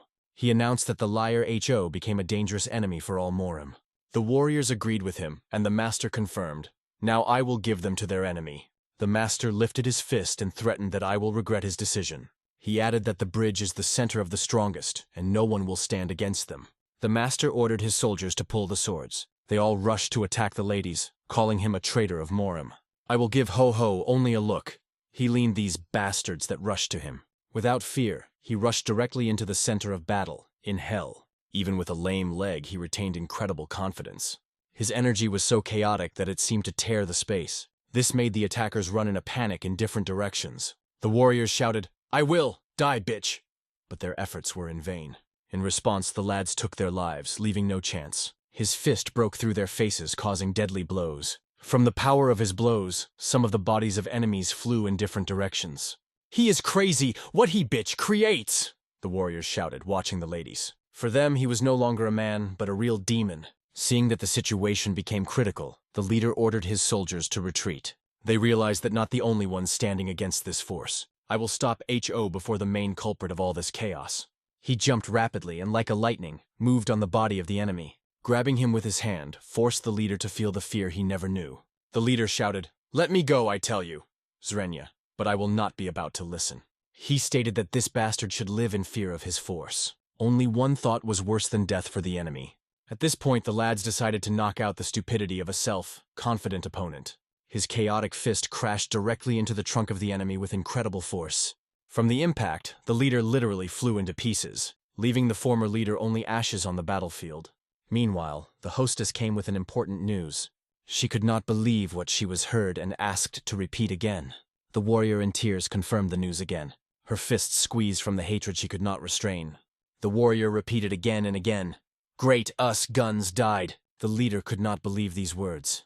It seemed impossible for such a strong warrior. "Who, bitch, dared to kill such a majestic warrior?" she exclaimed in despair. We carry to the very heart of the lands of Morim. Everyone who has heard this story realizes that he has just lost his nephew in Kwanma. But for a large clan, this is not enough for us Gun. It will not stop only on it. Kwanma was a symbol of Morim's authority, and his loss can shake the whole alliance. They can no longer quietly watch what is happening. The only way to restore the honor of Morim is to destroy the ladies. For them, he is just a dirty creature that dared to challenge their system. This situation went too far, touching the pride of all members of Morim. They cannot stay away. They will collect strength and go to destroy it in its lands. But what does Hunmajin think about it? Why are you asking? Because it is no longer related to Hushan. He was part of it before, but now the situation has changed. This bastard turned away from Hushan, becoming an exile even for his teacher. Will the elder be able to forgive such betrayal? Many members of the elders demanded that the chase immediately organized. The best way out for them is to get rid of this guy as soon as possible until he became even more threatening. The bridge always goes forward, and they are not going to retreat. From now on, there is no more place in the world as ladies. This is the law of strong. But the leader did not leave a strange sense of the anxiety that grew. We move to the mountains near the sea, where a new round of events is born. The sun's rays gently penetrated into the cave, illuminating the darkness with warmth. Ilshun began to feel this warmth on his face, as if awakening the body of pain. Waking up, he began to cough and shouted, looking for a mistress. She came out of the stone, reassuring it with the words that all is well. Ilshun choked with pain, feeling weak and blood in the lungs. The mistress came to him, worried about him, whether everything was fine with him. She begged him not to strain after he tried to rise, reminding of blood loss. His condition was obvious.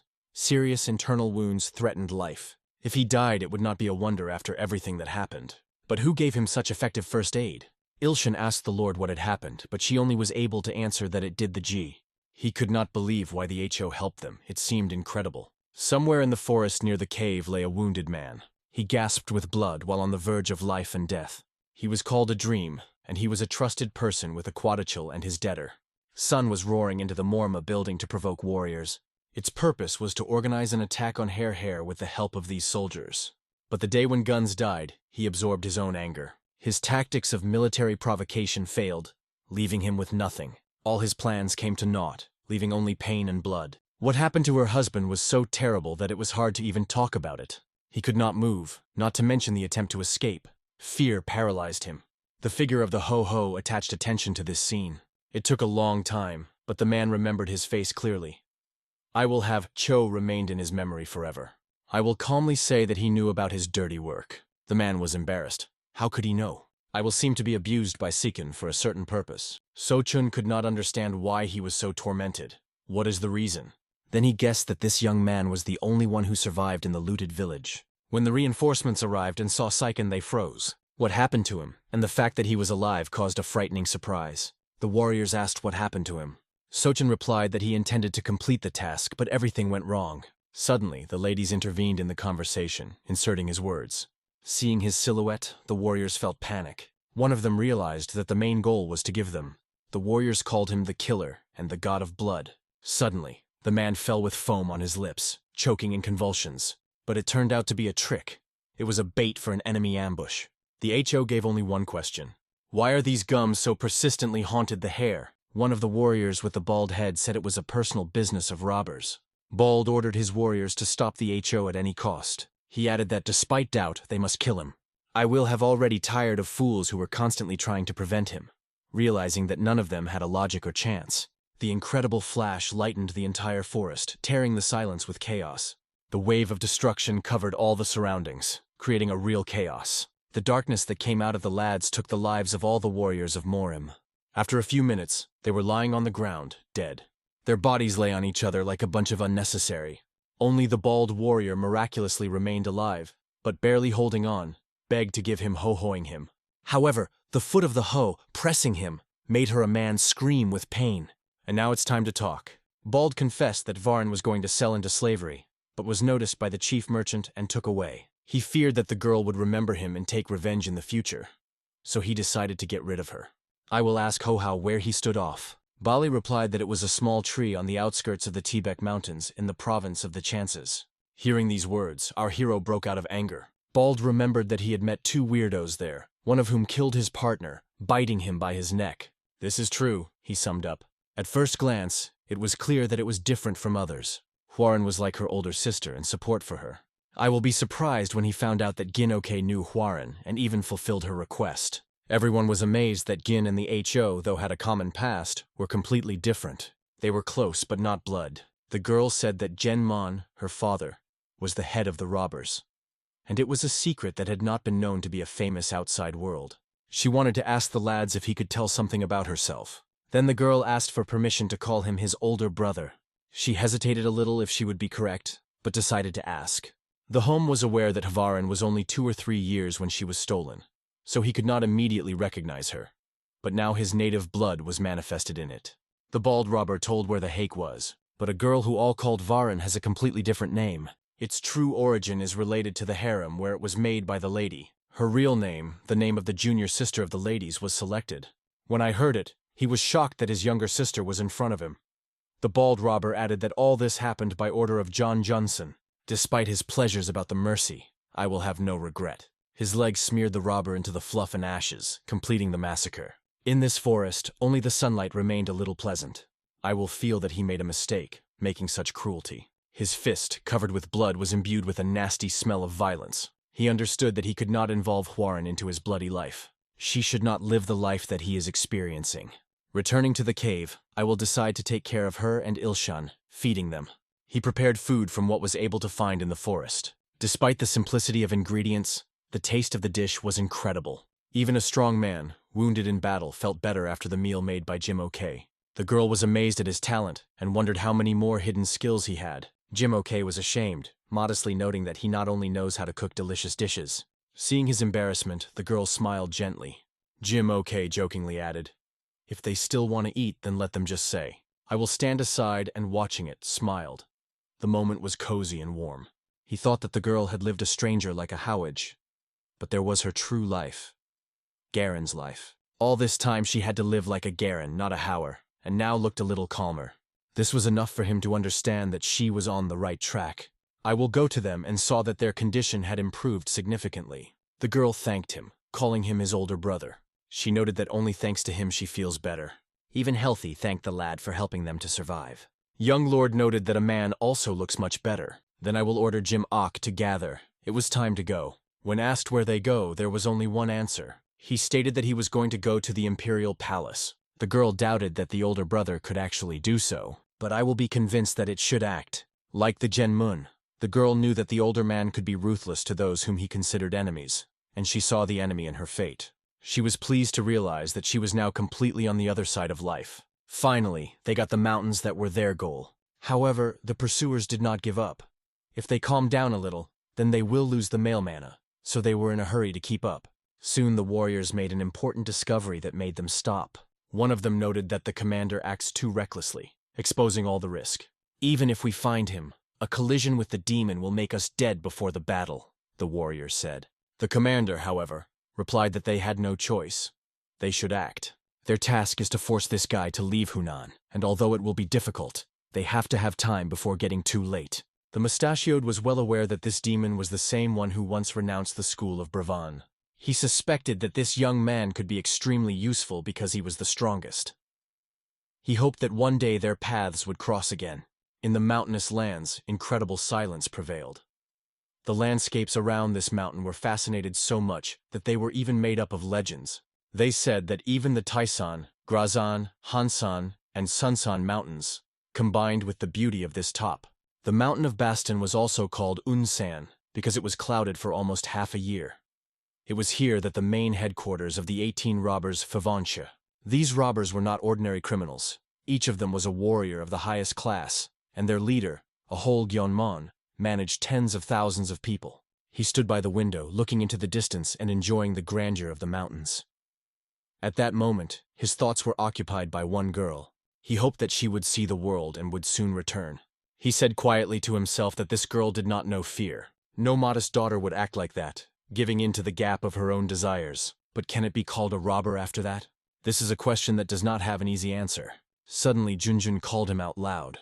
He reported that 5 arrivals were asking for a personal meeting with the head. However, Gongyeon Moon was interested in another. That mysterious young man. Did he still decide to do it, no matter what? Yunsan was exactly those who managed to rise from the very lower ones, to get a moneylender at Kinesu and prove that he has both stubbornness and talent. He said when they arrive, the answer was uncertain, 1 to 4 days. He then asked the reason for their visit. The answer was simple, a demonic cult. It seemed quite smart to him.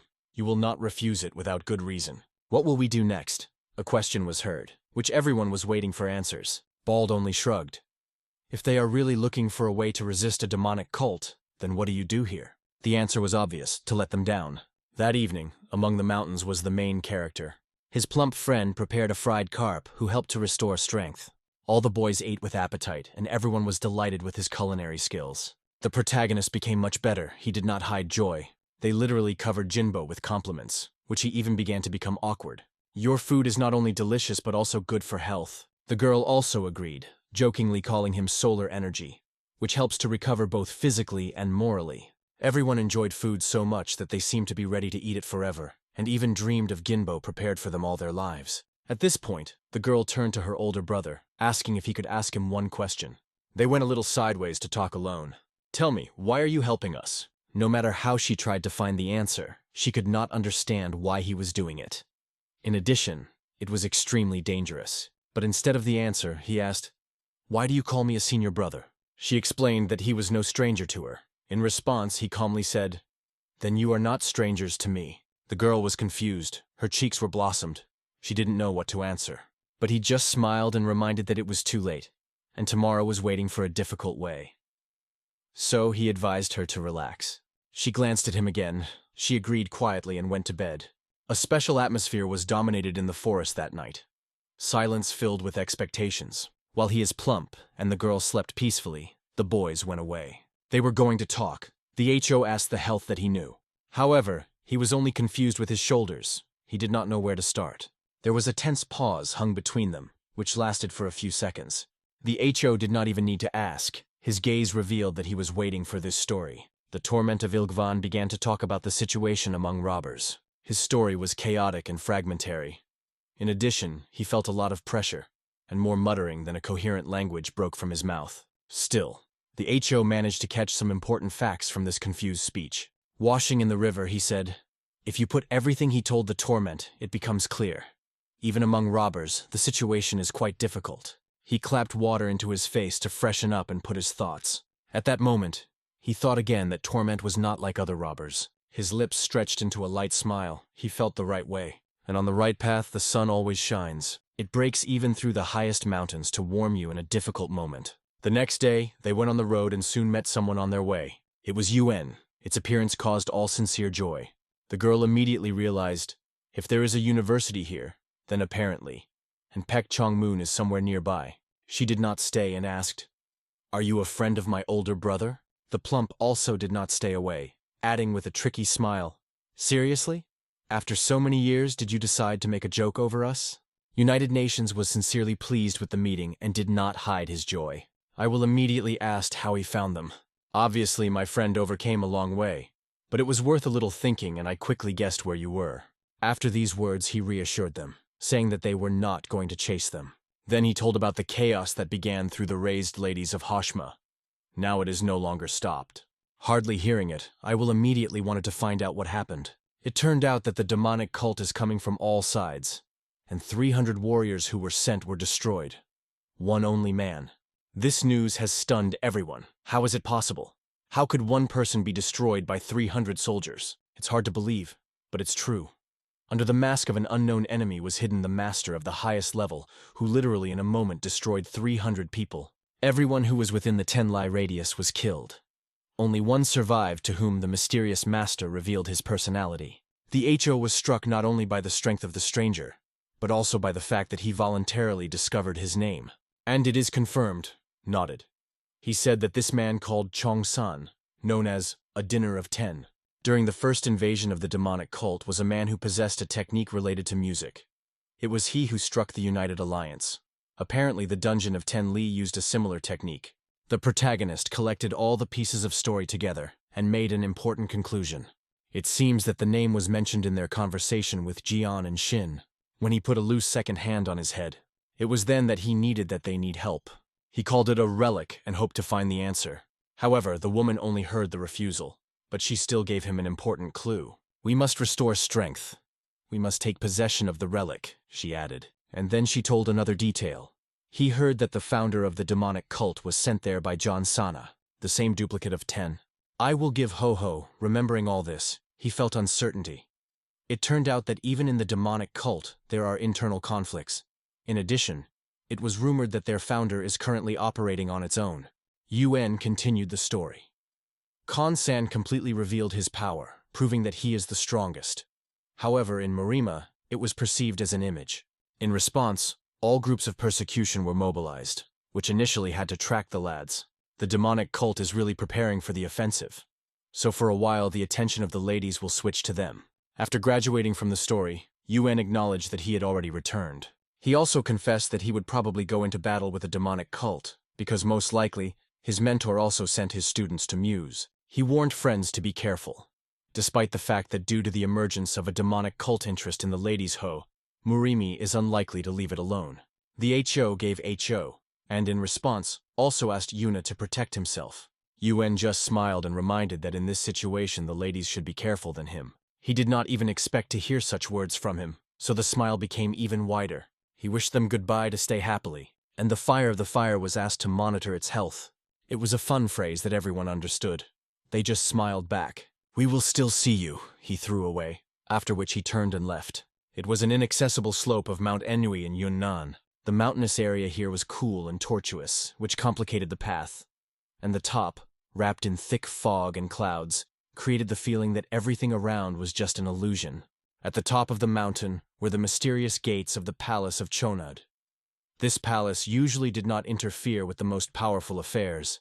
They only provided some support for the Chomchen clan, one of the Kudman school clans of 9 gates that had enemies in the province of Junnan. Traditionally, women were dominated by women, so most of the palace was occupied by girls. A little more, and the celestial flowers will blossom. They said it was the gift of heaven. But can you call this little orchid a truly precious celestial color? The princess of the palace Gon could not understand it. People believed that the flowering of the celestial flower brings great luck. But what good luck will he bring this time? This question did not give her rest, and she looked thoughtfully at the delicate flower petal. But suddenly it was covered with a powerful gust of wind, forcing it to turn sharply. Loud shouts came. The enemy! She was informed of an unexpected attack. The princess immediately gave the order to the soldiers. Stop these bastards! It seemed that there would be no living soul in this palace today. Everything around was already filled with blood. She wanted only one thing, that all this would end. Who are you who dared to arrange a pogrom at the Chonad's palace? She asked. The princess began to form energy in her hands. Her gaze became cold and focused. What do you want from us? She asked. The founder instructed me to hold around, up to prove my dedication and join his ranks, the man replied. As soon as she heard the word founder, everything became clear to her. There were warriors of a demonic cult. The man who said was John Dragon, Yuen Duquan, a pursuer of Protestants. He threateningly stated that their palace would be erased from the face of the earth for their founder. In the name of Protestants to destroy the palace, in the name of the Holy War, he proclaimed. The princess thought, did the demonic cult finally show his intentions? At the same time, she made it clear that they are deeply mistaken if they underestimate the power of the palace. She was not going to retreat. She was about to destroy them all. But Unquan quickly rushed forward. His spear cut the air lightly. He decided that the princess would be the first victim of this siege, but she did not shudder. She stood firmly, full of determination to prevent it. Suddenly his spear flew dangerously, just a step away from her neck. The princess answered immediately. She used the technique that she trained for many years. It was the weight of justice. She was definitely not weak. Her arms suddenly expanded, filled with energy, and twisted around the enemy like rapid flows of water. Quan barely had time to react. He defended himself with a spear, but felt that this technique would not give him a chance for a light victory. But his spear was not simple. He hid incredible power. Using all his skills, he decided to give the princess a decent resistance. The princess, although she was an experienced warrior, was unable to give a decent resistance to a young fighter who exceeded her in strength and speed. It took very little time before Bravan's school learned about the horrific events that took place in the Chongsta Palace. The palace was destroyed, and despite the fact that this place was considered one of the strongest duplications, his military power exceeded even the power of many schools that were traditionally considered the best among the usual. In the end, the invasion of a demonic cult became a reality. Today, their victim became the palace of Chonad, but no one could tell who would be next. Will the Nakan school itself be the next goal? It was then that it was ordered to gather all students, except for those who had already been sent to Muse. It was also necessary to contact Hungam immediately and report that it was time to stop staying in the shade. Gom from Jin, the best fencer in everything in Boast, could be needed to protect the school from an inevitable attack of a demonic cult. For others, this order seemed a little strange. After all, the question was, what then to do with Chong? And also with Quan Milady's Ho? What position will he take in this situation? It was enough to mention his name alone to cause a wave of outrage among the senior masters. In addition, its existence was a too heavy burden to simply shift responsibility to someone else. In addition, Myung-jian recently returned, the same one who dared to challenge the strongest. He personally acknowledged his defeat before the ladies and returned to closed workouts. All this series of events has become a real shock for the martial arts school. It was these two men who gave rise to disputes between those who supported them and those who were against them. All thoughts had their reasons, so it was not easy to make a specific decision. To entrust something ladies was too risky, but inaction was also not an option. This was the current situation, suspected of trust and suspicion. Grujhan, the Nephritic Valley. At this time, an elderly man approached the hostess. It was her uncle, whom she had not seen for many years. He immediately reported that he heard that she had fled from home again. She was curious about where he learned about it. Uncle explained that such rumors have long been spreading. At the same time, he reassured her. Nothing happened in Pianun. Who will dare to touch Puen Vonsha? He added, saying that the head of the group is also in full order, so there is nothing to worry about. And once again he remembered that the head was very worried about her, so he asked her to climb him. Of course, but only if my uncle treats me with her delicious lunch, she joked, having fun. In the meantime, I will have seen and heard enough. The world plunged into chaos when the demonic cult began to step on all sides. He watched all this without expressing any emotions. But the look cannot always tell what is happening inside a person. The HO ladies have changed something. It was impossible to say exactly what exactly, but it was felt. He was also wondered by this change. However, one phrase he heard was firmly in his heart.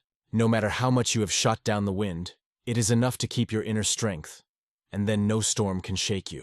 At that moment, the HO understood. He finally found confidence. He was ready to meet with KHONCO. That is why he wondered. After the case is completed in Kudan, he wanted to visit there again, talk, ask how to move on, which path to choose. But he was so delved into the thought that his friends noticed it and called him back to reality.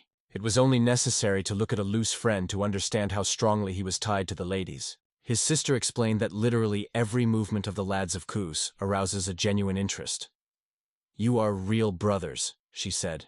He just smiled and asked if he was true. What is the joyful here? A sharp male voice came. The girl turned and saw in front of her her father. Is this our disobedient daughter? He said, but joy was heard in his voice. He immediately approached and hugged her warmth. He noticed for a long time that she was below, and all this time waited for her to rise. But after all, he could not stand and descended. Meanwhile, a little apart, I will be ready to accept the reality that opened before him. And at this moment, the girl's father noticed a stranger. He decided to ask her daughter who this guy is. In response, he heard, "This is the person I call my older brother." Meanwhile, the man was already descending the stairs, approaching them. Hearing the name of the lads, his father realized that this young man had found his appointment. He reached his own top, and the one who conquered his top is able to evaluate others. For the honeysuckle, the Muna Gun seemed to be a person of another category, unwavering as a rock. When the guy approached, he greeted him with the words, "Welcome, dear guest." After presenting, he named his name, Han Gion Moon, and also informed that he was the head of robbers. After that, he added with a smile, "Nice to meet. For me, a great honor to meet such a strong warrior.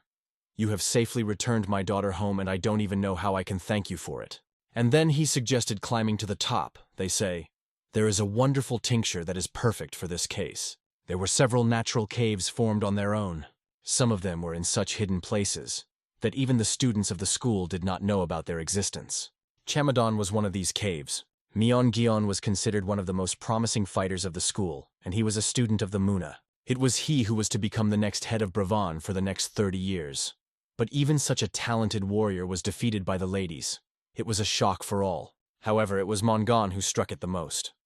Once he returned to the boast, he closed in the cave and started closed workouts. He became stronger, honing his skills. His possession of the bloody flower sword reached the ideal. He proved this unique technique to perfection, performing it exactly as the mentor taught. At that time, the technique was first performed from the moment it began to use the bloody flower style. But even using his technique, he could not change anything. Myeon was defeated, despite his flawless battle. The difference between him and the LDI was in speed, and in an unrestrained desire to destroy the enemy. It is this desire to kill the lads of HO truly scary. But at one point, the figure approached his cave. It was his mentor, who already knew about the defeat of the student. However, except for the words, "I'm so sorry," he could not find other words to address his affected student's defeat. Myeon has always been considered an unsurpassed fighter. It was this question from the mentor. Did you, Myeon, could not surpass him? The guy didn't know what to answer. He just stood silently. In his memory still lived the image of a lame boy whom he saw 12 years ago. The same guy who had to face prejudice. Prejudice that cripple will never reach great heights in the martial arts. When he was told that he would not get anything and was sent home. When he was explained that some efforts were not enough to overcome physical restraints. He was told that no matter how much he trained, he would never be able to compensate for the imbalance in his body. You will never be able to reach a high level. Find a different way is the only advice I can give you. But the HO was not those who just accepted the defeat. He was the one who believed, despite everything. He looked at the mentor directly into his eyes and firmly stated that he would not retreat. He only wanted to have the same opportunities as everyone else. It was then that the Homo Hom mercilessly beat the guy. After all, if the cripple is successful in the martial arts, it will call into question all his beliefs. And he never regret his decision. But now, standing in front of his own disaster, he asked again, "Tell me, is the martial arts still unsurpassed for this guy?" Myeon, a little silent, replied, "He's strong." His fighting skills were striking with their accuracy and power, causing respect for even experienced opponents. However, his presence not only impressed, but also gave fear of those who became in his way. Here is that the mentor had to hear from his student. Words full of doubts and truths that struck him to the depths of his soul. But it was not the end. The guy added that many questions remain unanswered, and he is still looking for understanding. He asked loudly, "Why didn't you choose him with your student?" This question shocked the mentor, because it touched the painful wounds of his past. Without losing determination, the student repeated, "Why was it chosen and not him?"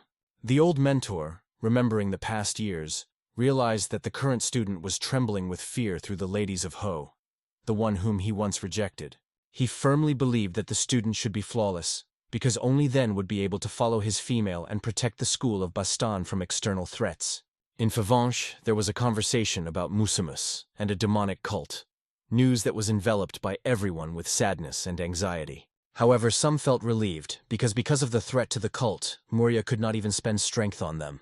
The daughter, confident in her abilities, knew that one day she would lift her sword to defend her dignity. The father agreed. Sometimes a goat of release was needed, and robbers often become profitable for those looking for justice. He called his daughter a true good jug, rejoicing that she not only had fun, but also gained invaluable experience.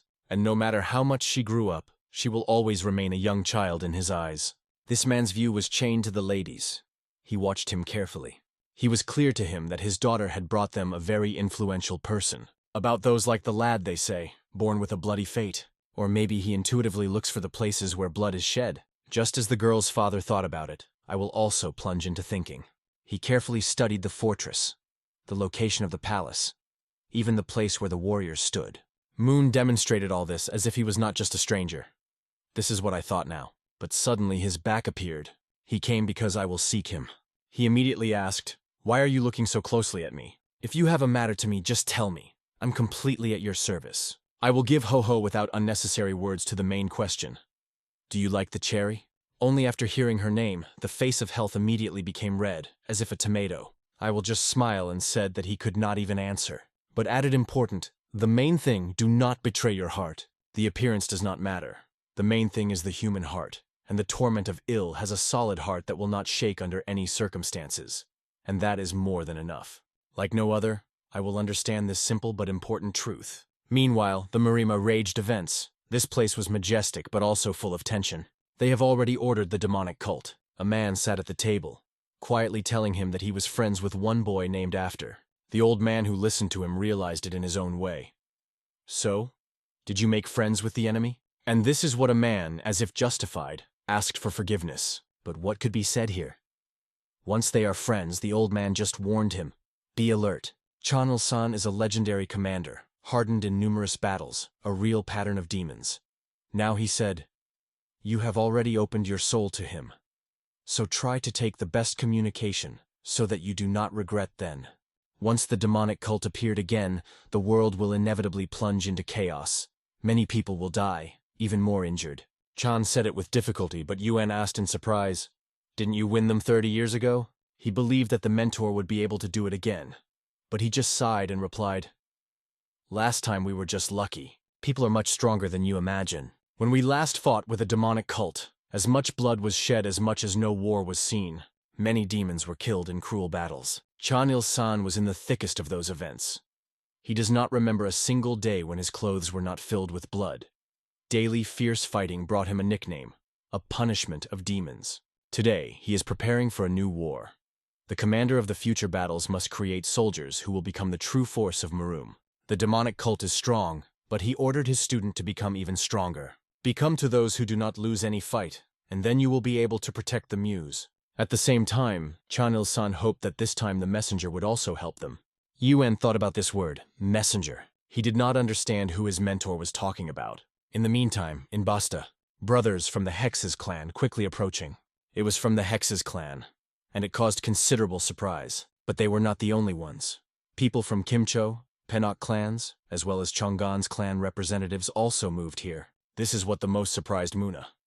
He did not expect that even Chong'an's clan would decide to appear. It was a clever move, and now it was necessary to quickly decide how to proceed. He also understood that this meeting was not a surprise. They provided for it in advance, although now it was far from the best moment. So he ordered to prepare places for the night. Arriving at the fortress, the guests were happy to see a festive feast here. However, some, having noticed among the guests of the guys from the Hex clan, on the contrary, worried.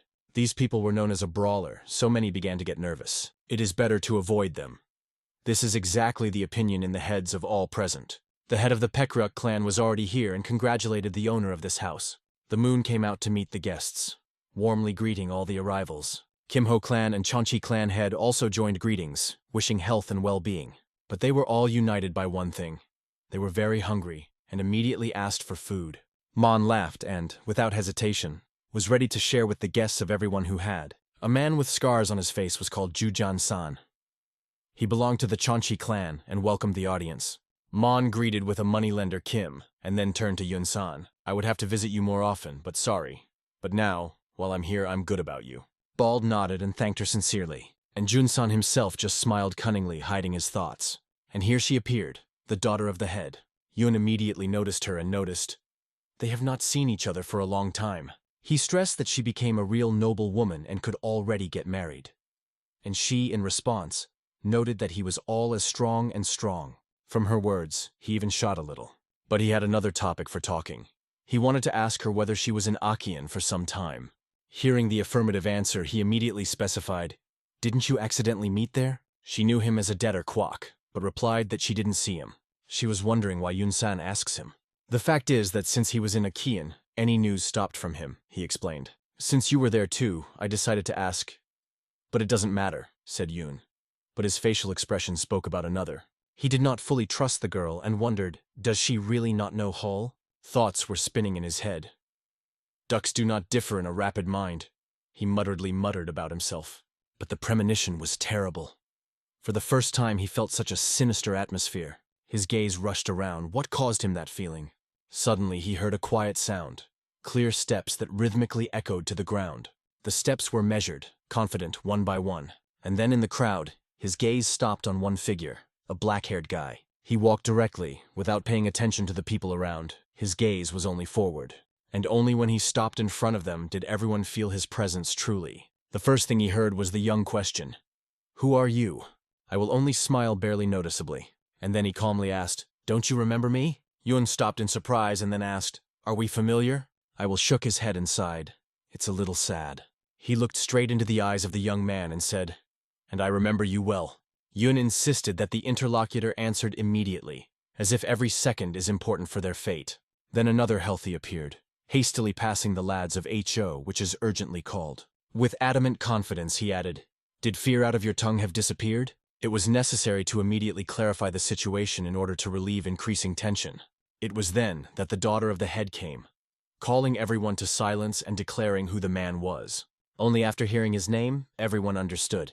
Jokes are not appropriate here. She explained that, given his guest status, he could not afford rudeness and ill-advised words.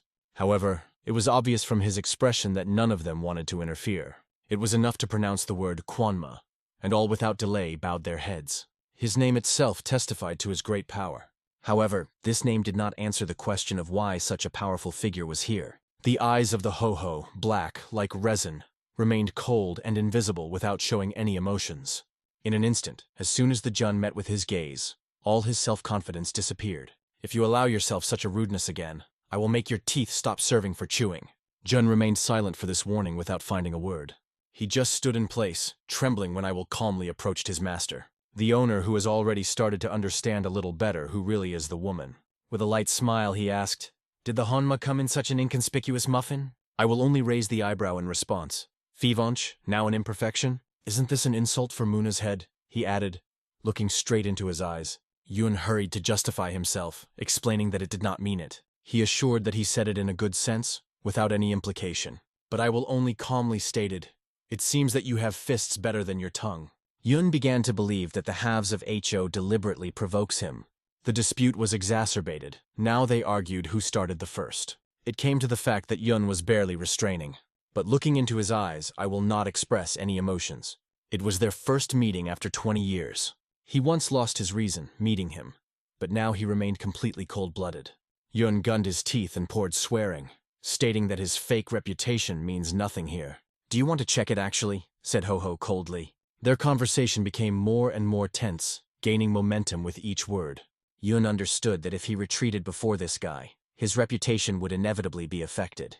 But he was suddenly stopped by Moon, reminding him that I will give Han a guest. When my daughter was in danger, none other than he saved her. That is why he urged respect. And then, changing the topic, he added with a smile, "And the food is already cold. The war is war, and dinner is scheduled."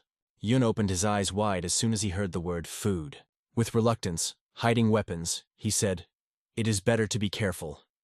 If you get into my eyes again, I will definitely not restrain." But I will only calmly replied, "You should look more closely at the sides." He advised to see everything around.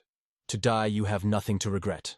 These words were even more angry, but in the end, he took a deep breath, trying to take himself. The Hod, however, remained unmoved. No emotion appeared on his face. Finally, everyone went to the hall for the meal. There was plenty of meat and drinking, so everyone could eat as much as they wanted. Despite the tension, everyone thanked for the food. Mon noted that if the food is over, they just have to tell him about it. He was ready to turn all Sanch to bring even more dishes and drink. Meanwhile, Yun sat down at the table with a respectable guest, who advised him to forget about rivalry from the ladies and just drink.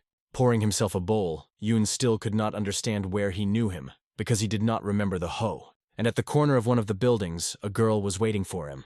She introduced Li Gain. "Nice to meet." This woman was the head of the Chongan clan, one of the 18 robbers. Among the robbers were rumors about men who, fascinated by her dark features, lost not only their head, but also life. She became so famous for it that she received the nickname Magic Snake. At that moment, she came to the ladies of the hout, suddenly hugged him and whispered, "Don't be so wary. I literally fell in love with you." She wanted to circle him around her finger, thinking that it would be so able to conquer all robbers. Her ambitions did not know the limits. Now she cooperated with Yun-san, but if I will be more profitable, she would have gone to his side without hesitation. Her cheeks were swollen when he coldly ordered her to get out, but she just smiled playfully and replied, "By this point, I have not met men yet who would not like that such behavior." The HO realized that she is unlikely to intend to listen to him. Therefore, he decided to use the most effective weapon: words. "You have what, a meal?" She opened her eyes wider, still hugging him from her back. And at that moment she saw how he was harshly stopped by his hand, saying, "From you she is like a tagged bitch." He did not restrain himself. His hand struck her on his cheek. The blow was so powerful that every cry broke through the silence and forced everyone to listen to him with horror. The sitting at the table instantly paid attention to this powerful sound that suddenly disturbed evening calm. The loud cotton moved her out of place like a strong gust of wind, pushing it far back. As a result of the impact, her head strongly affected the ground, leaving a bright trace of falling.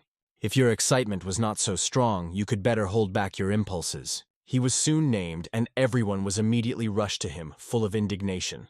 They perceived it as a gross disdain of Chong'an's clan, which caused the outbreak of dissatisfaction. To protect their honor, everyone immediately rushed into the attack, resolutely opposing the image. Everyone wanted to show him who the real robbers were, and friends immediately supported them, preparing for a fight. She did not understand what to do, and the older brother was immersed in a state of absolute confusion. Without hesitation, he clenched his fist and mowed with all his power, trying to put an end to the tension. Fortunately, she was saved that the blow did not hit her head, keeping her from a serious injury. He smashed everything in his way, leaving no one indifferent to his strength and determination. Each movement was aimed at reflecting the pressure of the opponents and stopping their aggression. He fought only with his bare fists, while the enemies were armed with blunt but effective tools of destruction. Only one blow to the ground, and the split stones flew in different directions, forcing the opponents to retreat. All instantly froze, and then, as if by order, lined up around him. What does it mean? How did he dare to give such chaos in the very denominator of the robbers? One of them said loudly, "Wait! We cannot do it as you please." Without the decision of the Supreme Chapter, no action. All the views immediately turned to the main. They said that this stranger staged a stir, and that leaving him without punishment was unacceptable. He offended one of our leaders. It can only be redeemed with death. The torment listened carefully to every word without expressing any emotions. He was reminded of the main rule of robbers. What gave, get it in return. Everyone was waiting for what decision the Supreme Chapter would make. This was most interested in the young. If the head leaves this guy without punishment, the discipline among the robbers will shake. But if everything is as necessary, this alien will get into the iron shackles. The torment slowly approached the ladies and turned to him. He explained that he is now among the robbers, and the woman to whom he gave a slap is one of 18 chapters of robbery clans, but the first and the second Lady K-nies. The torment went to the third and explained, "I am the head of all 18 robbery clans. What you did is tantamount to it as if you spit in my face, but I will give you calmly exactly the same." The torment understood that everyone present was well aware of it. No muscle shuddered on the face of Ho. It remained absolutely indiscriminate. But to be honest, the torment was even laughing internally at what I will do with this woman. It was at the same time funny and bold. He stood in reflection, when suddenly I said, "Ko, I am not interested in knots that are so excited that they rush to anyone. But even if she is a knot, she is still the head of one of the clans, and you should answer for the crime. So go to the dungeon behind the fortress, spend 3 days there, and then return." It was such a punishment that was made by the Supreme Head. I did not even argue, just nodded. But his back rose. The robbers were outraged. They considered it a great humiliation. The torment quickly reminded them that the decision was made here, not they. All immediately fell silent, lowering their heads. "Remember his name," said Torment. "His name is Giving a Homo," he reminded them. "Listen to what they say about him. He is the strongest warrior in Kangcho, and I'm old. My bones weaken. The joints are creaking with every movement." He clearly explained that he did not want to fight this guy. Yun, from shock, almost fell through the ground. This old manor is trying hard not to contaminate his hands in the blood, Jun thought at that time. After that, his servant came to the head who advised, "If you want this guy to repent, pack him in golden bangs." It should be enough to reassure dissatisfied heads of clans. Mon ordered him to be shaved without paying attention to the protest. The golden strips were one of the most valuable relics of robbers that were passed down from generation to generation. They were made of strongest metal known as eternal cast iron and weighed almost 1.5 tons. After shaking them on the victim, it was impossible to be released. Their weight was pressed to the ground, and so these strips became known as the most violent. Mon ordered not to remove them until he disposed of. Yun, understanding the situation, noted that this guy would not come out alive from prison. "It seems that you never mentioned me," he whispered quietly to him. Yun just looked at him, proudly lifting his head. "I will give you, continuing your threat. In fact, you would better remember. If you don't mention, I will do the same with you as you did with me." A small repentance cave was located in the middle of the hill on Gorn Brazan. The path that led to the entrance to the dungeon was so narrow that only one adult could pass on it. Sitting inside, the lads reflected. He thought of everyone, and himself, but most of all, because he understood that he became an obstacle to the high expectations of Yun-san. All you have to do is wait for him to get rid of him from the road. More precisely, he would try to do it. In the alliance, Muram tried to determine how to use their strengths. It was decided to create a special department of information collection. Intelligence. To anticipate the steps of the demonic fraction, you must have reliable data. This is the only way to respond quickly and effectively to threats. The Hunchin's military advisor explained that there are sects in the Central Plains that trade information. But each of them has both strengths and weaknesses. For example, the sect of the Lower collects a lot of information, but there are no people who can carefully analyze it. In addition, many agents simply disappear.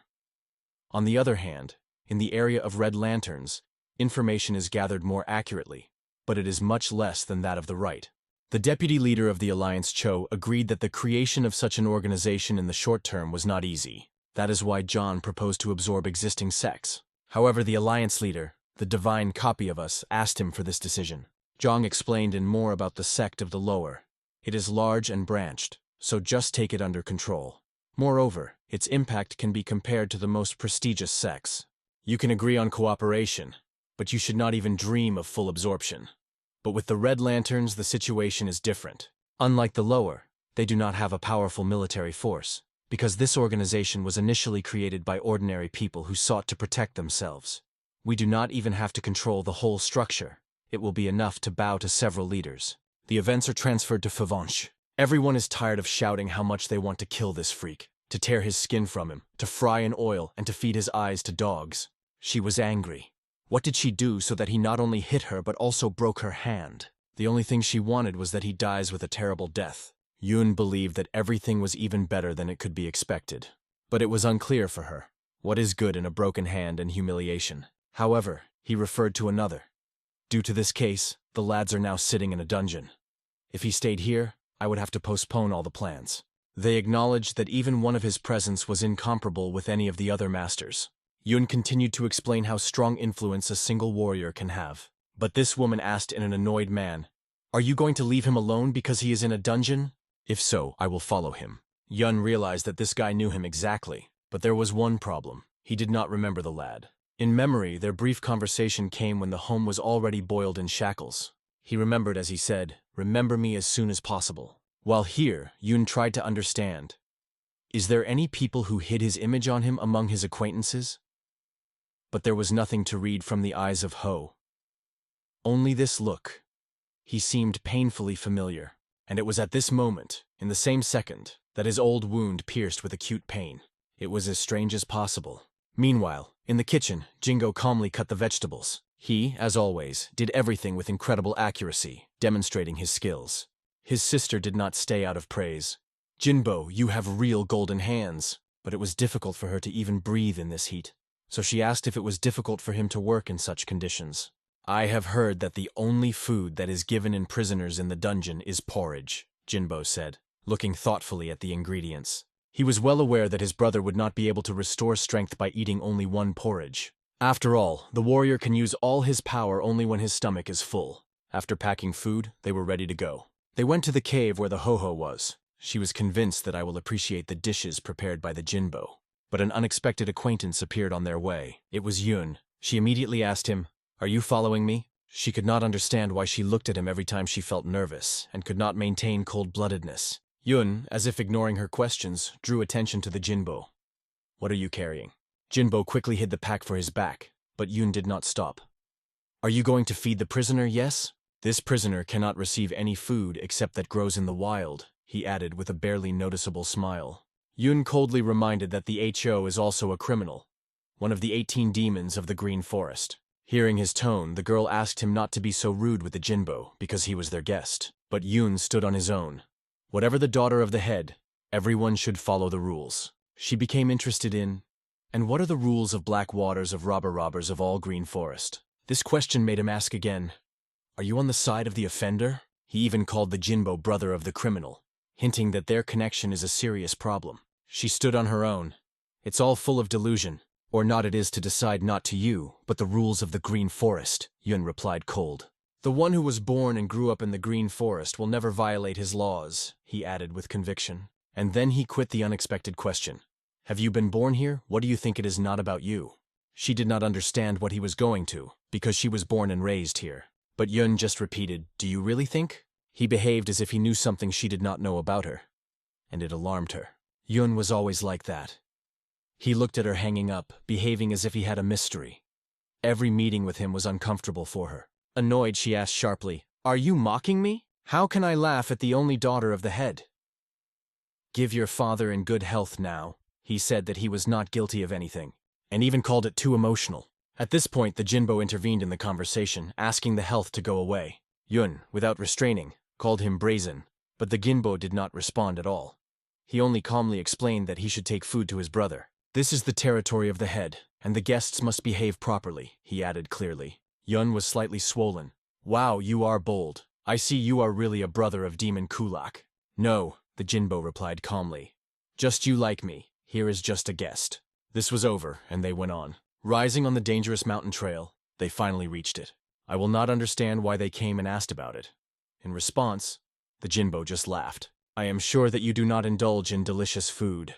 With these words, he stretched out a package. I will thank you. But the Jinbo immediately denied. I don't have to thank. I consider you my brother. Opening the package, I will see something incredible in front of him. It was a true paradise, not just food, but a work of culinary arts. Do not hurry, Chu, fiercely advised the Jinbo, and the girl watched them with a light smile, realizing that he was not even a real brother. At some point, she could not stand and imperceptibly laid down a tear. She did not understand what was happening to her and why she suddenly broke through. I will notice the food, as she had turned away. In her mind, as if through a thick fog, some vague memories began to appear. But they were fuzzy, blurred, as if hidden behind the diaper. A little girl, a boy holding her hand, and a stranger of middle-aged. She could not see their faces at all. But for some reason these images were deeply affected by her heart. Meanwhile, the IDs closed the box with food. Although he did not eat it to the end, which was immediately surprised by the jewel. He could only assume that the dish turned out to be tasteless, but I will quickly refute it. Instead, he decided to tell something important. Jinbo wrapped his breath, listening carefully. Great battle. From these words in the Jinbo on the back, the ants ran. Don't trust anyone but your sister and Il Havana, and yet pass my words Il Guan.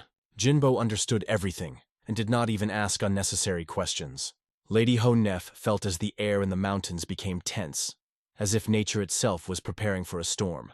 Bloods were inevitable. Meanwhile, near the pavilion of the head of the Green Forest, one of the most trusted people's honeysuckle Jeonmuno, called Junchun, was preparing for a serious clash. He explained to his fighters, no freak should slip to the head of the head. At this moment, a voice came at the door. The leader of Cho. Mon wanted to understand why he gathered this meeting. Yuncho replied that he wanted to discuss the situation with a demonic cult. He raised this topic, emphasizing that the emergence of a demonic cult is an indisputable fact. Several orthodox sects have already been destroyed. That is why he believed that the Green Forest should also be discussed possible options for confrontation. That is why he asked this meeting. MUN was amazed by the fact that they seriously thought about the invasion of a demonic cult, but for others it was not a surprise. They explained that it is quite natural to think about the survival of their organization. Moreover, although many were unable to attend the meeting, the leaders of the 7 fortresses have already expressed their support. Mon asked, what are the fortresses? Yoon explained in detail that they all fully support his idea of preparing for the invasion of a demonic cult, although the head was not fully confident that this support really exists. But if it is true, It turns out that 10 fortresses stand on the side of Yunsana. So Mon suggested that he was already having a finished plan of action. The plan of Yunsana was that the current chapter must have his powers. This is exactly what he sought. The head tried to joke it, saying, "It's 2-2. But Yunsan replied coldly, "I'm not kidding. We have come to a common conclusion that the modern management system is not able to effectively resist the threat of cult."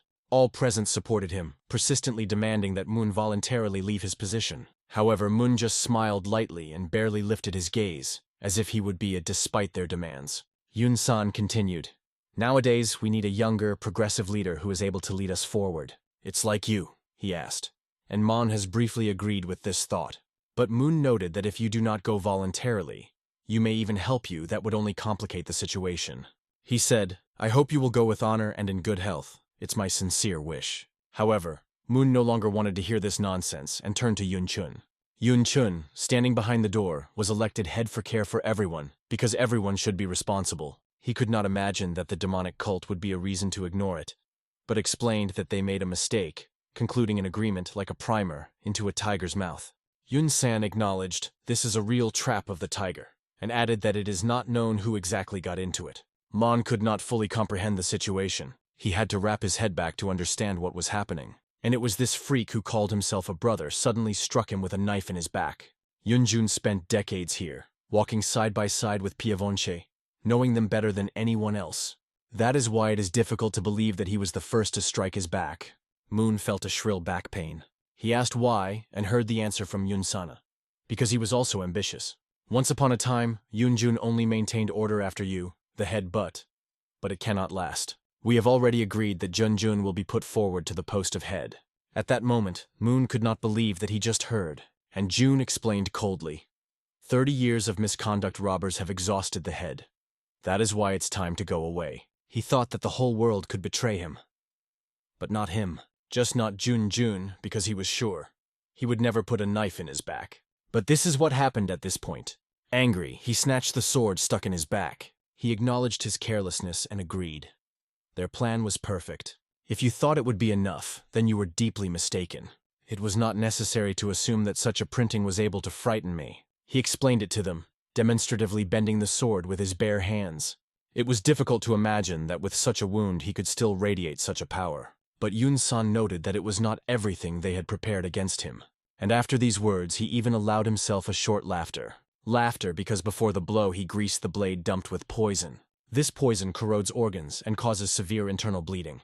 If it is properly, even superhuman power will not save. Bloody vomiting is a sign that the lungs have already begun to collapse. It is necessary to act immediately, because every lost second weakens it even more. One poison eaten his strength from the inside, the other impressed the lungs, and he felt it. Even if it does not kill him, it will be enough to neutralize it. But that's not all. This scoundrel has fully revealed his plan.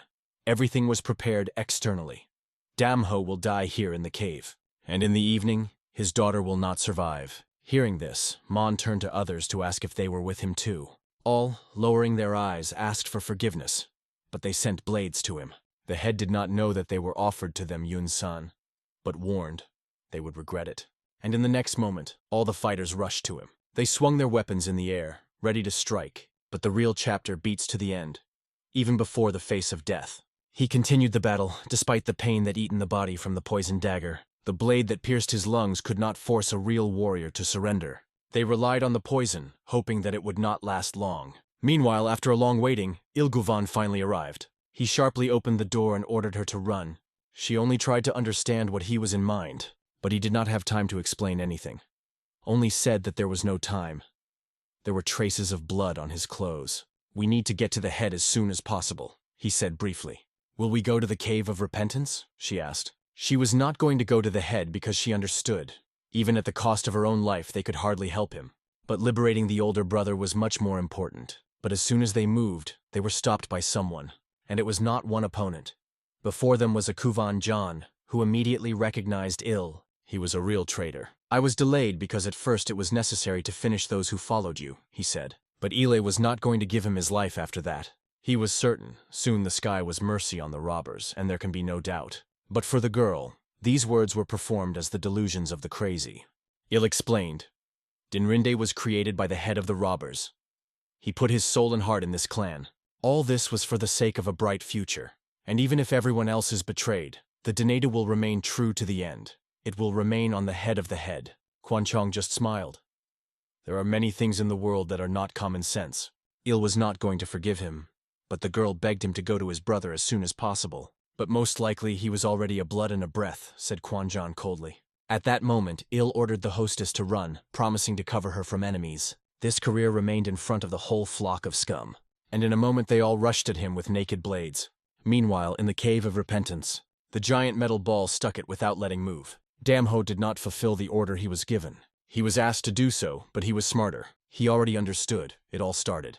He was suspected of persistently offered food. They were too insistent to eat immediately. But Damho immediately understood. The food was poisoned and pointed to it. One of the guards began to wave his arms disorderly, seemingly surprised. What? But at the same time he swore, damn, how did he find out? No matter how cruel this guy is, now he is like a bird in a cage. This is how the security guard reassured himself. Well, you have a miracle you realized that there was poison there. But it would not help you, he said. You still better die quickly and calmly, poisoning yourself. Your observation was in vain. If not poison, you will die a much more painful death, he added when a few more gum appeared from his back. The golden dragon of the Gate of Tan immediately realized. It is a weapon known as Death of the T-Soul. Initially, these cylinders were the size of a baby's shoulder, but eventually they were adapted for use. Damho only looked at them and said that they were thinner than the human hair. In response, he was explained. After the shot, they become invisible, so it is almost impossible to evade them. As soon as they touch his body, the bones and flesh will crumble, leaving only bloody clots. Damho has already seen the same earlier. Near the river port, the head of one of the organizations specializing in the transportation of goods transported the same guns. When Damho asked him about it, he replied that he was carrying a special cargo from the Gate of Tan. So that's how this product came here. He understood, but at the same moment the wick was lit. He heard the enemies around him that he was nowhere to run, and immediately the order came. Fire! Turn his body into a beehive! A deafening explosion came, but at the same moment, Damho's body became blurred and fuzzy. A sound like thousands of bee wings that fought in the air was around. He used his most powerful protective equipment, a shield. Hundreds of microscopic oscillations resembled a light flight of grandmother. The thinnest needles fell, stuck in the wall in front of it. They fell right under his feet. For enemies, this became a mystery. How was it so easy to avoid death from the T-Soul? They expanded their eyes with surprise. It can't be. How did he do? Damho's body turned into a real ram. He tightly kept the resistance under his feet, not shaking for a moment. The energy that came from it has crushed a rock wall, which lasted more than 10,000 years. And then, like a crazy dog, he rushed directly at the enemies. They were just under his feet. In addition, he used the skill of creating chaos. This chaos gradually opened his way out. He showed the opponents the power of his terrifying power. What just happened was just incredible for them. But Damho clearly understood what happened. Before him were a few frightened cowards who only begged him to stop. Stop? What are you talking about? It's a beacon, flashed in his head. But their decision was not false. And at that moment it happened inevitably. The powerful power of Damho struck into the ground. Reception transparent wall. It is a technique in which power waves affect the air around, creating an invisible but devastating wall of energy. Under the influence of taking the shield, this technique has become even more powerful. This was theoretically possible, but it was the first time someone was really able to create something like that. And even shackles in his hands could not prevent it. Blood flooded from the ears and noses at all who were within the radius of 3 steps from Damho. Only one frightened exclamation came. "We run!"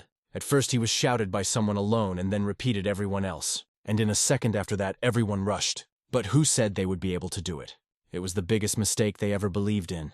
They flew on all sides, just like the shackles which Damho's. Meanwhile, the power of Il Guan has caused no less surprise. Everyone was shocked. He destroyed the whole mountain of enemies, and this is the same man who refused the post of head to stay next to the Harrian's hole. It became obvious.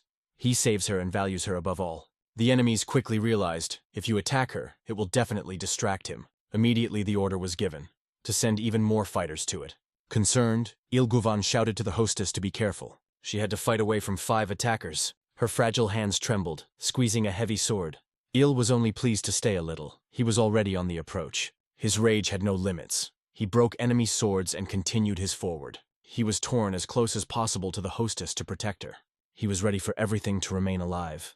He walked through the corpses. He walked alive, making them corpses. But without wounds it was not possible. His blood was already pouring, and the enemies noticed that he was tired.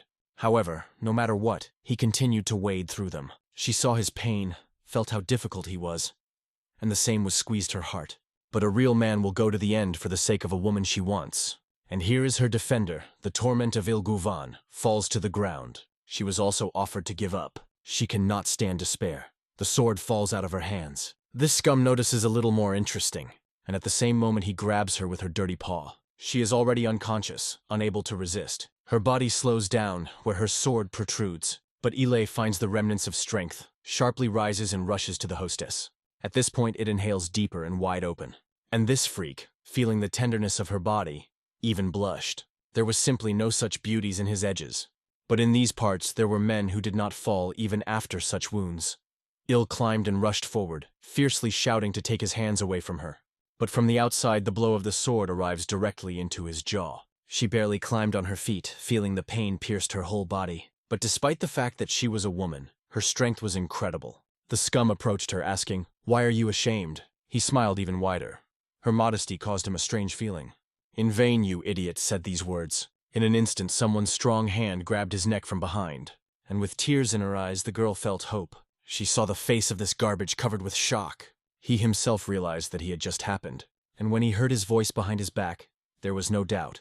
It was Damho. He tried to ask for a mercy, but how ridiculous it sounded. What other things can be a gate for such a nasty behavior? "Don't you need to get rid of the source of evil?" Damho asked calmly, and then, as it should be, just squeezed a fist.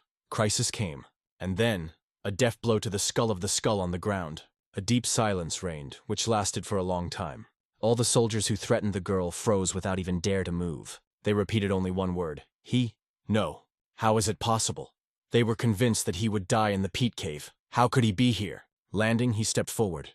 As always, slightly lowering his head, he walked, not paying attention to those who stood around. But he saw everything, saw his friends in trouble.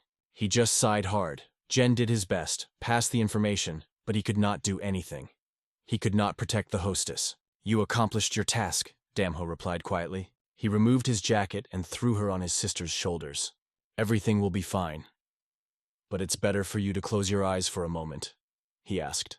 "It will be very difficult to look at this. This could be called a judgment. The day for every scum that has afforded it." They tried at least to resist somehow, but in the eyes of the girl were just nasty animals who die. Il at that moment ran to the mistress, worriedly asking if everything was fine with her. But through the cracking of broken bones he heard an affirmative answer from her. Damho did not hesitate. He was not ashamed to kill. He walked just on his head. He interrupted Kadik with a light movement. He gave his power to his will, and those who dared to stand up against him paid for it. All over the hall came only to the metal of metal. When the bodies of the swordsmen fell one by one, weapons slipped out of their hands. But it was not a long time to understand. We need to run. With the way he does not overcome for a long time. However, as soon as someone voiced this opinion, immediately hit the jaw. Suddenly, a drop of bravery woke up in the head of the Ding Da.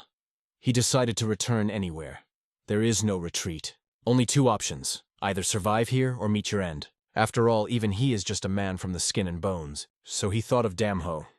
But will his beliefs come true? He gathered all his strength and attacked using a sword. But Damho evaded every blow with ease, as if they were slow, like children's attempts. And then one fist only crushed this enemy into pieces. The body flew in different directions, splashing everything around the blood. Even on Damho's face there are traces. The residence of the head of robbers. Here the wreckage of the old shed also flew in different directions. All the gums that were on the wrong way, one by one, flew from here. But again and again they were ordered not to be afraid. San convinced them that it was just a poisoned old man who lives his last minutes. "It turns," Yunsan said.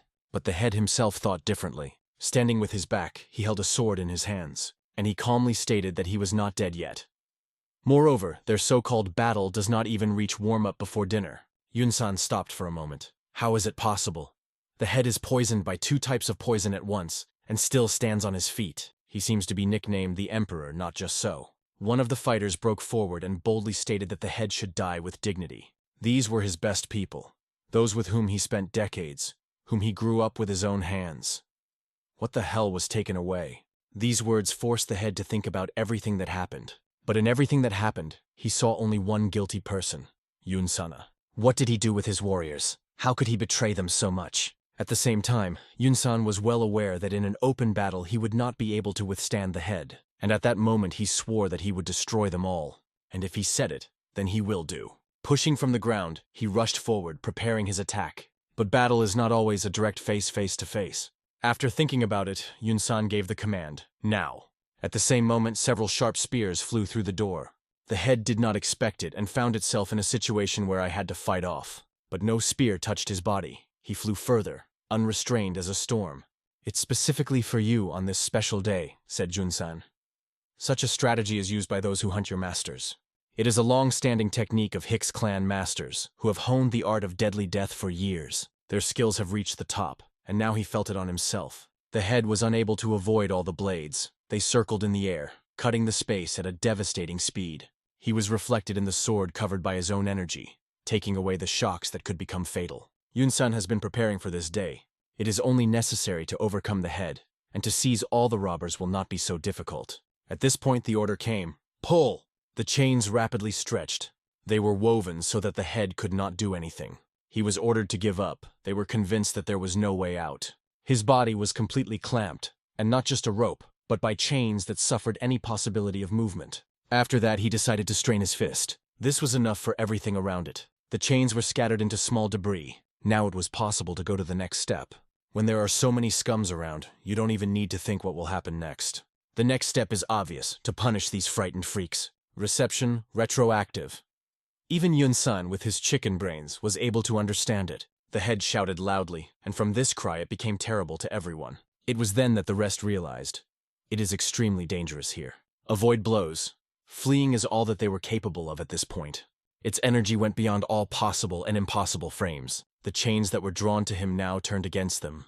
They tried to fight, but even their own attacks penetrated their bodies. And not only their meat flew, everything around was just destroyed. It all came to the fact that the building in which they were located just rolled. Only debris and dust remained on the site of the building, but even it did not break it. The spirit so strong will not break under a bunch of ruins. All that remained alive were long, breathed. They were waiting for him. The one who was more like a monster than a person at this moment. The enemy was so naive.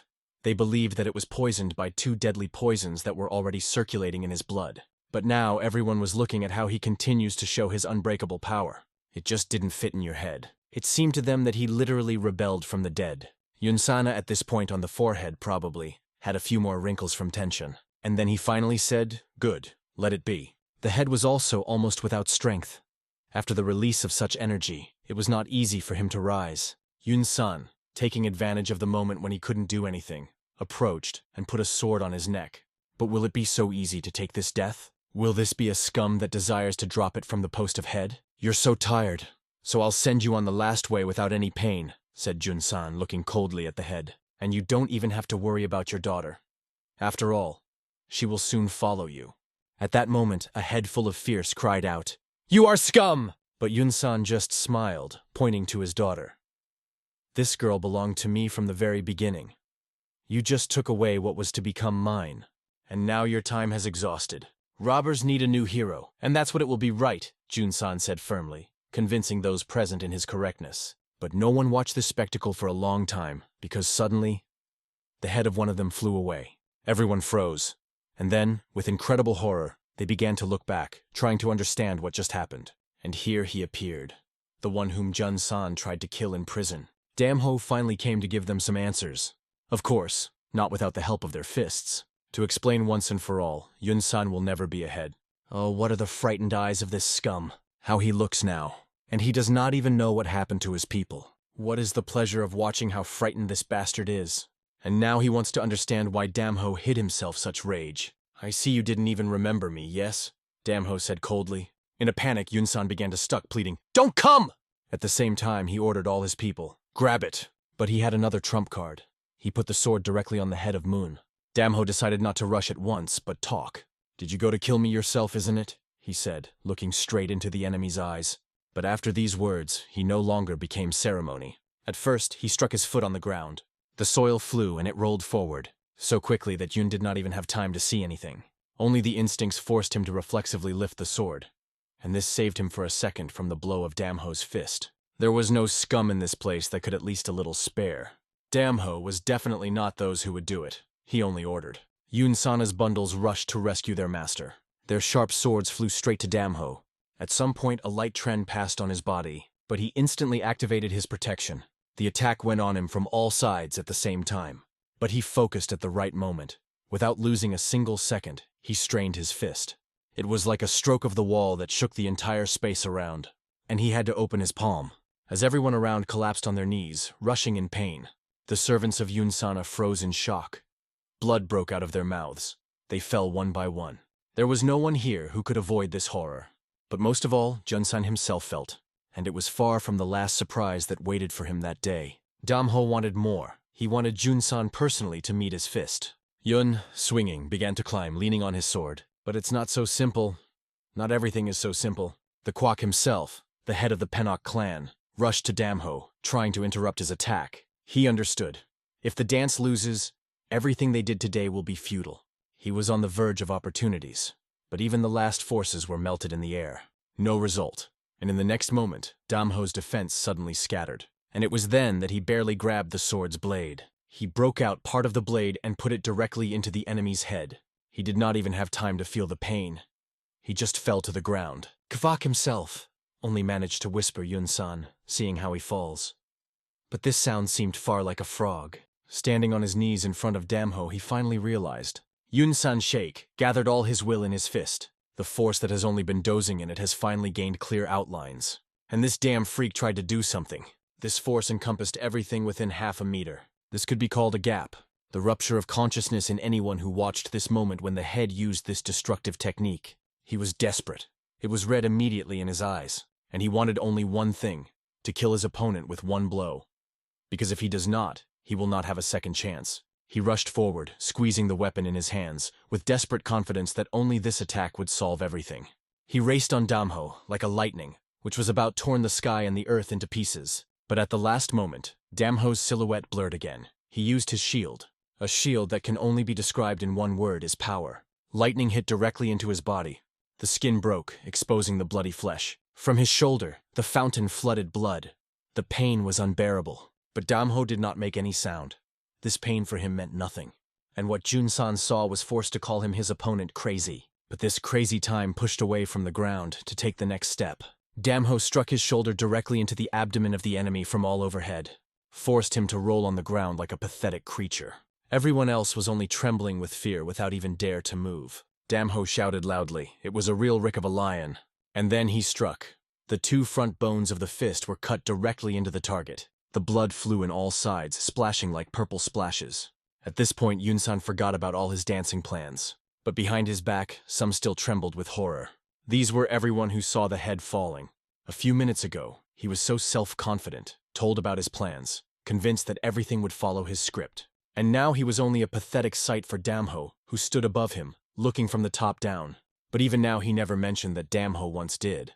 However, Damho was going to remind him right now. He got one very interesting thing from his cloak. When Damho got this thing, he calmly asked Yunsana, "Do you know what it is?" He began to shake it in his hand, making strange sounds, and he ominously explained to the scum that he would also like it too. Damho prepared it specifically for him. He slowly poured the contents directly on the head of Yunsan. From there, small black ants fell, which immediately began to climb and move. But these were not ordinary ants. These were devil creatures, hellish bloodsuckers. They lived deep underground, as if in hell. Damho knew that the pain of their bites was unbearable. He felt it. No, it's not just a pain. It was the most horrifying torment he ever experienced. Their bites tears the skin, expose red flesh, and from the wounds the fountain is bursting with blood flows. This pain makes you roll, kneel. No matter how much you scratch your body, itching does not disappear. And now Damho wanted Junsan to feel the same thing he passed. Finally the moment came. The ants began to crawl on his head, and after their bites, he will be pleased with death. Damho knew. Junsan would try to break his skin with his own nails. He stood over his squeezing body, quietly dictating what would happen next. It seems to him that the itching will only be weakened when it will rotate its skin uncontrollably into the blood. And then Damho reminds you of the scar on his face. But Yunsan couldn't answer. He only shouted. Damho quietly continued. "I left this scar on you 10 years ago." In the midst of unbearable pain, Yunsan finally began to mention. He looked into the face of this guy, and even through the cries he was able to whisper, Yes, that's you. Damho's face gradually covered the shadow of the past. The memories roared. The image of that boy began to come to life in the head of Yunsana. A little guy, the same, stood in front of him, squeezing a huge kitchen axe. How could I forget? Yunsana swept in his head. Because that day, this indelible scar appeared on his face. Even if he wanted to forget, it was impossible. Every time he came to the mirror, he saw him. Again and again, he remembered that day. The day they descended from the mountains and looted one of the settlements. They killed many people and took away everything they belonged to them. In the last robbed house, the situation has changed. There is one man, full of determination, ruthlessly fought and launched arrows from all who dare to approach. And his son, without hesitation, grabbed a kitchen knife and rushed to the enemies, demonstrating incredible determination. The little warrior, taking advantage of the moment, ruthlessly cut the enemy's face, distracted by his father. And it was only the beginning. He hit one of his people, with determination to his teeth in his neck. At the same time, using a kitchen tooper, he mercilessly sought his enemies. Yunsun thought that such freaks were not entitled to life, and this belief was fulfilled by his disdain. In view of this, he strongly killed the enemy so that such abuse will never happen again. Unable to grasp, Yunsun looked like this baby, with a cold determination in his eyes, boldly appeared before him. However, the unbearable itch, which covered his body, deprived him of his words. He only pleaded silently for Damho to put an end to his torment. You can't die so simple. It would be too merciful. His hopeless cry was heard. Watching this scum, Damho recalled, as he once sought death drowned in pain. However, he suffered again and again until he finally stood this unbearable burden. He mocked, saying that he may ever be able to endure it all. At this point, the scum raged his hands, from which blood was constantly flowing, like a wounded river. The scum was so fierce that his skin was literally broken into small pieces. He pleaded, "Kill me, a fucking demon!" His voice trembled from suffering. He asked everyone around you, "Kill me, please." And even the name of whom this scum said, Damho repeated cold as an echo of antiquity. "Yunjong," he shouted loudly, begging. "If you can't save me, then kill me." Damho also wanted to ask him the question, from which time it is. From which times did the demonic cult lean among the robbers? He demanded a response full of anger, his eyes packed with fear, because these words reflected the truth that he could not deny. I seem to say that I was called up by the dark magicians and that they were the elite of a demonic cult. Damho recalled to him like a fatal bundle. He asked, "From which pores is the cult of demons hiding among robbers?" He did not even know what to answer, but Damho continued, "It seems that I was already said. I was called by the dark magicians, and they are the elite of the cult." At this point, the scum finally understood everything. Damho was really called by dark magicians, but he could not realize whether he had to obey him. Yunsan continued to crawl on his knees like a miserable worm. He convinced himself that he would be able to withstand it, but in the next moment the itching became so unbearable that it was no longer possible to endure. For a moment, Nadia flashed in it, but his hands still torn the skin uncontrollably. The blood poured so much that puddles were already going under it.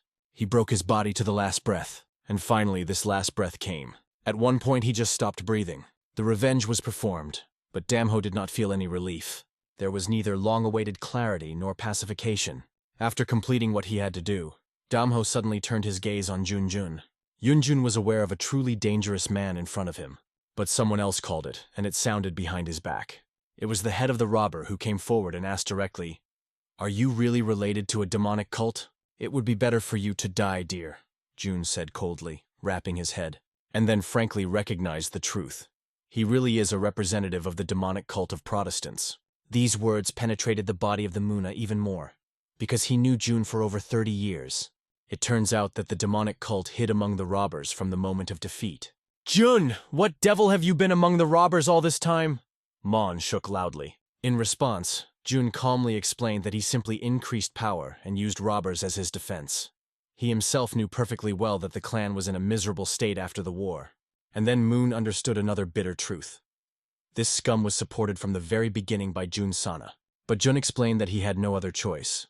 There were some plans, and he also had old accounts. It was not so difficult to push the Sana into the right direction.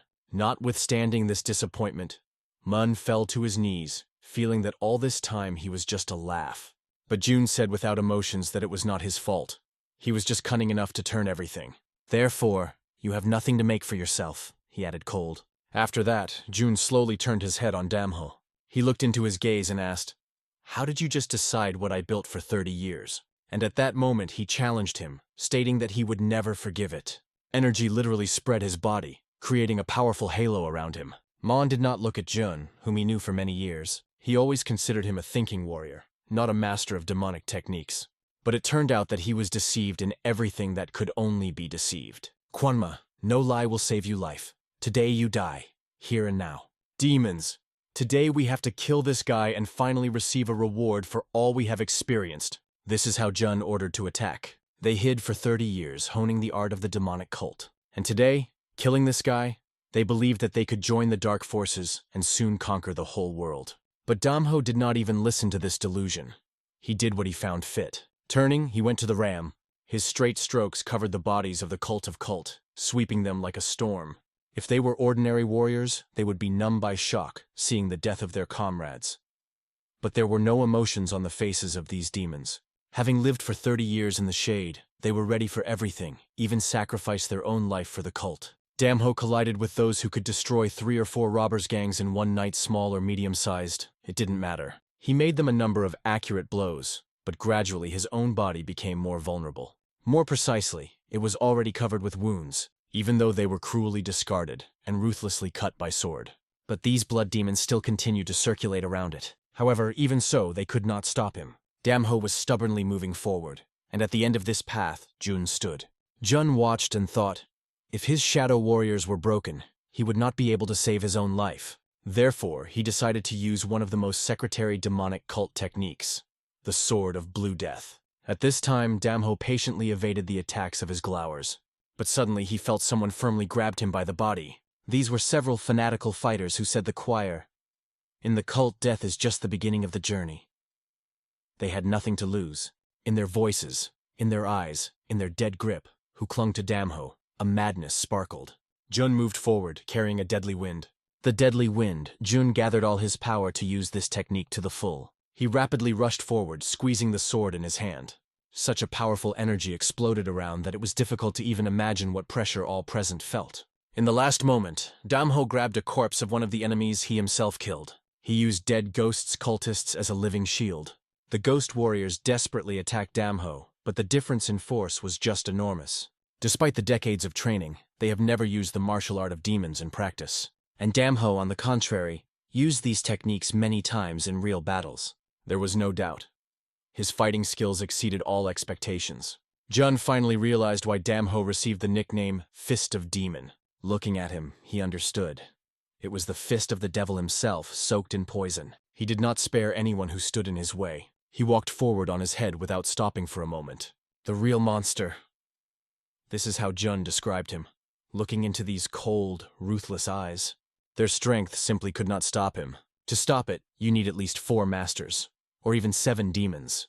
Drawing the situation, he thought Jun. 4 masters and 7 demons were the best warriors of a demonic cult. Sun Chan-san, who recently destroyed the entire Muram spy detachment, was one of these 7 demons. But no matter what, Jun at that moment began to think about his own future. Only the question is different. Will Damho you do it? Other followers of the cult rushed into the battle, shouting to the head for that teak. But Jun only replied cold that in the cult of death is not the end, but only the beginning of a new path. And so they decided to attack behind. With shouts, "Die!" they rushed to Damho with their swords. But he reflected everything with his fists. And it didn't matter whether their swords were steel or impregnated with demonic energy. He did what he had to do, noticing every movement that could be a threat to him. And just as clearly he noticed this scum, who tried to escape. It was the best option to keep track of him. And that's what he did. Jun still considered him a true devil.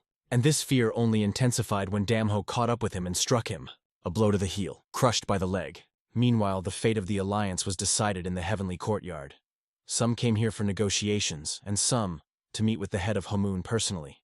The man, putting his sword on the table, calmly asked not to worry, added that they could become good friends. But the girl realized in their tone that they were not going to accept the refusal in any form.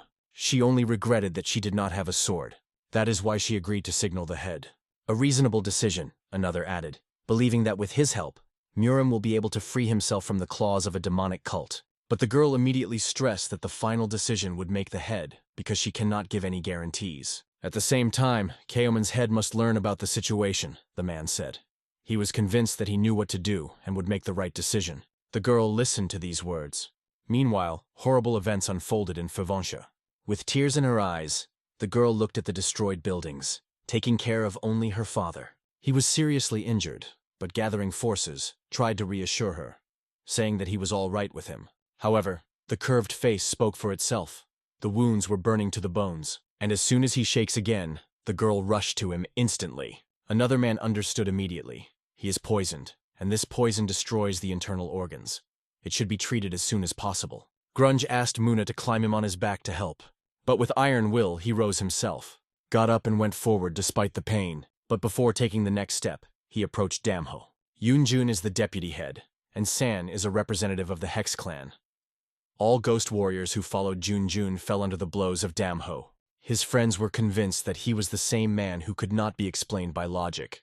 More precisely, they were not convinced for the first time. Damho just stood and looked at the chaos that swept the place. But in reality, all this was the beginning. Betrayal Jun and Yunsana had serious consequences among all robbers. After a while, they moved to a more peaceful place. They discussed that all participants of the uprising and their manuals should be executed. They are associated with a demonic cult. If you do not deal with them now, then in the future the problems will only intensify.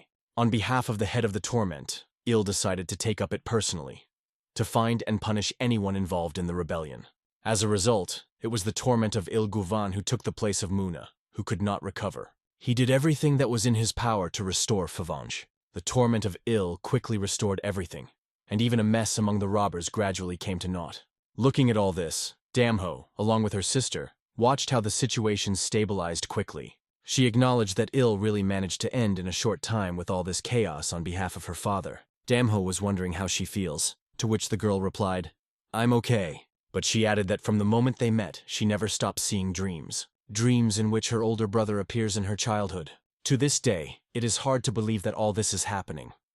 That she was not a fracture of the church, but to give her a churn. Damho apologized for her that he could not tell her the truth before, and then he sincerely thanked for her understanding.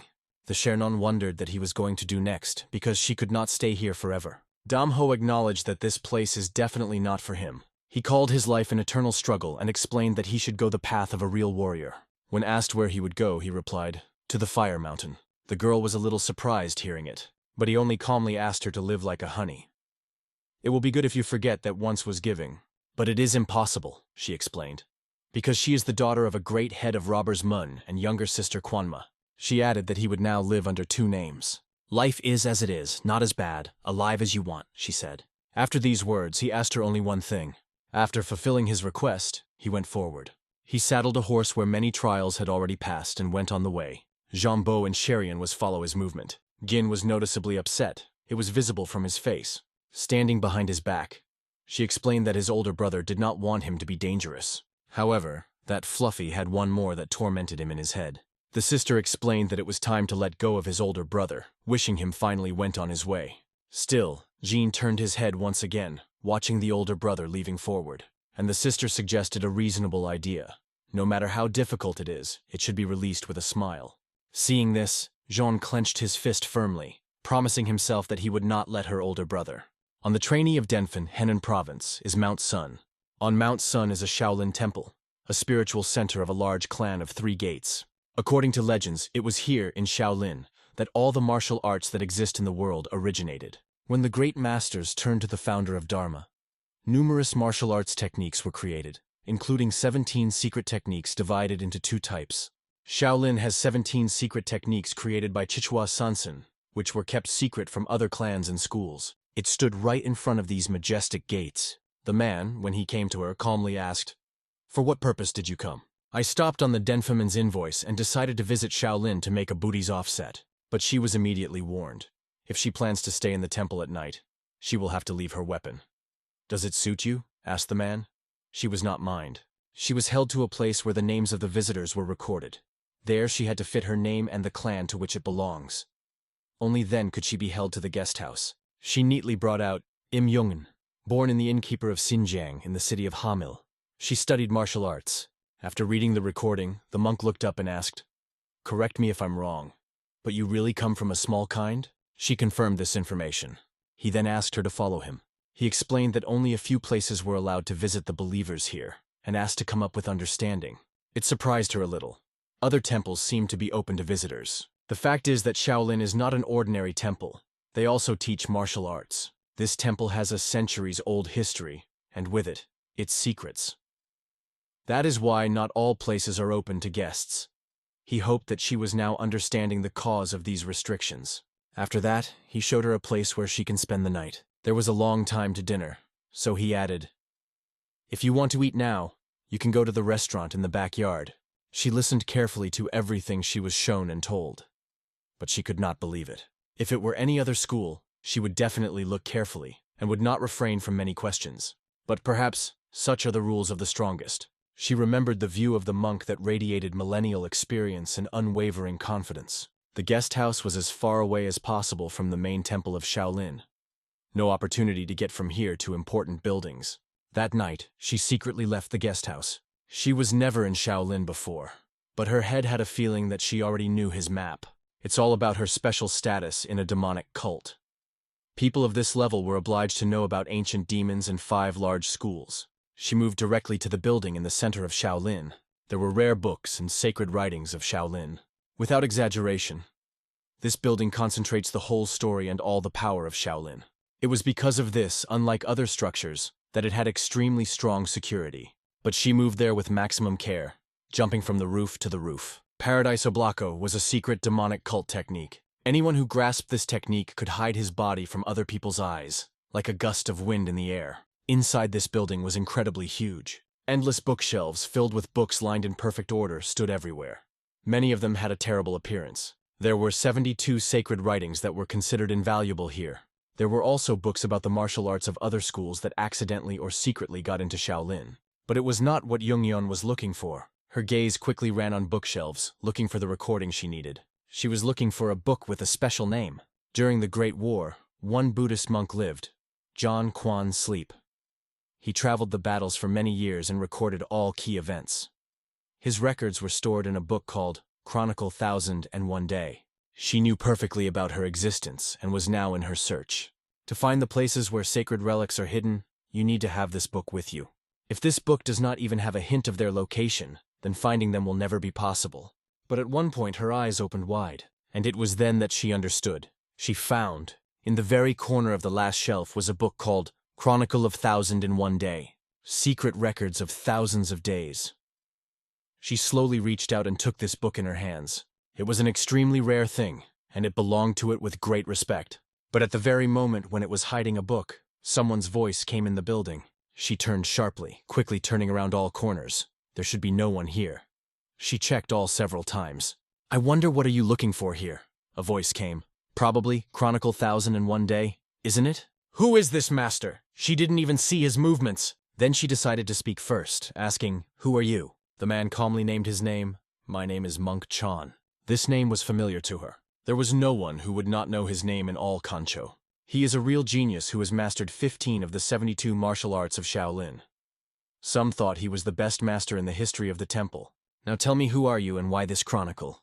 he asked, looking carefully at her. Even a selfless stone for someone can become more expensive than gold. After this phrase, he realized that before him an unusual person, because it would be impossible for an ordinary person to get into Shaolin's library unnoticed. Now it became clear he followed her from the beginning, and he did not even hide it, just confirmed her assumption. "That is, you just stood and watched as I am looking for this book?" she asked. "I was curious. Many come here for anything, but not for rare books." Her skill level was beyond the limit of understanding, and she could not explain how he could watch her, and she did not feel it. But now the main task was to get out of here as soon as possible. He immediately noticed her intention. She rushed forward, right at him. But she was not just running. She got her sharp sword. But after the first evasion of her blow, it became clear. So simply she did not disassemble. Shouts, "Damnik in the temple!" instantly spread down the street. The guards and monks could not believe that someone dared to get into Shaolin. At that moment, Chan only shook his head in surprise. Does she really think that she has a chance to escape? He was convinced. This is Shaolin's temple. From here, it is not to escape. The news of the invasion of the offender immediately dispersed throughout the temple. It was ordered to spread this news throughout the noun. one of the 5 most famous mountains of China. But Yunghyun was around the monks around her finger several times, using her sharp mind. However, in the end, she was able to go only half the way through the Sunshan before encountering a fierce battle with the monks. Reflecting from the opponents, she lost her sword, but won a little time and broke through. Her tired face spoke for herself. The strength remained less, but she understood that it was impossible to delay. And it was at this point that she heard her voice behind her back. It was the head of Naranchon, who immediately wanted to find out where she came from. He was called Quan Mun, and he warned her. Shaolin Temple is not a passing yard. She was well aware that this monk was the best master of the temple. Time was going, and the situation was just getting worse. She realized that it would be extremely difficult to escape, despite all her skills. And Quan Mun waited, watching what the next step she would take. If she had a sword, it would be much easier. But now she had to fight his bare hands. The monks felt an icy aura that began to radiate from her body. She used the ice flame technique. Quan Mun guessed that she was using magic. And not just magic, demonic art. It belonged to a demonic cult. This meant that the demons had already reached Shaolin. He immediately warned others, and that made everyone strain. It was enough to look at her to understand. This girl has a dangerous force. 108 big monks Shaolin. Catch her and get rid of movement. This witch should not escape. She rushed forward with his bare hands, but sharp claws appeared on her palms. 108 monks at the same time raised their hands, directing their power towards the name of Jung. 108 large monks are the strongest Shaolin warriors who have the most powerful techniques of all time. They could not be defeated. Even if the sky split in half, it would be impossible to escape from them. As soon as the monks took a fight, the girl started the offensive, and immediately the first blood was spilled. Her attack was extremely strong, inflicting a significant uterus. She managed to pierce the break in their order. Mon only gave orders not to break the system. At the moment when the girl's hands accumulated energy, empty hands were transformed into a lunar sword. And that was enough to scatter the monks. Everything around the blue light, it was her, emitted power. Some monks did not withstand this pressure. Quan Mun was already on the verge of his forces. This witch dared to break the best of Shaolin's best warriors. In his hands began to accumulate incredible force. He felt the flow of air that enveloped him, feeling the energy circulating around. The great power of gold palms is an attack he used, directed directly towards the girl. She felt this powerful technique and realized that the level of skill is much higher than she thought. If you face to face, trouble will not be avoided. This is what happened. They went to each other, and at this point, as if the world itself changed its direction. The body of the monk began to double in an instant, creating projections. The projections followed one after the other. It was a body projection technique, one of the unique techniques of Shaolin masters. In the blink of an eye, all the projections were next to her and revealed their palms in front of her. It was the reception of the Seal of the Jade Dragon, one of the 72 unique techniques of Shaolin's martial arts. The head of the monks confidently dropped his palm up, giving a sign of victory. As the head of elite monks Shaolin, Quan Mun had the most powerful skills. As the head of the elite of the Shaolin monks, Quan Mun had the most powerful skills. The Quan of the Muna was enough of one powerful jerk and pushing to knock the girl from the feet and throw her sideways. The girl painfully landed on her back, flying away through a strong blow. Her body pierced unpleasant pain. She sighed convincingly and found that she had even gone blood. How much she harder through the master. Quan Mun told his opponent that she apparently had damaged internal organs. And now the dark-haired ones had to break the 108 best warriors, the students of Quan Mun, whom he threatened to his opponent. The girl realized that her affairs were bad, but did not allow herself to escape from trouble. But on the contrary, she became a fighting rack and prepared for battle. The only thing that upset her is that she did not have a sword that would be very useful in battle. If he were on hand now, she would be able to stop the time, which would help her win. But we had to deal with all his bare hands. There were not a few moments as a huge crowd of warriors jumped on his sole opponent. Even seeing such a number of rivals, the girl was not going to give up. Dozens of ash because they rushed to the brunette to strike painful blows on her body. But she demonstrated her impressive skill, and confidently reflected from every strike of the army of Quan Mun. But they were not going to retreat, and more warriors made their way closer to their goal, wishing to wipe the girl on powder. One of them shouted dark-haired that she still had nowhere to run, while the best warriors of Shaolin were active. They suggested that the girl surrender and not be confused, because they were confident in their victory, at least because they far outrun their opponent. The warriors were angry that she would not be able to escape from here. The girl was torn into pieces, and her head went round. With every minute of battle, she had less and less strength to continue. Shaolin warriors wanted her to reveal the purpose of her visit to their lands. Due to fatigue, the girl lost concentration, and one of the warriors pierced her shoulder with his shoulder. Everything that Shaolin has accumulated for millennia was embodied in the detachment of these soldiers. There was no case in history so that someone could overcome them. And now the paths of retreat were cut off with Chon and Kan Moon. They were going to catch a girl and carry out 10 rituals over her. 10 purification rites were a special technique that allowed to block demonic energy. The problem was that the consequences were irreversible. A person could remain a cripple that could not be cured. Quan Moon believed that they could not afford to show mercy to the demons, which was considered by their opponent. He turned to one of his comrades from Chon and said he knew for sure that the guy would probably want to break up and fight with this girl. He would really want, but he admitted that he lacked practical skills. He said he would like to be able to practice more. Quan Moon wisely noticed that only Sun Chon was able to direct the riverbed of his life. For their temple, it was something much larger than just a student who has 9 types of martial arts. He never lost, and there was no defect in it, according to Quan Moon. He would like to use this young man as the last trump card. Noticing the fact that the girl was still standing on her feet, even after a fierce battle, the master noticed that this witch, as he said, behaved unusually. No matter how painful and did not make a badly wounded shoulder, the girl could not afford to fall right here. She could take advantage of her risky reception to win the battle, but then they would catch up with irreversible consequences. Its use could produce a deadly result, which was indeed a rather radical measure. But she had no other choice, so it was worth the risk that she had at least some chance to save her life and escape from the insidious paws of opponents. Quan Moon told the witch to get ready to say goodbye to his body. He said that everything would change now because they were going to use the technique of heaven and earth. The technique of the palette and the land was the most powerful reception in the detachment of 108 soldiers. After this reception, no demon was able to survive. The warriors rushed into battle with exclamations that the sky and the earth would unfold. The impact force of their reception was beyond the human consciousness. They suggested that the girl surrender if she did not want to die with their hands. All around, the warriors circled in the strongest whirlwind, blurring in their eyes the outline of objects and environment. This vortex created a huge gravitational force that moved to the girl. From this pressure, the vessels were blown inside the dark-haired, causing her unbearable pain. Small capillaries inside her eyes were stirring. The proteins became bright red. It was on the verge of what she could take out. Its internal organs suffered. A metal taste of blood appeared in the mouth. But suddenly there was a strange crack somewhere near her. A peaceful, restrained tone. A familiar voice told the girl to relax and get used to the pressure that the magical power of warriors committed on her.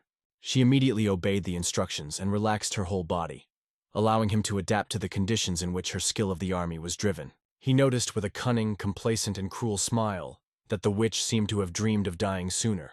Suddenly, from where you do not get, a strange metal tentacle appeared, which cleverly made it between the 108 warriors and swept the waist of the girl, lifting her into the air. Quan Moon realized that he was an accomplice who tried to steal the witch right from under his nose. The tentacle carried the girl into the distance, and Quan Moon annoyed his students to stop it and catch a fugitive. He shouted hard, focusing each of the warriors on the attempt to escape their common enemy. Without spending time, all the army warriors, as one, rushed to the fugitive opponents. They, lying their teeth and feeling the anger boiling in their veins, shouted to the girl that she had not escaped from them. But the accomplice gifted it from this forest with a long tentacle, swept by the trees and 108 soldiers, reinforcing in it confidence in success. At some point, Shaolin warriors felt something wrong in this situation. At a frightening speed, the warriors began to receive serious injuries and fall to the ground, unable to continue persecution. Quan Moon quickly realized that it was a matter of the hands of a witch's hands. Then he rushed into the pursuit, so as not to let the girl so just leave. He quickly reached her and reached out his faded hand to grab the girl. The man followed the accomplices of the heels and was the fastest of his entire army. By this point, the Tenki had already brought the brunette to the accomplice himself and left on a thick branch of the tall tree on which he stood. Her companion smiled cunningly, intending to reveal all her true strength. He pulled his palm forward, and at the same time a magical step woven from powerful energy was materialized on it. On all sides, lightning stretched from it, covering this flow of energy and slightly dissolved in the air. Quan Moon froze in place. He made the original horror and ran on the back of the ants from this spectacle. With a sharp movement, the girl's accomplice extended his palm forward and sent all his magical power towards the leader of the enemies, using a spell of bloody rain. Quan Moon warned his subordinates that this person was dangerous, and ordered them to be prepared for such a strong attack, but they did not have time to do anything like a sharp wave of light blinded them. The Munoquan even more amazed at how much energy their opponent had. He used Kanga. Kanga was a special technique, one of a kind, at least because only strong masters were able to recreate it. Even in the Shaolin Temple, there are not many masters who could use such strong equipment. Each of the 108 soldiers struck this bloody rain, penetrating the whole body with hellish pain. But they did not give up. The power of repels of 108 soldiers collided with Kanga. The earth shuddered, as if from an earthquake, and everything around was circling, as if in a delight. It was amazing as one person could create one by the danger of life of so many opponents at the same time. The trees were torn with the root, and the huge boulders felt everything in the district from the strong gusts of wind. After such a mighty whirlwind, he prevailed. No one died, but the face of all 108 soldiers seemed devastated. 108 large guards, whose invincibility was so easily suppressed. All stories about their invincibility instantly turned into gunpowder. One thing was clear. The person who saved the witch himself was able to overcome the big squad of Shaolin. Right now, this guy, taking a girl in his arms, moved on trees with quick jumps, carrying more and more. Who is he? Where did he study martial arts, and how did he gain such incredible power? It was clear to the Kuna of Muno that he was a special master whose existence they could not suspect. It was scary to even imagine what the demons would get, having it on their side. While he was thinking about it, according to Master Shaolin, another, more alarming thought came. The man did not notice next to Sonu and was afraid to assume that he could happen to him. Meanwhile, the guy had already reported the girl in his arms to a steep rock covered with greenery. His steps were so heavy and running fast that the grass was rushing and torn under his feet. The girl felt a great decline of strength. This battle not only pursued it, but also brought terrible injuries throughout the body and inside. Jules Chon, this is how her assistant was called. He apologized to the girl for being late and not saving her earlier. He said that when she was his beloved, he could not but leave her in such danger. Yulchkon was Yugen's loved and her support. If not for him, she would never have become a leader, but would always be only a foreign puppet. Julchkon quickly noticed that they had a tail, and one of the army of 108 soldiers pursued them. It was none other than a warrior John, who had high hopes on the leader. Yuen told them to her lover that this man was the strongest pet Shaolin, but her boyfriend did not scare it, and he just smiled extensively, hearing such a characteristic of the enemy. After reaching the rocks, to which Jules Chon headed, he stopped and lowered his companion to the ground. They calmly approached the Chon and greeted them, introduced themselves, although they knew who he was. Then the guy was respectfully asked to name his names in response. Jules Chkon Discount, looking at the guy a little. From Chkon explained to the young man that his girl had stole a book from their temple and therefore began this conflict. The gray man asked if the guy came to them, then to pick up this book to himself. He replied to this, that the girl took the Chronicle of 1001 Day he had already read. According to him, there was absolutely nothing remarkable in the book. In this case, Jules Chkon did not understand why this young man was tied behind them. He replied that he followed them precisely because of a courageous gray warrior. His strength was so impressed with his power from Chchon that he literally forced blood to boil blood in his veins. He said he would like to beat Yul Chkon personally. He needed practice with strong opponents. He wanted to improve himself. The gray man noticed that the young man was quite self-confident. He warned him that the broken nose would clearly not happen. Such threats did not frighten the ambitious warrior Shaolin. Before the battle, the guy would like to warn his opponent that he was not as simple as it seemed at first glance. A low young man had such a stock of destructive energy that it was difficult to imagine. He focused on the tips of his fingers, and a magical sphere filled with the internal energy of a young master was rapidly formed between his palms. The force was so powerful that it was not so simple to keep it, and even the air around the master's hands roasted to the edge. Looking at how the young man tried to demonstrate his strength, Yul Chkon just smiled. It was a reception of higher power, and the fact that the warrior was able to recreate him pleasantly surprised the gray. From a Chon with a smile, he noticed that his opponent's eye almaz, when he was able to determine this technique so much. It was one of the legendary techniques of Shaolin Temple. If you achieve great success there, you could also get boundless power. There was a legend that one only person with unsurpassed power was able to suppress the uprising. Jules Chkon acknowledged that his opponent was good. It was strange at this age to have similar techniques. He said that when a young man owned a reception of higher power, they could reach a time. In addition, if it is from Shaolings, it should have been a good practice. Therefore, without spending time, they simultaneously entered the battle. Julchon clenched his palms into his fists, saturating his hands with his magical energy. And the young man, without losing a single second, decided to immediately apply the reception of the highest power on the opponent. He put both hands forward and took advantage of the powerful reception of the palms of wisdom. His hands at the same moment became incredibly size. It seemed that one cotton could crush Julchon. But Gray was not so simple too. He warned the guy that he would have to break his shield if he did not want to be destroyed by turning into gunpowder. The turn of Julchkona was attacked, and he sent a powerful flow of destructive energy to the opponent. Yuen watched them, standing a little away. She could not help but admit that he was clearly very strong from Chon. She might even call him even Shaolin's best student. However, even his strength was not enough to confront such a master as Gom Julchon. It is not necessary to be an oracle to predict the result of the battle.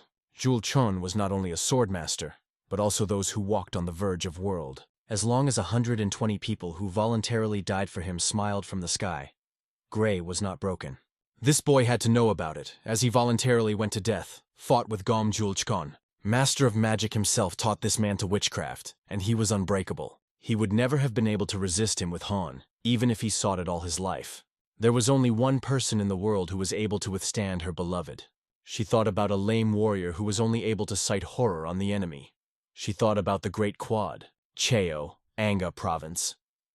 The weather here was quite cold and unpleasant. Cheo was one of the largest cities in Anga province. In one tavern sat a brunette, sadly bowing his head above the table.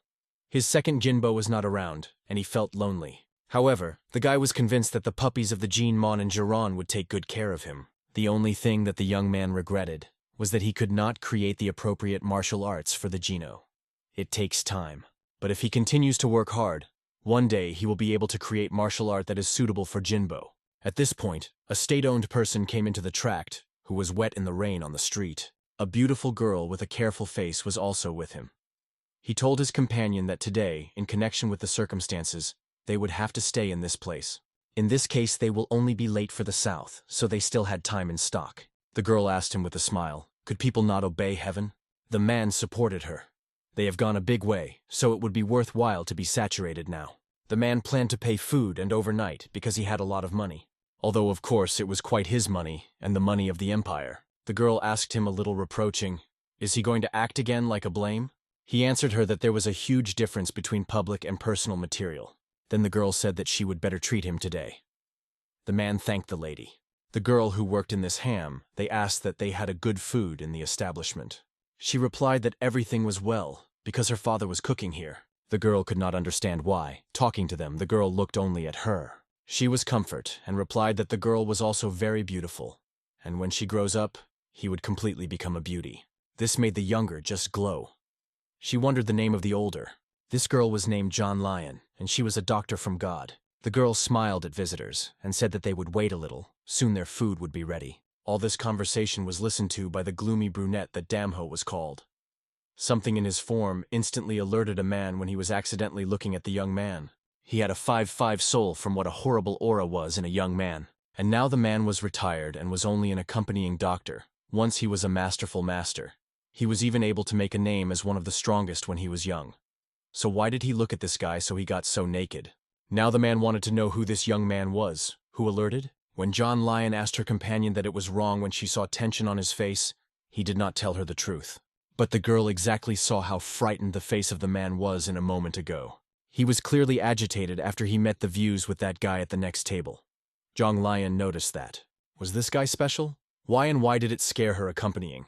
At the door of the entrance to the interpretation, there was a fuss and a rustle that did not escape from Damho's attention. Several warriors were drunk in the premises. One of them in his vowel low voice announced that Dr. Zhang Lion was already here.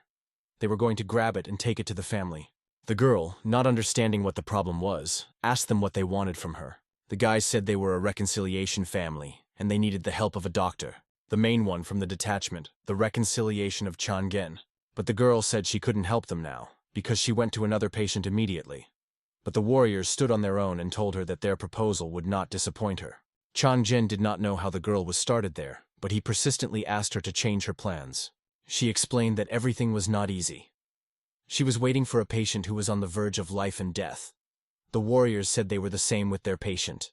They said that, although they did not know that the man was so hurried to whom she was so in, but they were convinced that if he knew their circumstances, he would have understood for some reason the help of a family. The fucking family was now more important. Zhang Lian firmly refused them. She said she would try to give them medicine as soon as possible and cure her patient to return and help the family. Chan Zhen said that in this case, this option would be difficult for them. They are the family. And they were told to bring to the estate Dr. Chong Lian whatever it was worth it. The girl explained that she, as a doctor, could not compare the importance of her patients based on their status. And first of all, it should apply their skills to those whose lives were threatened. So her teacher told her before teaching her art treatment. She always followed the commandments of her mentor and was not going to betray them now. Chan Zhen concluded that the girl did not listen to him. In this case, he had to force her to help them following the instructions of the elders. He apologized for his rudeness in advance, because he was going to force the girl for their estates. Such unspeakable arrogance and inaccuracy did not joke the accompanying doctor. He rose from his place and his nostrils trembled angrily. Did he ask the warriors, since did this noble family become so cruel? Before them was no longer the old man who exchanged the unpretentious jokes with John Lion, but as if frosty sparks. Changgen did not understand what happened to this seemingly ordinary in appearance old. It is worth going forward, as suddenly he has completely changed. He was definitely not finger-made and imagined a real danger. Changgen asked a man who he was. He mysteriously replied that he was only an old man who had his duty. He smiled wry and told them that this girl had saved his life, and that is why he vowed to defend him. He felt his duty to her, and every day this feeling only increased, so he could not just take and get away from his moneylender. Chan Zhen contemplate that John Lion just had to enter their position once and then they would not have a reason to use force. But with a smile he replied that he himself told the girl to be more flexible, because it would help her to live quietly in this world. But she was too stubborn, so she rarely listened to his advice. She was stubborn even at the donkey. The interlocutor replied that her stubbornness could lead to another's anger, the puppy, but replied that he even liked her stubbornness. She defended her beliefs and principles. Unfortunately, there are very little such people at their time. Chan Zhen firmly stated that he would take them to the family. Are they going to continue to be assembled? But the old man was not afraid of death and was ready to stand anything for his lady. Chan Zhen looked at him and said in that case not to forget his words. The people who gathered in the ham were strenuously watching what was happening at a nearby table. But the warriors of the family was warned that everything that happens next would be only between them and the old warrior. He got his sword from the vagina and proudly told all those present that they did not need outsiders. Chan Zhen ordered his people to kill everyone who saw them in the tavern, and instead of a trace. This did not leave in the heads of the doctor and puppy. But there is no drop in doubt that the leader of the detachment was crazy. The little girl who discussed them was very scared of everything that was happening, and her father tried to reassure her. The doctor tried to intercede for nothing guilty people, and asked the warriors to stop chaos. But the leader of the detachment replied coldly that it was it that she made him start. He ordered his people to doubt less about his actions and more lively start cleaning the tavern from people. They immediately threw people on people. They could not afford to leave anyone here as living witnesses. Assessing the sword on the audience, the warriors told the people that they had to blame for all this only a doctor and an accompanying person. The sincere fright froze on the grimaces of people. They desperately called for the aid of at least someone. One of the soldiers of the family was ruthlessly sworn to the sword, going to deprive the head of one of the visitors of the tavern. But at this point, someone hit him so much with his fist directly in the face that the warrior had his teeth.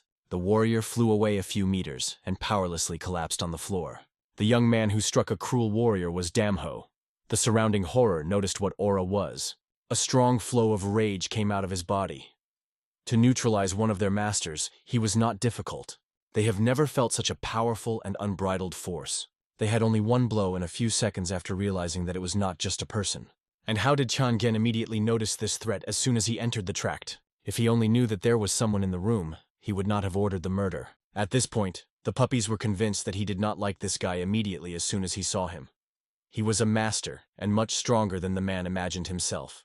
The doctor struck the unspeakable force of the dark-haired. A trembling voice of Chan Gen asked the young man who he was. He smiled angrily, burning the leader with a murderous eye of eyes that had been dangerous in red. He asked if it was important. At this point, Chan Gen noted that this mysterious guy was stunned on one leg. Among the strongest masters was only one such man, and his name was known by everyone. Moreover, this master has two names with incredible popularity. He could be called both Damho and Quanma. there is no doubt about who stood before him now. He told the warriors, and those, feeling the trembling won their body from anxiety, could not believe it. Another moment has passed, and not only the warriors of the family Nagin, but other visitors of the tavern, learned from the young master Damho. The warriors tensed because this mighty young man always got up on the way the family. And from his fault, one of the main understanding of the family was killed. The warriors tried to quench their fear and began to have a defensive position, wishing to take revenge on this master for his actions in the past. The doctor knew that not only the family Nagin, but the whole world trembled in fear of the Quantum. It has confirmed it. Whoever is against Quam, he had no choice but to give up. The whole world said that Quanma was cruel and had a reason. The warriors were finally saturated with the thirst for hatred, and the Vatjen announced that they were not going to retreat. Chanjen ordered them to kill Master Damho anything. This guy was the fiercest enemy of his family, and they could not forgive him what he did. Quanma only measured them with a calm, serious look, not at all frightened by the one who stood against him. When the warriors attacked him, instead of starting to defend herself, he slid directly into the depth of this crowd. Sensible, smart, and fast movements of Damho affected the leader of the detachment. Of course, the murder of a person was already unprocessed and far from funny, but Chan was not going to retreat. He felt that he had to do it to restore the family's honor. Once he had to do it and take revenge, but he was not going to hesitate. One confident blow to Kulak Damho completely knocked out his spirit from one of the army soldiers. He also confidently hummed and rejected in different directions and other opponents without even needing weapons. Anyone who got into the hand of the famous master threw his weapon, and then fell to the floor himself, unable to rise because of a piercing pain in the whole body. The Vat with irritation noticed that this master was like a monster. Then he decided that he was obliged to kill him himself. He decided to use the technique of 13 lightning outbreaks of the sword. It was the technique of the strongest fencingers of the Nagin family. And this strong technique of possession of the sword was currently directed at Damho, but not only did not have the fate of fear, so he stopped the leader, causing him a blow.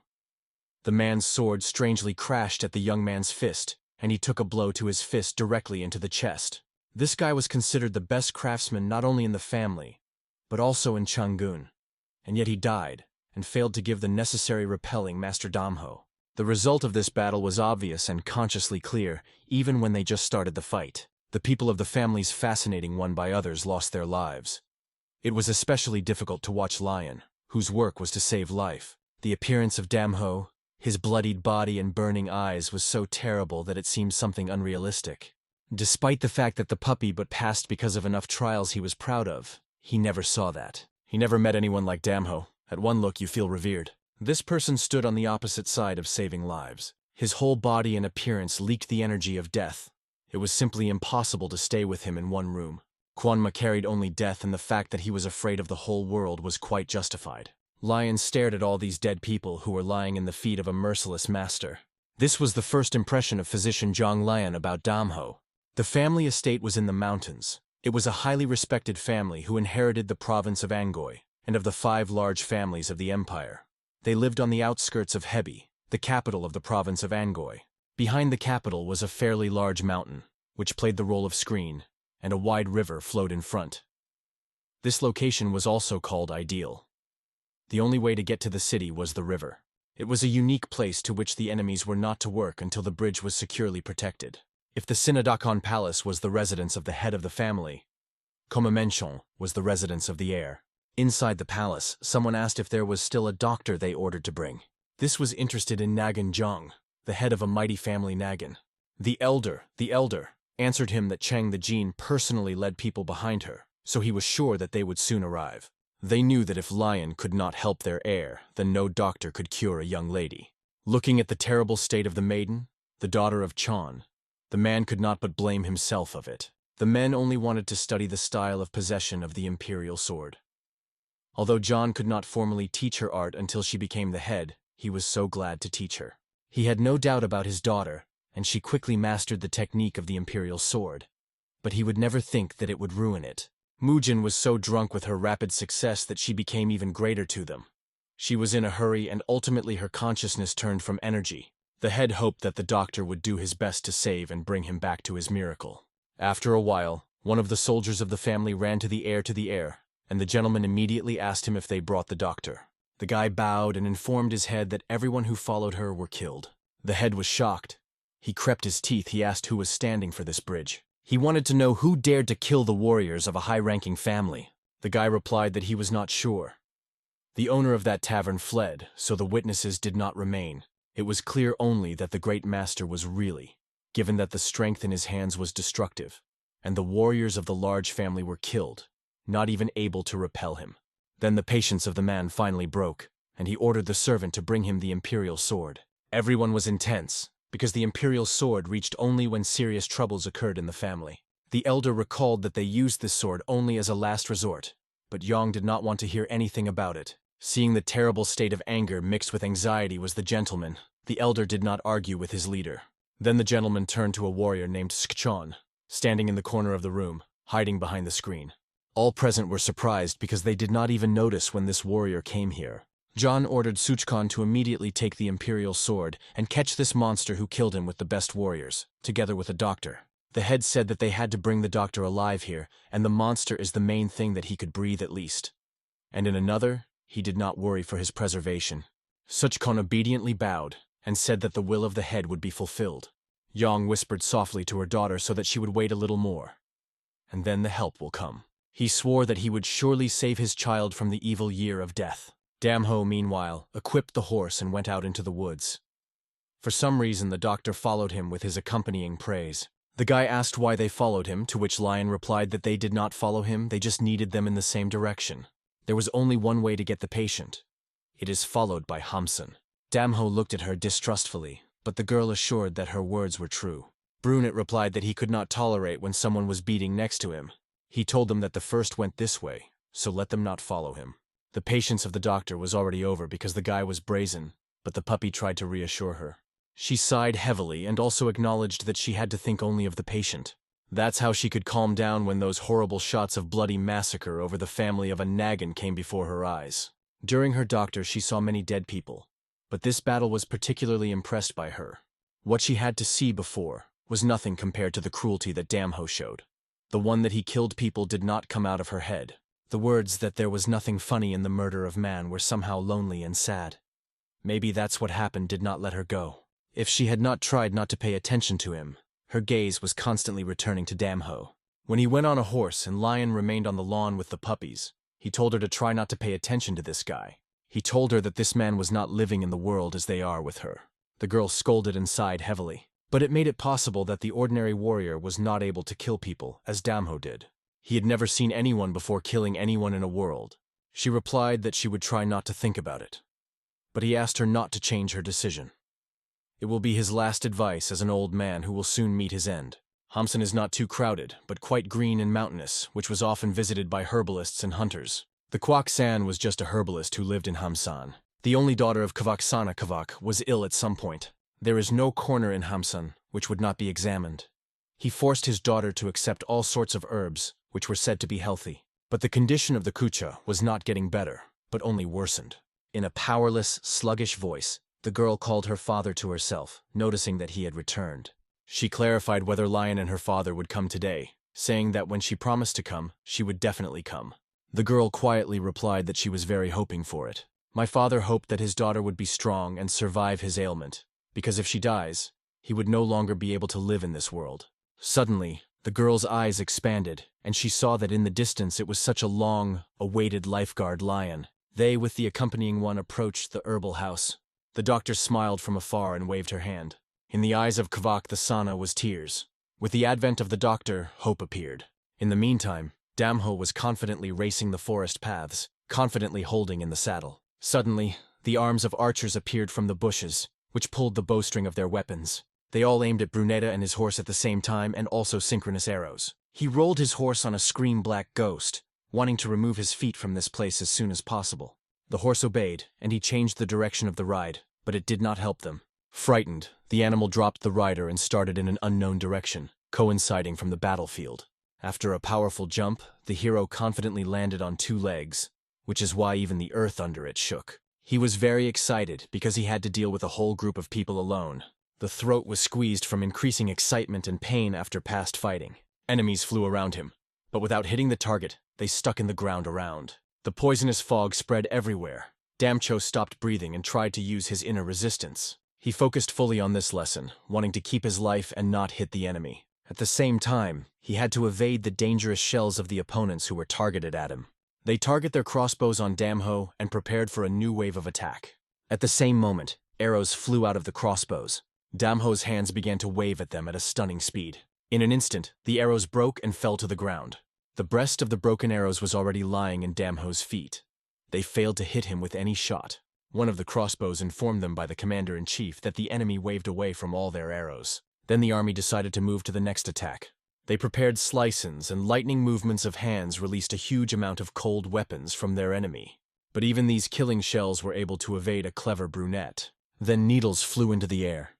They were so thin that they could not be seen even with the naked eye. This technique was used by the masters of the imperial sword. The swords were considered to be their main weapons, but they could, of course, freely use crossbows and other weapons. Despite the fact that they were called the masters of the imperial sword, they used the last place. At the moment when the needles flew straight into Damho's body, he began to twist so quickly that he became elusive for the human eye. The vibration of his body created him protection. Even the needles were nothing compared to the amazing abilities of the dark-haired hero. After this threat has passed, Damho was revealed. His body seemed to break the space. This is how the battle between the masters of the imperial sword and the Quanma, which will be immortalized in history, began. The skin of the enemies was torn, then the chest burst. Damho broke into the epicenter of the battle and went into a hand-to-hand battle. This fight was like a dog quarrel, where it was impossible to distinguish anyone with anyone. Damho became angry, turning into a crazy demon.